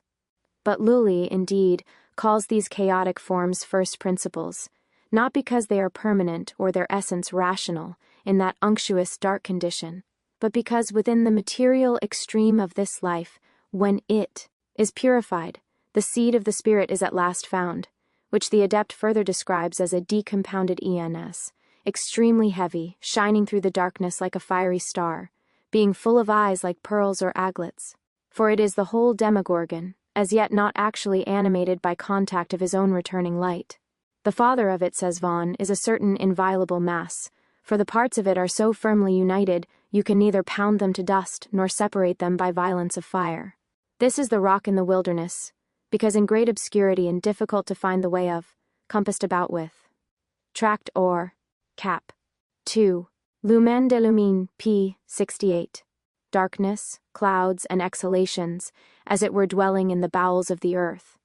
Our viscous soul, as Synesius calls it, circulating in the midst of all her Adamical defilements, and which Plato compares to that marine Glaucus so deformed by the foreign weeds and parasites that had grown about him, that in every respect he resembled a beast rather than what he really was. In such a deplorable condition is the divine germ of humanity said to be beheld under the thousand evils of its birth. Monstrum, horrendum, inform, ingeusque lumen ademptum. There is a curious figurative account given in a letter circulated under the name of the Brethren of the Rosy Cross, which appears to have reference to this passage of initiatory progress in the mysteries. It may be rendered thus: there is a mountain situated in the midst of the earth, or center of the world, which is both small and great. It is soft also above measure, hard and strong. It is far off, and near at hand, but by the providence of God it is invisible. In it are hidden most ample treasures, which the world is not able to value. This mountain, by envy of the devil, who always opposes the glory of God and the felicity of man, is compassed about with very cruel beasts and ravenous birds, which make the way thither both difficult and dangerous, and therefore hitherto, because the time is not yet come, the way thither could not be sought after by all, but only by the worthy man's self, labor and investigation. To this mountain you shall go in a certain night, when it comes most long and dark, and see that you prepare yourselves by prayer. Insist upon the way that leads to the mountain, but ask not of any man. Where it lies, only follow your guide who will offer himself to you, and will meet you in the way. Republic, Book 7. Themistius relates how, when entering the mystic dome, this guide will bring you to the mountain at midnight, when all things are silent and dark. It is necessary that you arm yourself with a resolute heroic courage, lest you fear those things that will happen, and fall back. You need no sword or other bodily weapon. Only call upon your God, sincerely and heartily seeking him. When you have discovered the mountain, the first miracle that will appear is this: a most vehement and very great wind that will shake the whole mountain and shatter the rocks to pieces. You will be encountered by lions, dragons, and other terrible wild beasts, but fear not any of these things. Be resolute and take heed that you return not, for your guide who brought you thither will not suffer any evil to befall you. As for the treasure, it is not yet discovered, but it is very near. After this wind will come an earthquake, which will overthrow those things which the wind had left. Be sure you fall not off. The earthquake being past, there shall follow a fire that will consume the earthly rubbish and discover the treasure, but as yet, initiated is seized at first with solicitude and perplexity, unable to move a stop forward, at a loss to find the entrance to that road, which is to lead him to the place which he desires, till the conductor, laying open for him the vestibule, he enters, and E.C. Warburton's Divine Legation, the extract, Vol. 1, p. 309. So the Sibyl for Enans, Ea ducem haud timidis vadentem passibus equat. The adepts, many of them, are at some pains to denote the peculiar disposition and appearance of this guide, and the Chaldee oracle promises that the mortal, approaching to fire, will have a light from divinity. 260. Nunc animus opus, enia, nunc pectore firmo, Aeneid, lib. Vi. 2 multac praedorea variarum monstra ferarum. Centauri in foribus stabulant cellac biforms. Et tingeminus briarius. AC bellis lerne horrendum stridens. Flamisc armata chimera. Gorgones, harpiac at forms tricorporus umbrae, compiti subita frepidens formidine ferum Aeneas, strictamque acium venientibus offert. Etni densita comes, and see idem 285. Cannot see it. After all these things, and near daybreak, there shall be a great calm, and you shall see the day. Star arise, and the darkness will disappear, you will conceive a great treasure. The chiefest thing, and the most perfect, is a certain exalted tincture with which the world, if it served God and were worthy of such gifts, might be tinged and turned into most pure gold.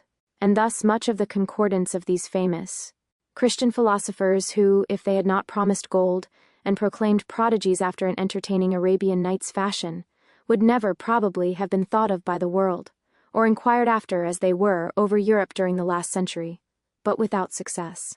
For they who have this knowledge know where and how likewise to bestow it, discerning betwixt the lovers of mammon and of truth, fearing the dangerous curiosity of the vulgar herd. Also, we observe, the Greeks pass by in silence the physical revealments of these Tartarian realms, or poetizing the great experience, evaporate in fancy as it were, the teeming life therein opened with its overflowing spirit and light of increase. Let none admire that riches grow in hell, that soil may best deserve the precious bane, and here let those who boast in mortal things, and wondering tell of Babel and the works of Memphian kings, learn how the greatest monuments of fame and strength AML art are easily outdone by spirits reprobinte, and further how these again may be surpassed and vanish, as Aladdin's rapid castle into air. Before through fire the divine oracles more plainly teach, that those stains are all finally obliterated, that exceed to the soul from generation, and which conceal the immortal principle in unconscious oblivion, for the sake of vivifying the mortal senso. But the inquisitive light, once entering as a ferment, combats and penetrates through the surrounding darkness until meeting its proper pole, and conjointly kindling with it, absorbs, transmutes, and Milton's Paradise Lost, Book 1, 676. Discriminative radiance of celestial light. And as in the pursuit of other sciences and arts, thought and persevering labor and experience are required to ensure success, so should those delusive visions and errors which occur during the conscious transference to a more excellent condition of being be considered in like manner, not as derogatory or casting a doubt at all upon the ultimate truths of divine science, but as obstacles rather contrary to it and detersive, as evil is to good everywhere adverse.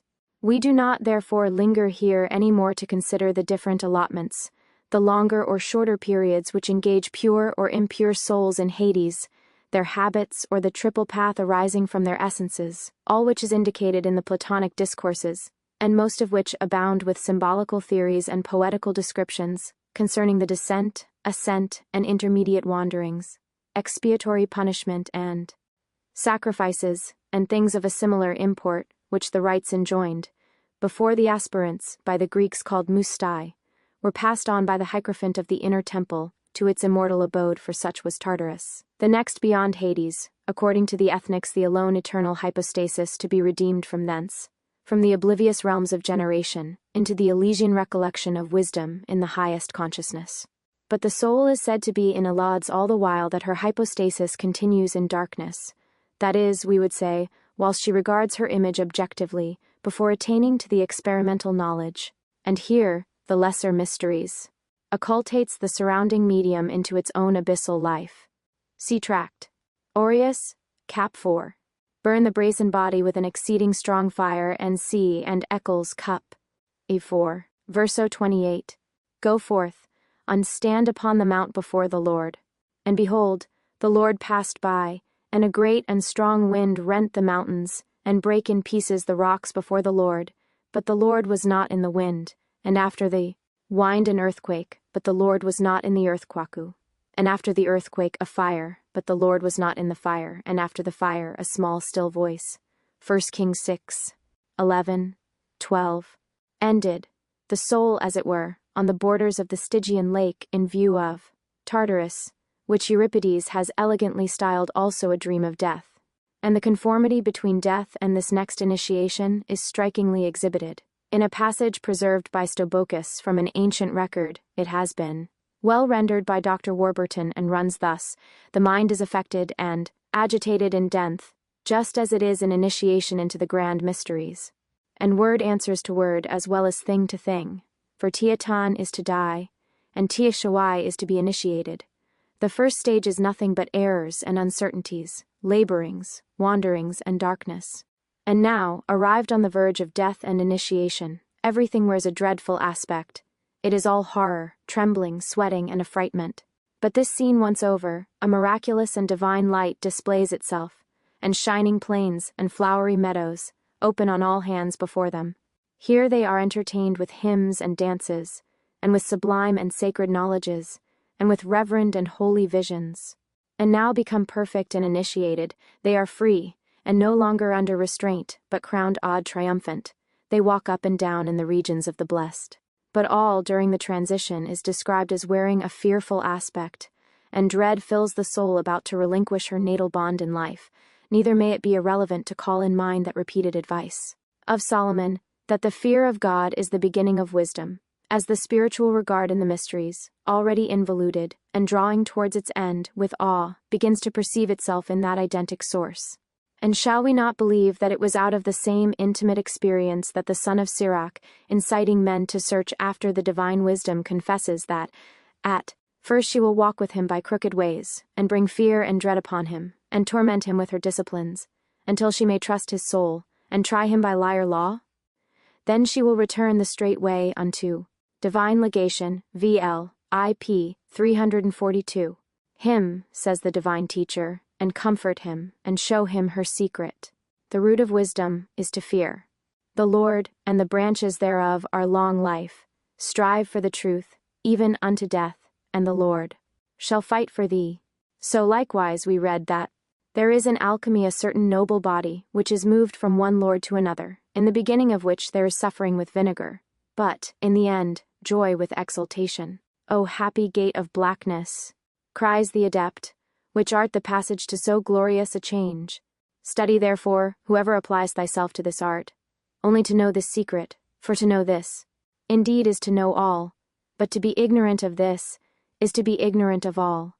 Take away, therefore, the vapor from the water, and the blackness from the oily tincture, and death from the faces, and by dissolution, thou shalt possess a triumphant reward, even that in and by which the possessors live. In the beginning of Phaedo, Plato by Socrates asserts that it is the business of philosophers to study how to be dead. Plotinus, at the same time reprobating suicide, has the same doctrine, but Porphyry, in his auxiliaries to the perception of intelligible natures, explains the meaning of these others. For there is, says he, a twofold death, the one indeed universally known, in which the body is liberated from the soul, but the other peculiar to philosophers, in which the soul is liberated from the body, nor does the one entirely follow the other. That which nature binds, nature also dissolves. That which the soul binds, the soul likewise can dissolve. Nature indeed binds the body to the soul, but the soul binds herself to the body. Nature therefore liberates the body from the soul, but the soul may also liberate herself from the body. That is to say, if she know how, and have the right disposition awarded, she may dissolve her own. Ecclesiasticus, chap. IV 20 chap. I for, verse 17, 18, 28. 2 Hermes, tract. R. cap. 367.3x, to Intel. Sect.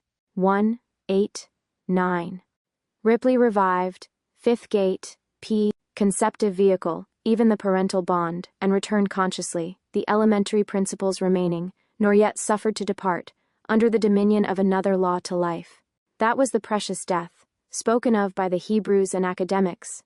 This the happy gate of blackness celebrated by the old adepts, the head of Hermes' crow, which is in the beginning of the work, that which was fixed, viz. The sensual compact, is dissolved, and that which is dissolved is renovated, and hence the corruption and evil of mortality is made manifest in the ultimate circulation of the matter to be renewed, and on either side it is a signal of art. And all without destruction to the mortal body, if perhaps someone values this. The willing life was made to pass out of its present oblivious fall, through regeneration, into the reminiscent consciousness of her causal source. As the truth, telling oracle again declares that, if thou extend the fiery mind to the work of piety, thou shalt preserve the flexible body likewise, even through death, re-entering into and fortifying it with the elixir of an immortal life. Sit mens sana in corpore sano, sank thou the way of the soul. Orandum est ut. Wants, and by what order, having served the body, the same from which thou dost low, lion must return. Anil rise up again, joining action to neared speech. Suppose anyone beginning at the top of an artificial edifice should undertake to decompose it stone by stone, setting all aside with the dirt and rubbish. Us. Lick proceeds, he would at last come to the earth which is at the foundation, and have space to build up anew, and thus it would appear to be in the Hermetic process. If anyone should take the natural life as it presents itself, opening and analyzing the parts thereof, spiritually and wisely, one from another, graciously. As the mandate runs, terra ab igni, subtile spiso, suaviter cum multon genio, Lee would arrive finally at the basement, wherein is hidden the true alkaline ori, oracula chaldaica. 212 more esoteric view. Ginal of life in its threefold essence separately contained. And this, the adept tells us, is the syllogism it best behoves us to look after. For he that has once passed the equaster and entered the fire world, sees what is both invisible and incredible to common men. He shall discover the miraculous conspiracy that is, between the prester and the sun, the external and internal fire of life, the thing desiring and the thing desired. He shall know the secret love of heaven, and earth, and why all influx of fire descends against the nature of fire, and comes from above downwards, until having found a body, it reascends therewith in perpetual interchange. He shall know, continues the adept, and see how the fire spirit has its root in the spiritual fire earth, and receives from it a secret influx upon which it feeds, a body immarcessible, than which there is nothing more ancient, vigorous, and young. The salt of Saturn, that most abstruse principle of the stone, the most ancient demogorgon, there Dempto, deprived of light, whose perpetual motion emanates the first material universe, and is the mineral soul. This is the earth, distinguished by Anaxagoras, which abiding durably in the center, hangs loftily, but its being is Tartarus, and the light-baiting world, and the winding currents by which many things are swallowed up. Stoop not down, for a precipice lies below in the earth, drawing through, the ladder which hath 7 steps, beneath which is the throne of necessity. Enlarge not thou thy destiny, the soul will, after a manner, clasp God to herself. As Porphyry, in our motto head, declares that it is necessary that the soul when purified should associate with its generator, and the virtue of it after this conversion is said to consist in a scientific knowledge of true being, which cannot be obtained either otherwise, or without such a conversion. I oracula chaldaica, the mysteries. O bentum quisquis felix narus de sacrorum, vetum pint, ac animam initiat orgigia bacchans in montibus, sacris puris lustrationibus. But, perhaps, inquisitive reader, you will very anxiously ask, what was said and done? I would tell you, replies the Epidaurian, if it could be lawfully told. But both the ears and tongue are guilty of indiscretion. Nevertheless, I will not keep you in suspense with religious desire, nor torment you with a long-continued anxiety. Hear, therefore, but believe what is true. The priest, then, all the profane being removed, taking me by the hand, brought me to the penetralia of the temple. I approached the confines of death, and having trod the threshold of Proserpine, I returned from it, being carried through all the elements. At midnight I saw the sun shining with a splendid light, and I manifestly drew near to the gods Alume and beneath, and proximately adored them. Behold, I have narrated to you things of which, though heard, it is nevertheless necessary that you should be ignorant. By no explanation nor any familiar analogy do we here presume to aid the natural intellect to a conception that transcends it, and which can only be attained through the identical experience. Yet reason does perceive it, but abstractly only as an inference, yet it is her true hypostasis, for which, as Isis for Osiris, she is constantly seeking, her objective reality in the great unknown. The rude uneducated reason, however, which serves sensibles without reflection, will not understand, but that only which, seeing something more in causation than mere antecedents, can imagine into the intelligible substance of her law.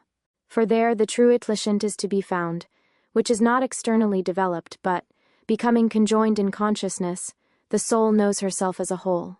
214 more esoteric view, which before knew but a part only of her human nature, and proceeding thus by theurgic assistance, arrives at her desired end, and participating of deity, perceives then and knows, as Plotinus gracefully expresses it, that the supplier of life is present, and free from all external perturbation and desire, percipiently included in the circular necessity of her law, believes its revelation which is her very self. This is the introspection which Psellus speaks of, as distinguished from the superinspection which takes place in Hades. When the initiated person sees the divine light itself without any form or figure, this the oracle calls sacrosancto, for that is seen with a beauty by sacred persons, and glides up and down pleasantly through the depths of the world. This will not deceive, but as the oracle in fine advises, when thou seest a fire without form, shining flashingly through the depths of the world, hear the voice of fire. The same solemn and articulate instruction is given in an Indian record translated by Sir William Jones, as follows: Except the first cause, whatever may appear or may not appear in the mind, know that to be the mind's maya, or image, or delusion, as of light, or darkness, as the great elements are in various beings entering, yet not entering, thus am I, in them, and yet not in them. Even thus far may inquiry be made by him who seeks to know the principle of mind in union and separation, which must be everywhere and always. And in the book of Deuteronomy, 4th chapter, the unfigured form of the divine essence is noted in several places, and in the book of Zohar it is ex quando videris forma sine sacram ignium colucentum saltatum totius per profundum mandi. Undi, ignis vocem, oracula chaldaica, in fine. Asiatic Researches, Vol. I. p. 241. The Mysteries. 215. Plained, that before the descent into creation the divine nature has no form, and therefore it was forbidden to represent him under any image whatever, even so much as a letter or point, and in this sense we are to understand the mandate. Take good heed unto yourselves, for ye saw no manner of similitude on the day that the Lord spake unto you in Horeb out of the midst of the fire. But then the revelations we have here gathered, and which are but a small part indeed of what has been described of the visions, and awful accompaniments which took place in the celebration of the greater mysteries, have been explained away as trifling exhibitions, orreries, as some say, contrived after the fashion of Walker's or Lloyd's Ideranian. By those unfigured lights, it has been argued, were meant asteroids, whilst the figured are supposed agreeably to represent constellations of stars, grouped together in a more defined form. The whole, in fact, has been regarded as a moving panorama and illusory display of lights. But what extreme of trifling or fantastic folly lies not modern imagination ascribed to the ancient mind? And how commonly mistaken and useless do not its best relics remain, for want of a corresponding intelligence in latter times? Allegories of recondite experience, truthful fables, symbols replete with instruction, and refined emblems of art, have been either trivially interpreted, or condemned as futile without appeal. Even those life-bound mysteries, those disciplines, purifications, sacred and primordial rites have gone for nothing, or as good for nothing, whilst astronomy has been the imputed spirit of the whole. O risk of some ridicule, therefore, and dilettante scorn, we continue by our clue, leaving the darker scenes of life's drama, to look beyond even upon that beautiful sun, lit horizon of the Mandarention, rising to intellectual radiance as of the real life. Thus Proclus says, that to the wise indeed all things possess. 1 Deuteronomy chap. E4, ver. 15, Zohar, part 2. A silent and arcane tendency, and intellect is excited to the beautiful with astonishment and motion, for the illumination from it and its efficacy acutely pervade through every soul, and as being the most similar of all things to the good, it converts every soul that surveys it. The soul also, beholding that which is arcane, shining forth as it were to view, rejoices in and admires that which sees, and is astonished about it. And as in the most holy mysteries, prior to the mystic spectacles, those who are initiated are said to be seized with astonishment and dread, so in intelligibles, prior to the participation of the good, beauty, shining forth astonishes those that behold it, converts the soul to itself, and being established in the vestibules of the good, shows what that is which is in the Adita, and what the transcendency is of occult being. Through these things, therefore, concludes the philosopher, let it be apparent whence beauty originates, and how it first shines forth, and also that animal, life itself, is the most beautiful of all intelligibles. But Apuleius no less directly indicates the nature of his own mysterious revelation where, speaking of the intellectual contact which the wise have proved when they were separated from body through the energies of mind, he says, calling his divine master also to witness, that this knowledge sometimes shines forth with a most rapid coruscation, like a bright and clear light in the most profound darkness. 2. And Plato himself, speaking in like manner of the intellectual intuition, in his 7th epistle, writes that from long converse with the thing itself, accompanied by a life in conformity to it, on a sudden a light, as it were a leaping fire, will be enkindled in the soul, and will there itself nourish itself. And heaven, he adds in another place, is the kindled intelligence of the first intelligible, and sight looking to things above is heaven. And the sense of Epistle 7th, Taylor, Vol. V4, the Cratylus, and in Timons, the Mysteries, 207. Sight is celebrated by all these, therefore, as not only beautiful and useful for the purposes of this life, but as a leader in the acquisition of wisdom. For is it not that very light which in us looks out beaming in our eyes that, directed within, and being purified also, and scientifically inquiring, discovers at last that other light which is the substance of its own, until light meeting light apprehends itself alone? While through the middle of life's boisterous waves, thy soul robust the deep's deaf tumult braves, oft beaming from the gods thy piercing sight, beholds in pathé oblique a sacred light, whence rapt from sense with energy divine, before her Oya immortal splendors shine, whose plenteous rays in darkness most profound, thy steps directed and illumined round. Nor was the vision like the dreams of sleep, But soon whilst vigilant you brave the deep, while from your eyes you shake the gloom of night, the glorious prospect bursts upon your sight.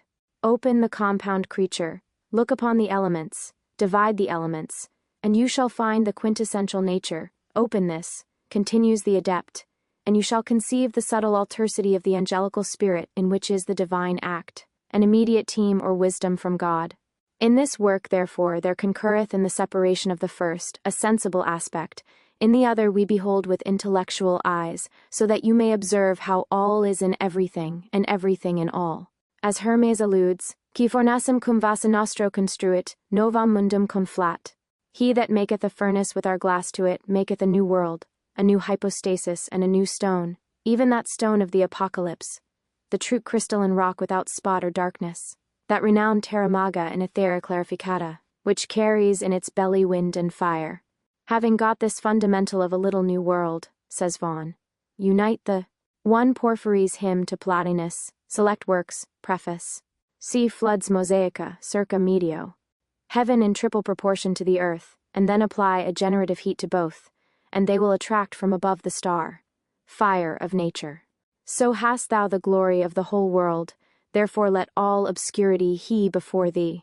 This is the true astrum solis gotten and conceived, the mineral spiritual sun which is the perpetual motion of the wise, and that Saturnian salt which, developed to intellect and made erect, subdues all nature to his will. For it is the whole demogorgon, now actually animated, which before was made visible without its subject light, but at length becoming ignited, reflects from out the dark abyss of being, as a luciferous wheel, with its radiant sections, all comprehending in their law, as the oracle again bespeaks. Fire, the derivation and dispenser of fire, whose hair polluted is seen Luby's native light, hence comes Saturn. The sun Axor beholding eel pure pole. And this we take to be that midnight sun of Apuleius, the ignited stone of Anaxagoras, for which that philosopher has suffered such abundant disrepute, under error that his allusion was to the luminary of this world.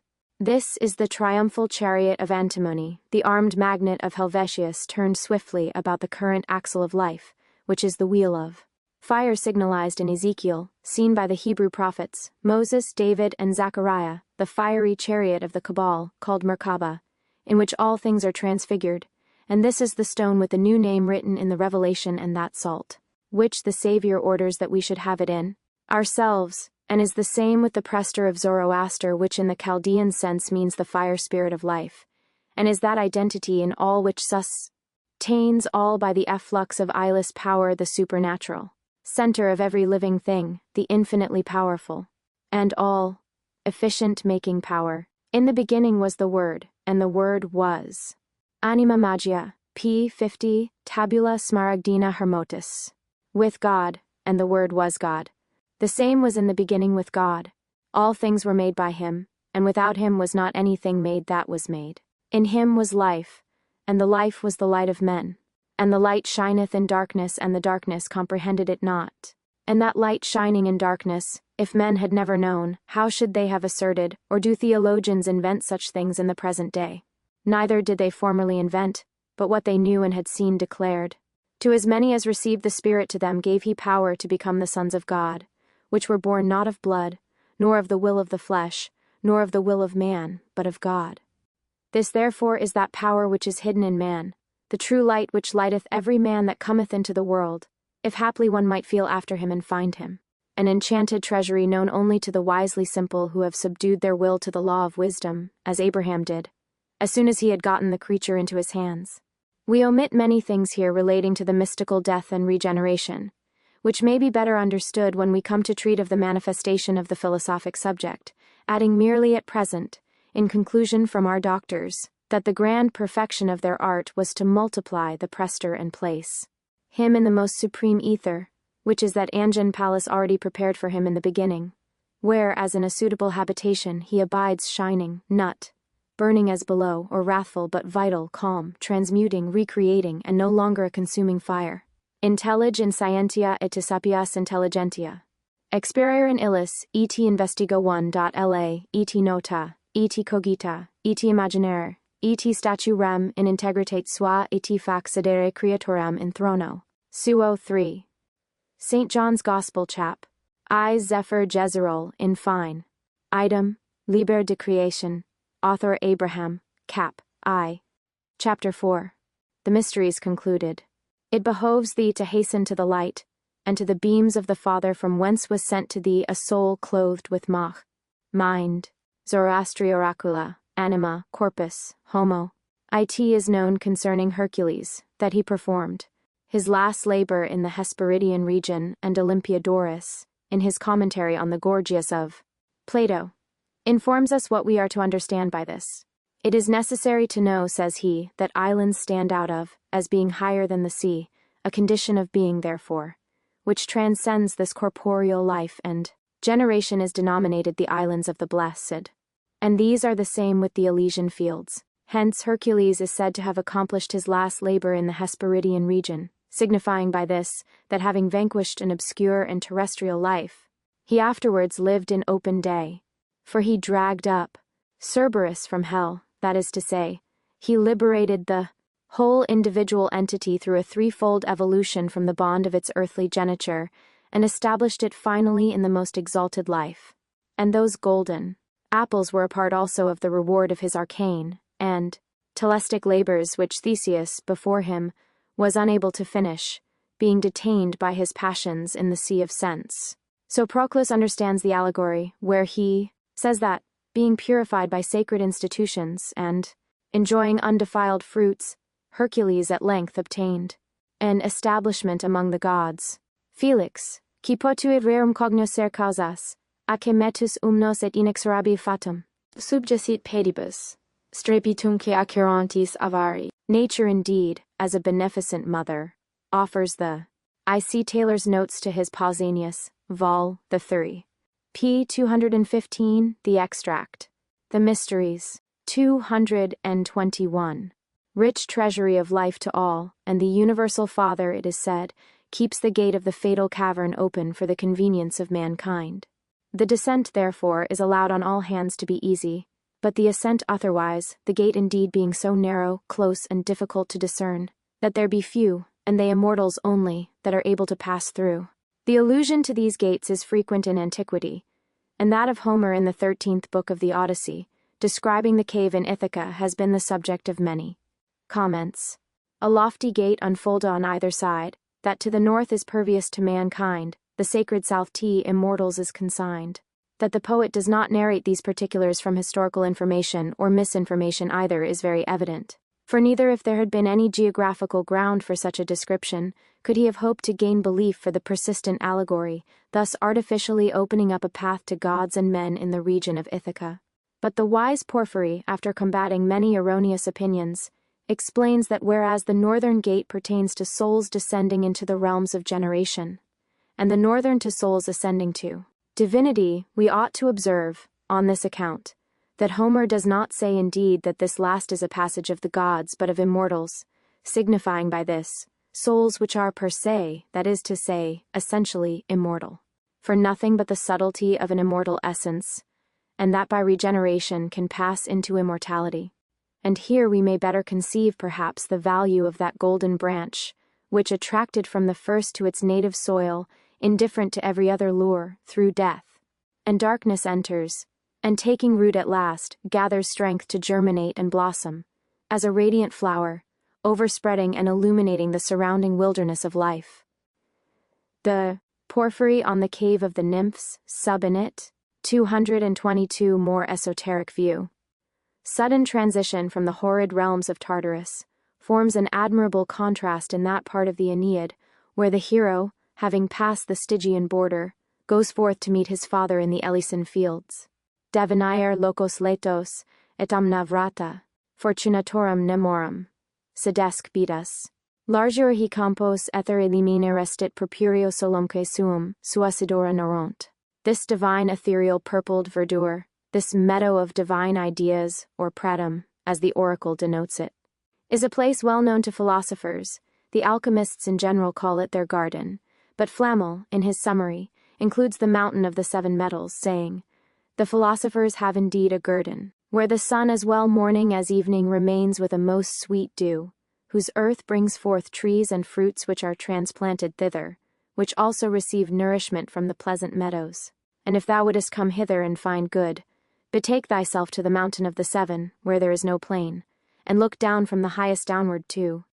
The sixth, which you will see afar off, in the topmost height, you will find a royal herb triumphing, which some call mineral, some vegetable, some saturnine.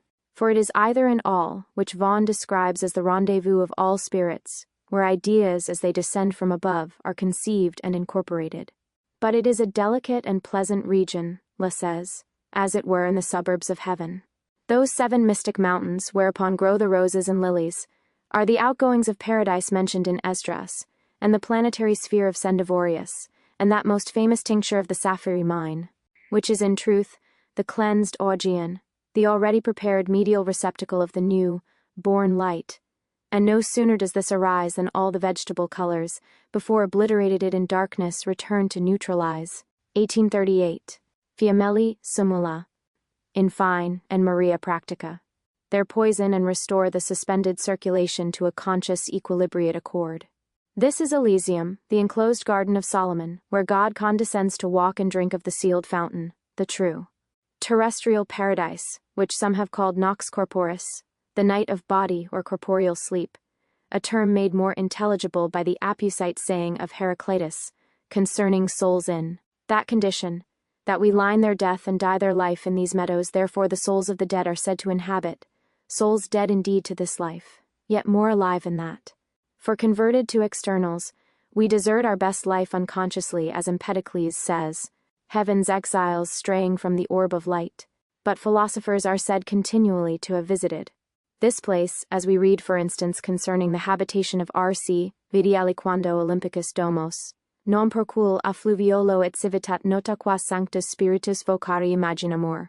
Helicon est quoloquar, od biceps parnascens, in quo equus Pegasus fontem apparit Paris, aquae ad hoc stellantem, in quo Diana salavat, qui Venus ut hebidi sequa et Sapphirnus ut antembulo, conjunguntur, intelligenti nimium, in exparto, minimum hoc erit dictum. To clear the prospect a little therefore, Vaughan adds this description of the Indian Brahman's abode. I have seen, says Apollonius, the Brahmans of India dwell. Ing on the earth and not on the karth, they were guarded without walls invisibly, and possessing nothing, they enjoyed all things. In such a place the oracle told Emilius the soul of great Plotinus was, ubi amicitia est, ubi cupida visum mollis, pura plenas laetitia. El sempiternis rivis ambrosas irrigatus adeo undescent amorum retinacula. Dulcis spiritus et tranquillas ether an re generis mani jovis. By such clear and rapid rivers of supernal light the Fama e Confessio, R.C. Preface by Vaughan. Adoring Sibyl drew her inspiration, and by such, according to the Orphic poet, the god Apollo even loved to contemplate. Omnia quae fambo quandam meditanta beatus audit Eurotas, and see, there are three modes of human vision recorded by St. Augustine, the first external, and belongs to the outward eye, the second that of imagination, by which representations are visible to the internal sense, the third is anagogic, and an intellectual sight drawn above, by which intelligible species are beheld, as a pure infusion of light to the understanding. The first mode is familiar, the second has been already discussed, but this third vision of the light is in Elysium, where the eye of mind, no longer as heretofore looking from without inwardly, beholds its object through the atmosphere of the natural life, but contrariwise, having passed through this, purifying to the center, is converted and raised, and as a unit, now regards the circumference transitively, including it as an understanding or reflector, as it were, to the focus of her light. Porphyry beautifully resembles this mode of being to a fountain, not flowing outwardly, but circularly scattering its streams into itself. And thus there is an assimilation established, as near as may be in consciousness, of the self-knowing and the self-known. Yet with this motion of the soul time is consubsistent, as changing her conceptions, she passes from one to another according to the self-motion of her essence, and through her eye being directed to the survey of the different forms which she contains, and which have the relation of parts to her whole essence. But eternity is consubsistent only with the permanence of intellect in itself. And thus, though there is a grade above, yet this is the intellection in Elysium, where the exemplary image of the universal nature also is revealed, as in that Athenor of Hermes before. See Porphyry's Aid to Intelligibles. Taylor, p. 237, mentioned or a furnace having a glass to it, that singular fundamental of his small new world.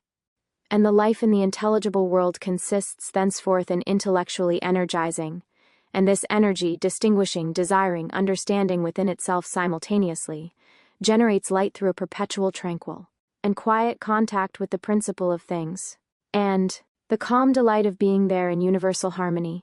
The truthful visions, scenery, occupations, and integral intelligence are pictured with all the vivid coloring of that experienced poet's soul, and will be rightly understood as an unfolding of the embryo life, the nourishment and education of the understanding vehicle now standing in open presence before its archetypal light, according to which also it perfects all the new-born attributes, as of justice, beauty, charity, hope, every faculty, sentiment, and desire in orderly relation under the dominion of reason, and evolves the total harmony of nature and all specific variety in her originating source. The sun shines but for us, exclaims the chorus of the initiated in Aristophanes. We alone receive the glory of his beams. For us alone the meadows are enameled with flowers, even for us who are initiated and who have learned to perform all acts of piety and justice. Nor is it without reason that the river Eridanus is said by Virgil to pass through those celestial abodes, for this indicates the prolific flow of spirit which accedes spontaneously from the occult energy of such a life.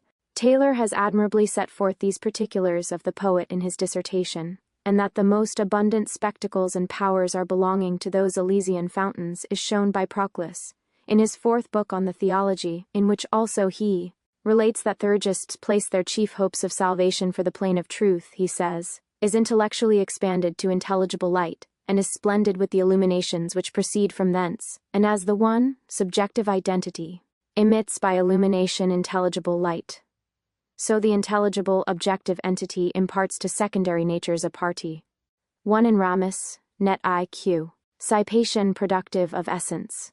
But the meadow is the prolific power of life, according to Plato, and of all various reasons, and is the comprehension of the first efficient causes of life, and the generation of forms for the meadows also which are here, continues the great exponent, are productive of all various forms and reasons, and bear water which is the symbol of vivification. And here, the metaphysician accords with the ancient physiologists and alchemists, who, experimentally searching, were said to prove the universal identity of nature on the ontological ground, reproducing the whole material principle to sense and visibility from the dissolution of the spirit in its proper kind without alloy, but intending to speak of these material rewards of initiation hereafter, and of this water especially we pass onward for the present to introduce the self, conspicuous and prolific goddess herself according to Apuleius' most eloquent announcement, appearing in the Eleusinian fane.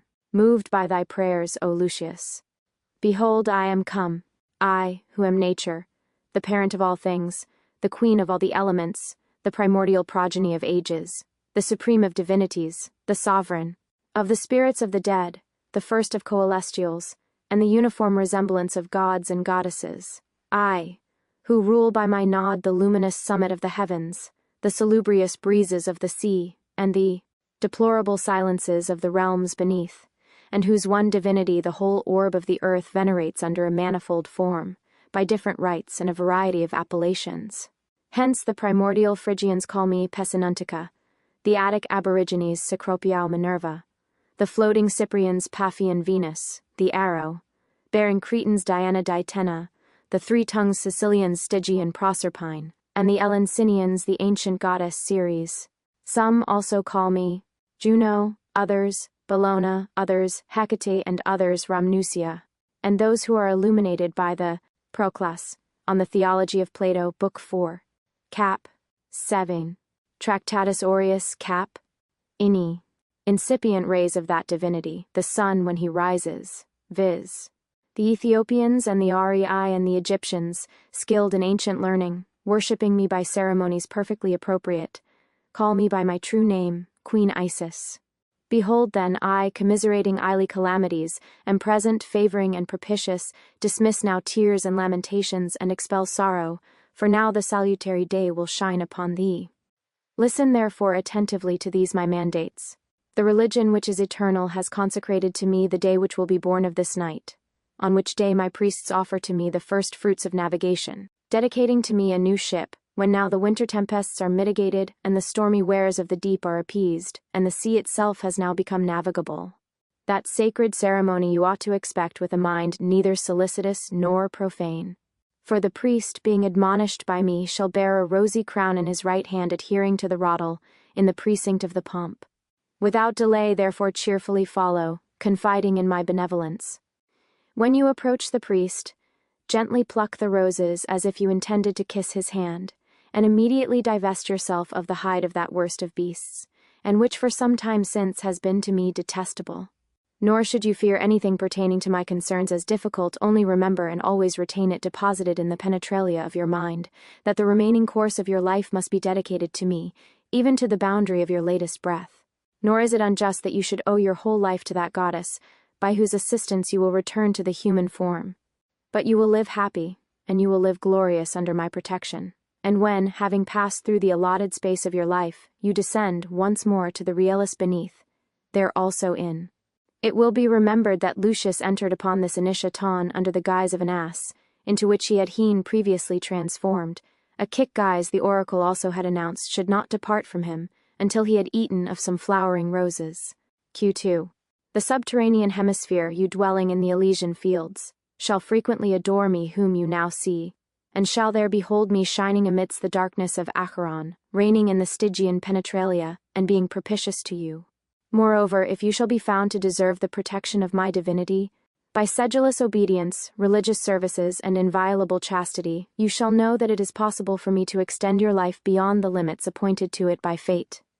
The venerable oracle being thus finished, adds the philosopher, the invincible goddess receded into herself, and without delay, I, being liberated from sleep, immediately arose, seized with fear and joy, and in an excessive perspiration, and in the highest degree admiring so manifest a presence of the powerful goddess, having sprinkled myself with marine dew, and intent upon her great commands, I revolved in my mind the order of her mandates.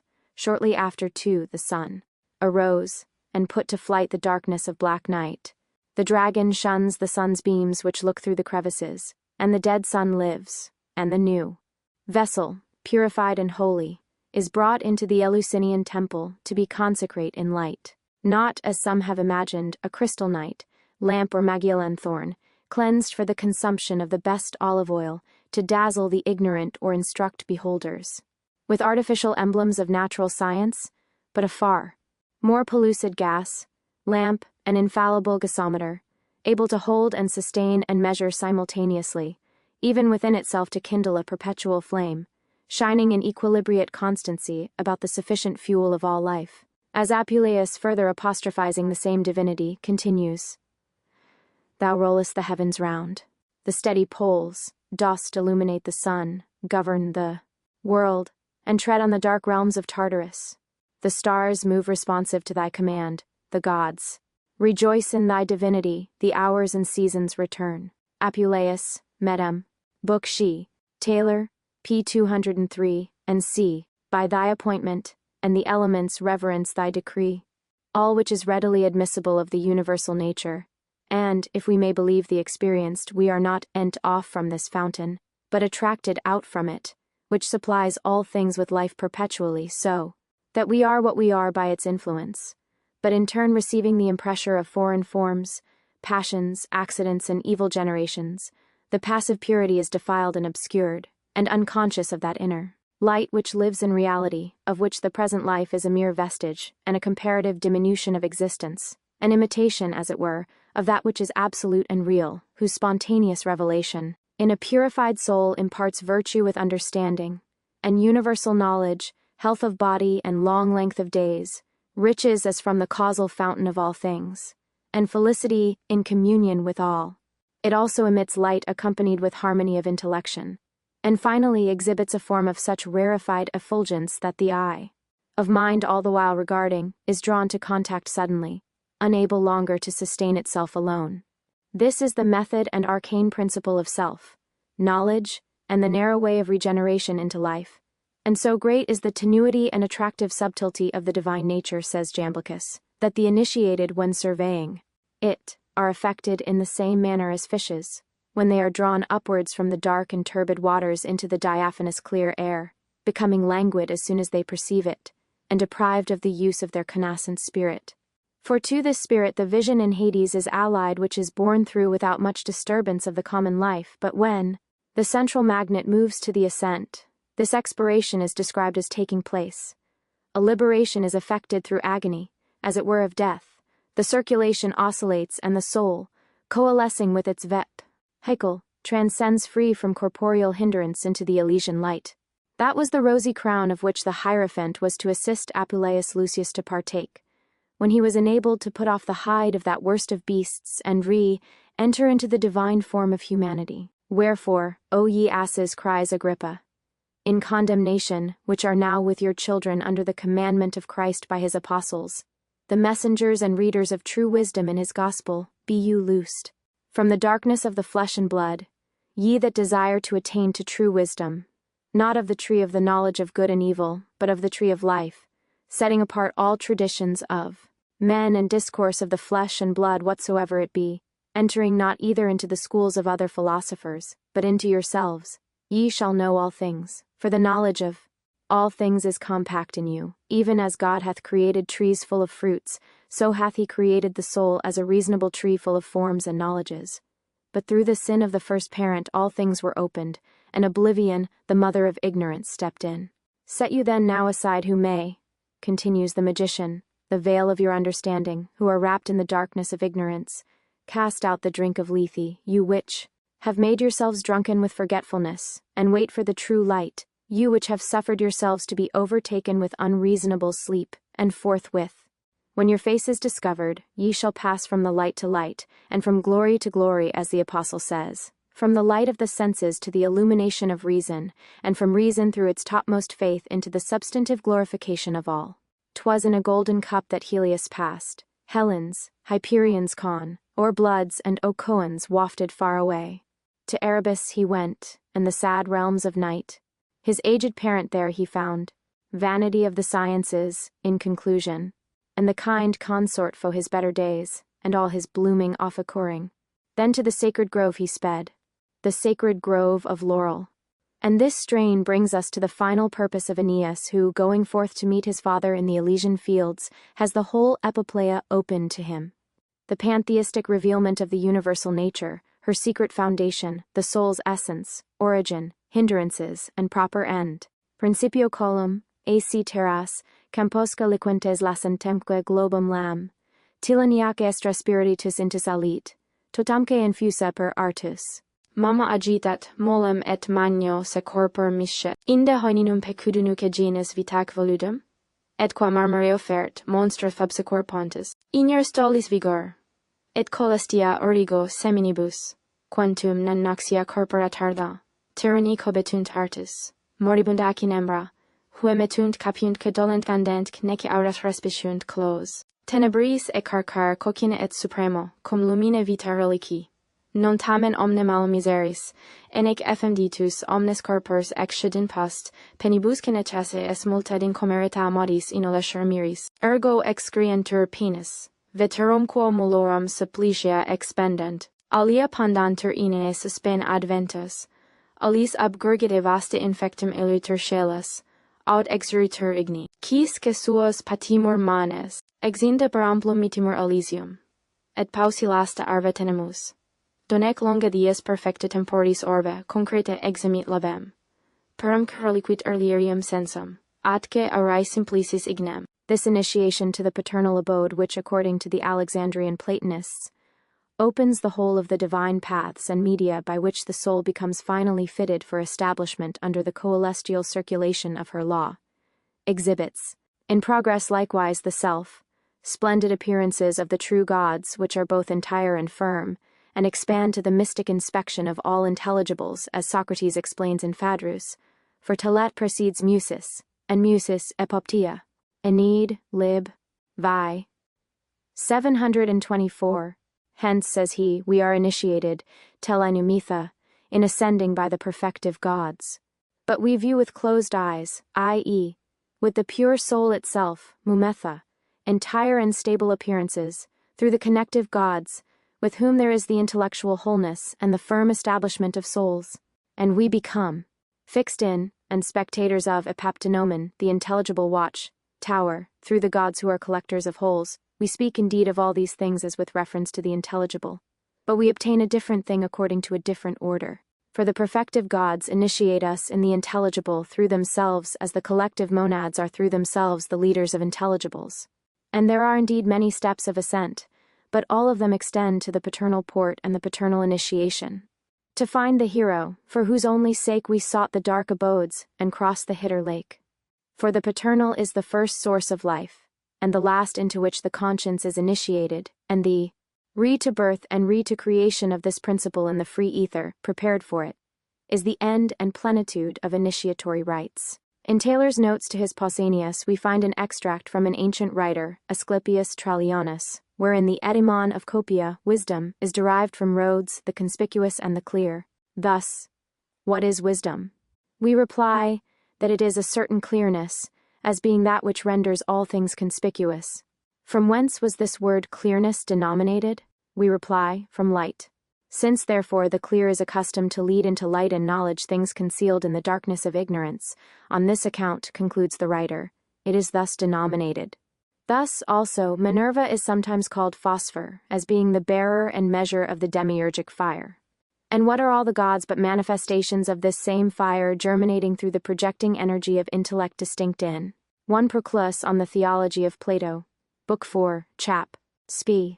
Light, in its lucid understanding, stable expanse; Minerva, in its golden radiance and ideality; Apollo, shining forth in beauty, warmth, and infinite attraction; Venus, in its concentrated flashing force; Mars, in compact impenetrable purity; the chaste Diana, penetrating in all the variety of perspicuous thought and imagination; the winged Mercury, in its universal fabricative virtue and beneficence; the demiurge Jupiter, and thenceforth downward and upward from the last to the first ineffable Phanes, before Saturn, or that ancient Cybele, proceeded to manifestation by will, in time. Then nor the sun's swift members splendid shone, but in dense harmony established lay concealed, eternity's revolving sphere reducing round its entropherm to roll. Until, as the poet goes on to explicate, by the fanning of the celestial ether set in motion, then all the members of the god appeared, one. And the nourishing cause of these gods is said to be a certain intelligible union, comprehending in itself the whole intellectual progression, and filling the ethereal hypostasis with acme and power. All the gods, says Plotinus, are beautiful, and their splendor is intense. What else, however, is it but intellect through which they are such? And because intellect energizes in them in so great a degree as to render them visible by its light. For they are not at one time wise and at another destitute of wisdom, but they are always wise, in an impassive, stable, and pure intellect. Seeing such things as intellect itself sees, they occupy and pervade without ceasing the whole of that blissful region. For the life there is unattended with labor, and truth is their generator and nutriment, their essence and their nurse. Plato also by Socrates narrating the mode of ascent to the intelligible beauty. Empedocles, Physicoplotmus on the beautiful, and the three hypostases. And Bao, following the divine leaders they became partakers of the same, concludes it was then lawful to survey splendid beauty, where we obtained together with that happy choir, this blessed vision and contemplation, and we indeed enjoyed this felicity, following the choir together with Jupiter, but others in conjunction with some other god, at the same time beholding and being initiated in those mysteries, which it is lawful to call the most blessed of all mysteries. And these divine orgies were celebrated by us while we were perfect and free from those evils which awaited us in a succeeding period of time. We likewise were initiated in, and became spectators of entire, simple, quietly stable, and blessed visions, resident in a pure light, being ourselves pure and liberated from this surrounding vestment, which we denominate body, and to which we are bound like an oyster to its shell. And beauty, continues the divine narrator, shone upon us during our progressions with the gods. But on our arrival hither we possessed the power of perceiving it, through the clearest of our senses, not, let us believe with Dr. Warburton, a mere illuminated image, which the priest had purified, for indeed his whole account of the institution is absurd, but, when we consider to what Plato really alludes, by those simple and blessed visions resident in a pure light, we can no longer wonder why the initiated were called happy, and reported to have been blessed, since through initiation, they were conjoined with the total deity and intellectual perfection of their leaders, and were replenished with the divine essentiality.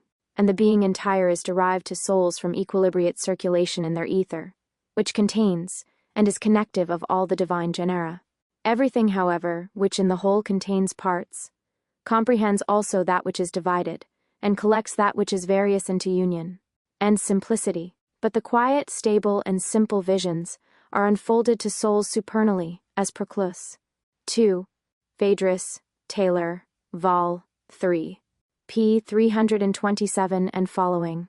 St. Taylor's observations in the note on this passage, p. 327, explains from the supercelestial place. And so those gods and those powers that follow the gods reveal themselves each in his particular form or essence of light, but by no means extend themselves as figured phantasms, such as the mind before beheld in Hades from its own self, shadowing creative fancy.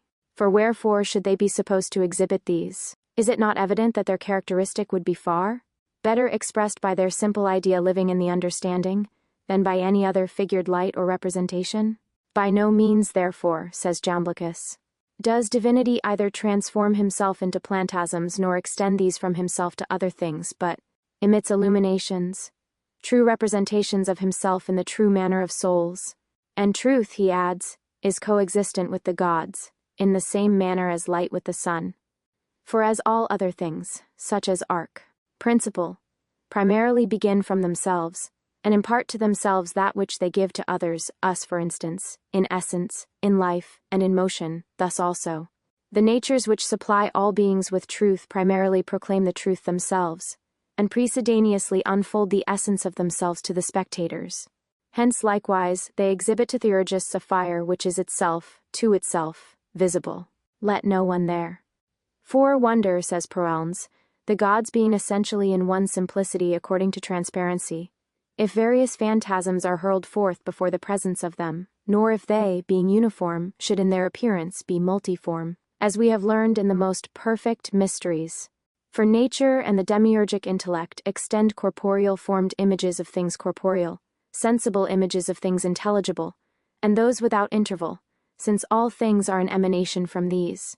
And thus the soul, when looking at things posterior to herself, beholds the shadows only and images of true being, but when she converts herself to herself, she evolves her own essence, and the vivific reasons which she contains.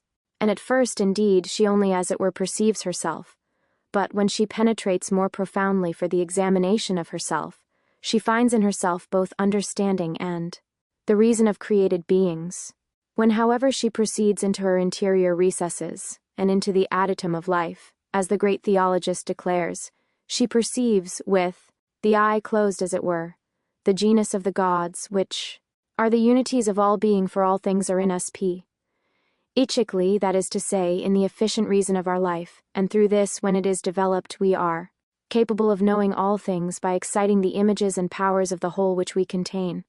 And this has been said to be the best employment of our energy, to be extended to a divine nature, and having our individual powers at rest, to revolve harmoniously round it, to excite all the multitude of the soul to this union, and laying aside all such things as are posterior to the one, to become seated and conjoined to that which is ineffable and beyond all things. It is satisfactory to observe how these ancients, with one accord, dismiss all visions which take place during the imperfect self activity of the human mind as arbitrary and untrustworthy, how well they had learned to discriminate, and how very absolute and clear a line they draw between enthusiasm and fanaticism, between the shadowy world of imaginative vision and the light of the true gods.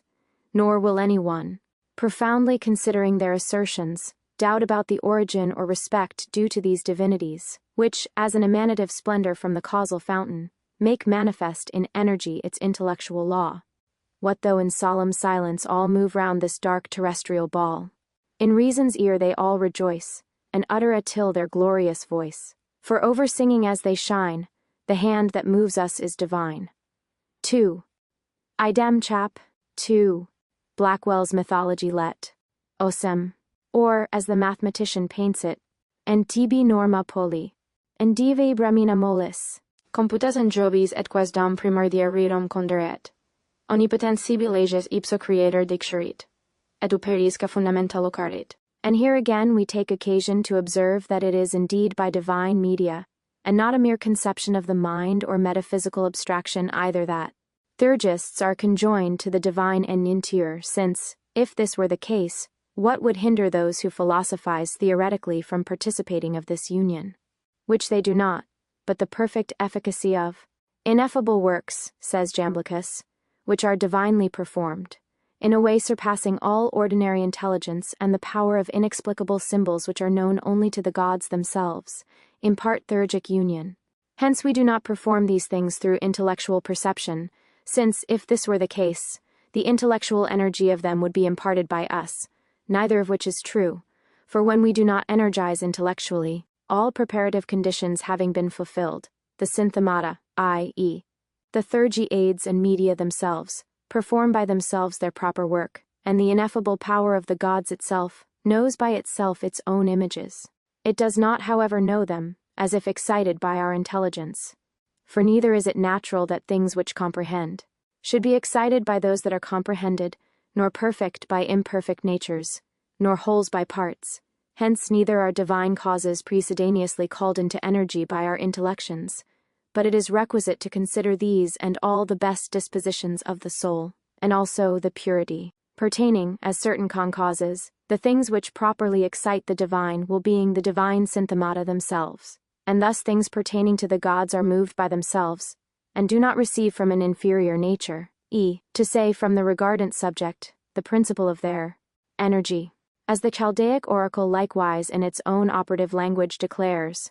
And these things I revolve in the recluse temples of my mind, extending the like fire sparklingly into the spacious air, to put into the mind the symbol of variety, and not to walk dispersedly on the empical channels, but stiffly, for the king did set before the world an intellectual incorrupti blee pattern, this print through the world, he promoting, accordingly appeared, beautified with all kinds of ideas of which there is one fountain.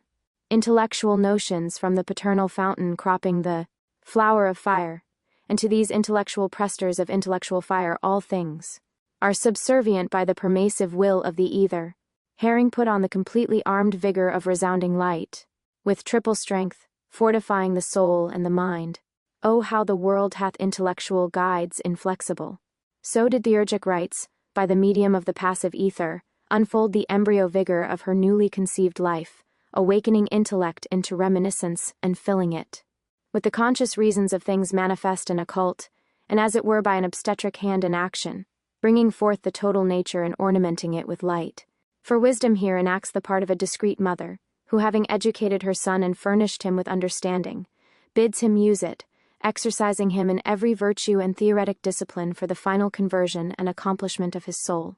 And if the education has been complete, and the discipline perfect, says Porphyry, the whole inferior powers will range in harmonious concord about their proper rule, and will so venerate this reason, as to be indignant if they are at all self-moved, in consequence of not being quiet when their master is present, and will reprove themselves for their imbecility, so that the motions themselves will. Jamblions on the Mist. Chap. She. Taylor, p. 109. Orienda Chaldaica. Be dissolved through their proximity to the reasoning power. But the government of the natural life is oligarchical, almost an anarchy, where there is no permanently accepted leader of the whole, but each motive rising, as it were, becomes an usurper of a vacant throne, and external institutions image from thence.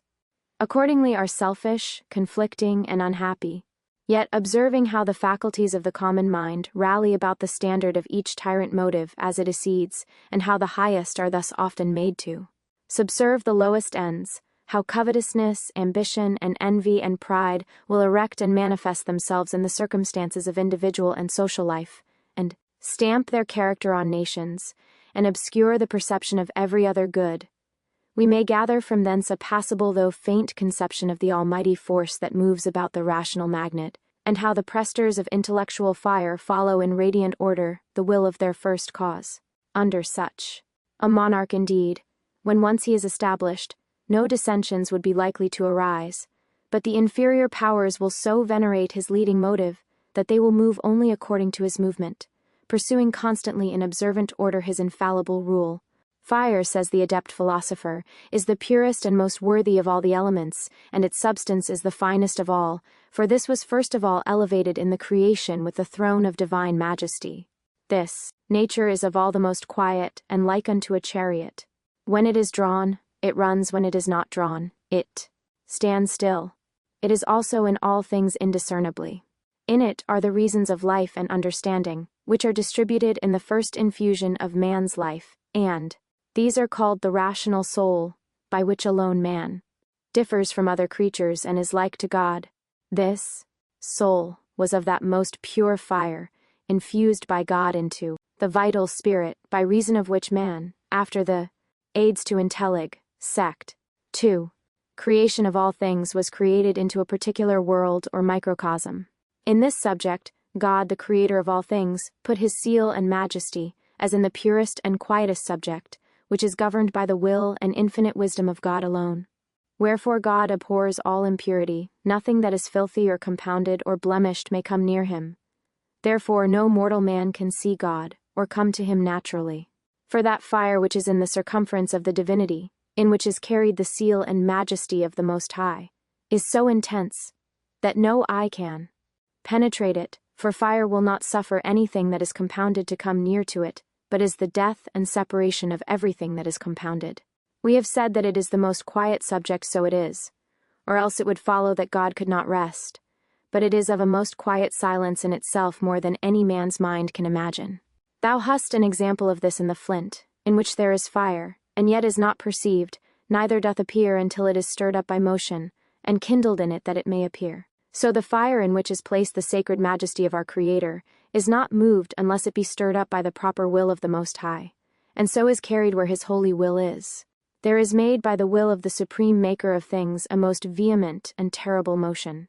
Thou hast an example of this, when any monarch of this world sits in state, what a quietness there is about him, what a silence, and although some one of his court doth move, the motion is only of some one or other particular man, in an order which is not regarded.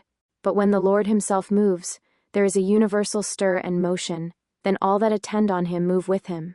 What then, when that supreme monarch, the King of kings and Maker of all things, after whose example the princes of this world are established, doth move in his own majesty?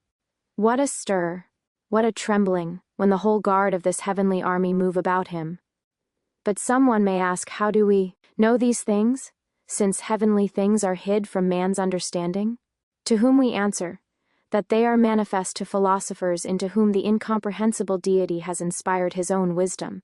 For the total reason is in this life of ours hidden, as the fire in fuel that is not kindled, or as gold in the dark ore unseen our iron, our red earth, our lodestone, celeberimus e microcosmos et atom, in which we are all now as dead, nor can be awakened to reminiscence without a resolution of the whole circulatory confine, when it arises identically reverse, perfect, and alone. This is the sal sapientum et mercurius philosophorum, their secretum secretorum et pons essenorum, sire etiam tibi convenit, o bone rex quod, hu magisterium nihil aliud est.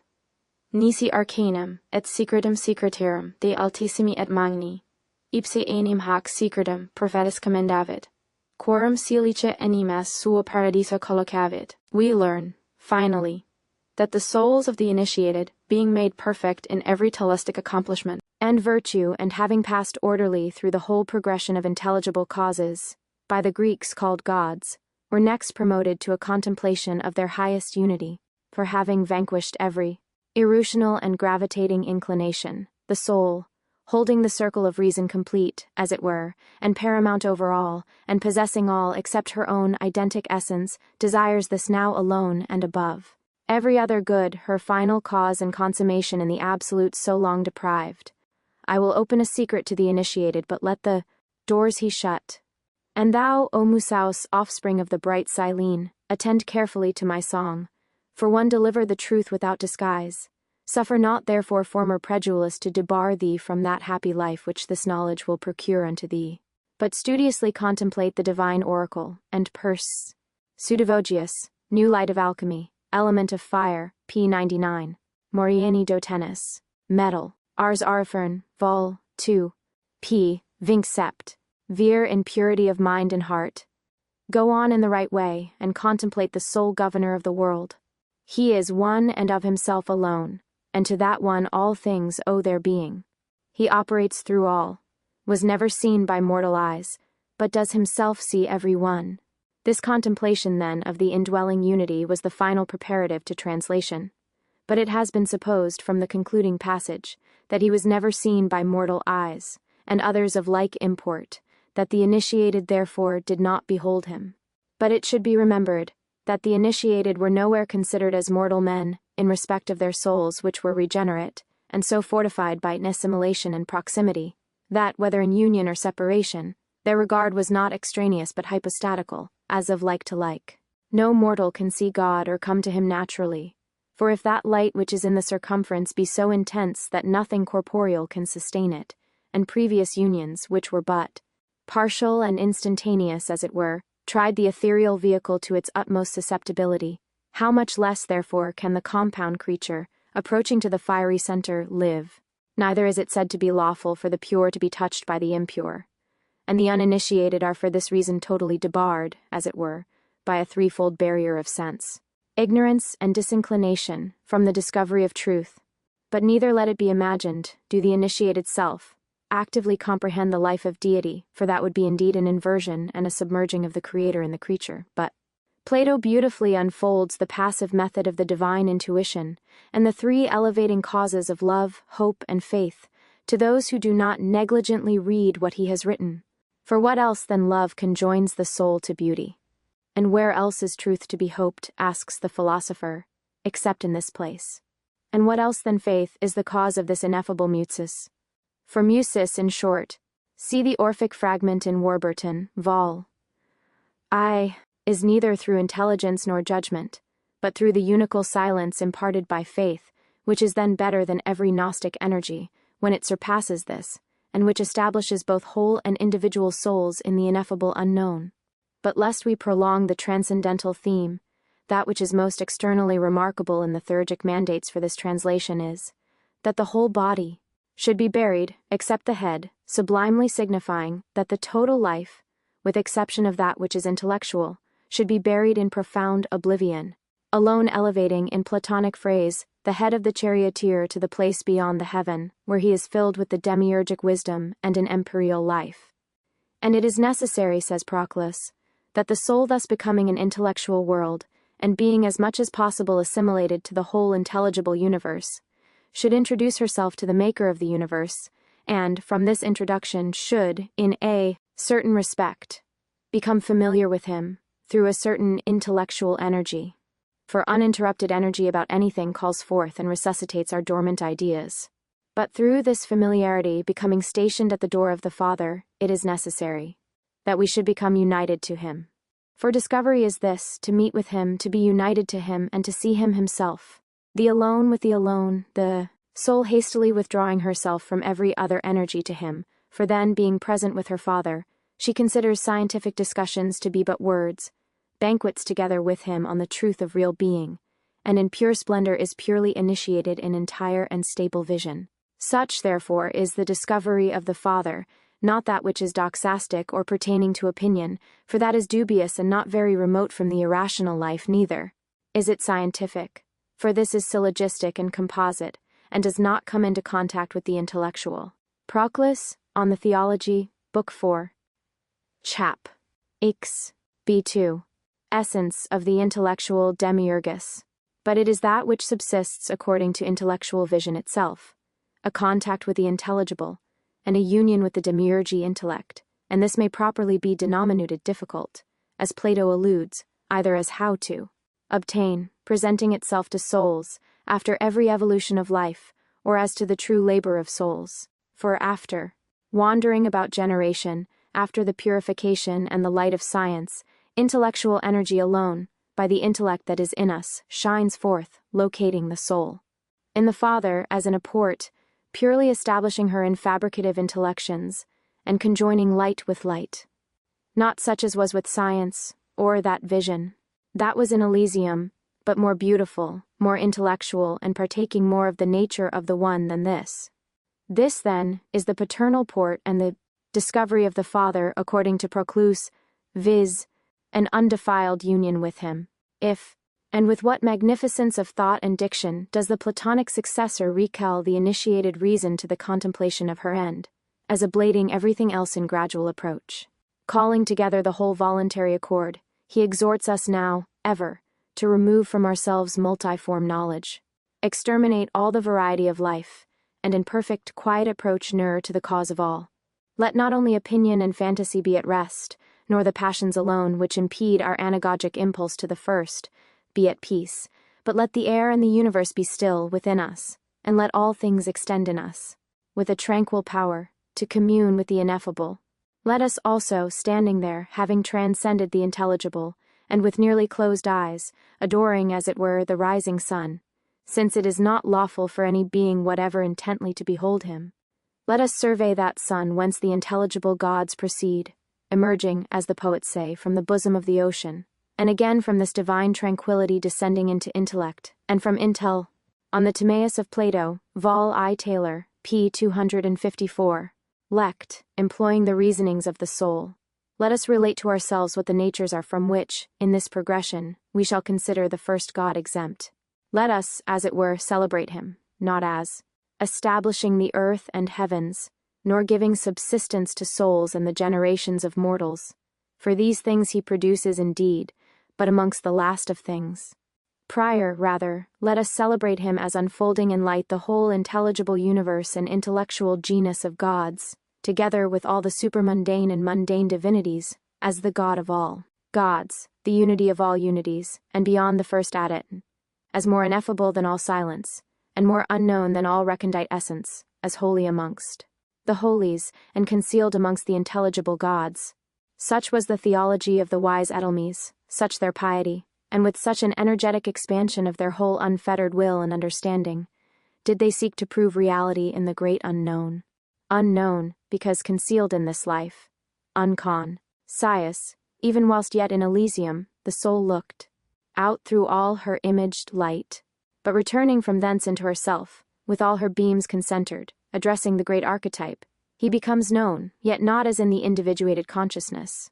Things are said to be known apart, nor as before, either in separation of subject and object but absolutely in identity, as passing from herself the soul no longer sees or distinguishes by intellection nor imagines that there are two things but, consubstantial becomes herself, the ultimate object as she was before the subject in simultaneous accord, and thus, the divine oracle ratifies the Platonic instruction to inquire. There is something intelligible which it behoves thee to understand with the flower of thy mind, for if thou inclinest thy mind thou shalt understand this also yell understanding. Thou shalt comprobable this wholly, for it is a power of circumduced strength glittering with vehemence of intellection. 246 More esoteric view. But with the ample flame of the ample mind which measureth all things, except this intelligible, but it behoves thee to understand this also, not fixedly, but having a pure turning eye, extend the empty mind of thy soul towards the intelligible, that thou mayest learn the intelligible, for it exists beyond the mind. Such is the condition and metaphysical alienation which ancient experience sublimely proved, as passing to deification, which the natural reason echoes, but by a necessity of faith only, since it cannot pass into the superstantial proof. Theoretic contemplation, sensible abstraction, continuity of active thought, all are alike inadequate. Without the pontic medium, without theurgic assistance, we are unable to transcend the consciousness of this life, and so are prevented from carrying metaphysics or of proving existence on the ontological ground. But this desiring faith of reason by which she has persisted and still persists, occasionally to inquire and infer, respecting causes which are both beyond and behind her natural grasp, has, we think, been aptly compared to the perception which the eye has of light and colors, for as sight, observing believes, yet can affirm nothing absolutely about the reason or essences of colors, in like manner reason, reflecting abstractedly, perceives a necessity of subsistence within itself, yet, unable to know, can affirm nothing with respect to it. For affirmation implies a doubled testimony in subject and object, or as a logician might say, affirmation arises out of that which is composite from a subject and a predicate. If therefore intellect should by any means be enabled to come into visive contact with its vision, as if begetting an experience. It would then assert, and the assertion as respects itself would be true, and the disbelief of others who had not proved the same would be to it as if someone having slept away his life dreaming in this world should on awakening to outward sense persist in those dreams with which he had been so long conversant, denying the reality of the appearing world, and as his infatuation would be obvious and his denial disregarded by mankind, so is the blindness of the sensible life described as obvious and lamentable by those who have passed into a more profound and convictive experience. But not reason, nor enthusiasm, nor ardent desire, nor an intellectual conception, nor abstraction as we are taught, conjoins Theurgists with the one, but these are preparatory steps only to the self, oblivious amplitude of conception which precedes him moving in the ultimate recessure of life. He comes, says Plotinus, suddenly alone, bringing with him his own imperial universe and total deity, in one. And all things in that ultimate circulation are diaphanous, nothing dark or resisting, as of subject and object remaining in the mind, but everything is apparent to every faculty intrinsically throughout. For light everywhere meets light, as thought its understanding in the all, continental all, resident in each particular, perfect with all, and the splendor there is infinite, for everything there is great, even that which is small, for it has the great. The sun which is there is all the stars, and again each star is the sun, and all the stars, as ideas are in the mind everywhere, and the same mind in all, only in each a different quality is dominant, yet all are comprehensible in each, and transmutable one into an outlier, as thoughts arise and are displaced without disorder or opposive persistence. Motion likewise there is perfectly harmonious, for the motion is not confounded, as in the world it is, by a mover different from itself, but the seat of each thing is that which the thing itself is, and concurs and proves itself to be what it is by its own self. Evidence, proceeding constantly towards that whence it originated. Thus, that while I thinks and understands, and the thing understood are one, co-eternal and co-equal, and their substance is intellect, and intellect according to these philosophers is the subsistence of all. But in the sensible world the circulation of things is altogether different, for though this has been proved also to be an outbirth from the same universal center, yet the equilibrium of being is broken everywhere at the circumference for manifestation. One thing does not subsist by another, but each part or individual remains alone in contrariety of conscience. Nor does the devious wheel of life obey her axle any more, until returning into it, she perceives her error and the transgression that was made in self, will, for the sake of this experience, from the great law of light, from plenitude of power, from immortal harmony, and that high exemplar which is before all things, and the final cause of all, which seeing only is seen, and understanding is understood by him, who having a sight like that of Linnean's, penetrating all centers, discovers himself in that finally which is the source of all, and pushing from himself to that transcending, attains the end of his progression. Il deum vitam accipiet, divisci vibit permistos herens, ut ipso vidibitur illis. And this was the consummation of the mysteries, the ground of the Hermetic philosophy, prolific in supernatural increase, transmutations and magical effects, and thus it is said to be lawful for the vital spirit to descend and ascend in successive circulations until she terminates her flight in the principle of things. And this was the life of the gods, and of divine happy men, who rising in voluntary abnegation above the evil and sensual habitude of this life, and many sufferings to which body is allied, obtained, together with a liberation from these, a foretaste simple, beatific and secure, of the life which is eternal, when by exciting the divine virtue within, they became simultaneously elevated, and proceeding through intellect to wisdom, they arrived at the first principle, and again descending thence, increasing in divine virtue by each ascent, until the total life was irradiated from the ample recess of light. Tunire ad mundum archetypum sapoatque redire patrenque omnia spectar lispicuius tunc co, operator effectus potest omnia. But there are many degrees of divine illumination. Thor were the rites of Eleusis found to be equally efficacious for all, since all souls are not of equal capacity, or bias towards intellectual education, but as philosophers agree that preceding initiations are preparatory to those in a subsequent order, so the possession of the best habits of thought in this life, and natural inclination, render the spirit better adapted to sublime. Plato accordingly cites the records of the mysteries, to witness that there are many more thyrsus-bearers than Bacchae souls, which is to say, that many had the tire indeed, and were able even to perceive it, who were without the power to discover and draw it forth to manifestation. For, in the thyrsus, Prometheus is fabled to have concealed the fire he stole from heaven. But Bacchus, persisting through the whole course of life allotted, returned, as the Orphi verse denotes him, triumphant, and appearing in splendor to mortals. Bacchus, ipsa totus igneus et fulgidus appareret, qui nudis oculis tolerari non posset. So Osiris appeared in shining garments, as Apollo, all over radiant, so Socrates, his mighty genius once freed, in ecstasy shone forth, as it is related, to the beholders, more dazzling than the luciferous wheel of the meridian sun, diffusing itself from the freed center outwardly until it moved the dark circumference of sense itself.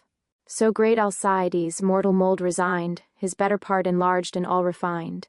Angust his visage shone, almighty Jove, in his swift car his honored offspring drove. So Orpheus, and divine Achilles shone refulgent in his armor, and Jason on his return from Colchis with the goblin fleece. Agrippa Occult Phil. Book 3. Where are given several notable examples in this kind. And Apuleius on the demon of Socrates. But, say the expounders, all this splendid delirium and transfiguration in the mysteries was the effect of narcotic liquors, which were administered to the mister before the shows commenced, causing a confusion of their intellects, and the strange and miraculous appearance of the objects exhibited to them. But this is all a mistake, arising naturally enough out of the tendency of common sense, Procrustes like, to accommodate all things to the limitation of its own sphere, which comprehends but a small part, however, of the things which are. The light exhibited in the Eleusinian mysteries, i.e., in the true initiations, as is plainly to he gathered from the sense of the ancients, was the light of life which these could kindle and fortify, and the total drama was divine. Let ignorance disbelieve, and impiety reprobate, as long as they are able, those theurgic associations were neither futile nor unholy, nor were the visions or gods attending on those mysteries dead images, nor mere symbols, nor impotent, nor idle, nor invisible, though unseen. For are we not taught by the highest philosophic authorities to believe that by theurgy rites, an ascent was made through appropriate media and a gradual assimilation, which without these could not be effected, to the knowledge of the first cause, and that not theoretic only, but actual in co. efficiency of being and universal intellection. And here, if any agree with us, he will readily appreciate that mandate of the mysteries which forbids that divine things should be divulged to the uninitiated. For beyond the early danger to unpurified souls, there remains this objection, that such things cannot be understood by the multitude, nor rightly by any but by those only who were fortunately enabled to perceive them. But it is not possible, following their descriptions, the sublimely articulate relations of the Greek and Alexandrian Platonists or those no less profound and earnest mystics of the Middle Ages, concerning the divine hypostasis and last conjunction of the contemplative soul and its immortal experience, to maintain an indifferent spirit, or without being in a degree moved to a responsive sense of their reality. And he who, being endowed with a percipient mind and liberal, will take pains to examine those writings, or even those of the reputed enemies of their faith, the enlightened fathers of the Christian Church, may be persuaded by very much evidence, too much to intrude in this place, that the Eleusinian rites alluded to, and the objects attained, were of a nature widely differing from those which have been generally reported. And if, as must be indeed admitted, they became latterly disgraced in impure hands, yet this ought not by any means to detract from our esteem of the original institution, to which those latter orgies were diametrically opposed. That the mysteries were instituted pure there is no doubt, since it is universally allowed, early Christians concurring with the wisest Athenics in declaring that they proposed the noblest ends, and by the worthiest means attain them, where not only everything within was conducted with decorum, but utmost care was taken to secure the same for those passing without the fane, where misbehavior even of the eye was accounted criminal, and indiscretion was punished, and profanation by death.